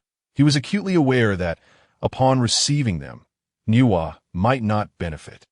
Should she acquire this celestial merit, Yuhua would inevitably become a puppet of the celestial order. From that point onward, she would be confined to the Yuhua palace beyond the 33 heavens, unable to manifest until humanity faced imminent destruction. This progenitor of humanity, the bearer of the human path, would be shackled by the celestial order. Naturally, the celestial order could manipulate humanity in that moment. Chun Xian steeled his heart. Very well, since he had already done so much for humanity. Fortunately, he would strive for one last glimmer of hope for his kin and for Yuhua, this ancestral figure. With a roar in his heart, he invoked the art of devouring heaven. Chun Xian summoned all of Hongyun's cultivation. even unleashing the divine power contained within his own primordial spirit, pushing it into a frenzy. In the blink of an eye, his aura surged, reaching the pinnacle of quasi-sainthood. Then he fervently activated the art of devouring heaven. An immense force of devouring surged forth, aiming directly at the descending golden dragon of celestial merit. Not just the golden dragon that belonged to him, but also the one belonging to Nuwa. He intended to claim both and devour and refine them. In the Zixiao Palace above the 33 heavens, as the creation of the 3,000 human beings concluded and the celestial order conferred its merit in that very instant. Hongyun, seated in the Zixiao Palace, slowly opened his eyes. A faint smile graced his lips as he spoke calmly. "My disciple Nuwa has indeed lived up to my expectations. She has created the principal character of the primordial realm, allowing the human path to manifest within it. Now, with Xinyuanzi establishing the terrestrial path and Nuwa completing the human path, the three talents of heaven, earth, and humanity converge, yet must be under the supremacy of my celestial order. Once I unite with the path, I shall be able to fully command the terrestrial and human paths. Thus, I will have the foundation to strive for an even more potent path. Xinyuanzi, Nuwa, and the contributions of the primordial realm shall serve as the stepping stones for my ascent to the great path." At this moment, a long-lost joy welled up within Hongyun that he even felt a flicker of excitement. The last time he experienced such a good mood was when he had slain Luohua and seized the creation jade slip. His painstaking contemplation over countless years after attaining sanctity had not been in vain. With a satisfied smile, Hongyun gazed downwards, his eyes penetrating through the 33 heavens, seeking the whereabouts of Taishan. Observing Taishan, who hovered atop Shoyang Mountain, seemingly lost in contemplation, Hongyun nodded in approval. Subsequently, he focused his true essence, intending to send a message to Taishan, completing his final grasp over the human path. However, at that very moment, Hongyun's narrowed eyes suddenly widened in shock. An overwhelming fury flashed across his face in an instant that he glared below, shouting in anger, "Hongyun, it is you again. Not only have you repeatedly thwarted my good intentions, but now you dare to disrupt my plans. Therefore, I can no longer spare you." In that moment, Hongyun witnessed the space above Shoyang Mountain, from the highest heavens to the depths of the abyss, becoming utterly distorted to a wave of devouring power, so intense that even Hongyun, seated beyond the 33 heavens, could distinctly feel it surge forth from Hongyun's body. It enveloped the golden dragon of celestial merit that rightfully belonged to Nuwa. Chapter 49. Not the right path, yet useful. At this moment, upon Shoyang Mountain, time and space are distorted. The celestial demon art, propelled by the pinnacle of quasi-saint realm, tightly envelopes the two strands of the heavenly Dao's merit gold. Although the merit gold dragon possesses remarkable power, it is currently ensnared by Chun Xian, unable to escape. Gradually, it draws closer to him, and it won't be long before Chun Xian forcibly seizes it, completely refining it with the celestial demon Artit As for Nuwa. Witnessing the descent of the merit gold dragon, a sense of bewilderment arises within her. She feels an inexplicable discomfort, for she is the creator of humanity, having brought forth the path of humanity to the primordial world. Though she has never cultivated the path of humanity, she has gleaned some understanding, the merit gold dragon assisting her grand path. Or is it constraining her? She cannot be certain. Now, seeing Chun Xian attempt to seize her heavenly Dao merit gold dragon, Nuwa neither intervenes nor assists. She simply waits in silence, regardless of the outcome. It is all part of destiny for her. Having attained the saintly position, her heart no longer harbors a desire for contention. However, at this moment, the red cloud within Chun Xian is alarmed. Immortal Lord, this is the merit of Nuwa, Daoist friend. Why steal it? This action seems a bit excessive. As the red cloud's emotions surge, Chun Xian begins to feel dizzy, yet to forcibly seize the heavenly Dao merit. Even Chun Xian must exert all his strength. He cannot spare the energy to explain to the red cloud and can only shout briefly, "Old Daoist Hongyun, don't you dare ruin my plans." But how can the red cloud be persuaded? Immortal Lord, I truly cannot allow this. As those words fall, Chen Xian feels the world spinning. By the time he regains his senses, he has again lost control over the red cloud's body. Damn it, Chen Xian curses vehemently. Hongyun, you fool, do you not realize that your actions could turn Yuhua into a puppet? The entire human race will be suppressed along with her. At this moment, Chen Xian genuinely wishes he could tear the red cloud apart. If today he forcibly seizes Yuhua's heavenly Dao merit, preventing her from being bound by the heavenly Dao and confining her within the Yuhua palace, he cannot even fathom the consequences, with the nearly limitless potential of the human race that Yuhua has created. Coupled with her personal protection, how terrifyingly powerful would the human race become? Boom! Just as Chen Xian is cursing within the red cloud's body, a thunderous roar reverberates throughout the primordial world. Following that, the primordial world suddenly darkens, losing all color. Even the sun star in the 33 heavens continues to burn fiercely, yet its light is completely obscured.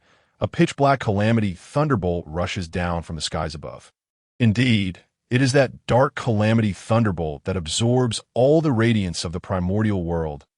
As it descends, it rends the firmament and darkens the space it traverses, before it even touches the ground. All beings in the world, save for Yuhua, are rendered immobile. This world-destroying calamity thunderbolt races towards the red cloud on Shoyang Mountain. Likewise, the red cloud finds himself immobilized by this calamity thunderbolt, beneath the saint. All are mere ants. This statement is vividly illustrated in the face of the approaching black calamity thunderbolt. Naturally, the red cloud's face pales in shock. Watching the thunderbolt charge towards him, he feels utterly powerless. Hongyun, Chen Xian ceases his cursing and calls out in a low voice, a cold smile forming in his heart. It seems I was indeed correct. At the same time, he shouts to the red cloud. Do not be afraid. Let's strike. Just wait and see if Hongyun dares to truly strike you down. Yuhua's creation of humanity and the red cloud's contributions to the human race cannot be understated. Moreover, Yuhua has allowed the human race to revere the red cloud as a deity. The fate of the red cloud is closely intertwined with that of humanity, since the teachings of humanity have yet to be established. The red cloud is the embodiment of human luck. Aside from Yuhua.to strike down the red cloud, that would require the consent of the path of humanity. Upon hearing Chen Xian's words, the red cloud can only offer a bitter smile. He wishes to move, but he finds himself utterly unable to do so. Soon, the black calamity thundercloud darkens the sky, finally reaching Shoyang Mountain. This moment, the 3,000 primordial humans, originally in deep meditation, open their eyes and cast worried glances at the red cloud. In that fleeting instant, the red cloud feels an exceptionally pure and divine power surge within him. With this power, he suddenly feels his spirit and body become extraordinarily powerful. Furthermore, with a mere gesture, he seems capable of commanding the very heavens and earth. Boom! At last, the black calamity thunderbolt crashes violently upon the red cloud. Yet the moment the thunderbolt makes contact, a brilliant and pure white light emanates from the surface of the red cloud. That black calamity thunderbolt, which seemed capable of obliterating space itself, vanishes in an instant. The terrifying force merely passes over the red cloud like a gentle breeze, causing him no harm whatsoever. This astonishes the red cloud. How could he not realize that this calamity thunderbolt is the handiwork of Hongyun? Beneath the saint, all are mere ants. He had thought this thunderbolt would be sufficient to scatter his soul. Immortal Lord? Unable to contain his astonishment, he exclaims. Chen Xian merely smiles. There is nothing surprising. This is the power of faith. Since the human race reveres you as a deity, faith is born. The realms of heaven, earth, and humanity all possess the laws of faith. Believe, and you shall not perish, relying on the path of humanity and gathering the faith of the 3,000 primordial humans.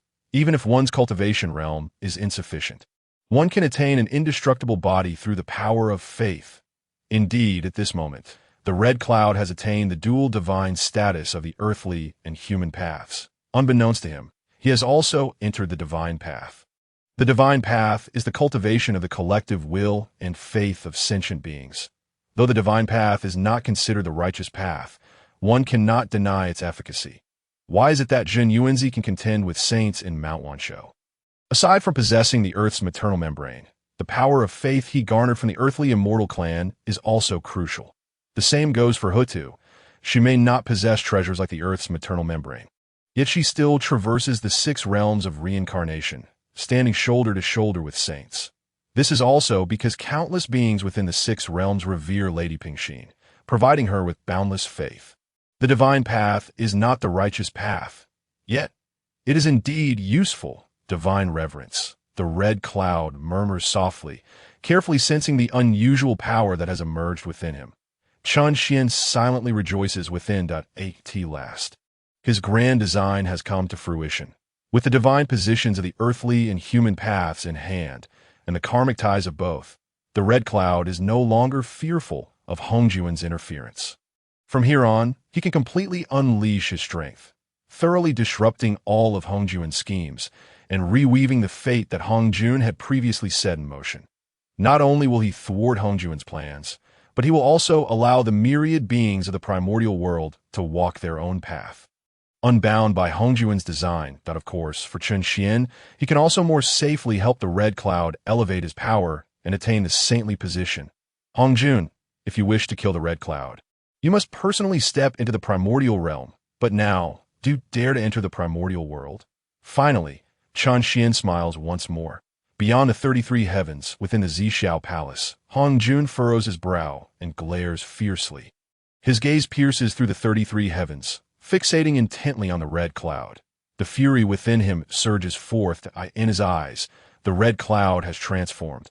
Following the innate Dao body, it seems as if countless roots have emerged, intertwining with the primordial world and merging with the 3,000 innate humans. What is this? Hongyun is well aware of what this signifies. This is something he realized after painstakingly comprehending the Chaos Jade Slip for countless epochs.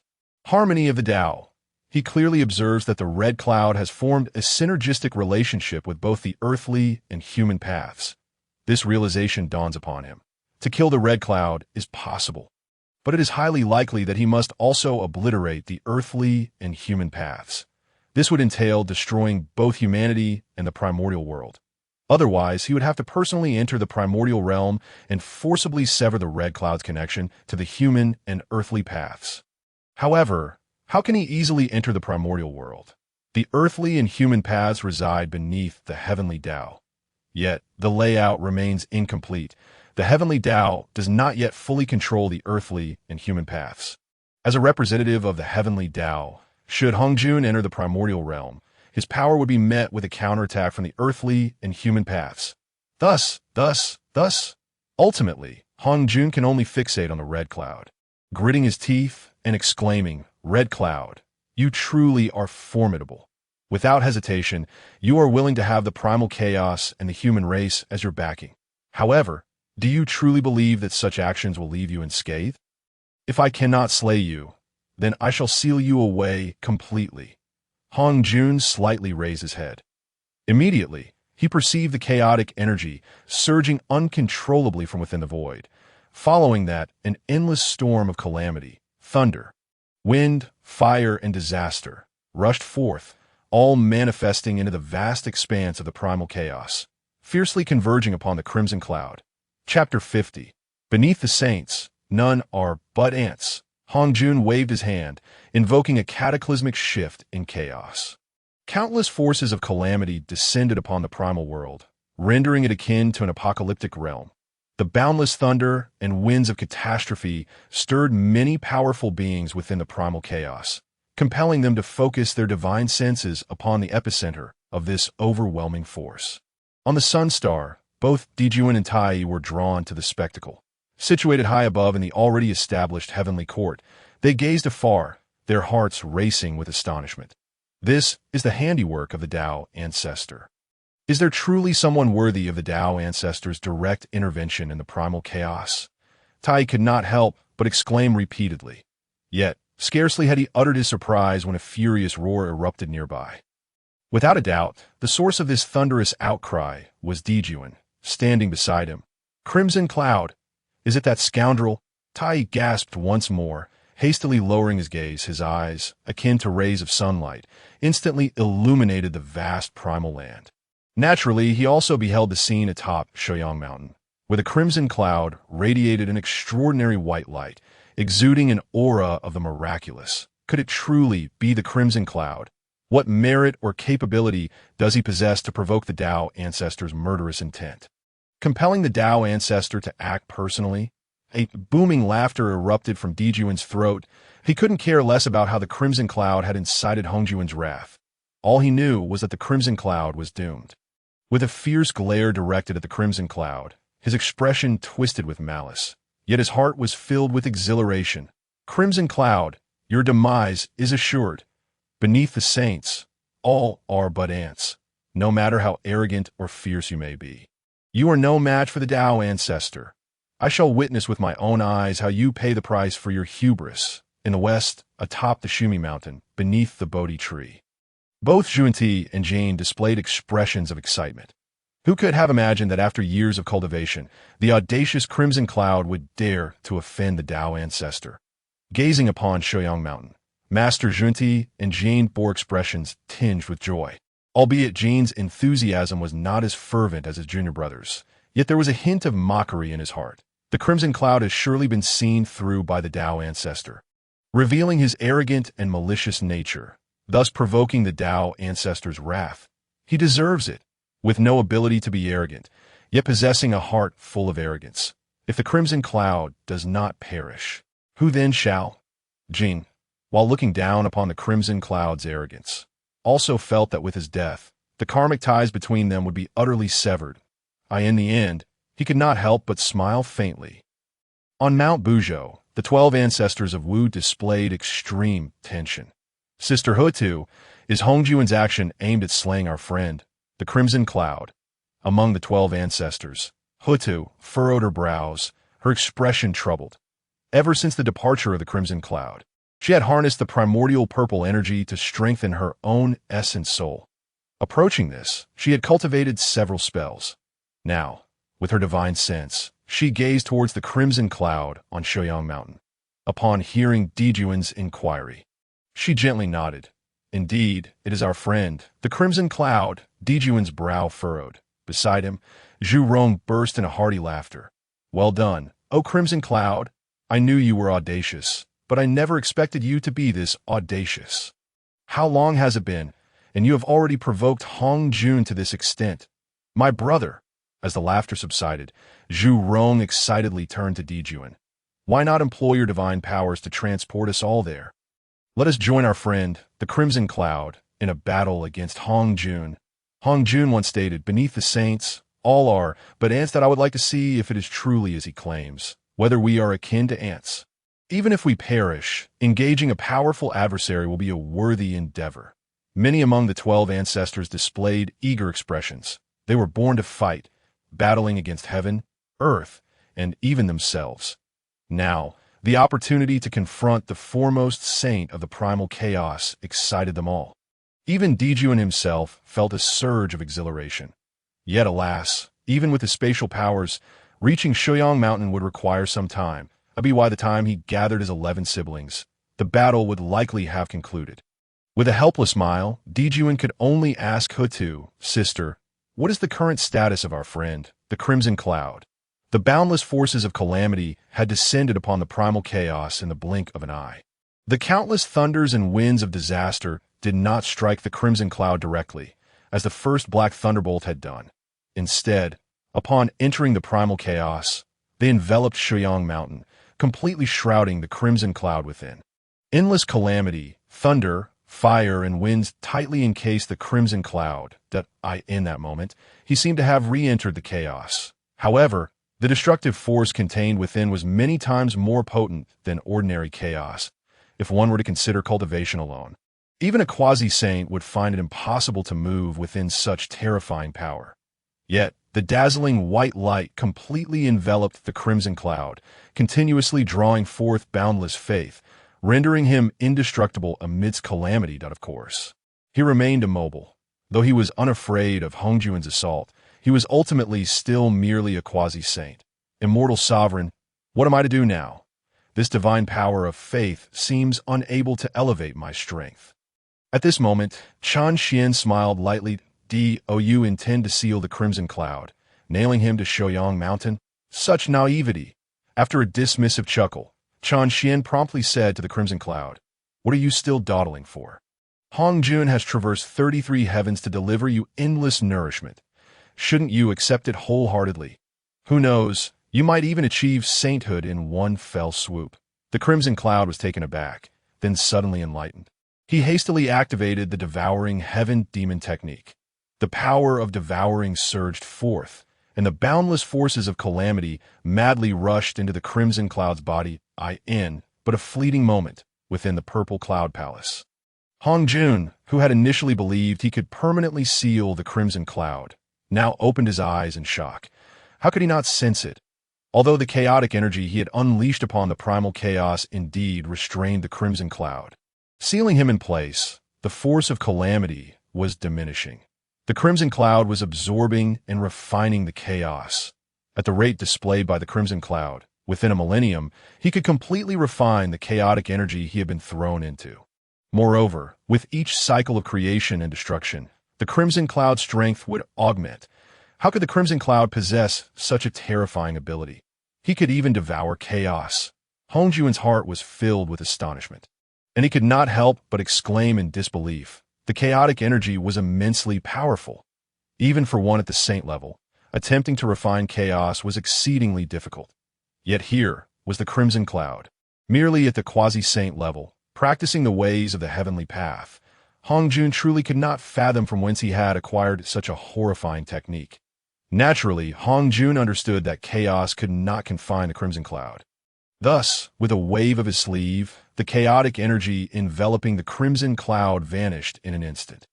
However, Hongjun did not relent. He raised a hand, and the constellations beyond the 33 heavens erupted with starlight. Then, with a gentle motion, he directed the starry light downwards towards the crimson cloud. Since the chaotic energy could not restrain him, let the celestial constellations bind him.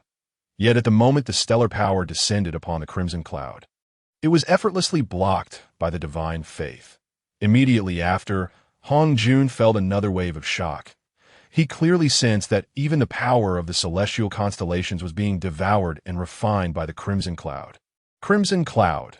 This revelation sent Hongjun into a furious rage, stripping him of his composure. He now understood that the crimson cloud could devour chaotic energy, and he could also consume the pure power of the constellations. This meant that the crimson cloud could likely absorb and refine everything within the primal chaos. And this implied that Hongjun could not confine the crimson cloud at all. All his attempts at sealing him could only restrain him temporarily, not for eternity. Every binding force would transform into nourishment for the crimson cloud. He, the esteemed Dao Saint, the most powerful being of the primal chaos, found himself utterly powerless against the crimson cloud. How could he not be enraged? Beneath the saints, all are but ants. This proclamation seemed to have been utterly shattered. Chapter 51. Hongjun, your hand is too soft. Crimson cloud, Hongyun, within the purple cloud's palace. Hongjun gritted his teeth and shouted vehemently, repeatedly calling out Hongyun's name. Yet, all he could do was cry out for Hongyun, to exterminate. He could not exterminate him, to seal.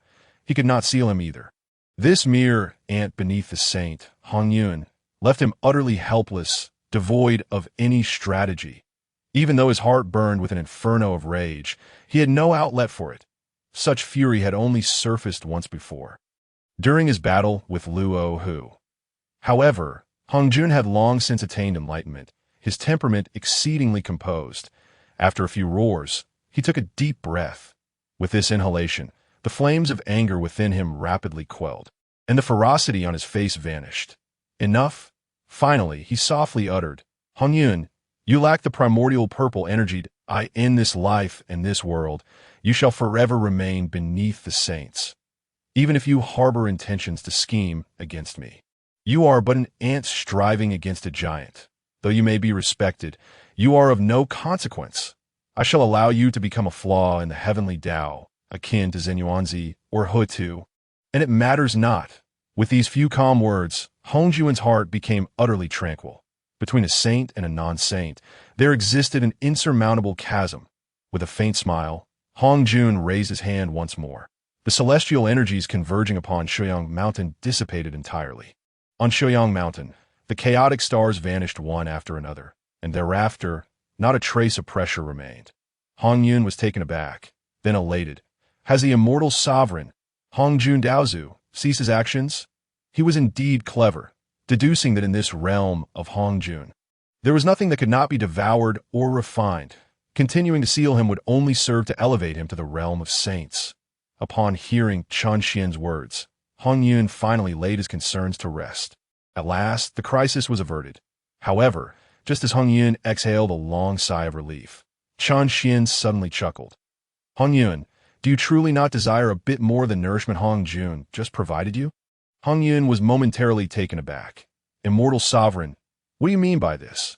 This Hongjun, who could strike at will and halt at his command, how could it be so simple? Listen to me, berate him fiercely. Ah, you want me to scold Hongjun? Hongyun exclaimed in shock that, ah. Can you not keep exclaiming? Chen Xian gently admonished, then continued, Hongjun wishes to seal you. Surely you must vent your frustration. Moreover, the nourishment that Hongjun personally offered is undoubtedly exceptional, as you have likely experienced. A few more bites, and you might ascend directly to the pinnacle of quasi-saint. Curse, heed my words, give him a good scolding. After all, this Hongjun cannot do anything to you. For a moment, Hongyun lowered his head, furrowing his brow in rapid contemplation that, in truth, he was not merely thinking. He was grappling with an internal struggle. Indeed, he was acutely aware of the formidable power Hongjun had just cast upon him. Just as Chen Xian had said, he feared that with a few more drafts, he might genuinely reach the pinnacle of quasi-saint. Yet, Hongjun was, after all, the Dao ancestor he had imparted teachings to him. How could he bring himself to curse? Hongyun, oh Hongyun, when will you awaken to the truth? Previously, your disbelief was understandable, but now, Hongjun has directly acted against you. You should realize this. Had I not arrived, you would have already fallen victim to Hongjun's schemes. Your primordial spirit scattered. As Chen Xian's words fell, Hongyun's expression shifted. Just as Chen Xian indicated, he still harbored a deep-seated disbelief that Hongjun would conspire against him, even to the point of annihilating his primordial spirit. He clung to the hope that Hongjun, as a saint of the heavenly Dao, would bestow blessings upon all. Yet just moments ago, he had witnessed Hongjun's methods. Though the root of all this turmoil stemmed from Chen Xian's attempt to seize the fortune of the Golden Dragon, Chen Xian had ultimately failed. Why then would Hongjun truly wish to harm him? Hongjun was indeed intent on exterminating him, at long last. As these thoughts swirled in his mind, Hongyun clenched his teeth. He slowly lifted his head and gazed towards the heavens, his expression revealing a resolute determination. Meanwhile, across the vast expanse of the primordial world, those witnessing Hongjun's desire to annihilate Hongyun were all rendered speechless. Dao ancestor, why have you ceased your actions? In the depths of Shumi Mountain, Zuni murmured in disbelief. Could it be that the Dao ancestor had developed a sense of compassion? Hongyun was truly fortunate. Jin grit his teeth. Filled with resentment, he was bound by a profound karmic connection to Hongyun. As long as Hongyun lived, the karmic ties would remain unbroken. He felt a deep sense of discomfort. Within the celestial realm of the Sun Star, both Taishang and Emperor Jun wore expressions of astonished skepticism. What does the Dao ancestor intend? Tai Chi murmured softly, and Emperor Jun, after a brief moment of astonishment, immediately grit his teeth and roared, Hongyun, how dare you still be alive? Why can you withstand the Dao ancestor's methods? Why? Dao ancestor, kill him! Quickly eliminate Hongyun. This person should not remain in the primordial world. Gradually, Emperor Jun's face contorted with rage. Though he remained silent, his heart raged and roared in fury. Within the confines of Wuzhuangguan Mountain, Hutu's eyes lit up with joy. Brothers, the Dao ancestor has ceased his actions. Hongyun, my friend, is safe and sound. As Hutu's words echoed, the 12 ancestors of sorcery rejoiced. Hongyun, truly, is our exemplar. Ha! Hongyun, you do not disappoint. It seems that our bloodlines are intertwined, for you are so formidable that even the Dao ancestor cannot subdue you.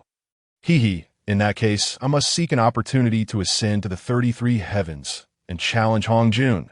Just as doubt brewed in Shumi Mountain, resentment simmered in Jin, confusion lingered in the celestial realm, and joy erupted among the 12 ancestors of sorcery. A sudden uproar resonated throughout the primordial world. From the 33 heavens to the deepest depths of the Blood Sea, a deafening roar ascended. Hongjun, I curse your ancestors.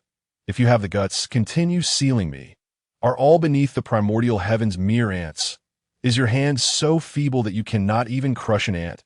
Useless wretch, this thunderous shout reverberated like a tempest, echoing in every corner of the primordial realm, ensuring that every being heard it loud and clear. I end Shumi Mountain. The two members of the Western sect stared wide-eyed, astonished. Hongyun dares to insult the Dao ancestor. In the celestial realm, Tai Chi was utterly stunned.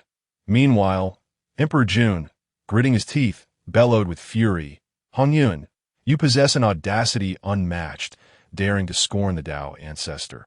I shall ensure your dismemberment and your primordial spirit reduced to powder. Within Wuzhuangguan Mountain, the 12 ancestors of sorcery were momentarily stunned. Then, resounding laughter erupted. Ha ha! Hongyun, you truly possess great spirit. How audacious! Well said, Hongyun. All beneath the saints are mere ants. Nonsense! At this moment, even Yuan Shi and Tong Tian within Kunlun Mountain were awakened. Tong Tian furrowed his brow, murmuring in astonishment, how can Hongyun be so bold? The Dao ancestor has imparted teachings to us. We are all his disciples. How can there be any disrespect? Humph. Yuan Shi opened his eyes, coldly laughing. What difference is there between Hongyun, a shallow-rooted individual, and those beasts clad in fur and armor? Do they comprehend etiquette? Do they understand ethics? In my view, the Dao ancestor should never have imparted teachings to such beasts. Hearing Yuan Shi's words, Tong Tian merely cast him a glance, remaining silent. On Shoyang Mountain, after Hongyun's furious outburst, he hastily turned to Chen Xian and asked, Immortal Sovereign, I cursed as you instructed. Are you satisfied? Chen Xian smiled. So. I told you to insult him as a dead worm, a land dragon. Why did you not curse him thus? In but a fleeting moment, he regained consciousness once more, aside from the option of annihilating the vast wilderness or extinguishing the human race. He found himself bereft of any means to contend with him. That instant, he focused on his breathing, compelling himself to attain a semblance of tranquility. Subsequently, he parted his lips to utter a few words. His resplendent voice reverberated through the chaos, cascading down into the 33 heavens. Hongyun, I acknowledge you as a primordial divine being. Your cultivation is fraught with difficulty, and the path to enlightenment is no easy feat. Furthermore, I have previously bestowed upon you the essence of the primordial chaos, thus establishing a modicum of a master-disciple bond between us. Therefore, I shall show you leniency. I implore you to appreciate my earnest intentions. Restrain your temperament and devote yourself to arduous cultivation. However, scarcely had Hongjun's voice faded when a torrent of furious invective erupted, piercing the heavens. Hongjun, cease your pretentious posturing. If you cannot kill me, then you cannot kill me. Show mercy? Very well. Do not show mercy. Come at me again. If you dare, attempt to seal me once more. Hongyun's furious outburst reverberated throughout the vast wilderness, leaving the myriad beings in a state of astonishment. Particularly, Emperor Jun found himself nearly grinding his teeth to dust. Yet, he was left with no recourse. The heavenly court had recently been established, and he was currently engaged in the critical task of conferring titles upon the 10 major demon lords.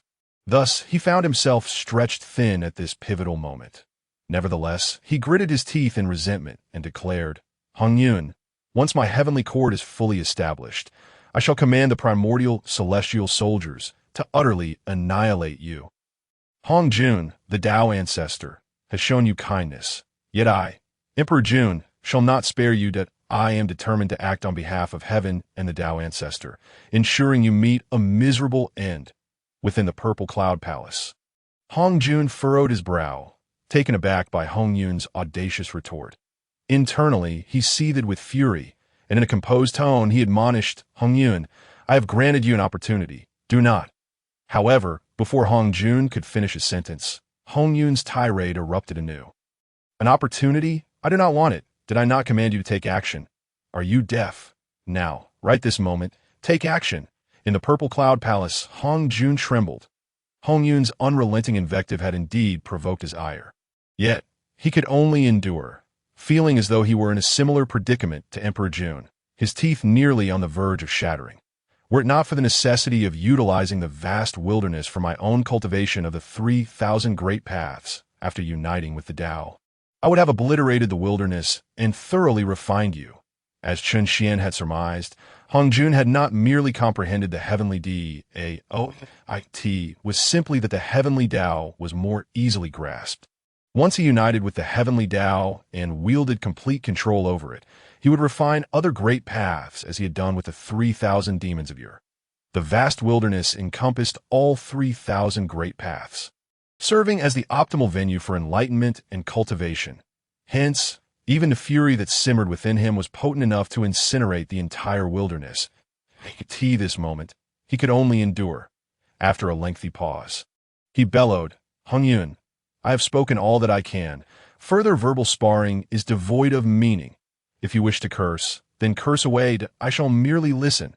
As his voice fell, Hongjun raised his hand, and instantly, the doors and windows of the Purple Cloud Palace sealed shut. The chaotic purple mist swiftly enveloped the entire palace, rendering all light and sound from the vast wilderness imperceptible within. Naturally, Hongyun's furious invective fell silent to him. Celestial Sovereign, the Dao ancestor no longer responds. Shall you continue to curse? On Shouyang Mountain, Hongyun helplessly inquired of Chen Xian. This moment, Chen Xian chuckled lightly. Listening is all you can do. I fear that Hongjun has firmly closed the doors of the Purple Cloud Palace and can no longer hear even a whisper from the vast wilderness. Though Hongjun was a saint, he was still subject to emotions like any other being, capable of joy and anger. Thus, Chen Xian could easily deduce Hongjun's series of actions. He then addressed Hongyun. Enough. He likely cannot hear you anymore. Continuing to curse him serves no purpose. It is a pity, however, that despite your tirades, he still refrains from making a move. First, absorb those 2 merit golden dragons. Hongyun looked up at the 2 golden dragons of merit suspended in the sky. These dragons have been ensnared by the swallowing heaven demon technique from the beginning. Now, with a mere activation of the demon technique, he could devour and refine them.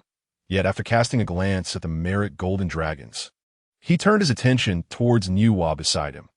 Nuwa had witnessed the conflict between Hongyun and Hongjun throughout.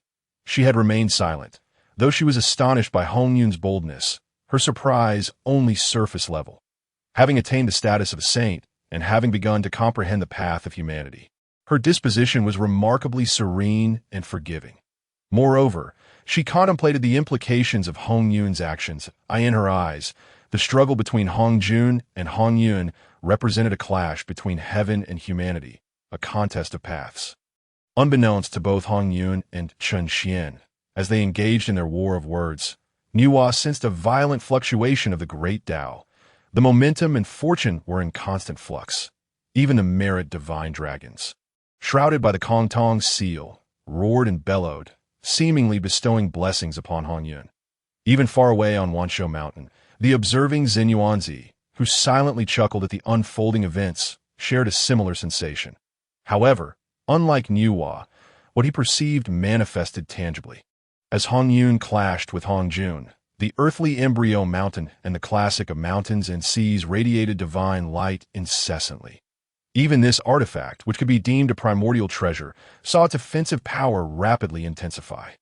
Until now, tranquility prevailed, yet the power of his earthly embryo continued to amplify. As the path of the earthly embryo strengthened, naturally, so too did the earthly embryo itself. Hongyun, my friend. Upon meeting Hongyun's gaze, Nuwa momentarily lost her train of thought before gently smiling at him. Might I request the return of my merit golden dragons? Hongyun, momentarily taken aback, nodded repeatedly. However, Chen Xian, within Hongyun's heart, was startled. Hongyun, if you convey my words to Nuwa, should she acquire the merit golden dragons, she may. Yet before Chen Xian could finish his thought, Nuwa smiled at Hongyun. Thank you, my friend, for your assistance. To be candid, during your struggle with the Dao ancestor, I experienced an epiphany. The duty to safeguard humanity rests more upon you than upon me. Hongyun furrowed his brow in confusion, yet Chen Xian felt a tightening in his chest that he suddenly realized Nuwa's intentions. She intended to make the ultimate sacrifice for humanity. Nuwa's voice emerged, calm yet resolute. From the moment of creation, I possessed potential akin to that of the primal divine beings post-Pangu's creation. This, perhaps, has already offended the heavens. If this clan were destined to exist, the heavenly Dao would have manifested long ago. My act of creating this clan is akin to challenging the heavenly Dao, forcibly seizing the fortunes to ensure the growth and continuation of humanity. It is imperative to restore the fortunes of the heavenly Dao. I believe this is the reason the heavenly Dao has bestowed merit upon me. With that, Nuwa extended her hand towards the merit golden dragons. With a graceful motion, the golden dragons entered her being. Immediately, Nuwa soared skyward, ascending towards the heavens. Holy Mother! Nuwa's ascension stirred the hearts of the 3,000 human beings, who gazed upwards in astonishment. Nuwa cast a backward glance, tears brimming in her eyes. My children, I shall exert every effort to protect you from beyond the 33 heavens. The vast wilderness is boundless. Proceed forward without trepidation. A single tear fell from Nuwa's eye, transforming into a universal blessing that showered the mortal realm. Within Hongyun's being, Chen Xian let out a soft sigh. Future generations would claim that among the 6 saints, Nuwa was the weakest, with the lowest comprehension. Yet the reality was precisely the opposite. The way of heaven seeks to replenish what is lacking while diminishing what is excessive. Among the 6 saints of the vast wilderness, perhaps only Nuwa truly grasped this principle. Hongyun, after all this struggle, you have won this round. However, your victory is merely a stroke of luck, achieved solely because you are the agent of the heavenly Dao. The heavenly Dao is thus beyond our control. Chapter 53. Ascending to the heavenly court, leaving no one behind. Human follows earth, earth follows heaven, heaven follows the Dao, and the Dao returns to oneness. Thus, although heaven, earth, and humanity each pursue their own paths, they interweave and mutually fulfill one another. In the contemporary world, the earthly immortals have returned to their rightful places, growing increasingly powerful with each passing day. The human realm has also emerged, with protagonists from various realms taking shape. Their potential boundless and their achievements limitless. However, it is unexpected that the earthly beings have become excessively strong, leading to a deficiency in the 3 talents and a weakness in the heavenly Dao. It seems that Nuwa has suddenly realized this, thus sacrificing her own achievements to become a saint of the heavenly Dao, thereby establishing a foundation for the 3 talents. Gazing at Nuwa ascending to the heavens. Beyond the 33 heavens, where purple energy envelopes the sky and heavenly mysteries abound, Chen Xian could not help but feel a sense of regret. From this point onward, this ancestor of the human race, this saint of humanity, will be confined outside the 33 heavens, unable to tread upon the primordial wilderness again. Even as a saint of the heavenly Dao, she would be compelled to consider the heavenly Dao. Reflecting on this, it seems that when the calamity of sealing the gods arrives in the future, it will coincide with a period of great fortune for the human race. Yet, Nuwa personally dispatched the 3 demons of Xianyuan to disrupt the human race and instigate the sealing calamity. It is very likely that she is constrained by the heavenly Dao, using the ancestor of humanity to weaken the fortunes of the human race and suppress the momentum of humanity. This can only be described as insidious. Thus, it can be said that I have harmed Nuwa if I had not cultivated the human race to such strength, nearly allowing them to completely replace the many innate sanctities born of the heavenly Dao. Perhaps Nuwa could still have resisted. Since Pangu opened the heavens and the earth, numerous innate sanctities of the primordial wilderness have emerged. All of these can be considered beings born of the heavenly Dao. Innate deities. When they first appeared, even the strongest among them was merely at the Tai realm. Now, however, look at the human race. They are not only born with the primordial blood derived from the pure yang energy of Pangu and the yin energy of Nuwa, but also possess formidable essence refined from the ancestral shaman. Moreover, they have been granted the innate fortune of red clouds by Chun Xian. The human race, upon their emergence, already possesses a realm comparable to that of innate sanctities. More importantly, both their physical bodies and primordial spirits are exceptionally powerful, even surpassing innate sanctities in terms of blessings and virtues. If they were to coexist in the same era, what could the innate deities born of the heavenly Tao possibly compare to the human race? It is precisely this unexpected strength that has compelled Nuwa to become a saint of the heavenly Tao. It seems I must not be overly radical. To put it plainly, my opponent is not Hongyun, but the heavenly Tao behind him. Moreover, it appears that Hongyun has indeed comprehended more than just the heavenly Tao. He seems to have grasped the essence of the three talents. Otherwise, he would not be so painstakingly orchestrating the situation to ensure that the heavenly Tao is stronger than the two earthly realms, yet still prevents them from being completely suppressed. Humph. In the end, Chun Xian secretly chuckled to himself, realizing that Hongyun is even more formidable than the many rumors of later generations suggest, since he has likely comprehended the three talents, but has chosen to specialize in the heavenly Tao. It implies that he will eventually figure out how to unravel the method I used to assist Hongyun in attaining an indestructible fate. When that time comes, if Hongyun has not achieved sainthood, even with my assistance, he may still be easily crushed by Hongyun as if he were an ant. I cannot allow Hongyun to be too radical, disrupting the balance of the three talents. Yet, his path to sainthood cannot be too slow either. After much contemplation, Chun Xian found himself in a dilemma. Advancing would mean being restrained by the heavenly Tao and the balance of the three talents, while retreating would place him under the pressure of Hongyun. However, before even a breath of time had passed, Chun Xian smiled lightly, even expressing a hint of excitement. How intriguing! A bit of difficulty makes it all the more interesting. The three talents are but trifles. Even if you, Hongyun, and the heavenly Tao use the 3,000 avenues to restrain me, you shall not succeed in confining me. With a smile, he turned his gaze to the entranced Hongyun, who was staring up at the sky. Although you have yet to master the swallowing heaven demon technique, it is time to impart to you the second method. Just as Chun Xian's murmurs came to a halt, a cloud of auspicious energy swiftly descended from the horizon, landing upon Shouyang Mountain and transforming into a strikingly handsome young man clad in a long robe, with an extraordinary demeanor and bearing. The young man first cast a glance at the 3,000 human beings who were gazing longingly up at the sky, then at the Taoist sage who was frowning while the purple energy surged around him. He then approached Hongyun and slightly bowed. "Hongyun, my friend, it has been a long time, and my sister." Hongyun regained his senses and hurriedly returned the gesture of respect. "Fushi, my friend." Indeed, this person was none other than Fushi, the brother of Nuwa. With Nuwa achieving sainthood and having ascended to the 33 heavens, upon hearing this, Fushi was taken aback. "And why sister has become a saint?"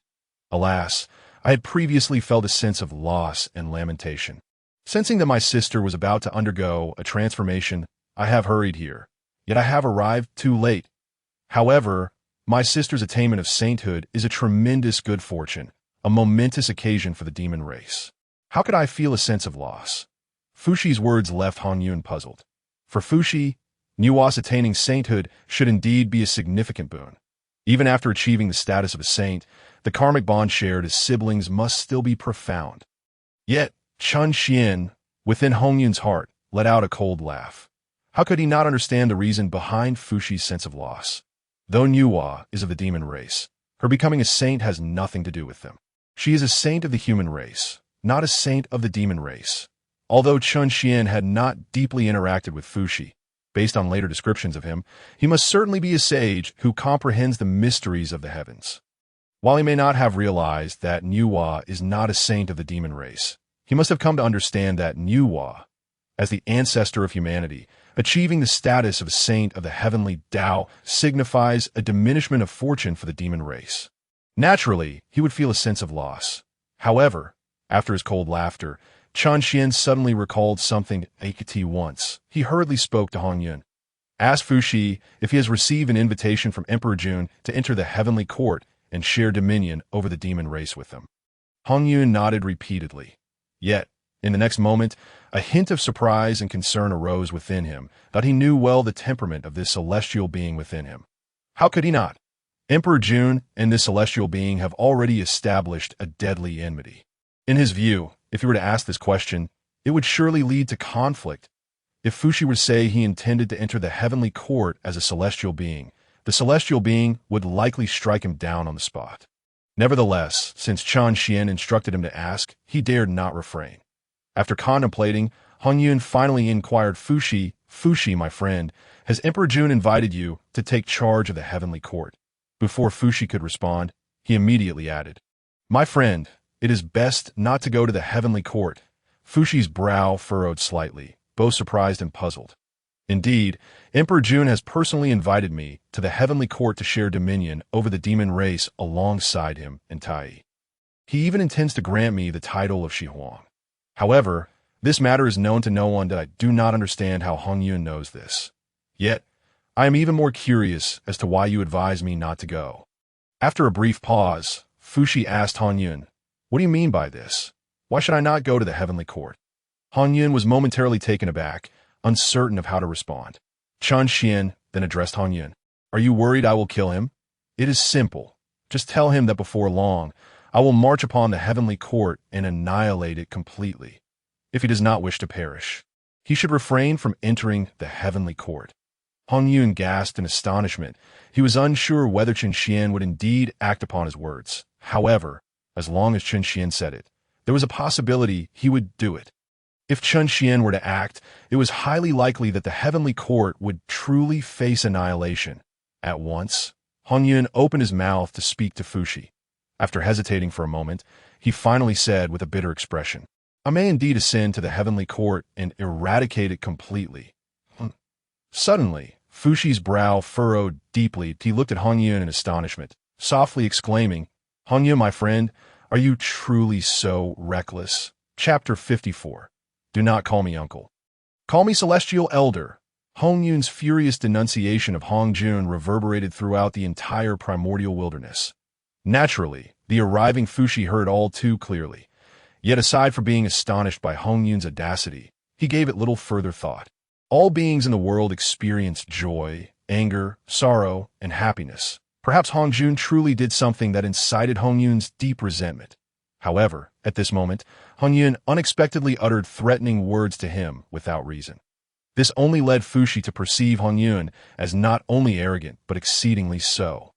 In an instant, Fuxi slowly furrowed his brows, gazing at Hongyun with eyes filled with anger. Meanwhile, Hongyun continued to smile awkwardly, knowing full well that the one capable of annihilating the heavenly court was certainly not him, but rather the celestial being residing within him. Yet he found it utterly impossible to confide this to Fuxi. Should this information be disclosed, anyone would merely assume that he had succumbed to inner demons. On the contrary, Chen Xian coldly chuckled. "You, Hongyun, relish being seen as a paragon of virtue. I shall ensure others perceive you as a villain." To be candid, he harbored no murderous intent towards Fuxi. His only grievances lay with Dijun and Tai. Nevertheless, Hongyun had a penchant for indiscriminately dispensing kindness. Seizing this opportunity, Chen Xian resolved to impart yet another lesson to him at that moment. The atmosphere between Hongyun and Fuxi was both awkward and tense. Chen Xian then smiled and addressed Hongyun, introducing the human race created by Nuwa. This would finally help alleviate the uncomfortable tension. Hongyun quickly turned to Fuxi, smiling again. "Dao friend Fuxi, Dao friend Nuwa has achieved the sanctified fruit position through her immense merits in creating the human race. Pray behold, this is the human race birthed by Nuwa." With a smile, Hongyun gestured towards the 3,000 innate humans gazing skyward. Fuxi had already noticed them, though he had not paid them much heed. Now, upon hearing Hongyun declare them as his sister's creation, his heart surged with warmth, and he swiftly turned to look at the 3,000 humans. The more he observed, the more astonished he became. The beings of the primordial wilderness all possessed their innate forms. Upon reaching a certain realm, they could transform into innate Dao bodies. With an innate Dao body, one could further accelerate their cultivation speed. Hongjun had mentioned this during his teachings in the Zixiao Palace. The reason the innate Dao body was termed so was due to its capacity to harmonize with the Dao, representing the ultimate form pursued by countless beings. Now that Fuxi had entered the quasi-saint realm, he could easily discern the innate forms of life with a mere glance. For instance, in his eyes, Hongyun was enveloped in crimson clouds, exuding extraordinary spirit, while the meditative Taishang concealed an enigmatic aura of purity within the purple essence. However, the 3,000 humans appeared utterly unremarkable in his eyes. Humans, innate Dao bodies. In the blink of an eye, he grasped the crux of the matter. How could he not be astounded?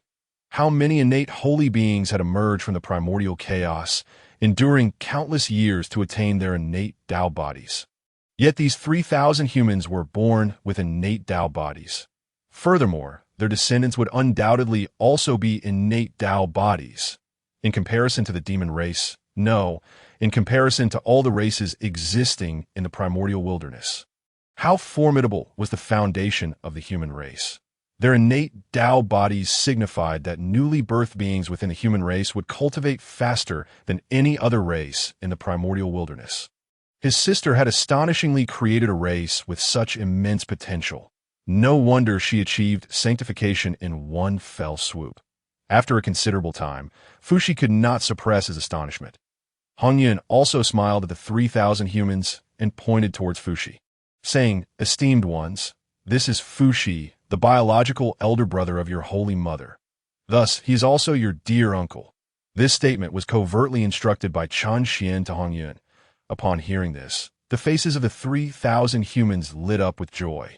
The foremost among them, the innate human created by Nuwa and bestowed with the title of original man, immediately bowed to Fuxi that we pay our respects, uncle.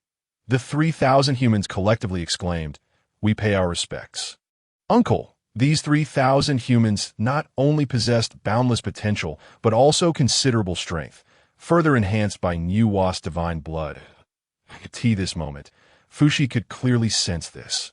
Hearing the call of the 3,000 humans, he felt an overwhelming joy in his heart. However, just as he began to smile, he noticed Hongyun awkwardly chuckling again. Subsequently, he admonished the 3,000 humans, "Hey, to address Fuxi as uncle is utterly inappropriate. In the future, Fuxi will surely become a key figure among the celestial generals of the heavenly court, a celestial being under the protection of the Dao. But you are humans. The distance between humans and celestial beings is immense. You cannot refer to him as uncle. You ought to address him as esteemed one or celestial elder." The 3,000 humans, endowed with innate blessings from Hongyun and personally recognized by Nuwa as a deity, shared a bond with Hongyun that was evidently stronger than that with Fuxi. Now, upon hearing Hongyun's words, the expressions of the 3,000 humans shifted dramatically. The original man bowed his head towards Fuxi, saying, "We have been presumptuous. We beseech the celestial elder for forgiveness.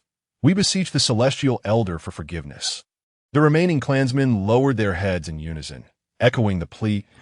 This. Fuxi's expression changed once more. He regarded the 3,000 humans before him, his face filled with helplessness. In terms of bloodline, these 3,000 humans possessed Nuwa's divine blood, establishing an undeniable connection to Fuxi. Even if he were to acknowledge these 3,000 humans as his offspring, he would not bat an eye. Yet now, Hongyun's words had distanced the 3,000 humans from him. He could discern that at this moment, the 3,000 humans regarded him with respect, but lacked any sense of kinship. Naturally, he could not admonish these 3,000 humans. After all, they were the progeny of Nuwa. Therefore, he could only turn to Hongyun, his brows slightly furrowed, his displeasure evident. "Old ancestor Hongyun, what do you mean by this? They are indeed creations of Nuwa, and addressing me as uncle is not out of place." Observing Fuxi's change in demeanor, Hongyun awkwardly smiled again. "Dao friend Fuxi, do not be hasty. My actions are for your own good, to spare you difficulties in the future, difficulties for me." Fuxi felt utterly perplexed and softly chided Hongyun. Hongyun paused for a moment, his lips twitching before murmuring to himself, "Celestial Sovereign, your implication of a threat is rather overt, is it not?"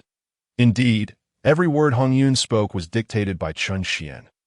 "Threat? Is this a threat?" Are you not speaking the truth? Let me tell you, if you do not clarify things with him now, it will only become more challenging for you in the future. Whether or not to divulge this is entirely up to you." With that, Chen Xian resolutely fell silent. Hongyun called out several times but could not reach Chen Xian.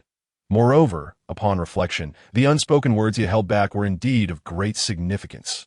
Finally, after a considerable time, Hongyun gritted his teeth and said to Fushi, "Dao friend Fushi, I have a mortal enmity with Dijun and Tai. Should they establish the heavenly court, they will undoubtedly seek me out." Hongyun raised his hand, gesturing towards the 3,000 humans.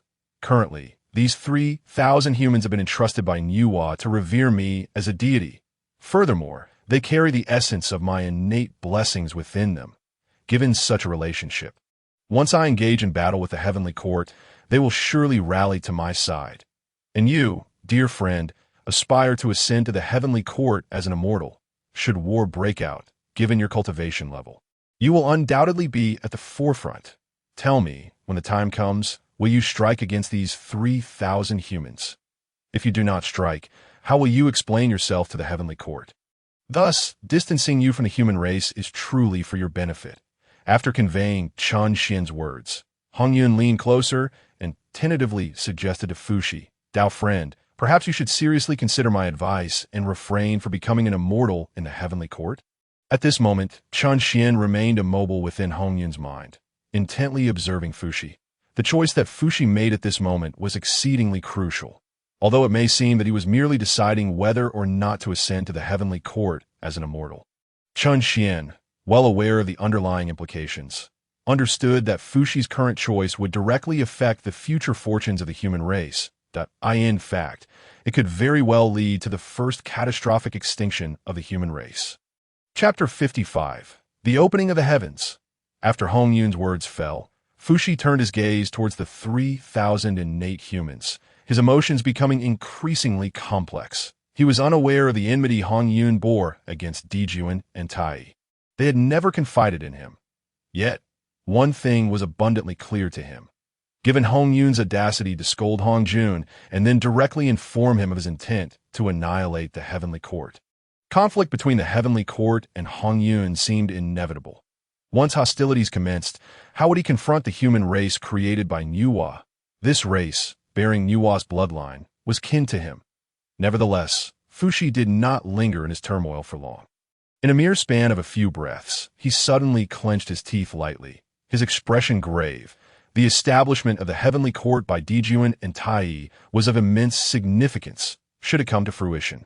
Perhaps it could. Merely a whisper within the heart. Fushi suddenly furrowed his brow, casting a glance towards Hongyun.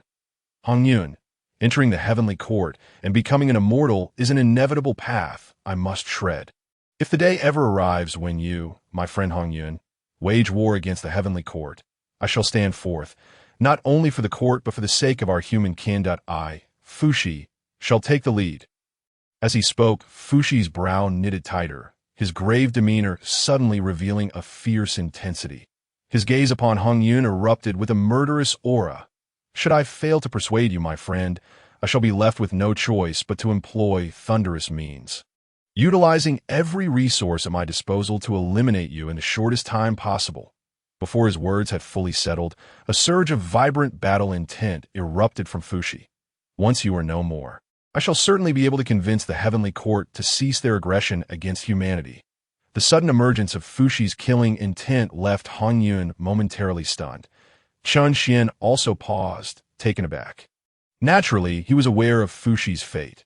Though he had entered the heavenly court, he had met with an unexpected demise.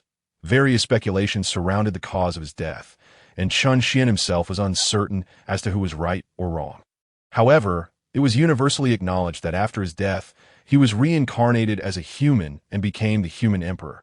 Moreover, he was one of the pioneers of the innate 8 trigrams and the creator of the calendar. Regarded as one of the cultural ancestors of humanity. As for his combat prowess, Chen Xian could not ascertain its true strength. Yet, it was evident that his power resided primarily in his realm. He had not anticipated that this demon Fushi would be so resolute. But soon, Chen Xian dismissed the thought with a scoff, convincing the demon clan to refrain from striking against humanity. How naive.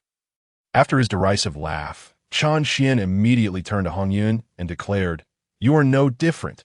If you engage in battle with the celestial beings, then Fuxi shall surely meet his demise." Fuxi, ignoring the council, had stated his reasons yet still insisted on ascending to the heavenly court. Chen Xian was more than willing to shoulder the various speculations surrounding Fuxi's death. After all, if a return was inevitable, he might as well personally guide him into reincarnation. Chen Xian's words caused the corners of Hongyun's mouth to twitch. Ultimately, he could only helplessly address Fuxi. "Fuxi, if that day truly arrives, I shall have no choice but to invite you to your demise." Umph. Hongyun's arrogance was something Fuxi had anticipated. He merely snorted coldly, and then raised his hand in a gesture of respect towards Hongyun, stating, "In that case, we shall see whose abilities prevail, since I am already aware of my sister's whereabouts.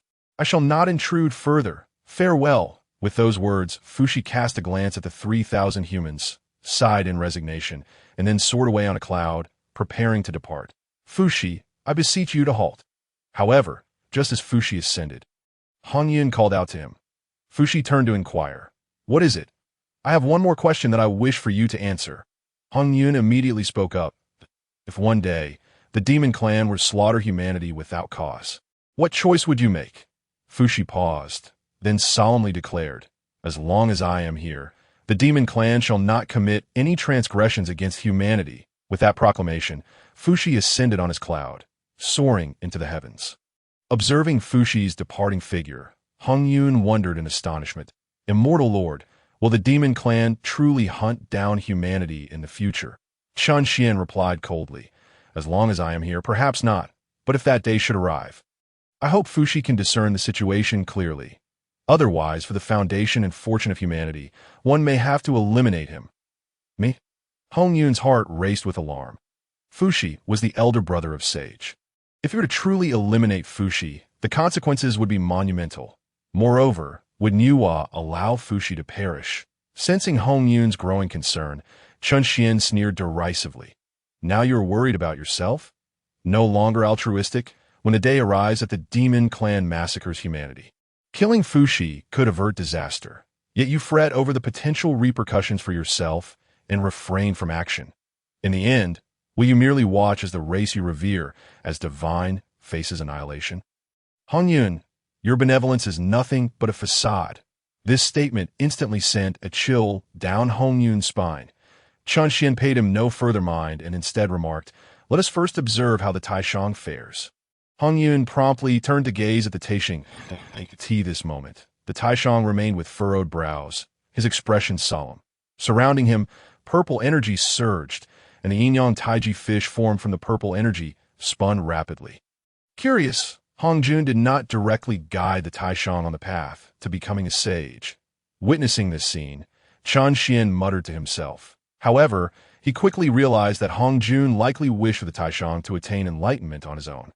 "Very well, I shall also observe the Taishang's aptitude and see when he achieves comprehension." Finally, he turned to Hongyun and said, "Hongyun, now is the perfect opportunity for me to impart another technique to you. You shall practice here on Shouyang Mountain, cultivating while you await the Taishang's awakening." Upon hearing that Chen Xian would teach him another technique, Hongyun was overjoyed. Yet soon he spoke nervously, "Immortal Lord, we have already offended the Dao ancestor Hongjun. The Dao ancestor is a sage, possessing immense powers and unfathomable strength that I fear that one day he may discover a method to undermine our invulnerability. Why not take this opportunity to utilize the heavenly devouring demonic art to attain sagehood sooner?" "Oh, you can actually think of that." Hongyun's words momentarily surprised Chen Xian, but soon he chuckled. "It is indeed only a matter of time before Hongjun devises a way to break your belief power. While the heavenly devouring demonic art can also lead to sagehood, if you truly wish to achieve this before Hongjun awakens, the best method would be to capture a sage and drain their essence. Currently, there are only two sages, Nuwa and Hongjun. Which one will you choose? Or perhaps, will you exert all your effort to activate the heavenly devouring demonic art and drain the entire Hongwang, along with its beings and the heavens?" The distinction between a quasi-sage and a sage may seem merely a matter of one level, even just a thin sheet of paper apart. Yet that thin layer is a chasm. The energy required to be consumed by the heavenly devouring demonic art is immensely vast. Of course, Hongyun could still gradually drain the treasures, spiritual veins, and more from the Hongyun world, eventually achieving sagehood. However, that would undoubtedly be impossible before Hongyun formulates a solution. Nevertheless, the technique that Chen Xian was about to impart would precisely remedy this flaw. Even if it did not lead to sagehood, it would still grant Hongyun means of evasion once Hongyun thought of a way to break through. Beneath the sage, all are but ants. This statement holds true. Yet, this particular ant is Chen Xian. Thus, that phrase does not apply here. Although he cannot contend with Hongyun, he possesses myriad methods to ensure that Hongyun cannot do anything to him as the immortal lord of the myriad realms. Chen Xian has countless ways to achieve his goals. Now, seeing that Hongyun had fallen silent, Chen Xian addressed him once more. Listen closely. The technique I am about to pass on to you is called the Opening Heaven Technique. Chapter 56. The Proliferation of Humanity. The Taishang emerges from seclusion. The so-called Opening Heaven Technique is the act of creating the heavens with a thought, establishing the earth, and forging a world. Its essence lies in using one's own exceptionally potent and profound primordial true energy to create a primordial world within the void. Subsequently, one nurtures oneself within this primordial world, thus establishing a realm of one's own. This method can only be cultivated by one who possesses abundant true essence. When a new realm is initially formed, it will even drain all of one's own magical power to sustain the world. However, with your heavenly devouring demonic art, your magical power can flow endlessly. Thus, this technique is most suitable for your cultivation. As Chen Xian recounted, a vision unfolded in Hongyun's mind.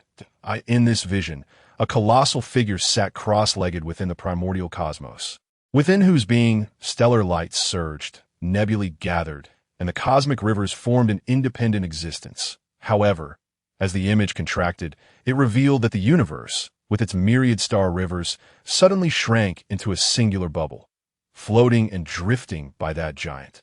One bubble after another emerged, creating a multitude of universes. Ultimately, the giant's body was filled with countless cosmic bubbles, opening the heavens and establishing the earth. Hongyun observed this scene, his heart filled with astonishment. This spectacle involuntarily reminded him of Pangu creating the heavens and the earth. Immortal Lord, do you wish for me to create the heavens and the earth at the quasi-sage level? Indeed, that is exactly the intention.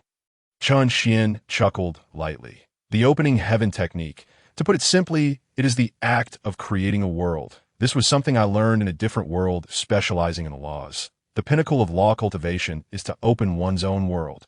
In one's own world, one reigns supreme. The more laws one possesses within their world, the stronger they become. A genius. Yet he chooses to walk a path contrary to the norm. First, he nurtures his own world. And then he uses this self-created realm to nourish the laws. Thus, he has forged this Opening Heaven Technique. Immortal Sovereign, it was only through Pangu's sanctification that the heavens and earth were opened. What merit or capability do I possess to achieve such a feat?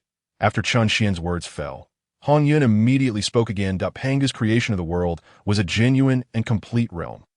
However, the world crafted by this Opening Heaven Technique is flawed and incomplete, and it pales in comparison to the raw might of the primordial chaos. Rest assured, I am not so deluded as to think you can rival Pangu. Practice as you wish. The Opening Heaven Technique cannot be compared to Pangu's creation of the heavens and earth. In truth, it doesn't even measure up to a single hair. If Pangu's act of creation is likened to the formation of the galaxy, then indeed, the world of the primordial chaos, with its myriad stars, springs forth from Pangu himself, that he is the true creator of the galaxy. This Opening Heaven Technique is, in essence, merely the equivalent of crafting an ecological tank. The difficulty and scale are not even in the same league as the true act of creation. Of course, having created one ecological niche, one could potentially create 2, 3, 10, 100, or even 1,000. Extending towards infinity, ultimately rivaling the universe itself. Naturally, this technique can also enable Hongyun to attain the status of a saint. It is akin to the principle behind Wuzhuangguan's sanctification, unable to achieve the same monumental creation as Pangu. One must settle for a secondary option. The technique swiftly traversed Hongyun's mind, firmly imprinting itself within his consciousness. He hesitated no longer and commenced his cultivation anew. Chun Xian timely reminded him, "In your initial practice, you may focus solely on one law. Since you are Qi Yun achieving the Dao, why not begin by refining the cloud? Understanding its essence, he would forge it into a world."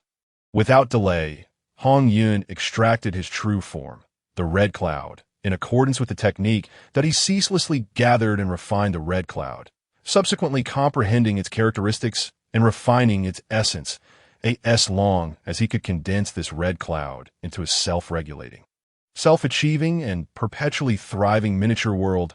It would signify a modest success. Unlike the deviant technique of the swallowing heaven demon, the opening heaven technique was crafted by a genius for those with poor foundations. It aims to provide an avenue for anyone capable of cultivation, regardless of their initial shortcomings, to reach the pinnacle. Thus, this technique emphasizes a steady and methodical approach. Typically, after a period of practice, one should replenish their true energy and magical power. Like most orthodox cultivation methods, it requires time and perseverance. However, Hongyun possesses the swallowing heaven demon technique, so he need not worry about true energy and magical power. Even so, his progress remained slow. This finally allowed Chun Xian to witness the most renowned saying of the primordial chaos world. Cultivation knows no passage of time. A fleeting decade passed, followed by another century. Unbeknownst to them, thousands of years had slipped away. On Mount Shoyang, the Supreme One was enlightened, with the primordial purple energy swirling, enveloping the entire mountain peak. 1,000 miles away, Hongyun gathered the red cloud in his palm. Resembling a piece of crimson jade, red mist spiraled around him, rotating endlessly with the red pearl in his hand, akin to a river of red stars. Over these thousands of years, the 3,000 human tribes created by Enwa had already emerged from Mount Shoyang, beginning to make their mark in the world of the primordial chaos. Some with low strength remained on Mount Shoyang, either cultivating or branching out. Chun Xian required no torch for cultivation. He had no place to practice. Throughout these thousands of years, he would always accompany Hongyun into the chaos, absorbing and refining chaos using the swallowing heaven demon technique, replenishing the opening heaven technique's magical power, allowing Hongyun to observe the human tribes on Mount Shoyang. There was one exceedingly peculiar aspect. Chun Xian could not discern whether this was the natural order of humanity or the result of his interference in their creation. The humans born later, astonishingly, resembled those of later generations. Regardless of their potential strength, all newborns were remarkably weak, mere mortals with lifespans of 100 years, considering the world of the primordial chaos, be it the demon race or other species. Even the weakest newborn was undoubtedly stronger than a mortal. With lifespans no less than 1,000 years, the human race possessed the greatest potential and perception, yet they were hindered by the weakest reproductive system. Perhaps this is what is referred to as the heavenly way, compensating for the excess by addressing the deficiency. Moreover, there was another characteristic of the human race that left Chun Xian both amused and exasperated. The human race possessed an innate Dao body, rendering them exceedingly intelligent, akin to those of later generations. Yet, this intelligence brought with it a flaw. These postnatal humans pondered excessively, just as their later counterparts did. In contrast, other races had newborns whose only thought upon birth was to grow stronger. However, human newborns, upon maturation, developed various aspirations and desires. This led the human tribes on Mount Shoyang, in an era meant for arduous cultivation, to inexplicably advance towards urban and national civilizations. Thankfully, the human race had only a few thousand years of history. This development was merely a trend and had yet to solidify. Another factor impeding the humans' postnatal cultivation was that the 3,000 innate humans possessed natural magical abilities. However, unlike the various divine beings of the primordial chaos, they were not well versed in the path of cultivation. They could practice, but it was merely instinctive. Countless innate divine beings, prior to Hongyuan's teachings, were even unaware of the realms of cultivation. Now, expecting these 3,000 innate humans to teach their descendants how to cultivate held little hope. Finally, after Hongyun returned from yet another venture into the chaos, gazing at a settlement on Mount Shouyang where lamentations arose, his compassionate heart could no longer bear it. Immortal sovereign, the postnatal humans possess the strongest innate talents of the primordial chaos, yet they remain ignorant of cultivation, even though the spiritual energy on Mount Shouyang is dense. And ordinary people can live for hundreds or even thousands of years by consuming spiritual herbs and drinking divine elixirs. Ultimately, without entering the great Dao, they cannot escape death.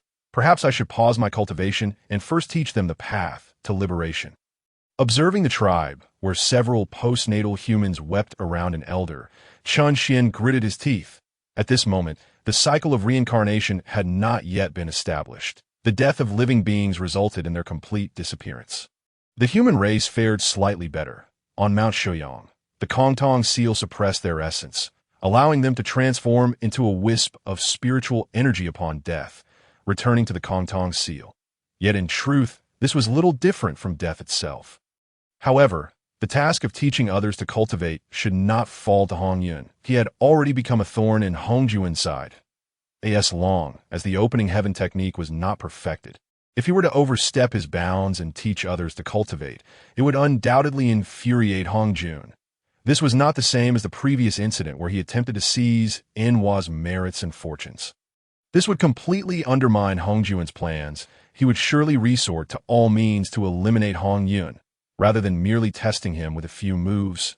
Yet, witnessing the senseless deaths of his kin, Chun Xian could not help but feel a sense of injustice. Even though he had long since grown indifferent to life and death, he could not help but cast a sidelong glance toward the distant, purple-hazed mountaintop through Hongyun's eyes.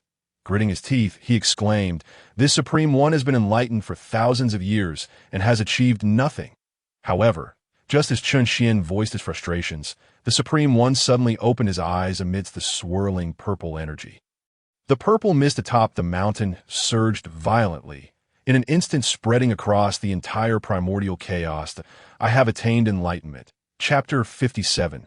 The teaching of humanity. For a millennium, enlightenment has been sought, though the Supreme One has yet to step beyond the summit of Shouyang Mountain. He has, in truth, traversed the vast void of the cosmos, observing the myriad realms of primordial chaos. With but a flicker of his divine consciousness, he has roamed every nook and cranny of the ancient world, from a celestial dome above to the abyssal depths of the blood sea below. He has witnessed, firsthand, the resplendent palaces erected by the demon clans within the 33 heavens. The celestial beings of the heavenly court strive diligently in their cultivation, all for a fleeting moment of supremacy. He has also seen, within the confines of Wanshou Mountain, at the Five Zhuang Palace, beings from various tribes journeying from afar to seek the teachings of Zenyuanzi. Vying for the status of Earth Immortal, he has observed the Wu clan, honing their physiques relentlessly within the bounds of Buzhou Mountain, heedless of their lives. Even the denizens of the Blood Sea have caught his attention. He witnessed the progenitor of the Nether River, inspired by Nuwa's creation of humanity, emulate her by crafting the Azura race from the malevolent essence of the Blood Sea. The Azura, driven by bloodshed and conflict, engage in ceaseless warfare. Yet, the human race dwelling within Shouyang Mountain, destined to be the mightiest cultivators of the primordial realm and the central figures of heaven and earth, has instead succumbed to myriad desires. They neglect cultivation and disregard the pursuit of longevity. When he returned to Buzhou Mountain, his thoughts finally became clear. As the saying goes, once one thought is understood, all thoughts are understood. The Supreme One has finally attained enlightenment. Opening his eyes, he gazes down upon the gathering of humanity in Shouyang Mountain. A purple brilliance bursts forth from his eyes. The humans, under his gaze, feel an inexplicable stirring within their hearts, raising their heads to behold the direction of the Supreme One. They see the mountain peak, once shrouded in purple mist, now swirling and bubbling with a tumultuous purple tide, crashing forth like a 1,000-foot wave, sweeping eastward. The primal humans remaining in Shouyang Mountain soar into the air, silently channeling their true chi and divine powers, as if facing a formidable foe. Even those primal humans journeying afar feel the stirrings of thought, compelled to glance back longingly at Shoyang Mountain. Subsequently, they all fervently mobilize their powers, employing their utmost escape techniques, racing towards Shoyang Mountain this moment. Whether primal or postnatal, all feel a profound resonance. The ancestral land of Shoyang Mountain is poised for a cataclysmic transformation. Ultimately, the Supreme One's gaze sweeps across the entirety of Shoyang Mountain. He speaks slowly. The Supreme One's realization, the Supreme One's perception, seems to echo through the entire primordial realm. As he speaks, a mysterious sound resonates throughout heaven and earth. I am the true lineage of Pangu, the foremost of the three pure ones, the Taoist of Taching. I perceive the newly emerging race of humanity, brimming with boundless potential, yet lacking the proper teachings and the great Tao. Thus, I shall establish a doctrine in the ancestral land of humanity, to be known as the human teachings. From this day forth, I, Taching, shall be the master and sage of humanity, imparting the golden elixir Tao to the human race. The human teachings are established. Boom! As the words resonate, heaven and earth tremble in unison. In the 9 heavens above, myriad rays of light burst forth, purple mist flowing eastward. Upon the earth, golden lotuses bloom, clear springs rise from the ground. Roar! In the next instant, a dragon's roar shakes the heavens. Above the firmament, a colossal golden dragon of merit, stretching for tens of thousands of feet, descend from the sky. This is the true golden dragon of heavenly merit. As merit descends, the Supreme One smiles slightly. He raises his hand and waves. The sky fills with a sweeping purple mist, the primordial purple energy rising to greet the golden dragon of merit. There are no obstacles. Not even Hongyun intervenes. The purple mist and golden dragon merge into one, then return entirely into the Supreme One's being. In that very moment, the primordial realm stirs anew, the profound sound echoing throughout the entire world. That sound resembles a celestial melody, akin to the divine transmission of Hongyun. Wherever it reaches, all beings feel as if they are bathed in a spring breeze, their hearts filled with joy. On Shoyang Mountain, the Supreme One emanates a radiant light. Like a sun illuminating the mundane world, the humans on Shoyang Mountain, whether primal or postnatal, find their minds clear and spirits rejuvenated beneath this divine light. Even the many unruly postnatal beings feel their inner grievances dissipate, and their spiritual power begins to coalesce. Under the divine light, the mundane world ascends at this moment, above the 3 pure ones. The Taoist of Taching becomes a sage. Another sage has emerged. Beings of exceptional cultivation feel a profound resonance. Some are astonished, others are filled with longing. On Kunlun Mountain, the closed-eyed Yuan Shi and Tong Tian also rise, bowing in the direction of Shoyang Mountain. Congratulations, elder brother, on achieving sagehood. Outside the chaos, within the tightly shut doors of the Zixiao Palace, Hongyun smiles wryly. The Supreme One harnesses the fortune of humanity to attain the great Tao. Truly, it is as I expected. From this point onward, heaven will be the teacher of humanity, and heaven shall also be the sovereign of humanity. Heaven, earth, and humanity, the 3 talents, have now been distinctly divided. In another realm of chaos, the Niwa Palace is already established. Aware of the Supreme One's establishment of the human teachings and attainment of sagehood, Niwa's expression reveals no joy. Hongyun, you hold great affection for the human race, even offering your ancestral witch's blood and your own fortune. Yet, why do you withhold your teachings from them? Why allow Taching to establish the teachings and become their master? From now on, will humanity only acquire the heavenly way, only have heaven as their teacher? Within Shoyang Mountain, the Supreme One's divine light does not fade.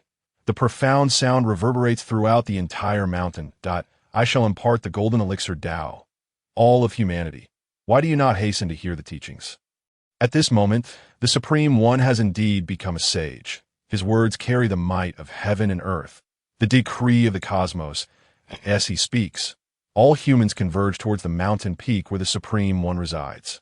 The primal humans remaining behind soar into the skies, fearing they might be a moment too late. Even the postnatal humans, regardless of their lack of cultivation, find themselves able to tread upon the divine golden light emanating from the Supreme One. Soaring through the air, those humans journeying afar also hear the Supreme One's teachings resonate within their hearts. One by one, they expend all their strength to rush towards Shouyang Mountain. At this moment, Hongyun watches as one human after another flies past him, that a sense of regret fills his heart. What a pity! I too wish to teach the human race the ways of cultivation. Had I acted sooner, the golden dragon of merit would surely have been mine. Such a powerful golden dragon of merit would surely elevate my cultivation. Hongyun laments inwardly. Yet, Qin Xian feels no such regret. On the contrary, he feels quite elated, even a touch exhilarated. Finally, the time has come. My patience over the millennia has not been in vain. Silently chuckling, Qin Xian turns to Hongyun and says, establishing a doctrine to teach the ways of cultivation to humanity is a necessary move for Hongjun. Want to seize it? Not a chance, unless I personally descend in my physical form. Otherwise, Hongjun will find every means to exclude us. Hearing this, Hongyun is slightly startled, yet he cannot suppress a sigh of regret. But in the next moment, Qin Xian secretly chuckles in Hongyun's mind. However, although we cannot seize the grand prize, we can still snatch the smaller one. Now that the Supreme One has attained sagehood, the heavenly path outweighs the human path. If another golden dragon of merit descends, as long as it does not disrupt the balance between heaven and humanity, Hongjun will certainly not intervene. After all, even with the establishment of the human teachings, the three teachings under Hongjun will still be keeping a close watch. After sharing this inward mirth, Qin Xian promptly turns to Hongyun and says, "Come, let us go congratulate the Supreme One." Upon hearing this, Hongyun says no more. He rides the winds and thunder, heading straight for the mountain peak where the Supreme One resides. Chapter 58. Recruitment and Instruction Boom. Thunder rumbles and the winds stir. Hongyun manifests before the Supreme One, bowing deeply in respect, and congratulates him. Congratulations, fellow Taoist. Today, you have attained sagehood, destined to endure through countless tribulations without perishing. At this moment, the Supreme One radiates an air of tranquility and clarity. Prior to his enlightenment, he held a rather critical view of Hongyun, even looking down upon him to some extent. But now, with a single thought leading to sagehood, the universe has expanded in his eyes. Hongyun, who has yet to attain sagehood, now appears insignificant in his gaze. Naturally, he no longer holds any disdain for him, nor does he bear any ill as he sees Hongyun express his gratitude. He merely responds with a calm nod. "Fellow Taoist, you are too kind." He then gestures towards a multitude of humans gathered around him and addresses Hongyun. "Fellow Taoist, I wish to impart the golden elixir Dao to humanity, which is the way to immortality, sagehood, and the Dao. It is also the teaching imparted by the Dao ancestor in the Zixiao Palace. Would you be interested in listening?" The words of the Supreme One brought a wave of joy to Hongyun. Although he had already listened to the teachings that the Supreme One intended to convey, the fact remained that the Supreme One had attained sainthood, but a sage imparting wisdom, even as someone who had reached the threshold of sainthood, could still yield profound insights. However, as Hongyun reveled in his elation, a chilling laughter from Qin Xian echoed in his heart. The teachings of Hongjun are but trivial paths. What merit is there in them? Hearing Qin Xian's words, Hongyun could only manage a wry smile, inwardly replying, "The immortal venerable indeed possesses the qualification to look down upon the Dao ancestor. Yet, I lack such qualifications." Upon hearing Hongyun's sudden lamentation, Qin Xian paused momentarily, then scoffed lightly. "Hongyun, why do you lament? That statement was meant for you to relay to the Supreme One." Instantly, Hongyun was taken aback, yet Qin Xian paid him no mind and continued. "What follows concerns not only the extent of your cultivation's advancement, but also whether humanity can seek a breakthrough within the heavenly Dao. Therefore, the more audaciously you proclaim that statement, the better." In that moment, Hongyun was utterly stunned. While it was true that Qin Xian could impart to him the supreme Dao, he was still confident that he had no standing to question the Dao of Hongjun or the teachings of the Supreme One. To utter such arrogance was indeed a daunting task. Yet considering the implications for humanity's future, Hongyun found himself unable to refuse. After a brief moment of hesitation, he finally smiled awkwardly at the Supreme One. However, the instant this smile graced his face, the Supreme One furrowed his brow, and the calm waters of his heart were suddenly stirred. He had witnessed this smile from Hongyun numerous times, and understood that, while it appeared awkward, it was merely a fade to conceal the arrogance brewing within. He anticipated that Hongyun was about to utter something audacious. Before Hongyun could speak, the Supreme One shouted at him. Hongyun, are you not about to utter some rebellious and arrogant words again? You may scorn the Dao ancestor, who in turn shows compassion for all beings and refrains from engaging you. But I am not the Dao ancestor. Should you truly provoke me, even if it means dragging you into the chaos, I shall strike you down. Indeed, although he was in seclusion, a fragment of his consciousness roaming the vast wilderness had caught wind of Hongyun's scornful remarks directed at Hongjun. My friend, you misunderstand. Hongyun quickly smiled at the Supreme One and hastily added, I merely believe that the teachings of the Dao ancestor may not be suitable for humanity to hear. Instead, why not allow me to represent my fellow Taoists and establish a foundation for humanity first? After careful consideration, Hongyun felt that since Chen Xian had dismissed the teachings of Hongjun, the implication was that he wished to impart his own.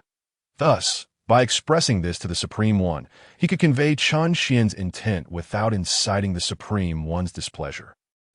Naturally, such words provoked Chen Xian's ire, calling him foolish. However, Chen Xian immediately followed with a cold smile, saying, Though you have altered your words, let us see how you will amend them next. Upon hearing Hongyun's statement, the Supreme One immediately turned his gaze to humanity. Among the assembled innate beings, several had already reached the Tai realm, while the weakest possessed golden immortal cultivation. These individuals could certainly comprehend the teachings he intended to impart. Yet, among the postnatal beings, nearly 90% were exceedingly weak, possessing innate Tao bodies but lacking innate cultivation, and if he were to impart the teachings himself, they might not understand at all. Having someone else convey his teachings could indeed prove to be a beneficial approach. However, had anyone else proposed this suggestion, he would have readily agreed. Yet, the one making this proposal was Hongyun. He had scorned Hongjun, intentionally provoking his wrath, and had repeatedly spoken rebelliously. During his discussions with Fushi, he had displayed even greater cunning. The Supreme One regarded Hongyun with suspicion, perceiving him as deeply scheming. The reason he had gained a reputation for benevolence in the wilderness was likely due to his inherent weakness. Now that he had grown powerful, he no longer needed to feign humility. Thus, the Supreme One was convinced that Hongyun's suggestion to replace him in imparting teachings was laced with ulterior motives. Hongyun was indeed quite cunning that if he were allowed to convey the teachings on the Supreme One's behalf, complications would surely arise. Nonetheless, the method proposed was undeniably sound. Without responding to Hongyun, the Supreme One contemplated while turning his attention to the gathering of humanity. In the blink of an eye, a thought struck him, and he grasped the essence of the situation. He scanned the gathered beings and smiled.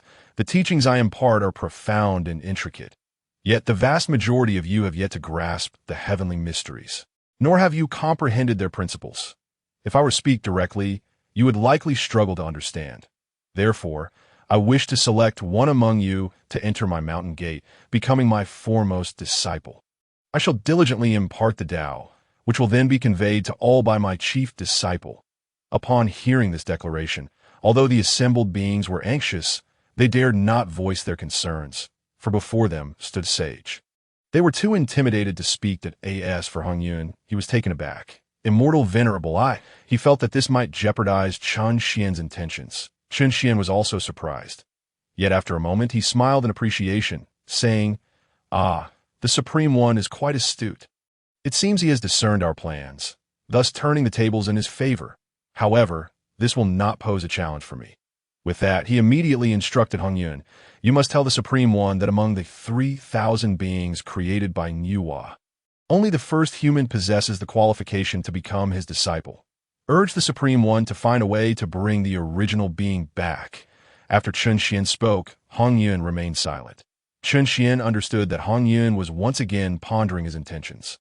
Thus, he said to Hongyun, Stop guessing. This is all for the Supreme One's benefit. Do you not find my reasoning sound? The original being is the first human that Nuwa and I painstakingly created. And in terms of roots, he is the most profound among the 3,000 beings. There was no need for further contemplation. Chunxian's words were indeed reasonable. Consequently, Hongyun promptly addressed the Supreme One. My friend, if you wish to take a first disciple, I know of someone worthy of recommendation. Among the 3,000 beings, the first to emerge is named Yuanjin, that he has condensed the pure essence of Nuwa and is the most devotedly crafted being. His roots and talents will surely satisfy you. Hongyun's renewed proposition raised the Supreme One's vigilance. However, he also recognized the truth in Hongyun's words. He had witnessed Nuwa's process of creation, and indeed, this first human was the embodiment of her efforts. For a moment, the Supreme One fixed his gaze on Hongyun, his eyes flickering with thought. After a considerable pause, he silently mused, Very well, although you, Hongyun, are deeply cunning, I shall see what schemes you employ once I summon this first human. Having attained sainthood, why should I fear your machinations? Chapter 59. Seizing disciples, what you say possesses merit. In that case, I shall accept this first child of humanity as my disciple. After some deliberation, the Supreme One smiled faintly at Hongyun. He then turned to the gathered humanity and inquired, Where is Yuanjin? In response, a certain innate being stepped forward, bowing respectfully to the Supreme One. My elder brother departed from Shoyang Mountain a millennium ago to traverse the wilderness, and he is yet to return. Presently, I sense that he is likely aware of the Supreme One's intention to impart teachings to our kin and is on his way back, though it may take some time. Upon hearing this, the Supreme One smiled indifferently. Why wait any longer? Watch my methods. With a wave of his hand, a scroll unfurled and soared into the heavens. The landscape depicted within was vividly displayed, resembling the Earth's geography and akin to the land chart held by Xinyuanzi. However, unlike the latter's map, which clearly delineated mountains, rivers, and creatures, this image mirrored the primordial world. It contained mountains and rivers, as well as the celestial bodies of the surrounding stars. This is the Qian Kuan map? Hongyun's primordial spirit stirred as Chan Xian questioned curiously upon perceiving this chart. However, he was already quite certain. Thus, before Hongyun could respond, he could not help but express his admiration. People speak of the wilderness, and it is nothing but this. Yet it must be said that the innate spiritual treasures birthed within the wilderness are truly remarkable. Even once outside, they would still rank among the finest. Subsequently, he cast a smile towards Hongyun, saying, Hongyun, I believe you should also absorb the primordial treasures with the swallowing heaven divine art, just as we calculated initially. This way you can both enhance your cultivation and acquire formidable divine abilities. It has been a tremendous waste to only consume chaotic energy for these thousands of years. As the Qiankoan diagram unfurled, it expanded with the wind. Moreover, with the celestial sovereign having attained the status of a saint, the display of saintly might indicated that the Qiankoan diagram had the potential to envelop every corner of the primordial world, encompassing all within its vast embrace. This thought filled Hongyun with envy. Upon hearing Chan Xian's words, he instinctively nodded. However, his expression soon shifted to one of alarm. Celestial Sovereign, you can't possibly mean. Before Hongyun could complete his sentence, Chan Xian chuckled. What are you thinking? Even if I were to allow you to seize this Tai Chi diagram, you likely wouldn't succeed. Hongyun let out a long sigh. The Celestial Sovereign had become a saint, and there was no significant enmity between them. If Chan Xian permitted him to take it, he could hardly refuse such an invitation. Just as Hongyun felt a sense of relief, Chan Xian laughed again. It is already too late to seize treasures from the three pure ones. However, soon enough, you will have the opportunity to claim others' possessions. With the emergence of the human race, the imminent war between the witch and demon tribes was on the horizon. Furthermore, due to his deliberate guidance, Dijun had already formed enmity with the witch clan. The battle between the witches and demons would undoubtedly commence sooner than anticipated. Once the conflict began, there would be countless opportunities for Hongyun to seize treasures, such as the Chaos Bell and the River Map and Luo Book. Not to mention, there would be the 10 great demon lords and the 2 residing on the moon of the Tyne Star. The witch clan's demand for treasures was not particularly high. As long as Hongyun could steel his resolve, Chen Xian had a way to ensure that he could acquire all the treasures from the demon court. Naturally, upon hearing this, Hongyun's expression stiffened. Chen Xian could sense the subtle resistance within him. Immediately, he chuckled coldly to himself, contemplating how to corrupt Hongyun's benevolent disposition by forcing him to consume the flesh and blood of the demon race. At the same time, he reassured Hongyun, "What is there to panic about? I'm not truly asking you to seize anything. Moreover, this primordial world still holds numerous treasures scattered across its corners. They are all unclaimed artifacts.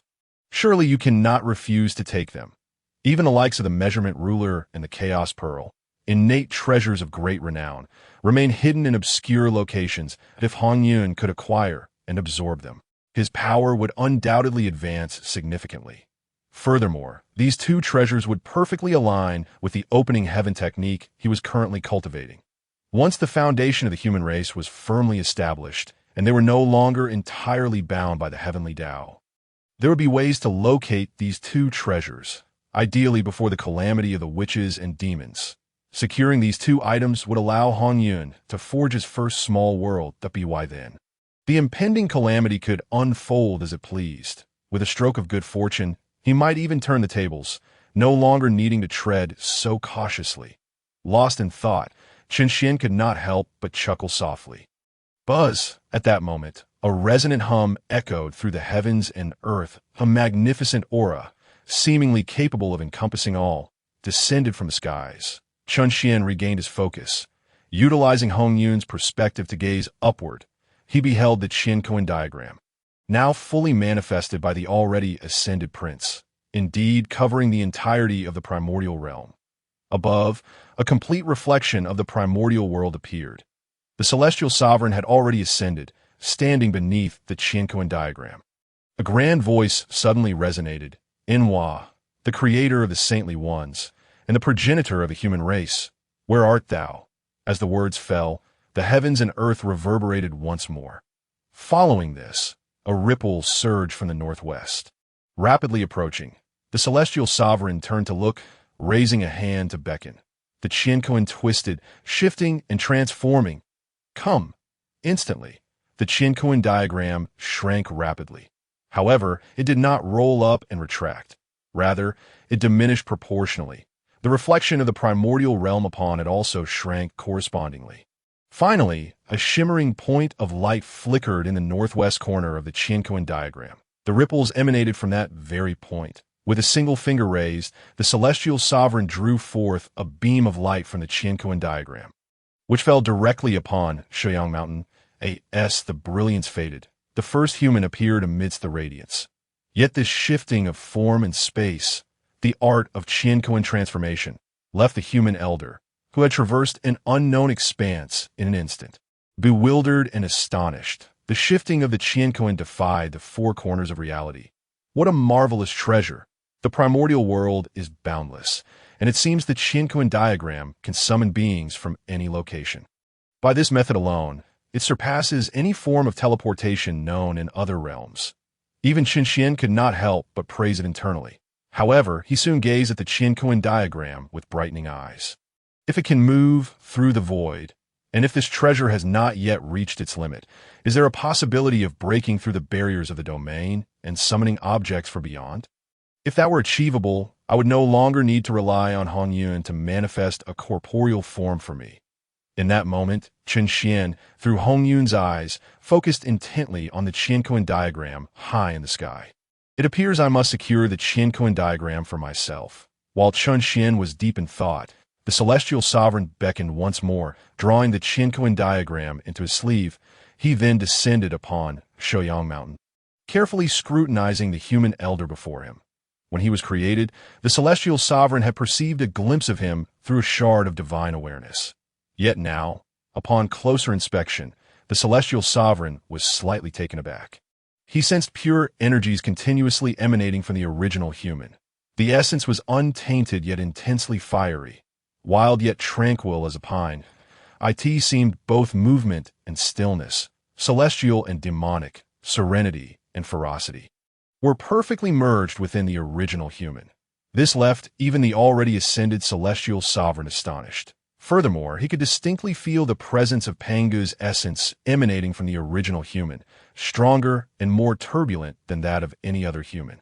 He even felt a sense of facing a descendant of Pangu, akin to a member of his own lineage. Excellent, excellent, excellent. The similar essence and exceptional roots prompted the celestial sovereign to exclaim thrice. Wasting no time, he directly addressed the original human. I am Ta Ching Dao Run, the true lineage of Pangu, the foremost of the three pure ones. Now, I wish to impart my teachings to the human race and take you as my foremost disciple, bestowing upon you my methods and path. Are you willing? The original human had long sensed this, understanding that the celestial sovereign had attained sainthood and sought to pass on teachings to the human race. Now, summoned from afar, the prospect of being accepted as a disciple filled him with eagerness, and he nodded vigorously. However, just as he opened his mouth to utter the words, I am willing, a sudden voice interjected.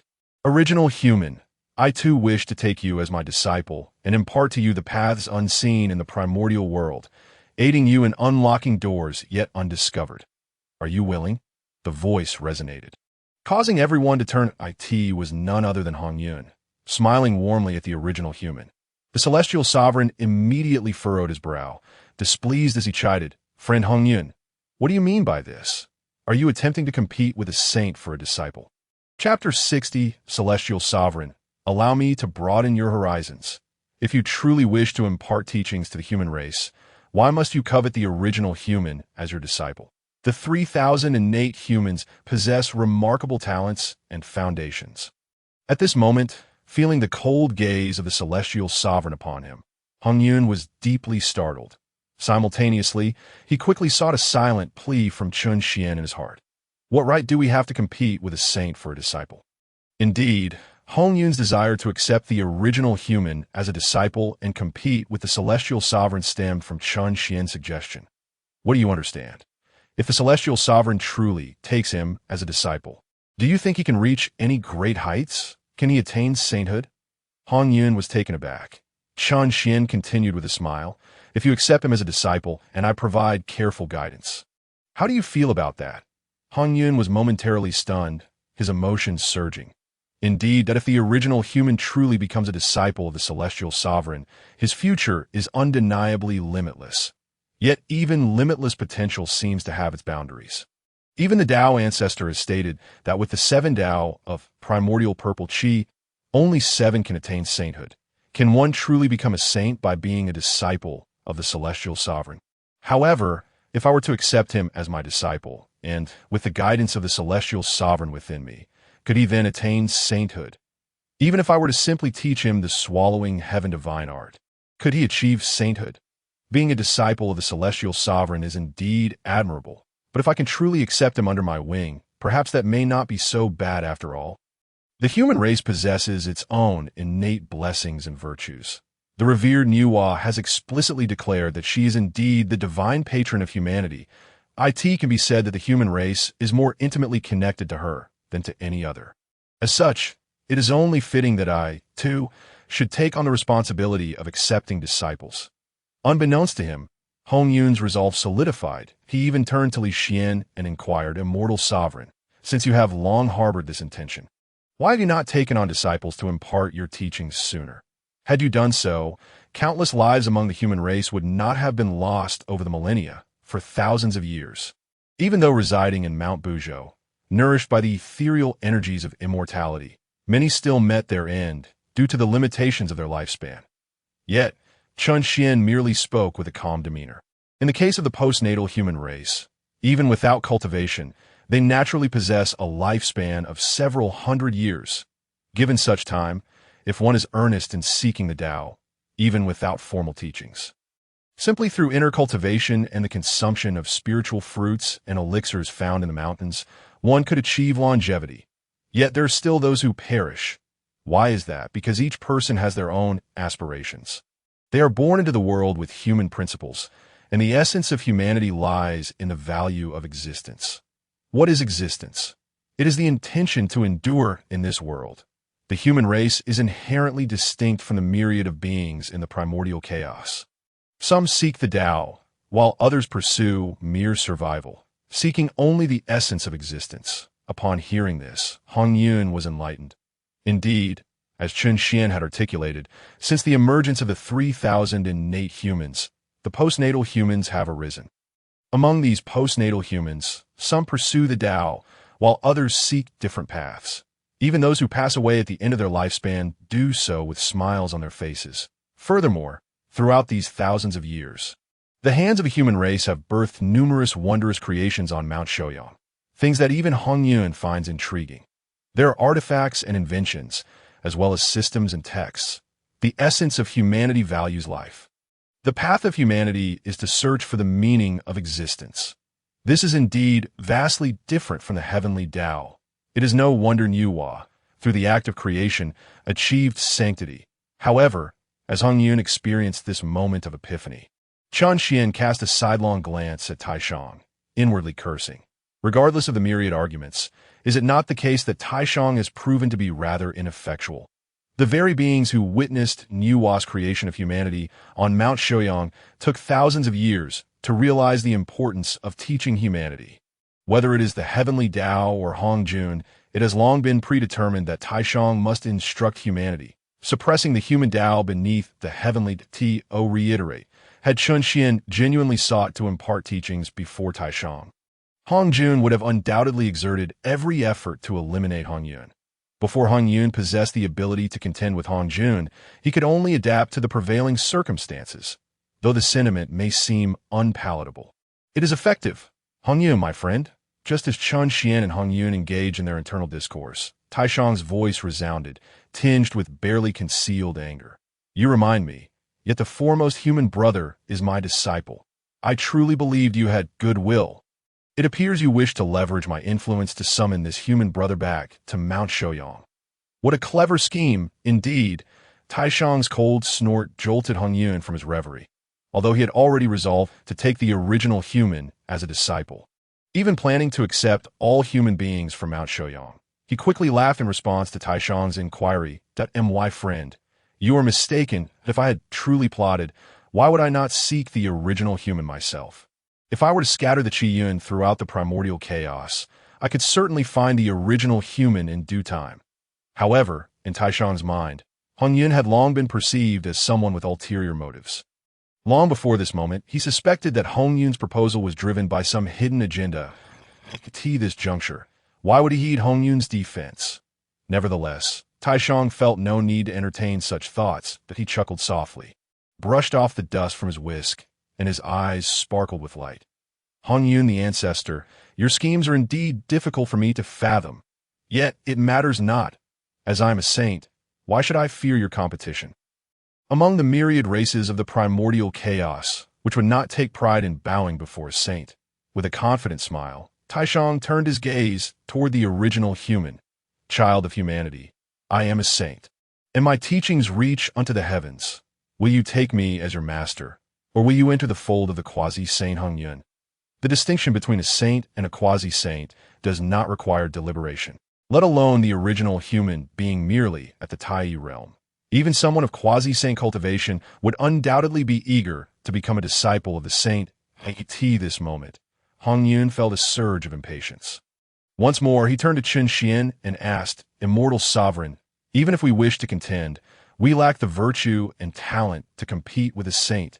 Sighing, Hongyun lamented, Alas, it is entirely my fault for lacking capability. Possessing only quasi-saint cultivation, I fear this will lead to the demise of the human race's future. Why the haste? Chun Xian, however, merely chuckled nonchalantly. Have you not noticed that the original human has yet to make a choice? Upon hearing this, Hongyun was momentarily taken aback. Indeed, it seemed that he had yet to hear the original human speak. He turned to look, only to see the original human's brow furrowed, his gaze flickering uncertainly between Taishang and himself. At this moment, even Taishang was taken aback, looking at the wavering original human with confusion, failing to comprehend his thoughts.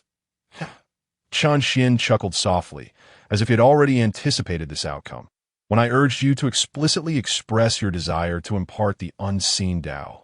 Did you think it was merely casual banter? After all these years, Hongyun, Have you not realized the profound curiosity humanity harbors towards the unknown?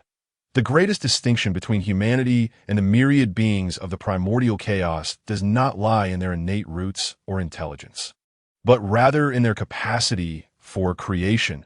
And this curiosity toward the unknown is precisely the wellspring of that creativity. In the thousands of years on Mount Shoyang, the lives that ended without seeking the Tao were largely due to their abandonment of pursuit. Driven by their curiosity toward the unknown, the peculiar artifacts that have emerged on Mount Shoyang over these millennia are all products of exploration inspired by that very curiosity. Today, the original human, crafted by Niu Hua, is indeed hesitating between Hongyun and Taishang due to his curiosity. Humanity admires strength. What a pity that in the countless worlds I have witnessed, the strength they admire is not simply the might of the fist. In terms of raw power, we undoubtedly cannot contend with Taishang. Yet what does Taishang possess to compare with us in understanding the Tao and the law? Naturally, Taishang is yet to grasp this layer of understanding. For thousands of years, he has wandered through the void, and the fleeting moment his consciousness lingered on Mount Shoyang cannot be considered significant. He may have witnessed the cycles of human life and death, the plight of those unable to seek the Tao, yet he has failed to perceive that the Tao humanity seeks is not singular. This nascent race is imbued with an insatiable curiosity toward all things in the world. Observing the original human's prolonged silence, Taishang furrowed his brow and called out sharply, "Child of humanity, what hesitation plagues you? Do you not believe that I, a saint, surpass a quasi-saint?" Taishang's voice contained an undertone of authority, compelling the original human to bow his head and make a respectful gesture toward Taishang. "Saint, I hope you can forgive my rudeness. I have traveled for 1,000 years, and the paths I have encountered, the laws I have seen, are all of a single nature, refining qi to preserve the spirit, refining the spirit to transcend the void, and refining the void to merge with the Tao. Though this path is commendable, all beings may walk it, yet its ultimate destination is already in sight. But the divine being Hongyun speaks of an unseen Tao.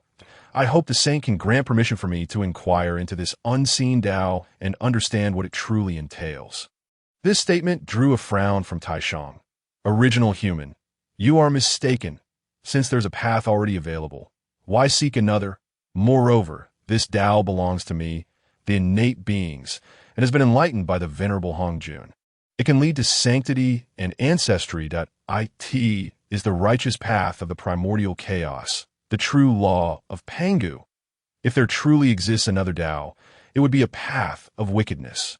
Yet, no sooner had these words left his lips than Hongyun spoke, his tone calm yet firm. "Taishang, my friend, your words are misguided. The Tao ancestor witnessed firsthand, in the days before the chaos was divided, the existence of 3,000 demonic gods, each embodying 3,000 paths. Is it truly the case that only the path of heaven can lead to sanctity? Since you are so ignorant, allow me to enlighten you and broaden your horizons." Chapter 61. The Stakes. Hongyun contend for disciples against himself. Taishang remains indifferent. Even if a disciple wishes to observe what Hongyun intends to teach, he is unconcerned.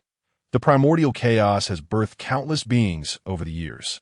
From the era of Long Han to the present day, all paths pursued by living beings are unified, that if there are exceptions, they are only found within the lineage of the ancestral shaman. Their exceptions arise from their inherent deficiencies.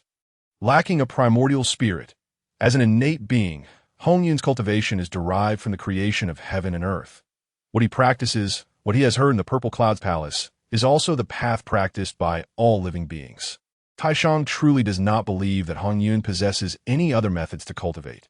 Thus, he remains unfazed, unconcerned. In fact, he feels little anger at Hongyun's attempt to take his disciple. His expression of anger is merely a ploy to encourage Hongyun to retreat. Yet now, Hongyun dares to proclaim that he wishes to open Taishang's eyes and broaden his understanding.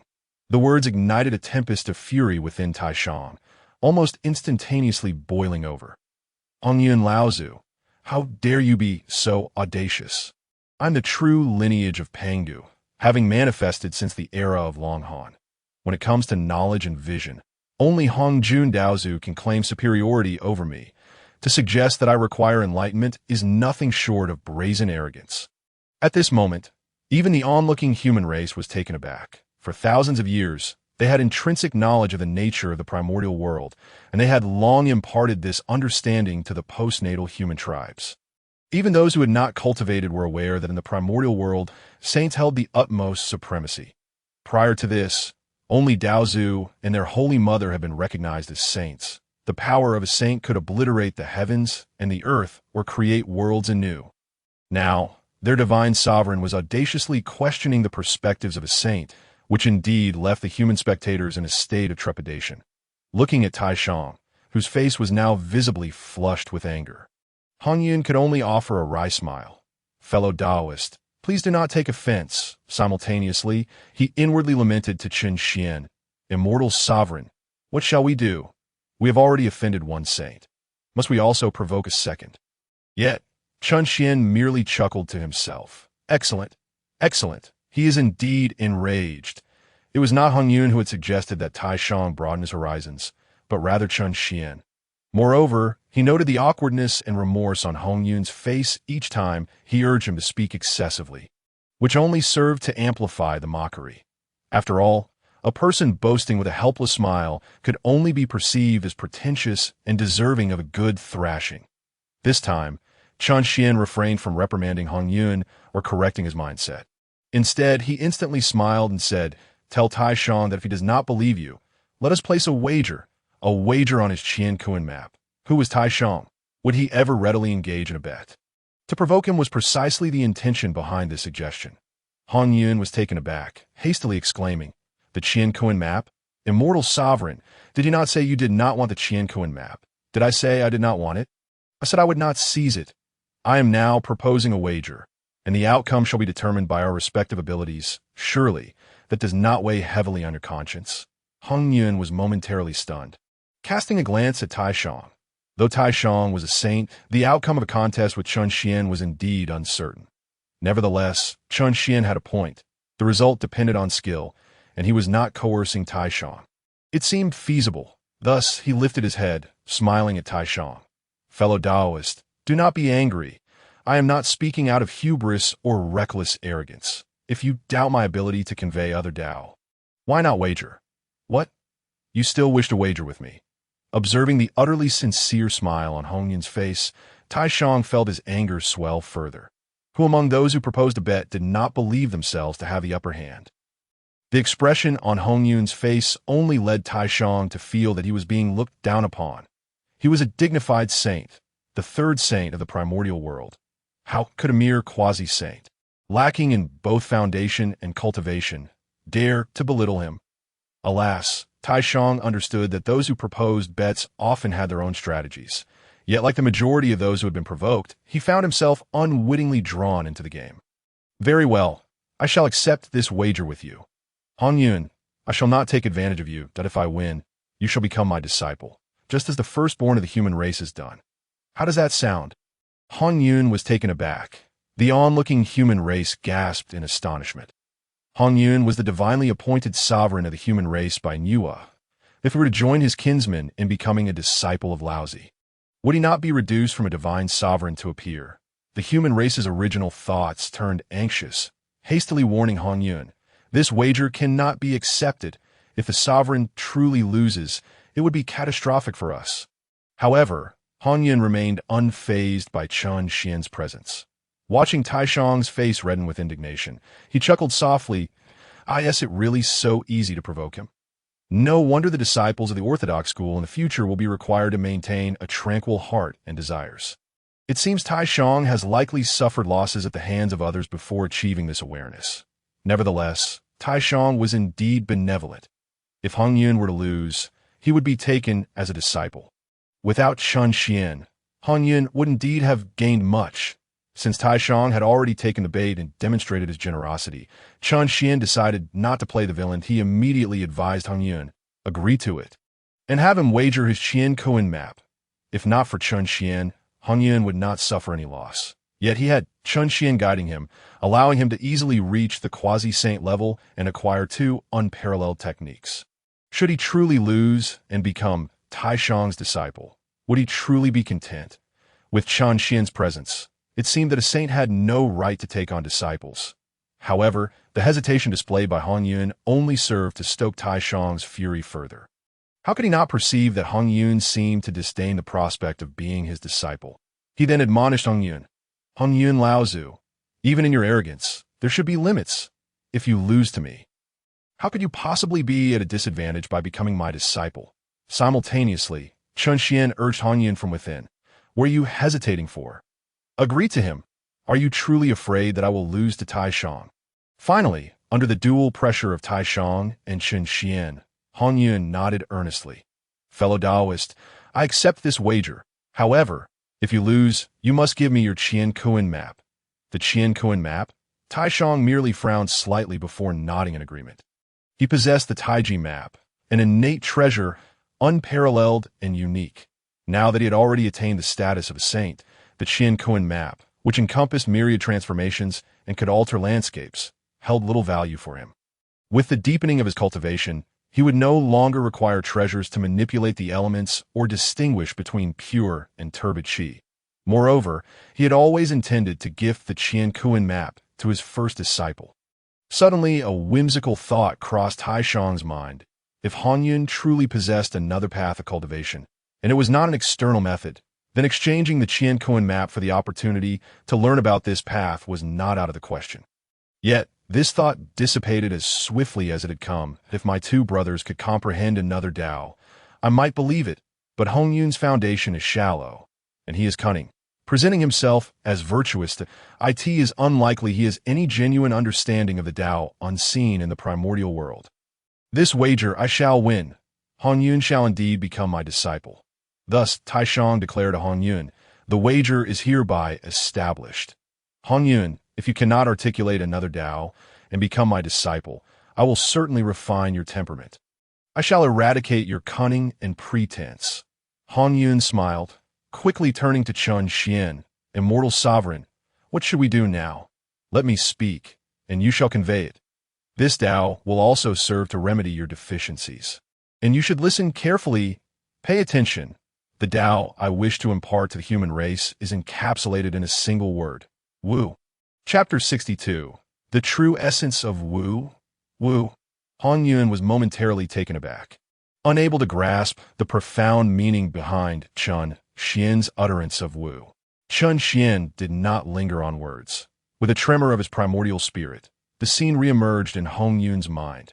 This time, however, it was not the grandiose imagery associated with the Tongtian demon art and the opening of the heavens.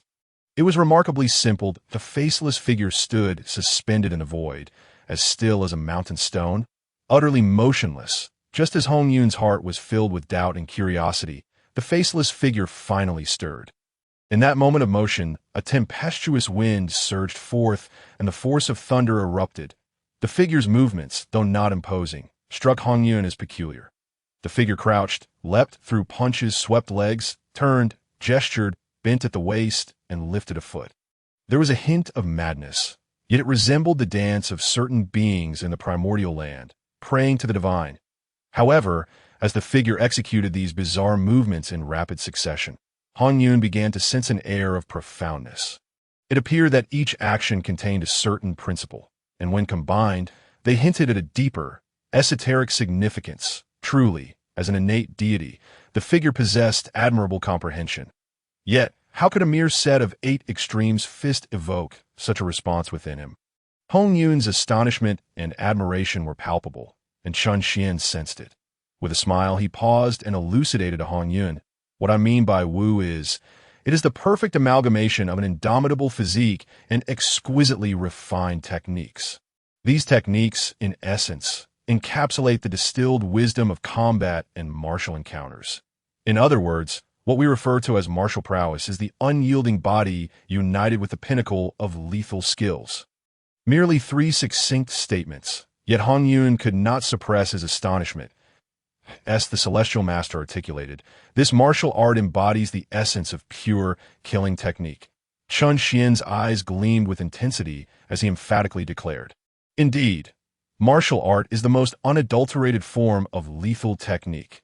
The primordial beings of the wilderness rely on the cultivation of qi for their spiritual advancement, employing spells and artifacts as their means. Combat and killing do not necessitate close proximity.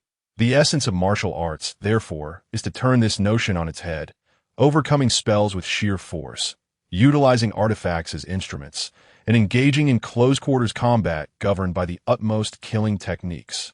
Hongyun, the path of martial arts precisely addresses your greatest deficiency, your lack of battlefield experience. In his mind, Hongyun had already mastered a set of 8 extremes forms. The formless figure in his grasp trembled, revealing a sword, which then began to execute swordsmanship. Hongyun observed the sword in the figure's hand, swirling like a chaotic storm, ceaseless and astonishingly swift. The sword's tip was cunningly sharp, akin to a gale that penetrated every gap. Is this also martial art? Hongyun gasped in astonishment. Swords certainly exist in the primordial realm. He had once witnessed the twin swords, Abhijit and Yuan II, wielded by the ancestor of the Nether River amidst the Blood Sea. He had also seen the Qingping sword of the celestial Taoist and the 3 swords, Zhu Xian, Xian Xian, and Zhu Xian, that he obtained at the Cliff of Treasures. Yet, even those formidable figures wielded their swords merely by casting them or forming formations with them.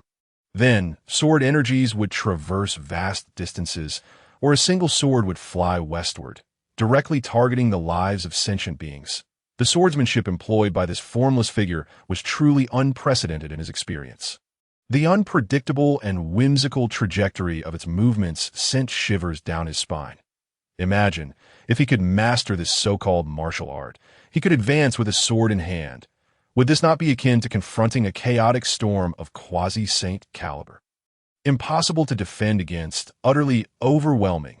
Chun Xian smiled subtly and continued, the primordial beings utilize instruments as their means. For martial artists, these instruments become extensions of their limbs, separations of their bodies. The pinnacle of martial art is the unity of man and instrument, ultimately harmonizing with the heavens. Every move and every gesture embodies the principles of nature. Killing occurs within the span of a single move, irrespective of strength. Hiss! Hongyun inhaled sharply, increasingly aware of the terrifying sword techniques demonstrated by the formless figure. He involuntarily sensed a prickling pain in his throat, chest, and temples, vital points across his body. This spectacle did not escape Chun Xian's notice. First, he was taken aback, then filled with delight, though the primordial innate deities may have failed to comprehend the true path for eons. Their perspective surpassed that of ordinary beings by a significant margin. Fist, the 8 extremes fist, sword, the Taiji Xianmen sword. These are the martial arts and techniques of earth. Once, Chun Xian sought to impart martial knowledge in a world that also claimed to practice martial arts, yet primarily focused on the cultivation of combat energy. However, when he demonstrated it, he was met only with ridicule, as they deemed his interpretation of martial arts to be nothing more than flamboyant. Dance-like movements. Little did they know that it was precisely these seemingly frivolous movements that allowed Chun Xian to pierce through a realm incapable of channeling true energy. In contrast, that world, which cultivated combat energy, yet claimed to be martial, did not embody true martial art in Chun Xian's eyes. That in that realm, practitioners engaged in combat through the release of combat energy, whether in aerial clashes or myriad manifestations of energy. Is that martial art? No, it can only be termed as technique, a mere variant of qi cultivation. True martial art requires that all training ultimately aims to enhance the body in lethal techniques, close-quarters combat, with killing methods so intricate they defy prediction, utilizing every aspect of the physical form to its utmost. This is the essence of true martial art. Suddenly, Hongyun gasped again, a wave of realization washing over him. He turned to Chun Xian and exclaimed, Celestial Master, if this martial path were to be imparted to the Witch Clan, would it not lead to... For a moment, Hongyun was overwhelmed. The Witch Clan, renowned for their formidable physiques and reverence for close combat, would be terrifying if they mastered such exquisite techniques. He could hardly fathom the consequences if they were to engage primordial cultivators in close quarters. Those practitioners would likely stand no chance of retaliation. Chun Xian smiled slightly. Indeed, if the Witch Clan were to embrace martial arts, it would be highly advantageous. In fact, among the inhabitants of the primordial realm, the witch clan is the most suited for martial practice. Why is that? Hongyun inquired immediately. But before he could finish, Chun Xian chuckled. If I were truly impart martial arts to the witch clan, do you think they would value it? Would they even consider learning it? Hongyun was momentarily dumbfounded, then shook his head with a wry smile. The witch clan is notoriously brash. Their approach to combat is one of reckless charge and grappling. If Chun Xian were to genuinely share the martial path with them, they likely would not take it to heart at that moment. Chun Xian spoke once more. The path of martial arts is suitable for the witch clan, yet it may not suit them either. For they are too powerful, their bodies are too strong, and their mentality too robust. The true essence of martial arts lies in overcoming the strong with the weak. Martial arts is a cultivation method designed for the underdog.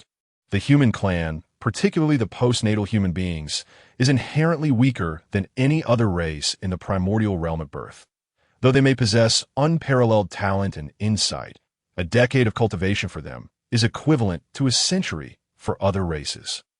Before Chun Xian could finish, Hongyun interjected, however, the human clan is newly born, while the myriad races of the primordial realm have existed for billions of years. Moreover, their numbers are vast.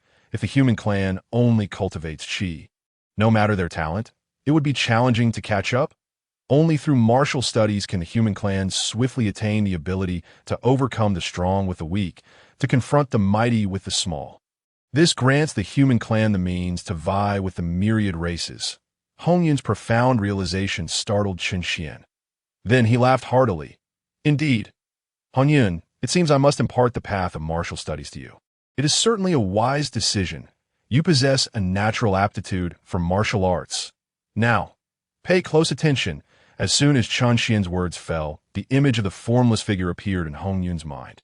Countless figures began to execute various forms simultaneously, some using fists, others employing palms, some wielding swords or staffs, a barrage of techniques. Fist techniques, palm techniques, sword techniques, and knife techniques flooded Hongyun's mind, leaving him utterly dazzled.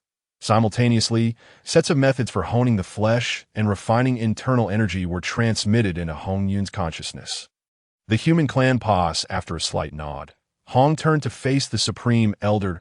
At this moment, Hongyun exuded an air of unwavering confidence. The path of martial arts was indeed fundamentally distinct from the practices of the myriad beings in the primordial world. As long as he disseminated this knowledge, even if it did not captivate the entirety of the human race, it would undoubtedly ignite the aspirations of many. Over the course of these several millennia, he had gained clarity. Due to the infusion of the bloodline of the witch clan, there existed an inherent wildness within humanity, akin to that of the witch clan. Ambitious and belligerent, many had already begun to revel in the power of the flesh. Humanity, it seemed, harbored a profound urge for close combat deep within their souls. To enable humanity to master martial arts was tantamount to receiving the favor of Chun Xian, which would surely compel Chun to invest greater effort in the future. Thus, he had become exceedingly enthusiastic about the transmission of martial arts, as for the Supreme Elder. A flicker of concern crossed his mind. Could it be that he had genuinely fallen for a ruse? Although Hongyun had pondered for some time, in the grand scheme of the primordial timeline, it had merely been a matter of a few breaths. Just moments prior, Hongyun had been wryly smiling. Yet now he suddenly radiated confidence. This provoked suspicion and concern in the Supreme Elder. Was he truly destined to be the first sage in the primordial realm to be bested by a quasi-saint? Hongyun, how could your cunning be so profound? Just as the Supreme Elder's wariness heightened, Hongyun flashed him a subtle smile before turning to address the assembly of humanity. I, Hongyun, have traversed the chaos and acquired a technique. It is the method of close combat, a means to vanquish foes. This technique, if refined, can enable the weak to triumph over the strong, allowing the small to conquer the large, when mastered to its zenith. It can even shatter mountains and split the earth, reaching for the moon. Indeed, this was akin to what Hongyun had witnessed over the past several millennia, when he deliberately articulated the phrase close combat, a means to vanquish foes. Individuals among both the innate and acquired humans widened their eyes in astonishment. The notion of the weak overcoming the strong. Among the innate humans, whispers arose. They had acquired their powers innately and often engaged in mutual sparring. Yet, victory or defeat hinged on the strength of their powers, their levels of cultivation, and the quality of their magical artifacts. The phrases the weak overcoming the strong held undeniable allure for them. The firstborn of humanity, a being of the Tai realm, felt elated upon hearing these words. Yet, during his travels through the primordial realm, he discovered that the Tai immortals were as abundant as fish crossing a river, numerous yet weak. And he, born amidst the primordial expanse, was among the weakest. He had faced life-threatening dangers multiple times within the primordial realm. Although he was endowed with boundless potential and talent, no amount of innate brilliance could rival beings who had cultivated for thousands or even millions of years prior. This was the true reason he sought alternative paths and undiscovered techniques. At this moment, his heart surged with excitement. The Supreme Elder, however, remained unfazed at a path derived from chaos. The Supreme Elder believed there was nothing extraordinary about it. After Hongyun's teachings in the Zixiao Palace, he had kept the three purities and Yuhua within the palace for further discourse. He had once stated that chaos contained 3,000 great paths. Yet, despite the myriad approaches to these paths, they all converged toward the same goal: absorbing and refining spiritual energy. Only after accumulating sufficient cultivation could one truly comprehend the path. This meant that even if Hongyun had indeed discovered a path left behind by the 3,000 demon gods in the primordial realm, the methods of cultivation would remain unchanged. Thus, this could hardly be deemed an undiscovered path or technique. In fact, the Supreme Elder silently chuckled, considering that despite Hongyun's cunning and profound depth of thought, he ultimately lacked a comprehensive understanding of the Great Path. This wager against me was merely a manifestation of his arrogance. In the end, he even shook his head lightly. Did I truly think I might lose? Even without attaining sainthood, with my roots in the authentic lineage of Pangu, I should not fall to Hongyun. In an instant, the Supreme Elder's concerns dissipated entirely. Meanwhile, Hongyun continued to address the assembly of humanity. My method is not one to merely speak of, but rather to demonstrate. You all must first observe my performance. The realm of martial arts hinges upon an unparalleled physicality and exquisite techniques. The physical aspect need not be elaborated upon. It can be succinctly conveyed in one sentence. However, the intricacies of technique, Hongyun realized, could only be fully appreciated if the audience witnessed it firsthand. Allowing their hearts to resonate with its brilliance, as his voice fell, Hongyun gently urged his power, gathering his flowing robe around himself, tightening the cuffs of his sleeves in the blink of an eye. His ample robe transformed into a fitted ensemble. Then, with legs apart and waist lowered, he spread his limbs and began to perform. As he assumed peculiar stances, both the Supreme Elder and the Assembly of Humanity initially believed Hongyun was about to unleash some strange technique. Yet soon, they observed Hongyun's limbs moving in odd positions, his actions excruciatingly slow, akin to a tortoise's crawl. In that moment, the assembly of postnatal humans furrowed their brows, harboring unspoken doubts. What sort of path or technique was this? Such bizarre movements and such sluggish speed. How could this possibly be suitable for close combat? Yet, despite their reservations, Hongyun was their revered deity, and though they felt uneasy, they dared not voice their thoughts. Many innate humans shared similar sentiments, some even finding the spectacle amusing. Nevertheless, a select few, endowed with exceptional talent, including the firstborn of humanity and even the Supreme Elder, initially found it strange and later humorous. Gradually, as Hongyun's movements increased in number, their brows began to furrow in contemplation. Although his motions were peculiar and his speed slow, there was an indescribable grace within them. Some even began to observe closely, savoring every nuance. Among them, the Supreme Elder experienced the most profound realization. He distinctly sensed that while each of Hongyun's movements appeared odd, resembling a dance or a prayer, there existed a seamless unity between each action. His hands and feet moved in a rhythmic interplay, sometimes rising and falling, sometimes retreating and advancing. Harmonizing with the principles of yin and yang, it seemed as though a current of energy surged around Hongyun, cycling endlessly embodying the ceaseless transformations of yin and yang. What is this? At last, when Hongyun's hands intertwined and then separated to the left and right, the Supreme Elder's heart trembled in that instant. He comprehended precisely what he had gleaned from Hongyun's movements and form. He gazed at Hongyun, whispering in astonishment, unable to restrain his own hands from mirroring Hongyun's actions. Was this not a manifestation of the profound principles of my Taiji? The infinite transformations of yin and yang? Chapter 64. The choice, indeed, the set of movements Hongyun was demonstrating was none other than Taiji Quan. He had deliberately chosen to perform this martial art. On the cliffs of Baoyao, he had witnessed the Supreme Elder execute the Taiji diagram, its yin and yang interchanging and harmonizing, generating an endless cycle of vitality and boundless transformations, leaving a deep impression on him. The Taiji Quan he had received from Chun Xian resonated with this very principle. Even the name of the martial art contained the words Taiji, which he found remarkably intriguing. Furthermore, he believed that while the postnatal humans might struggle to grasp it, many among the innate humans would surely comprehend its essence. Once understood, they would uncover the true intent behind the martial teachings imparted by Chun Xian. Moreover, the Taiji Quan conveyed by Chun Xian was diverse in its forms. After blending and refining, it encompassed far more than mere slow movements. Suddenly, Hongyun's speed surged dramatically in that instant. The innate humans, who had already sensed something, and the Supreme Elder were both taken aback again. The swiftness of Hongyun was not merely ordinary speed.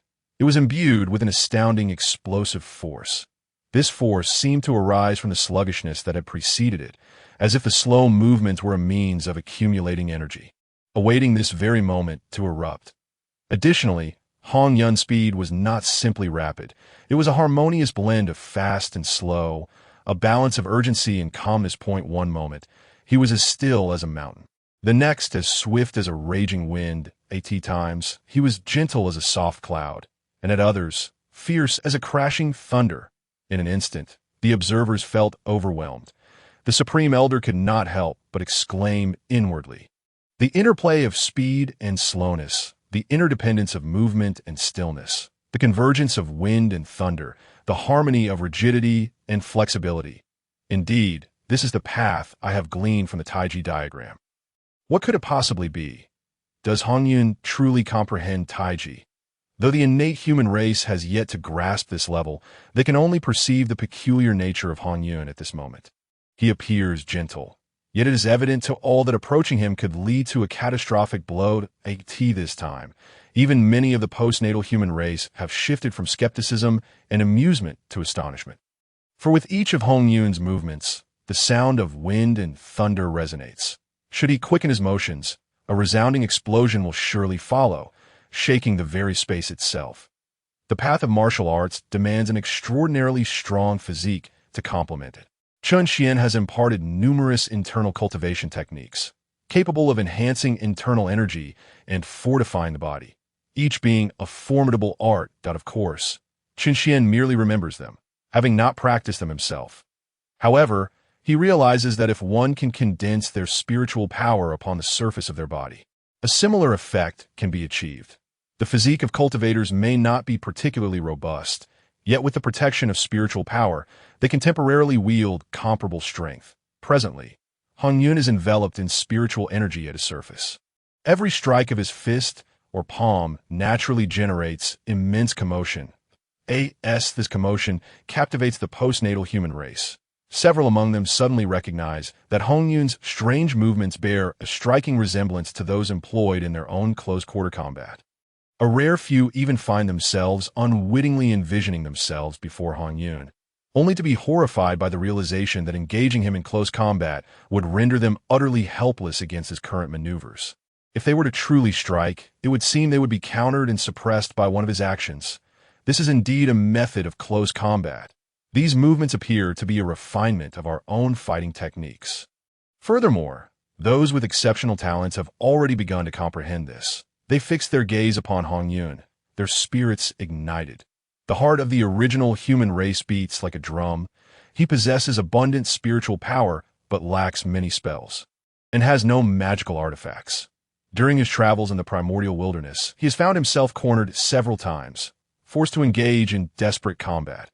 He has also discerned that Hongyun's actions bear remarkable similarity to those he employs when fighting for his life, albeit with Hongyun's movements being more optimized and principled, and far more suited for battle. Boom! Just as everyone is struck with astonishment, Hongyun's demonstration reaches its conclusion, but he steps forward and thrusts his palm ahead. Boom!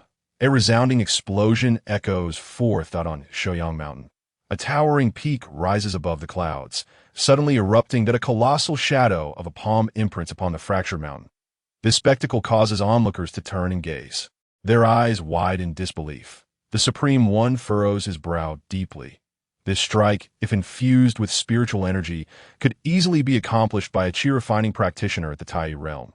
Yet just moments ago, the Supreme One did not sense even a hint of spiritual fluctuation from Hongyun's palm. It was the purest form of kinetic energy, as if this blow were not delivered by Hongyun, but rather by a great shaman of the witch clan. What is this method? What is this principle? Finally, the Supreme One feels a surge of astonishment, gazing at Hongyun with incredulity. What path has been left by this god or demon? After executing the final move, Hongyun gathers his breath and returns to a resting stance that he glances at the Supreme One, then turns to address all the human race. This is but the initial presentation of the path I wish to share. Do any of you have domain over it? This path is called martial. Martial, the entire assembly of humans gazes at Hongyun in astonishment. The Supreme One furrows his brow, desperately pondering the 3,000 demigods that Hongjun once spoke of. Yet it seems no demigod has ever employed a path known as martial. Witnessing the growing interest among the crowd, many among them display expressions of palpable excitement. Hongyun's heart swells with joy. This path of martial arts can indeed be passed on. He immediately smiles gently at the assembly of humans. The path of martial arts is a remarkable way of taking life. My demonstration is a condensation and summation of the principles of this path. Furthermore, the techniques I have exhibited barely scratch the surface of this art. Moreover, it must be complemented by a robust physique. The stronger the body, the greater the power, when refined to its deepest depths. One could combat ancient ferocious beasts below and engage ancestral shamans in close quarters above. Do you wish to learn? Upon hearing this, the assembly of humans erupts in fervor. Must one indeed possess a strong physique to complement this?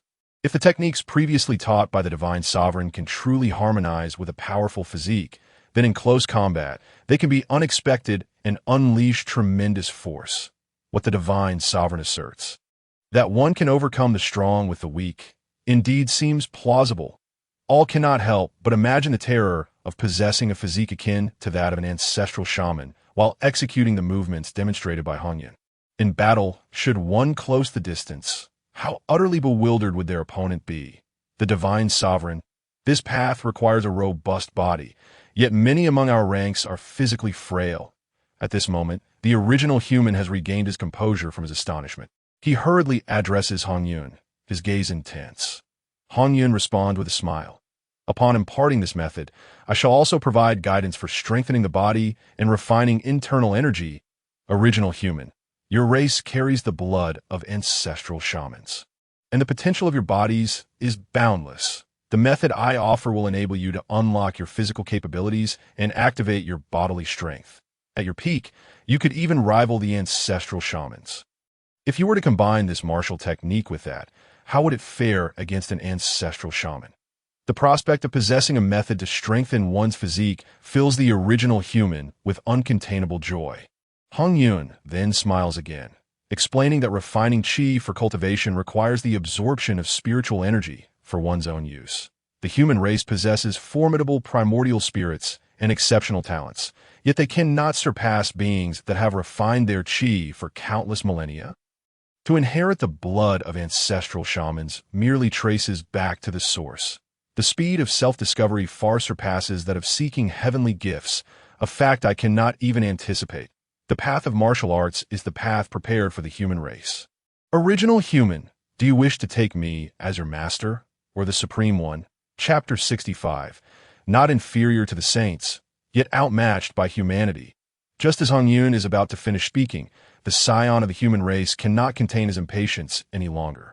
In that very moment, the Supreme One immediately turns to the original human and states, "Original human, the path I impart is the path of the saints, although your friend Hongyun wishes to convey a rather peculiar path.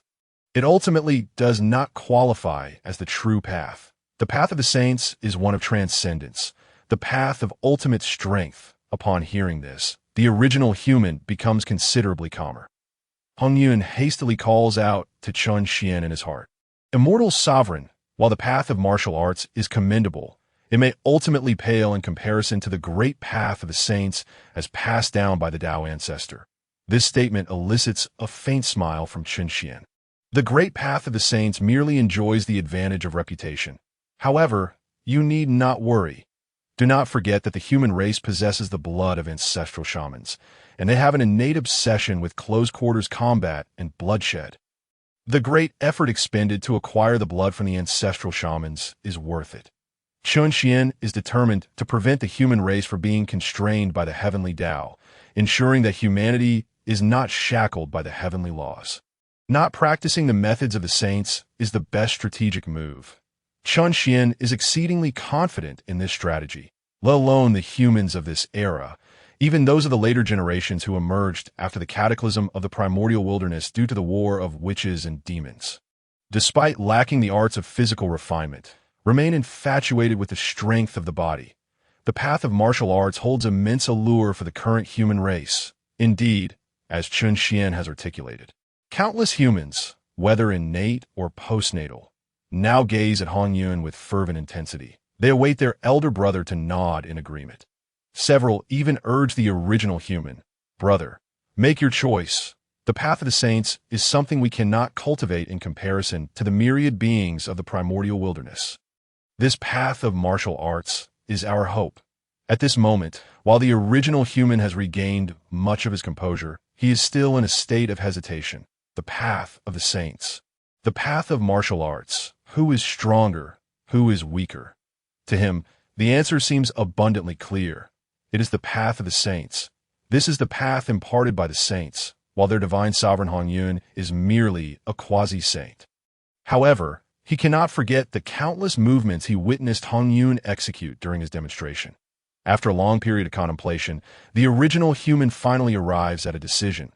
He takes a deep breath, tightly clenches his fist, and strides toward Hongyun, bowing deeply and offering a respectful salute. At this moment, Taishang furrowed his brow slightly. In his heart, Hongyun let out a long sigh of relief that in this contest against Taishang, he considered himself victorious. Moreover, he had won decisively. This foremost son of the human race had taken him as his master. Presumably, others from the human race would soon follow suit. From this day forth, the human race would become his disciples. No, to be more precise, the human race would become the disciples of the celestial master within him, that he believed that with the guidance of this celestial master, the human race would undoubtedly thrive in the future. However, just as Hongyun began to smile, even Chun Xian couldn't help but chuckle when he noticed the expression of regret on the face of Yuanren. "Respected Hongyun, though the martial path is exquisite, I too feel a yearning. Yet this path should not be pursued by me. As I am the elder brother of the human race, I must consider the welfare of my kin. You are our revered deity, and surely, even if I do not become your disciple, you will still protect our clan. However, if I were to become a disciple of you, esteemed Taoist Taishang, our clan would gain another sage's protection. Among the myriad tribes of the primordial world, my clan is newly born and inherently weak. If we wish to endure, I must seek a stronger foundation." Upon finishing his words, Yuanren did not raise his head. Unable to meet Hongyun's gaze, he quickly turned to Taishang again, bowing respectfully as he spoke. "To the sage above, I, Yuanren, the first son of the human race, wish to become your disciple. From this moment on, I will wholeheartedly pursue the path without any second thoughts." This sudden turn of events left everyone present in a state of shock. Countless members of the human race, along with Hongyun, Taishang, and even Chun Xian, widened their eyes in astonishment, staring at Yuanren. "Brother, why do you go to such lengths? If you wish to practice martial arts, we could train together and have strength in unity. Why must you forsake your heart's desire for our sake? Brother, you must reconsider. By becoming my disciple, your future would undoubtedly be limitless. Hongyun urged anxiously. Failing to pursue martial arts would mean Yuanren would lose the opportunity for guidance from Qin Xian, and he desperately wanted to advocate for Yuanren once more. He even spoke silently to Qin Xian in his heart. Celestial Master, please do not be angry. Yuanren has only been in this world for a mere few thousand years. There are some matters he cannot perceive. Moreover, he is unaware of your existence, which has led him astray and caused him to miss this chance. However, as everyone tried to persuade him, Taishang burst into laughter. Do not continue to dissuade him. While the martial path is indeed profound, the path of the sage is likewise immensely powerful. Following me will surely not lead to loss. After glancing at all the members of the human race, Taishang then turned back to Yuanren, saying, Since you have decided to become my disciple, why are you not kneeling and bowing? With a thud, Yuanren dropped to the ground at this moment. Hongyun became as anxious as an ant on a hot pan. Celestial Master, please think of a way. Yet, Qin Xian remained silent, realizing that he had overlooked an important aspect. Indeed, the human race possesses the blood of ancestral witches, which would naturally lead them to revere physical strength. However, they also have the benevolent blood of Hongyun. With this blood, the human race inherently harbors a kindness akin to Hongyun's. This realization confirmed for Qin Xian that his plan to take the first member of the human race as his disciple would undoubtedly fail. After hearing Hongyun's words, Qin Xian couldn't help but chuckle helplessly. I have accounted for everything except the complexities of the human heart. As his laughter faded, he spoke to Hongyun. Forget it. Continuing to fight for this would only be ungraceful. Let him become a disciple of Taishang. Finally, Qin Xian laughed self-deprecatingly. Who would have thought I did not lose to Hongjun, nor to Taishang, but to the hearts of men? Qin Xian's words left Hongyun momentarily stunned. He truly hadn't expected the Celestial Master within him to relent. This was not the Celestial Master he knew, who was cunning and decisive. The fruit that was within reach, was he truly willing to let it go? In fact, at this moment, Hongyun felt a twinge of displeasure and reluctance. Yet, since Qin Xian had already given in, he refrained from speaking further. After all, the martial path was meant to be imparted by the Celestial Master, not by him. Meanwhile, after kneeling before Taishang, Yuanren bowed 3 times with great fervor and then proclaimed in a deep voice, I wish to take the esteemed Taishang as my master, entering the human teaching and becoming the first disciple of the human teaching. Excellent. Taishang immediately rejoiced. With a slight gesture, Yuanren was lifted by a gentle force. He then addressed Yuanren. Since you have entered my fold, I shall grant you another name. From this day forth, you shall be known as Xiandu, signifying the myriad laws of the mysterious heavens, all manifesting in myriad forms. Yuanren immediately bowed to Taishang, saying, Disciple Xiandu, thank you, Master. At that moment, a resonant sound suddenly echoed. The Kong Tong seal, which had floated above Shouyang Mountain since Nuwa's departure, trembled heavily. From within the dragon energy suppressed by the Kong Tong seal, 2 streams emerged, one belonging to Xiandu and the other to Taishang. As merit enveloped Xiandu, his eyes widened in astonishment. As if he had gained some profound insight, Taishang smiled gently. Then he turned to the astonished yet helpless members of the human race, offering them a smile, that I established the human teaching with the intention of enlightening the human race, enabling it to flourish. However, the method for the human race to thrive is no longer limited to the path of the sage. Therefore, those who enter my human teaching can learn both the path of the sage and the path of the warrior. Likewise, if one learns martial arts and wishes to internally refine the golden elixir, they may also enter my human teaching. Xiandu, he lowered his head and smiled at Xiandu. You too, if you wish to practice martial arts, feel free to learn. If you can comprehend and master all that your friend Hongyun has realized, then as your master, I would be truly delighted. Chapter 66. Taishang, the old schemer, the first son of the human race, becomes a disciple of the Xian Gate. The merits of humanity, suppressed within the Kong Tong seal, are shared between Taishang and Xiandu from this moment on. The heavenly path is above, and the human path is below. The heavens serve as the master while humanity serves as the disciples. Yet, Chun Xian felt no concern regarding this. Historically, the primordial world has always prioritized the heavenly path, with the human path as secondary, because the human race had primarily cultivated the path of the golden elixir without pursuing other methods. Now, as long as martial arts are disseminated, and if there are those who practice martial arts, it would inevitably provide the human race with a glimmer of hope to transcend the heavenly path. Moreover, even if Hongyun successfully imparted martial arts, and Yuan Ren became Hongyun's disciple to practice martial arts, Chun Xian did not expect a sudden reversal of the situation to achieve equality between the heavenly and human realms. It is known that humans revere their physical forms, yet there are also those who long for the path of the sage. Some may prefer close combat, while others may prefer to take heads from afar. Humanity is inherently complex. Ultimately, his insistence on Hongyun teaching martial arts was merely to secure a slender chance of survival for the human race. Whether Yuan Ren became his disciple was important to a degree, yet not entirely so. Its significance lay primarily in striking a blow against Taishang. Thus, when Chun Xian learned that Yuan Ren had firmly resolved to take Taishang as his master, he felt no great agitation. However, now, Taishang unexpectedly allowed Xian to pursue martial arts freely, even stating that the human teaching does not restrict disciples from practicing martial arts and welcomes martial practitioners to enter the Xian gate. This left Chun Xian momentarily stunned, followed by an outburst of anger.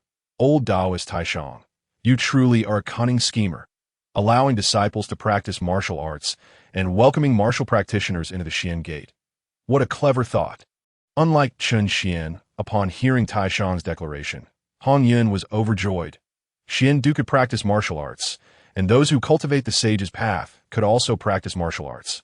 This meant that the human race could still succeed in becoming Chun Xian's disciples.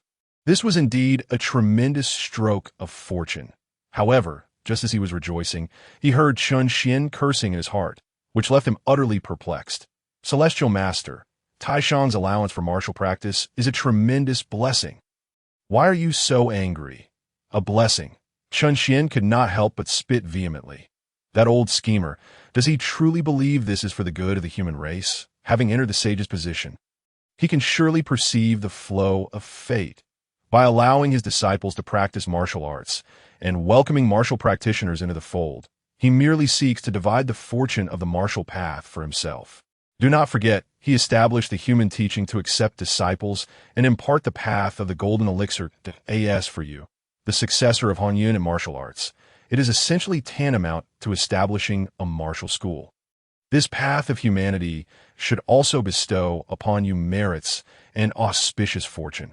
It was precisely at this moment that all those who had heard the words of the Supreme Being rejoiced beyond measure. Even Xuandu felt similarly. As Chun Xian had remarked, there were indeed others who harbored a yearning for the path of the golden elixir. Ultimately, whether to pursue martial arts or the Tao left them in considerable turmoil.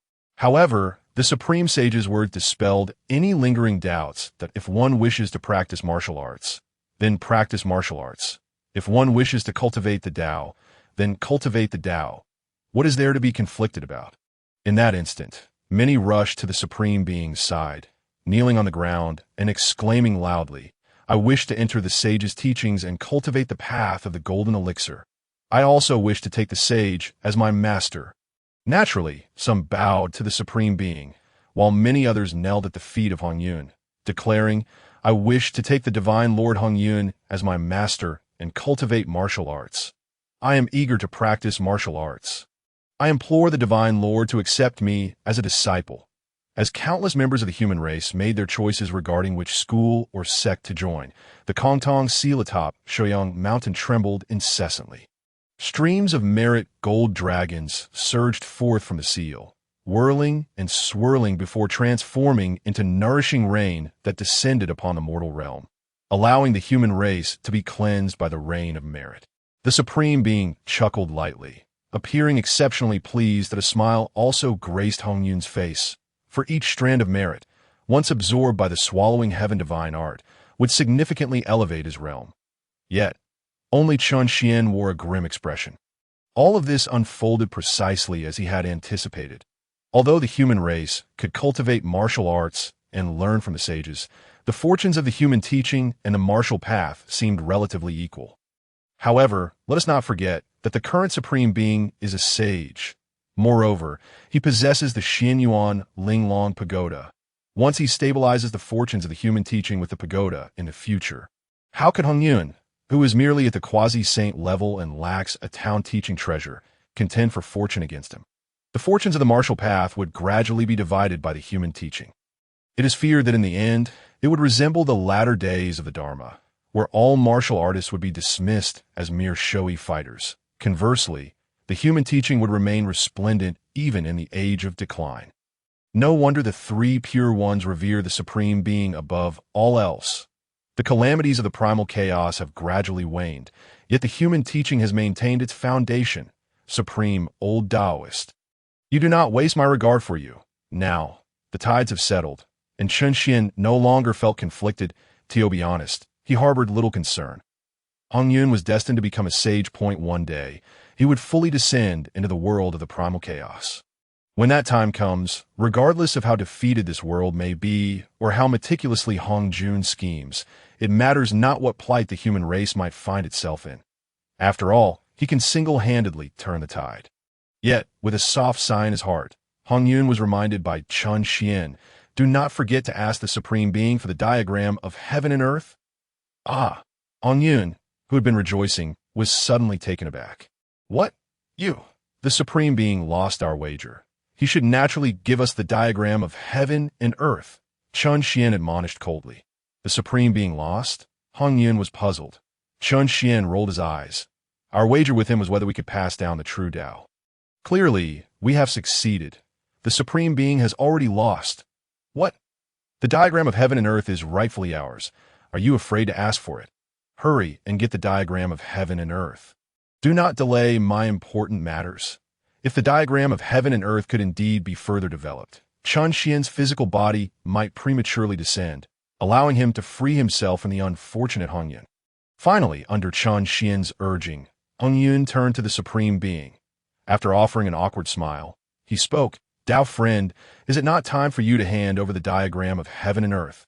This inquiry left the Supreme Being momentarily stunned. The old schemer likely intended to renege. Quickly, while all the human race is present, clarify the stakes and tell the Supreme Being not to lose face in front of his disciples and grandchildren. Chen Xian observed the expression in the Supreme Being's eyes with keen clarity. He hastily urged Hongyun again. With a smile, Hongyun turned to the Supreme Being and declared, Tao friend, you wagered with me on whether I could pass down the true Tao. Now you allow your disciples to practice martial arts and grant martial artists entry into your human teaching. Clearly, you also acknowledge the path of martial arts, do you not? In this wager, I have emerged victorious.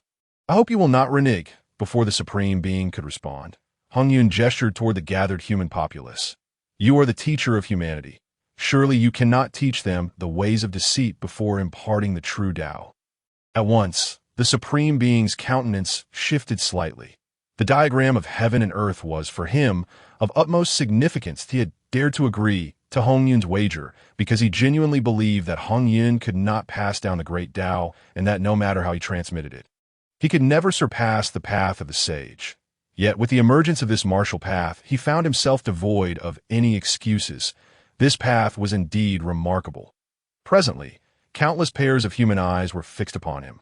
Just as Hongyun had stated, he had only recently established the human teaching and just attained sagehood.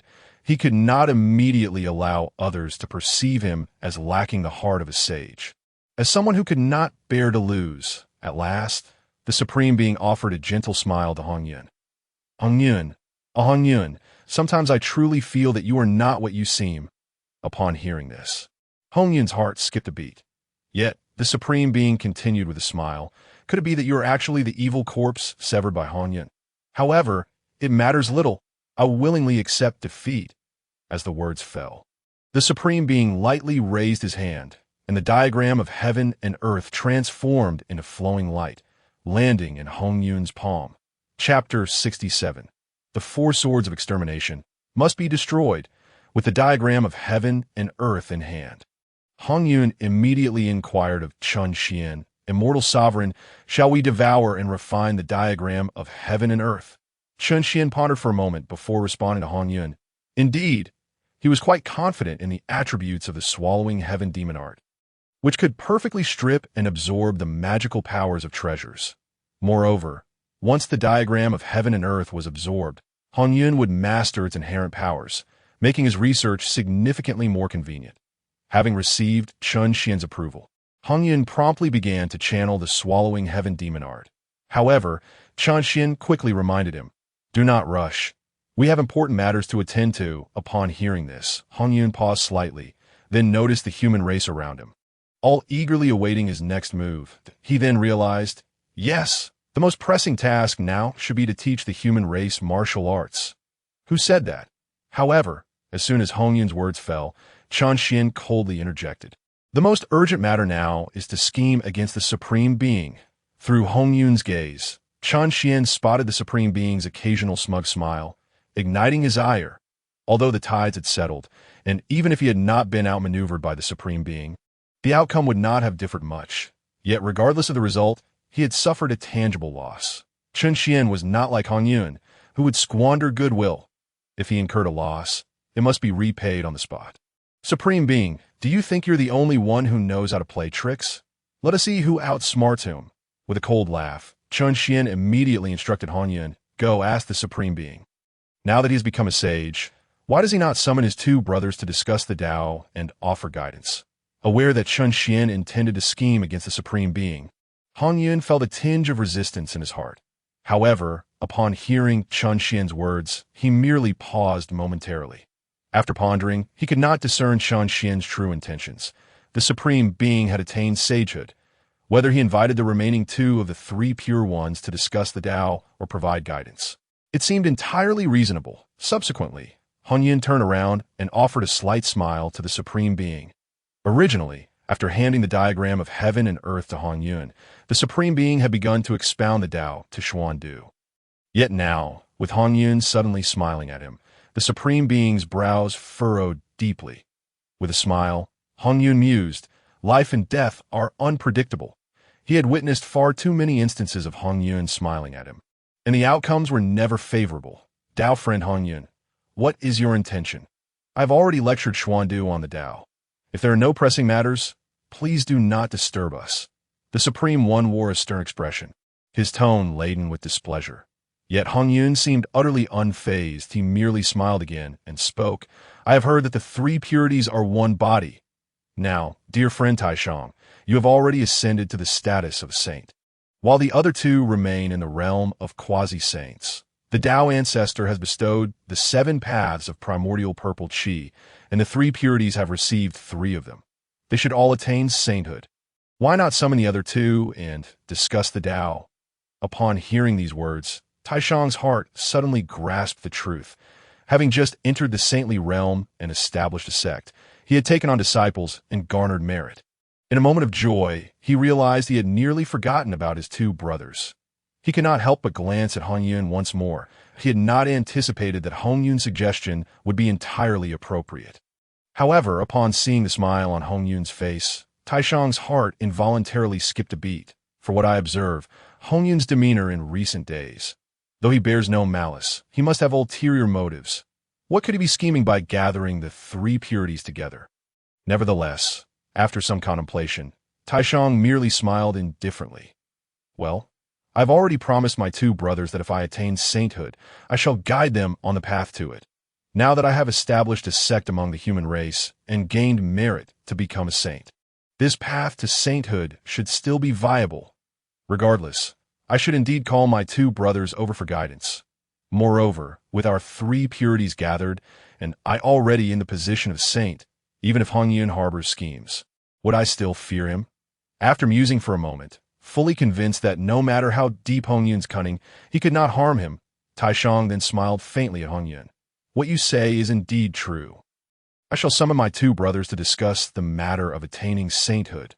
With that, Taishang immediately summoned his divine power. The 3 purities, being of one essence, were interconnected.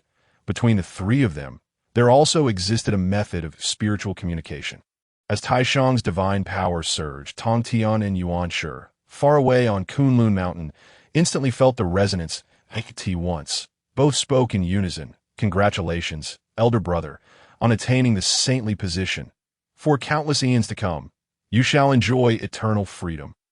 After their congratulatory words had been spoken, Taishang immediately inquired, My brothers, have you made any progress in these past several thousand years?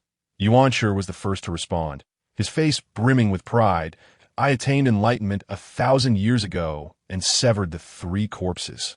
Now I am but a step away from the Dao and sainthood. Upon hearing this, Taishang offered his congratulations. And you, third brother? He then turned to Tong Tian for an answer. At this moment, Tong Tian's expression revealed his distress. To be honest, elder brother, I have made no progress in these several thousand years. You have yet to sever your evil corpse? Taishang questioned, puzzled. Third brother, you are naturally perceptive, straightforward, and pure of heart. Logically speaking, your evil corpse should have been the first to sever and the easiest to achieve. Yet it remains unsevered to this day. How strange. Yuan Shi glanced at Tong Tian and shook his head. Third brother, our elder brother has already attained sainthood. I have also severed the 3 corpses, and sainthood is within reach. You must not stagnate and tarnish the name of our 3 purities. Hearing Yuan Shi's words, Tong Tian furrowed his brow.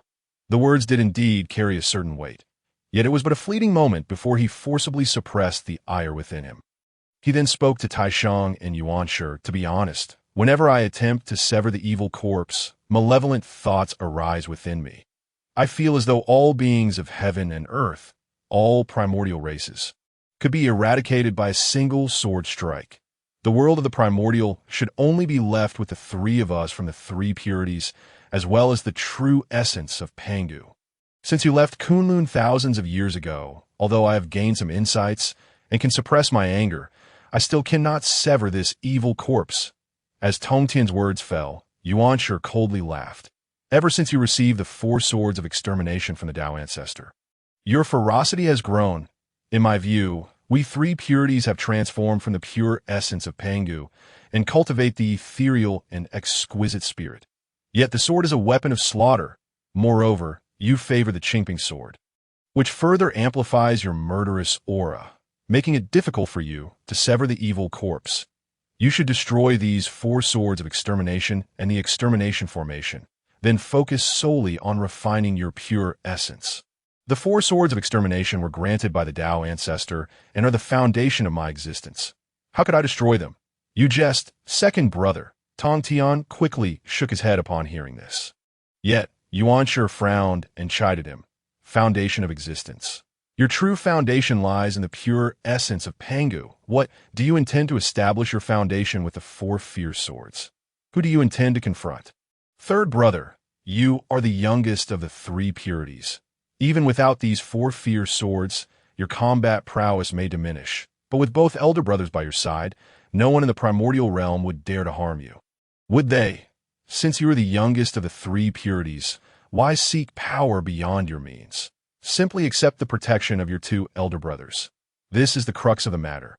It cannot be overlooked. As Yuan Shi finished speaking, he wore a pained expression, seemingly genuinely concerned for his younger brother. As for Tong Tian, he understood his predicament, likely instigated by the 4 swords of extermination and the extermination diagram. Before acquiring these treasures, he had harbored some ferocity, but he had acted with straightforwardness at most. However, ever since he began to refine the 4 swords of extermination and the extermination diagram, he had become convinced that power was paramount. If he could completely refine the 4 swords of extermination, he believed he could slice through any difficulty with a single strike. He also understood that this might be the crux of the matter. However, to ask him to destroy the 4 swords of extermination is no easy task. As Yuan Shi observed Tong Tian's reluctance, he let out a cold snort. Taishang then interjected at the opportune moment. Enough, my 2 brothers. I am currently on Shouyang Mountain, emulating the teachings of the Dao ancestor. You 2 should hasten to come, so we may discuss the path to sainthood together. Chapter 68. The heavenly court exerts its power. Touring the primordial realm, the elder brother desires to impart the Dao. How could Yuan Shi and Tong Tian delay? They immediately summoned their divine powers, riding on their escape light, heading straight for Shoyang Mountain. Upon learning that his two brothers had set out, Taishang retracted his spell. He then turned to Hongyun and said, "My friend, my two brothers have already set forth. What further suggestions do you have?" As he spoke, Taishang fixed his gaze intently on Hongyun, eager to discern what trickery he might attempt next. Immortal sovereign, Hongyun smiled at Taishang and quickly called out to Chun Xian. "Since Tong Tian and Yuanshi have already set out, we shall wait for their arrival. Only when the three purities are present can the true spectacle commence." Chun Xian's voice was laced with unabashed excitement, which startled Hung. It goes without saying that this immortal sovereign surely harbored ulterior motives. Moreover, the mirth evident in his words suggested that these schemes were likely of considerable magnitude. Immortal sovereign. Hongyun could not help but voice his concerns to Chun Xian. Yet before he could finish, Chun Xian coldly interjected, "What benevolence are you feigning? Only Taishang is allowed to scheme against the fate of our human race, undermining our foundation. Am I not permitted to plot against him in return? Rather than ponder what I might be scheming, you should focus on teaching the human race to cultivate martial arts, accelerate the refinement of the Qian Kuan diagram." Boom! At that moment, a tremendous sound erupted from the heavens above. Subsequently, the previously clear sky was engulfed in swirling winds and crackling thunder. A massive pressure descended from the heavens. All the myriad beings of the primordial realm trembled beneath this immense weight, gazing skyward. Naturally, this overwhelming pressure also startled Taishang, Hongyun, and Chun Xian on Shoyang Mountain. All of them lifted their heads to the sky. As they extended their vision, they beheld the 9 heavens above. Simultaneously, Chun Xian's voice rang out in Hongyun's mind. Dijun and Tai are about to make their move. The pace of teaching the human race martial arts is about to accelerate. It seems that there are several prominent tribal leaders among the human race. We must summon these leaders and prioritize their cultivation. Chun Xian's tone was tinged with urgency. Hongyun furrowed his brow, his expression grave yet tinged with confusion. At this moment, he clearly perceived the scene unfolding in the 9 heavens above. Amidst the swirling clouds stood numerous beings, each radiating a formidable aura, not weaker than that of the Tai realm. Among these countless beings, Dijun and Tai stood at the forefront. Behind them were 2 extraordinarily beautiful goddesses, the innate deities from the moon, Shi He and Chang Shi. Following them were 9 individuals exuding an overwhelming aura, all possessing the essence of quasi-saints. Upon closer inspection, the crimson clouds revealed familiar faces, all of whom were among the 3,000 guests of the Zixiao Palace. Beis, Yingzhao, Falian, Guiche, and others. To his astonishment, Fushi, who had only visited Shoyang Mountain during the early days of the human race, was also present. Dijun, uniting 1,000,000 demon tribes and the 9 great demon saints, had established the heavenly court over the course of a millennium. Now, to bolster the prestige of our heavenly court and manifest the wilds, I shall personally lead an expedition, traversing the primordial chaos, that I shall reward the virtuous and punish the wicked, acting as the heavenly enforcer. Henceforth, the rhythms of the wilds, the rising and setting of the sun, the changing of the winds and rains, the flickering of the stars, shall be governed by our heavenly court. All beings of the wilds, if in need of salvation, may beseech the heavens. Those with sincere hearts shall find their wishes fulfilled. Thunder roared as Emperor Jun's resounding declarations echoed through every corner of the wilds. Then, in the heavens above, thunderclouds surged. The entire primordial realm was illuminated by the tumult of thunder, shimmering and flickering. Both Hongyun and Chun Xian observed, to their astonishment, that amidst the thick clouds, the form of a dragon could be discerned. Was that the Dragon Clan?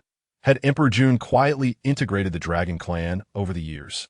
In that moment, Hongyun was taken aback. Since the initial calamity of the Longhan era, when the Dragon, Phoenix, and Qilin clans vied for supremacy, all 3 had ultimately met with ruin. The Dragon, Phoenix, and Qilin had vanished from the wilds, their whereabouts unknown. Yet, Emperor Jun had somehow located them and brought them under his banner. Hongyun was genuinely astonished. In truth, even the average Taishang was taken aback. Each of the 3 clans was born of primordial essence. thus embodying three portions of fortune that in ancient times. These clans had the potential to become the true sovereigns of the wilds, showcasing their immense fortune. Though now diminished, as long as life remains, that fortune surely persists.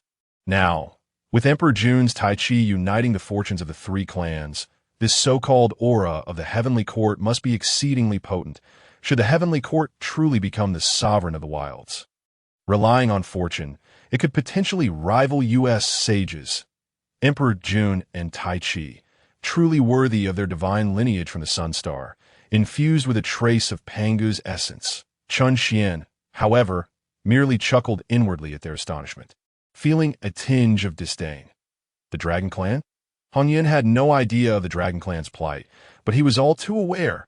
Since the great battle of the three clans, the Dragon Clan had gone into hiding. However, even in their concealment, they could still cling to a semblance of fortune. As time passed, a few powerful individuals might emerge. The fortunes of the Dragon Clan would inevitably see some restoration. Yet the Dragon Clan had been unearthed by the Heavenly Court. Even their fortune had to be tethered to the Heavenly Court. What would the final outcome be? The result was that the Dragon Clan became the auspicious beasts of the four seas. Wielding power over them, it appeared quite grand, did it not? Yet the might of the Dragon Clan's ruler barely reached the realm of Tai Chi, if not less. The descendants of the Dragon Clan either became mere charioteers or were served as delicacies. One need only consider the dragon's liver and phoenix's marrow. These are the exquisite delicacies of the heavenly court. With a cold smile, Chun Xian cast a sidelong glance at the human race within Shouyang Mountain.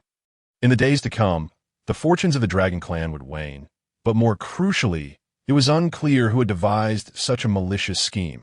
They had actually bound the human race and the Dragon Clan together. The Emperor of the humans had descended to become the Son of Heaven, a true dragon reincarnated. Yet the human race was, in fact, a naturally born species, created by the sages that, in later generations, they became the heirs of the Dragon Clan. To be honest, if they were to truly become the heirs of the Dragon Clan, it would not be a disgrace. But that Dragon Clan had to be the genuine Dragon Clan of the ancient Long Han era. One need only see how many dragons the human race had slain in later generations. Humans are humans, dragons? Ultimately, Chun Xian murmured softly to himself. Emperor Jun acted swiftly. Not only had he unified the demon tribes, but the 9 great demon saints had also gathered. Even the ancient clans had been drawn out. It seemed that this so-called expedition through the wilds to establish the might of the heavenly court was far from simple. Just as Chun Xian was lost in thought, thunder rumbled across the 9 heavens. Then, a torrential downpour cascaded from the sky. Simultaneously, Emperor Jun's voice resounded once more throughout the wilds. From this day forth, the heavens shall bestow nourishing rains, blessing all beings and nurturing countless races, nonstop for a month. Upon hearing these words, Hongyun's face lit up with joy. The heavenly court established by Emperor Jun truly benefits the wilds. His joy stemmed from the fact that within the wilds, myriad races thrived. Many beings lived in barren lands. Additionally, most of these beings were postnatal entities. Even those with magical prowess within their clans were not particularly strong.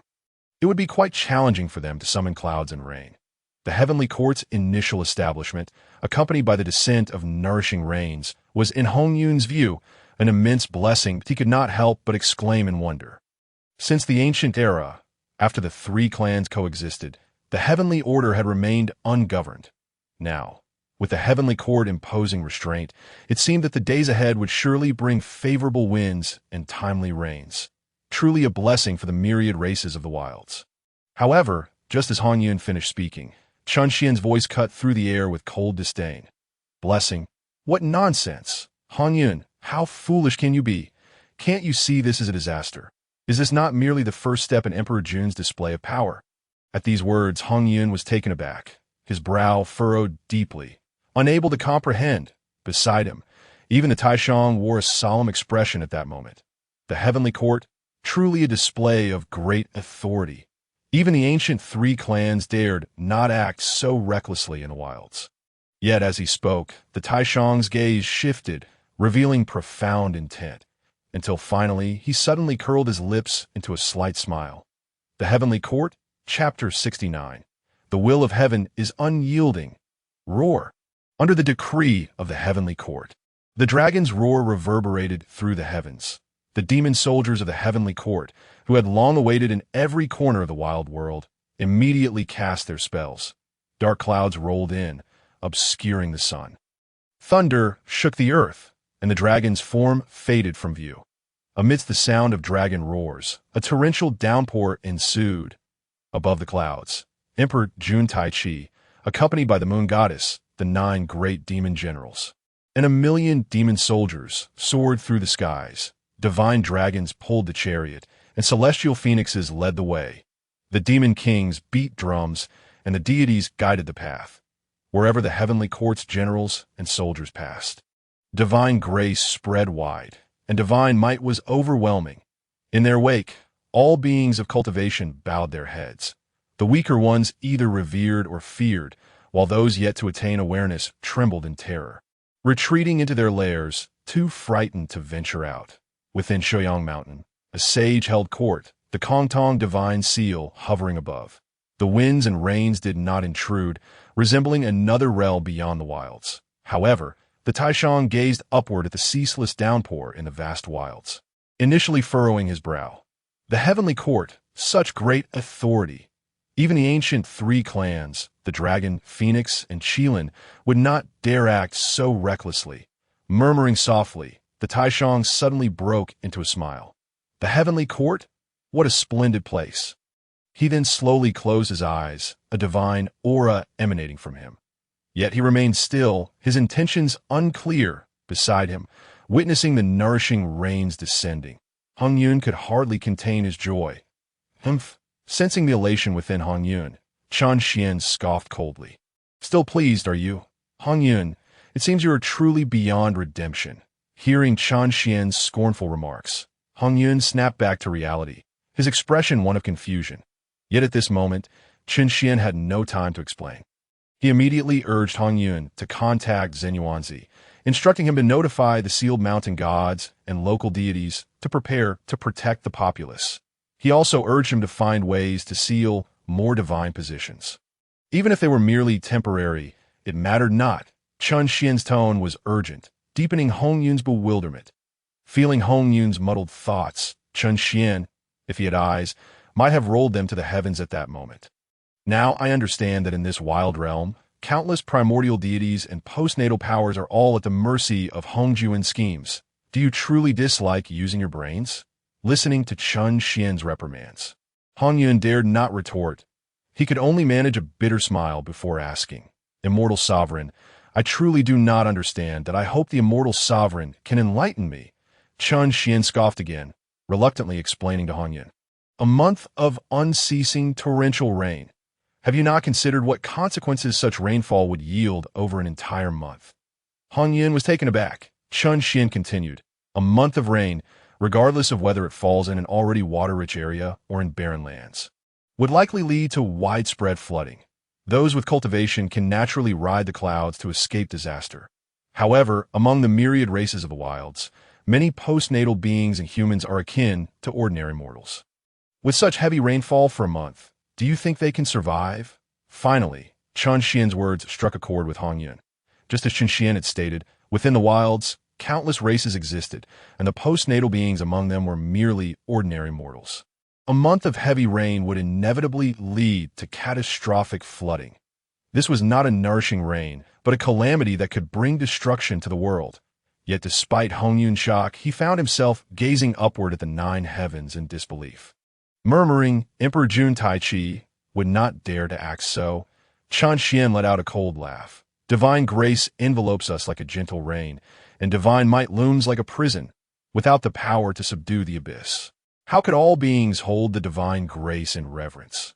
Emperor Jun has firmly resolved that after this excursion through the primordial chaos, the beings of this realm shall understand the meaning of fate that cannot be defied. Previously, during Chan Xian's travels in other realms, he encountered many tyrannical figures. Their methods were almost universally the same. Once they consolidated their power, they would immediately launch a war, never sheathing their blades. They relied on slaughter to bolster their dominion and achieve their ambitions. It is precisely for this reason that when Emperor Jun uttered the phrase of relentless rain for a month, Chen Xian quickly grasped the true nature of his intentions. However, being a primordial deity, it is possible that he has not fully mastered the path of tyranny, or perhaps he is incapable of such ruthless measures. Thus, he resorts to a month of torrential rain to exert his influence over the world, rather than overtly engaging in bloodshed. Noticing that Hongyun was still in a daze, Chen Xian could no longer contain himself and bellowed, "Hongyun, if in this chaotic era I encounter you once more, I shall not hesitate to end your life at the first opportunity. You, with your misguided benevolence, misjudged Emperor Jun's ambition, resulting in the demise of countless lives. Do you not think you deserve death?" Chen Xian's furious tirade finally jolted Hongyun back to reality. Fortunately, he was merely prone to excessive kindness and was not truly the fool Chen Xian accused him of being. At this moment, he remained unclear about Emperor Jun's true intentions, but had come to a realization. It was always wise to inform Jin Yuanzi to alert the myriad immortals and protect the lives of the people. Naturally, having been friends with Jin Yuanzi for many years, he possessed secret methods to contact him. Immediately, he summoned his magical powers and invoked the secret technique. However, just as he established contact with Jin Yuanzi, an angry rebuke echoed within Hongyun's mind. What a vicious Emperor Jun! How dare he appropriate the essence of Pangu? The sun's vital energy nourishes all things. As a son of the sun, this scoundrel goes against the natural order, committing acts of rebellion. Old friend, you are now the sovereign of the 10,000 mountains, the foremost among the earth immortals. As you wield divine authority, inform the mountain gods and local deities to prepare themselves promptly. Clear your mind, and I shall transmit to you the register of the earth immortals and deities sealed within the Shanhai Jing. Before Hongyun could utter a word, a torrent of information surged into his consciousness. The deities sealed by Zhan Yuanzi over the past several millennia and the earthly fortunes he had subdued were all revealed to Hongyun. Old friend, I have comprehended a divine ability from the earth scriptures that can assist you in exercising your divine authority. I shall now teach it to you. Following this, a glimmer of insight blossomed within Hongyun's heart. It was precisely the knowledge imparted by Zhan Yuanzi. Its function was to allow Hongyun to temporarily merge with the earth scriptures, enabling him to command the deities recorded within the Shanhai Jing and traverse the vast lands and rivers of the primordial chaos.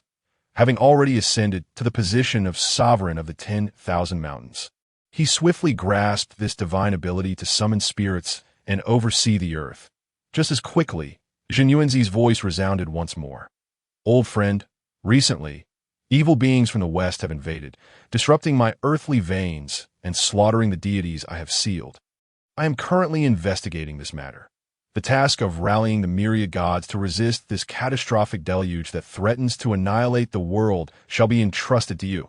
Protecting the populace will also bring you merit and faith, which will be beneficial for you, my friend. With that, Jin Yuanzi inquired, by the way, my friend, did you contact me for assistance with something? At this moment, Hongyun found himself at a loss for words. Chen Xian, of course, understood the reason for silence. He could not help but chuckle coldly. Look at you, this is what it means to be a wise individual. I am quite puzzled as to how you have forged such an extraordinary friendship with Zhan Yuanzi. Even Zhan Yuanzi has thought of this. Surely now you must believe it. Finally, Chen Xian could not help but lament, if I had become Zhan Yuanzi's primordial spirit, the energies of the primordial chaos would have long been in disarray. How could one proceed without adhering to the grand currents? At last, Hongyun regained his composure. He first offered an exasperated smile to Chen Xian. Thank you for your concern, esteemed immortal. He then promptly addressed Zhan Yuanzi. My friend, I reached out to you for this very matter. Therefore, I shall inform the many deities of the earth. Excellent. Jin Yuanzi responded eagerly, by the way, my friend, the divine ability I imparted to you is derived from the earth scriptures. As the foremost among the myriad immortals, you should grasp and refine this ability thoroughly. In my view, when comprehended to its depths, it shall yield boundless utility. Before Hongyun could respond, Jin Yuanzi severed the connection, indicating that he had pressing matters at hand. Hongyun retracted his magical powers and sighed to Chen Xian. Esteemed immortal, I must admit that I have erred in this matter. Before he could finish, Chen Xian interrupted him with a heavy scoff. Can we dispense with the trivialities? The matter at hand is urgent. You must swiftly issue the decree. Did you not hear Zhen Yuanzi mention the acquisition of merit and faith? Chapter 70. The grand scheme of the Supreme being Hongyun dared not hesitate any longer. He immediately summoned his divine powers that a scroll unfolded in his mind, revealing the earth's scriptures in all their glory. The geography of mountains and rivers, the vital veins and river eyes, all manifested before him. Then, within the earth's seasonal veins, a radiance of mysterious yellow light appeared. Shadows began to take shape within the yellow glow. There were monsters. Beastly creatures as well as humanoid figures, some with 3 eyes, others with wings sprouting from their ribs, and still others with holes in their chests or possessing single limbs. These beings were predominantly the races born of the primordial chaos. Naturally, it need not be emphasized that those emerging from the yellow light were the earth deities sealed by Zhen Yuanzi. This scene astonished Chen Xian as he suddenly comprehended the truth. Zhen Yuanzi had not merely imparted divine abilities to Hongyun. He had essentially granted him full authority over the earth scriptures.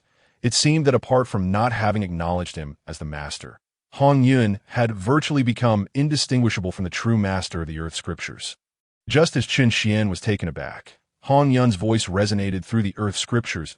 I am Hongyun, the sovereign of the earth immortals. Today, by the decree of the ancestral earth immortal Zhen Yuanzi, I hereby issue a command. All recorded deities shall, from this day forth, prepare diligently to protect the lives of the beings in their respective domains. No error shall be tolerated. As Hongyun's words fell, he heard a chorus of responses echoing in his mind that we respect your decree. Following this, he observed the yellow light points on the earth scriptures gradually spreading and ultimately enveloping an entire region. However, the deities sealed by Zhen Yuanzi had not completely dominated the earthly veins. Within the landscape Hongyun beheld, there remained numerous areas devoid of divine protection. This caused a flicker of concern within Hongyun. Chen Xian, sensing his unease, spoke up to counsel him. The land of the primordial chaos is vast and boundless. You are currently but a quasi-saint. Even if you exert your utmost effort, it is impossible to save every being in the primordial chaos. To see them, to aid them, and to act with a clear conscience is sufficient. Moreover, you can use this as motivation to become a saint sooner, enabling you to save those you wish to save. Listening to these words, Hongyun nodded helplessly. Yet he could not help but reflect, esteemed immortal, if I had not sent out that primordial purple chi, would I now have already attained sainthood? In response, Chen Xian merely chuckled coldly. Had you not sent out that primordial purple chi, then at this moment, you would be standing against the entire heavenly court with nothing but your own strength, dozens of quasi-saint demon kings. The vast armies of the demon court, countless magical formations, and the watchful eyes of Hongjun await. Do you truly believe you could attain sainthood? Upon hearing this, Hongyun was momentarily taken aback. Soon, he found himself bitterly smiling. Witnessing Nuwa and Taishang achieving sainthood in succession, coupled with the knowledge of the world's suffering, yet feeling powerless to intervene, he indeed harbored thoughts of whether attaining sainthood through the purple chi would be more convenient and direct. Chen Xian's words finally extinguished those thoughts. Indeed, had he not sent out the purple chi, it was likely that during the events at Buzhou Mountain, Emperor Jun and Tai would have exhausted every means to seize the purple chi from him. Let alone attaining sainthood with the purple chi, he might not have even survived to this day. At that moment, Chen Xian's voice rang out once more. I in the palace of purple clouds. All who have obtained the purple chi, save for you, are fated to become saints. It is a predetermined arrangement made by Hongjun and the heavenly Dao. Ultimately, they possess backgrounds and platforms, relying on the strength of others and the assistance of the heavenly Dao to achieve sainthood with such ease. As for you, to defy the will of heaven will naturally be more challenging. But now, you are merely a step away from the threshold. There is no need to be disheartened upon hearing these words. Hongyun felt a sense of certainty within. Indeed, as Chen Xian had stated, ever since he received Chen Xian's assistance, Merely a few thousand years had passed, he had already attained a level of cultivation equivalent to the peak of a quasi-saint. This stage was achieved at a speed countless times faster than the time it took him to transform over 1 billion years, in fact, compared to the 6 saints predetermined by the heavens. His progress was not significantly slower to attain sainthood. It was merely a matter of time. In the blink of an eye, all of Hongyun's worries dissipated. However, Chen Xian shook his head inwardly. Truly, those with kind hearts possess vast minds and are easily deceived. In truth, Chen Xian had not spoken entirely honestly. Achieving sainthood was not a difficult task for him. Yet, it was not without its challenges. The so-called attainment of sainthood, as understood in later generations, is to comprehend the Tao, and subsequently, to attain it. However, in this primordial world, the myriad paths are chaotic, with only the heavenly path reigning supreme. Undoubtedly, the easiest route to sainthood is through the heavenly path. The path Chen Xian had chosen for Hongyun lay outside of the heavenly Tao. Yet, as a primordial deity, Hongyun was inherently born of the heavenly Tao. The cultivation method bestowed upon him by nature was also the golden elixir method of the heavenly Tao. If he did not pursue the path of heavenly Tao to achieve sainthood, he would find it even more challenging than the 12 ancestral witches. Although the swallowing of the heavens magic he was taught by Chen Xian could lead to sainthood, at present, Hongyun could only rely on it to rapidly accumulate magical power and spiritual energy. The opening heaven technique could also lead to sainthood, but for now, it served merely as a means of self-preservation for Hongyun to attain sainthood. He must disrupt the exclusive dominance of the heavenly Tao and clarify the 3,000 paths. This was precisely what Chen Xian had repeatedly urged Hongyun to do. In other words, the moment the heavenly Tao descends into chaos, and the 3 talents are present, revealing all paths, would be the time for Hongyun to attain sainthood. Of course, there were exceptions. In fact, what Chen Xian had instructed Hongyun to do, aside from obscuring the heavenly mechanisms and complicating the situation, was also to strive for this very exception. The heavenly Tao is 50. The heavenly transformations are 49, and humanity escapes one. Even the heavenly Tao itself must adhere to this principle. However, this glimmer of opportunity was not immediately visible and required time to unfold. Moreover, the prerequisite was to thoroughly change Hongyun's troublesome habit of indiscriminately expressing kindness. Just as Chen Xian was pondering these thoughts in Hongyun's heart, a resonant sound echoed throughout the primordial world. Soon after, streams of mysterious yellow light surged from afar, all entering Hongyun's body. It need not be mentioned that these were the earth immortals, who had become deities, beginning to cast spells and manifest their divinity in the mortal realm to protect all living beings. This mysterious yellow light represented the power of faith in the divine path, naturally intertwined with strands of merit. At this moment, Hongyun regained his composure entirely. Without hesitation, he immediately activated the swallowing of the heavens magic, refining all the faith and merit. Although it only allowed him to advance slightly, it was enough to bring a smile of joy to Hongyun's face. This scene was observed by the already awakened Taishang nearby. He first appeared taken aback, then felt a sense of realization as, this is the alternative power gained for being revered as a deity. Taishang, in his moments of enlightenment, recognized the indestructible strength Chen Xian had derived from faith to withstand the calamity of Hongyun. After murmuring to himself, Taishang looked up at the heavens, a faint smile gracing his lips, and then quietly mused, "My friend, whether our plans come to fruition depends on whether you can breach the heavenly court." As these words fell, all matters concluded. Taishang lightly flicked his whisk and turned his gaze to Hongyun, who had also completed his affairs at my friend Hongyun. Now that everything is settled, I wish to bid farewell to focus on teaching within my Taoist sanctuary. Might I request you to relocate elsewhere? Were it anyone else, Taishang would not have minded sharing the space to discuss the Tao. Yet with Hongyun, he truly felt apprehensive about spending too much time with him. Fearing that Hongyun might suddenly develop some unexpected scheme, Hongyun naturally picked up on Taishang's intention to dismiss him. With a helpless smile, he inquired within his heart, "Immortal Lord? No problem at all." Chen Xian promptly replied, "You should find the nearest mountain peak to him, establish your own sanctuary, and begin imparting your martial arts. Upon hearing this, Hongyun immediately bowed slightly to Taishang. Thus, I shall not intrude upon my friend. With a wave of his grand sleeves, crimson clouds ascended, enveloping all those eager to learn martial arts under his tutelage, and he departed directly. Observing Hongyun's departure, Taishang let out a slight sigh of relief. How amusing it was that a dignified saint like himself felt nervous when confronting Hongyun. Fortunately, with Hongyun gone, peace was restored. Bang! However, just as Taishang's words fell, a muffled sound reverberated from not far away. He turned to look, and his lips twitched in irritation, nearly cursing aloud. Not 100 miles away, right beside the mountain where he had established his sanctuary, crimson mist swirled, and a surge of energy abruptly rose, forming a barrier. How could Taishang fail to recognize this? This was the sanctuary set up by Hongyun. Hongyun, he exclaimed through gritted teeth. Shoyang Mountain stretches for over 100,000 miles. Why did Hongyun choose to establish a sanctuary right next to his? Taishang could not help but feel that Hongyun had ulterior motives. Ultimately, he could only huff in annoyance, with a flick of his sleeve. He bellowed, "Enough!" Chapter 71.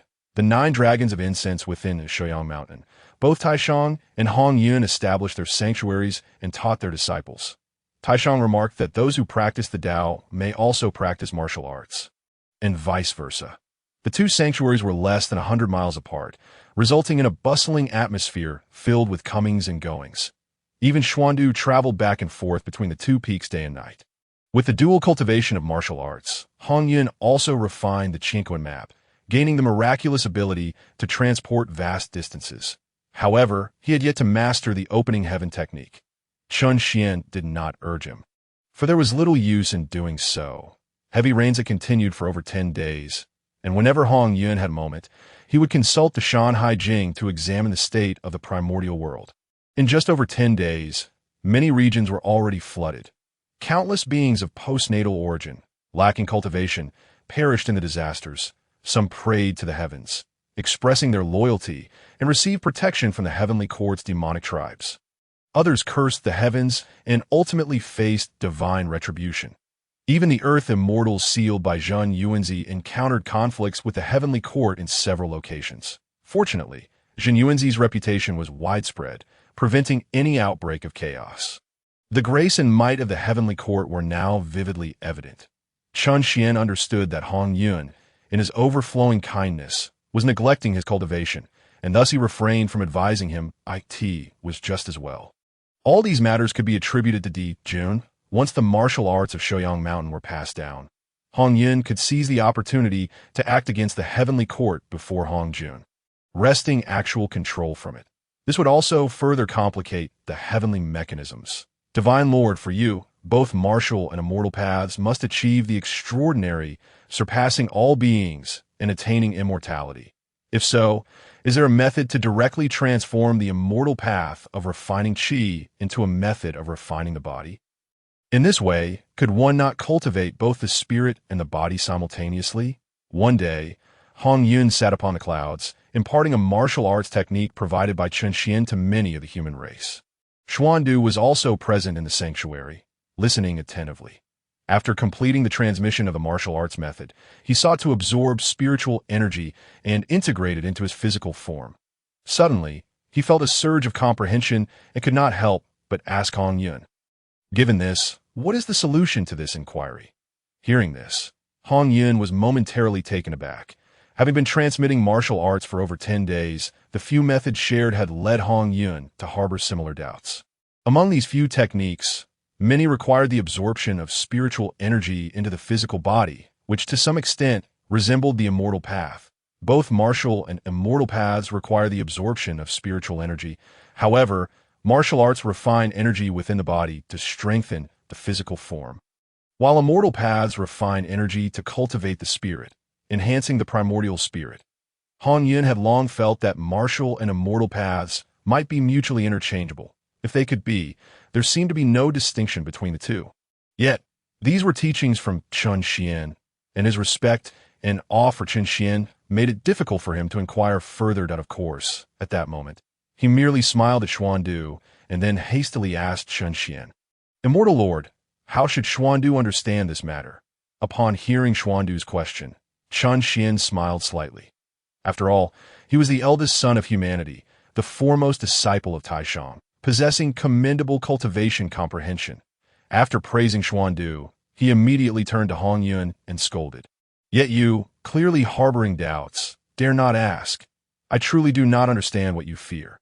Hongyun, sometimes you ought to reflect on whether your so-called kindness stems from a deep-seated timidity after being chastised by Chen Xian. Hongyun dared not retort, merely managing a wry smile that it was a familiar topic, and Chen Xian, disinterested, chose not to elaborate further. He swiftly delved into the crux of the matter, elucidating that the so-called martial arts and the celestial path were both methods of attaining enlightenment. Thus, it was only natural that you would perceive certain similarities to a degree. The myriad paths ultimately converge, which is a principle of truth. However, this is merely superficial, though the appearances may be alike. The essence remains distinct. The fundamental difference between the celestial and martial realms lies in. At this moment, Hongyun listened intently, fearing he might miss a single word. Yet, just as the critical point was reached, Chen Xian's voice abruptly halted. Hongyun was taken aback and hastily inquired, "Celestial Master, why have you ceased speaking? Someone is approaching." Chen Xian bellowed. His cultivation was formidable, at the peak of quasi-sainthood. Upon hearing this, Hongyun was momentarily stunned. Only then did he notice an intangible pressure descending from the heavens. In truth, had this mountain peak not been enveloped by his crimson cloud, forming a barrier, the oppressive force would have already weighed down upon them like a mountain. Hongyun immediately rose and looked up at in that very moment. The various beings of the human race, who had been attentively listening atop the mountain, also felt this overwhelming celestial might. They all gazed upwards. It was at that instant, as they looked up, that they beheld the dark clouds gathering in the high skies over Shoyang Mountain, for which sharp claws emerged. With a fierce grip, they tore through the clouds, instantly shredding them apart. In a flash, a colossal dragon, stretching 1,000 meters in length, materialized from within the dark clouds. Its might was awe-inspiring, radiating an unparalleled majesty. Had the celestial court arrived, the appearance of the divine dragon prompted Hongyun to speak up. Though a heavy feeling settled in his heart, he had already formed enmity with Dijun. If the celestial court had indeed come here, based on what he had gleaned from the Shanhai Jing regarding the celestial court's recent actions, they would certainly seek to assert their dominance over him. Thus, he lowered his head and glanced towards the Taoist temple. "Xuandu, take your kin to the Taishang Taoist temple. Quickly!" With the celestial court approaching, Hongyun felt no fear. After all, he believed in Chen Xian's capabilities. He was certain there would be a way to avert the crisis. However, many among the humans in the temple were innate beings, untrained and frail, and might not withstand the clash of quasi-saints. Yet, just as Hongyun's words left his lips, another dragon claw emerged from the dark clouds nearby. With a gentle rip, it tore through the clouds, revealing another divine dragon of immense proportions. Following that, more claws appeared, relentlessly shredding the dark clouds. Moments later, the clouds above Shoyang Mountain dissipated entirely. The wind ceased, and the rain halted, revealing an overwhelming dragon might. 9 colossal dragons, each 1,000 meters long, hovered in the sky, their claws bared and their presence commanding. The human onlookers could not help but feel a chill of fear. Even those within the Taishang Taoist temple were no exception. Most had never ventured beyond Shoyang Mountain. This ancestral land of humanity was suppressed by the Kong Tong seal, and with Taishang and Hongyun's combined aura cloaking it, no demon could approach. This was not their first encounter with the terrifying beings of the primordial world. Especially for the innate humans, their eyes widened in astonishment, their breaths unsteady. The overwhelming presence of the dragons, akin to mountain beasts and raging thunder, made their hearts race uncontrollably. This spectacle also left Hongyun momentarily stunned. Simultaneously, Chen Xian reacted. "What a grand display! Yuan sure seems truly as the legends depict. Proud and lofty." Just as Chen Xian murmured this to himself, the 9 divine dragons began to dance their claws forward, simultaneously shrinking in size. However, streams of divine light emanated from the dragons, sweeping away the remaining dark clouds entirely. As the 9 colossal dragons swayed further into the mountains, their heads gradually disappearing from view. Their tails became visible. Following the 9 dragon tails was an opulent carriage, resplendent with vibrant hues, pulled by a myriad of colorful clouds. Indeed, this was the luxurious vehicle of Yuan Shi, one of the 3 pure ones, the 9 dragons of Agarwood. Upon the carriage sat a middle-aged Taoist, legs crossed, eyes gently closed, gazing down with an air of boundless arrogance, as if viewing all under heaven as mere insects. Beside the carriage was a young Taoist, soaring through the air on his sword. His demeanor was elegant, yet his eyes bore a fierce glint, as if ready to unsheath his sword at the slightest provocation. It was none other than Yuan Shi and Tong Tian of the 3 pure ones. Upon seeing the principal figures, Hongyun let out a long sigh of relief. Chun Xian, in his heart, immediately spoke up. Tong Tian, at last they have arrived. Let us go. In the next moment, he urged Hongyun. Hongyun, did you not wish to understand the distinction between martial and celestial paths? Go meet Tong Tian. I shall ensure you grasp it thoroughly. Chapter 72. Petty upon realizing that both Yuan Shi and Tong Tian had come. The 3 pure ones were gathered. Hongyun felt a twinge of helplessness. The initial suggestion to invite Yuan Shi and Tong Tian had actually originated from the celestial being within him. Now, even before Yuan Shi and Tong Tian had convened, this celestial presence was already urging him onward. Hongyun understood that the celestial being must have some pressing matter to attend to. What that matter entailed was something Hongyun could discern without needing to think too deeply. It was undoubtedly of great significance. Unable to restrain himself, he addressed Chun Xian, Celestial Master, whatever you intend to do shortly. Could you refrain from being overly aggressive? The assembly of the 3 pure ones, should we incite their ire, may prove no less perilous than offending Hongjun. Afraid? Upon hearing Hongyun's words, Chun Xian chuckled. Fear not. I shall not allow you to lose your life. I know my limits. Hongyun's statements left him momentarily bewildered. That very instant, as they reached Shoyang Mountain, the 9 dragons of Agarwood surged with brilliant light. Then, the dragon carriage vanished. Yuan Shi and Tong Tian transformed into streams of light and entered the Taishang Taoist temple. In the next breath, a gentle call resonated from within Shoyang Mountain. Xuandu, your 2 masters have arrived. Why do you not hasten back? With the Taishang's direct summons, Xuandu dared not linger, hastily bowing to Hongyun. Divine Master, my master beckons me. I shall seek your guidance on the differences between celestial and martial paths later. Hongyun raised his hand in a light gesture. Go swiftly. Xuandu immediately summoned his light and dashed toward the Taishang Taoist temple. Where are you going? Are you not coming?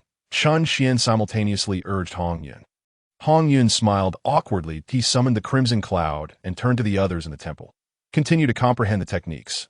I shall visit the Taishang and meet an old friend, then return. The others in the temple promptly bowed in respectful farewell. The crimson light flashed away, arriving at the entrance of the Taishang Taoist temple ahead of Xuandu.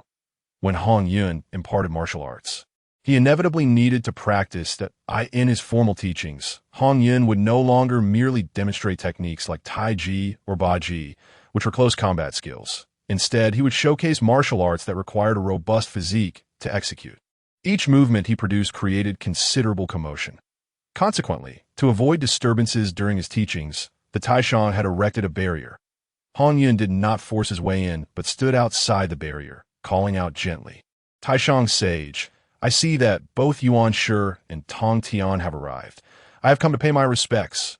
Please break the barrier and allow me entry. After his words, he waited for a moment. It was not until Xuandu arrived that a corner of the barrier opened, and the voice of the Taishang resonated. Ancestor Hongyun, please enter. Hearing this voice, Hongyun smiled awkwardly to in those brief 6 words. There is a hint of wariness and a touch of impatience. Yet Chun Xian merely smiled slightly. It seems the Taishang has discerned your true nature. Celestial Master, Taishang Taoist has perceived who you are. Hongyun could only smile helplessly, and together with Xuandu, they stepped into the barrier. They then soared to the mountain's summit.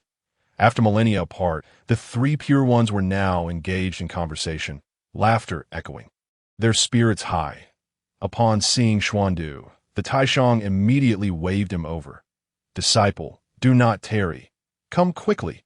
Xuandu glanced at Hongyun, smiled in acknowledgement, and then hastened forward ahead of Hongyun. "This is your Yuan Shi uncle. And this is your Tong Tian uncle." Following the Taishang's introductions, Xuandu bowed deeply in respect to Yuan Shi and Tong Tian.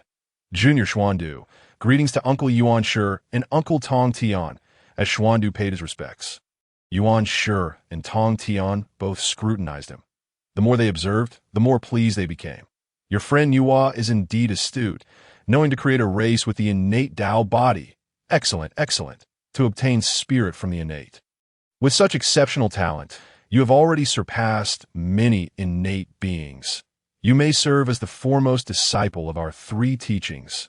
Tong Tian expressed his admiration repeatedly. The innate human race, with their energy condensed and spirits gathered, flourished with abundant spiritual essence. "Excellent, excellent, fellow Taoist Yuan Shi, fellow Taoist Tong Tian." As soon as the words fell, Hongyun stepped forward, smiling at the two Xiandu. "As a foremost disciple of the three teachings, you both seem quite pleased. Why not bestow a precious item and perhaps offer some guidance?" Upon hearing Hongyun's voice, Taishang initially furrowed his brow, fearing that Hongyun might be up to some trickery again. However, upon realizing it was for his beloved disciple's sake, he felt a surge of delight within. Yet, despite relaxing his brow, he regarded Hongyun with a peculiarly scrutinizing gaze, pondering what scheme Hongyun might be plotting this time. Upon hearing these words, both Yuan Shi and Tong Tian were momentarily taken aback. However, Yuan Shi quickly raised his hand and made a gesture. Instantly, golden light radiated forth, an aura of profundity swirling within his palm. That it was a small lamp. "Xiandu, this is the golden lamp of protection. By merely channeling your spiritual power, you can activate the protective golden light. The golden light, once cast, renders you impervious to all methods and repels all malevolence." Upon witnessing this, Xiandu immediately bowed deeply, respectfully accepting the golden lamp into his hands. With both palms gently cradling it, he expressed his gratitude repeatedly. "Thank you, Uncle Master Yuan Shi, for bestowing this treasure." Yuan Shi chuckled softly, stroking his beard.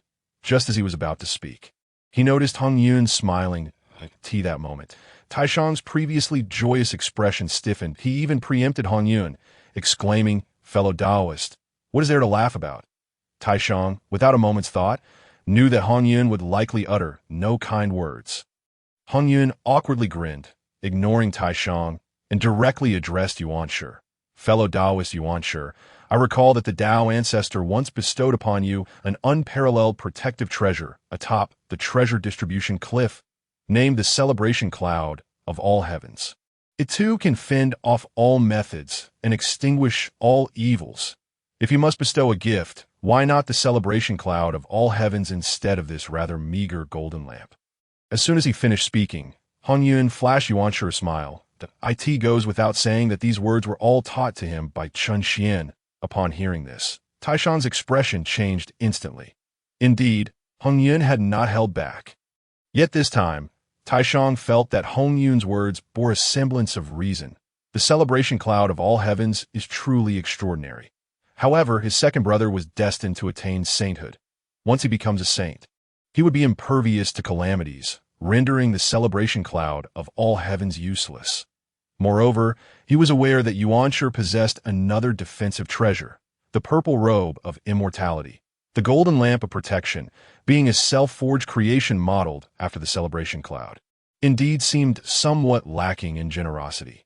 Nonetheless, as they were brothers, Taishang held no intention of reproaching him. It was merely that Hongyun's remarks held some truth, leaving him feeling somewhat stifled. As for Yuan Shi, his expression also shifted, and he glared at Hongyun with a frown. Although Xiandu was the foremost disciple of the three teachings, he was merely Taishang's direct disciple. He could not rightfully possess the truly extraordinary treasures of his own family. However, it was always difficult to voice such thoughts. Instead, it was Tong Tong, after a brief moment of surprise, who immediately discerned the discontent of his elder and second brother. He quickly broke into a hearty laugh to smooth things over. Fellow Taoist Hongyun, what you say is amusing. The golden lamp of protection is a treasure that my second brother devotedly crafted. As for its marvel, it is only slightly inferior to the celebration cloud of all heavens. Following this, he turned to Xiandu and said, Xiandu, since your uncle Master Yuanshi has bestowed upon you a defensive treasure, allow me to grant you an offensive treasure as well.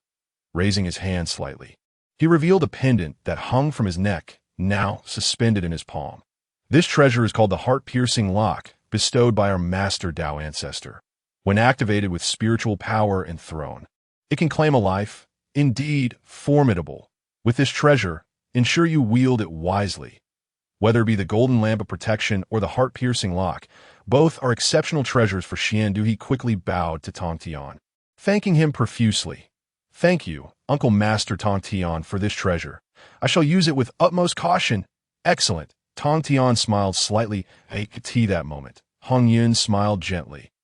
Hongyun, just as his laughter began, Taishang interrupted with a shout. If you have something to say, keep it to yourself. Yet, Hongyun merely flashed an awkward grin at Taishang. He then turned to Tong Tian and remarked, Fellow Taoist Tong Tian, you are indeed magnanimous. Such generosity ought not to be found among the three pure ones. Hongyun, before he could finish, Taishang's furious shout cut him off. At this point, he truly wished to disregard the dignity of the saints and tear Hongyun's tongue out. Chapter 73. You dare? Taishang's heart ignited with anger. How could he not discern that Hongyun's words were meant to sow discord among the three brothers? However, recalling that Hongyun had the audacity to verbally assault the Dao ancestor, even causing the Dao ancestor to close the palace doors, Taishang felt a sense of helplessness. Even the Dao ancestor could do nothing about Hongyun. Having just entered the realm of sainthood, he likely had no means to contend with him. Moreover, upon reflection, the three brothers were, after all, one body, as the saying goes, the red flower, green leaf, and white lotus root. The three pure ones were originally one family. Bound by blood and countless years of camaraderie, how could they allow Hongyun's few words to incite discord? Ultimately, Taishang raised his hand and gestured to Hongyun. Ancestor Hongyun, it has been ages since our three brothers have met. We should reminisce about our bond. Unfortunately, it seems we lack the time to host you. Perhaps it would be best for you to take your leave. Yuanshi had long furrowed his brow, displeased not only with Hongyun's words, but also with Tong Tian's actions. What he had offered was the golden lamp of protection, forged from postnatal materials, yet Tong Tian had directly given Xiandu a prenatal treasure bestowed by the Dao ancestor. Did this not confirm Hongyun's accusation of his stinginess? Nevertheless, he found it difficult to express his frustration toward Tong Tian. Therefore, as soon as Taishang's words fell, Yuanshi followed suit with a cold snort. Hongyun, we are discussing matters of the three pure ones. You likely should not linger as an observer, had he not already sensed Hongyun's formidable aura, with profound energies continually emanating from him, hardly weaker than his own. Yuanshi would have expelled him outright. A mere manifestation of a red cloud from the primordial chaos held the right to deem him stingy. What right did he have to tread the same ground as the authentic Pangu and the three pure ones? Furthermore, his elder brother had already attained sainthood. It was one thing for Hongyun to refuse to pay respects. It was another for him to speak so disrespectfully. Naturally, even Tong Tian furrowed his brow in discontent. Hongyun's remark about being the last of the three pure ones was replete with sarcasm. However, he refrained from completing his words and bore a bitter smile within. Regardless of his birth or cultivation, he indeed was the last of the three pure ones. With discontent in his heart, he felt powerless to argue. As for Hongyun, he need not say much more. His face was filled with awkwardness, and he dared not meet the gaze of the three pure ones. He could only repeatedly call out to Qinshian in his heart. It goes without saying that those words just now were all taught to him by Qinshian.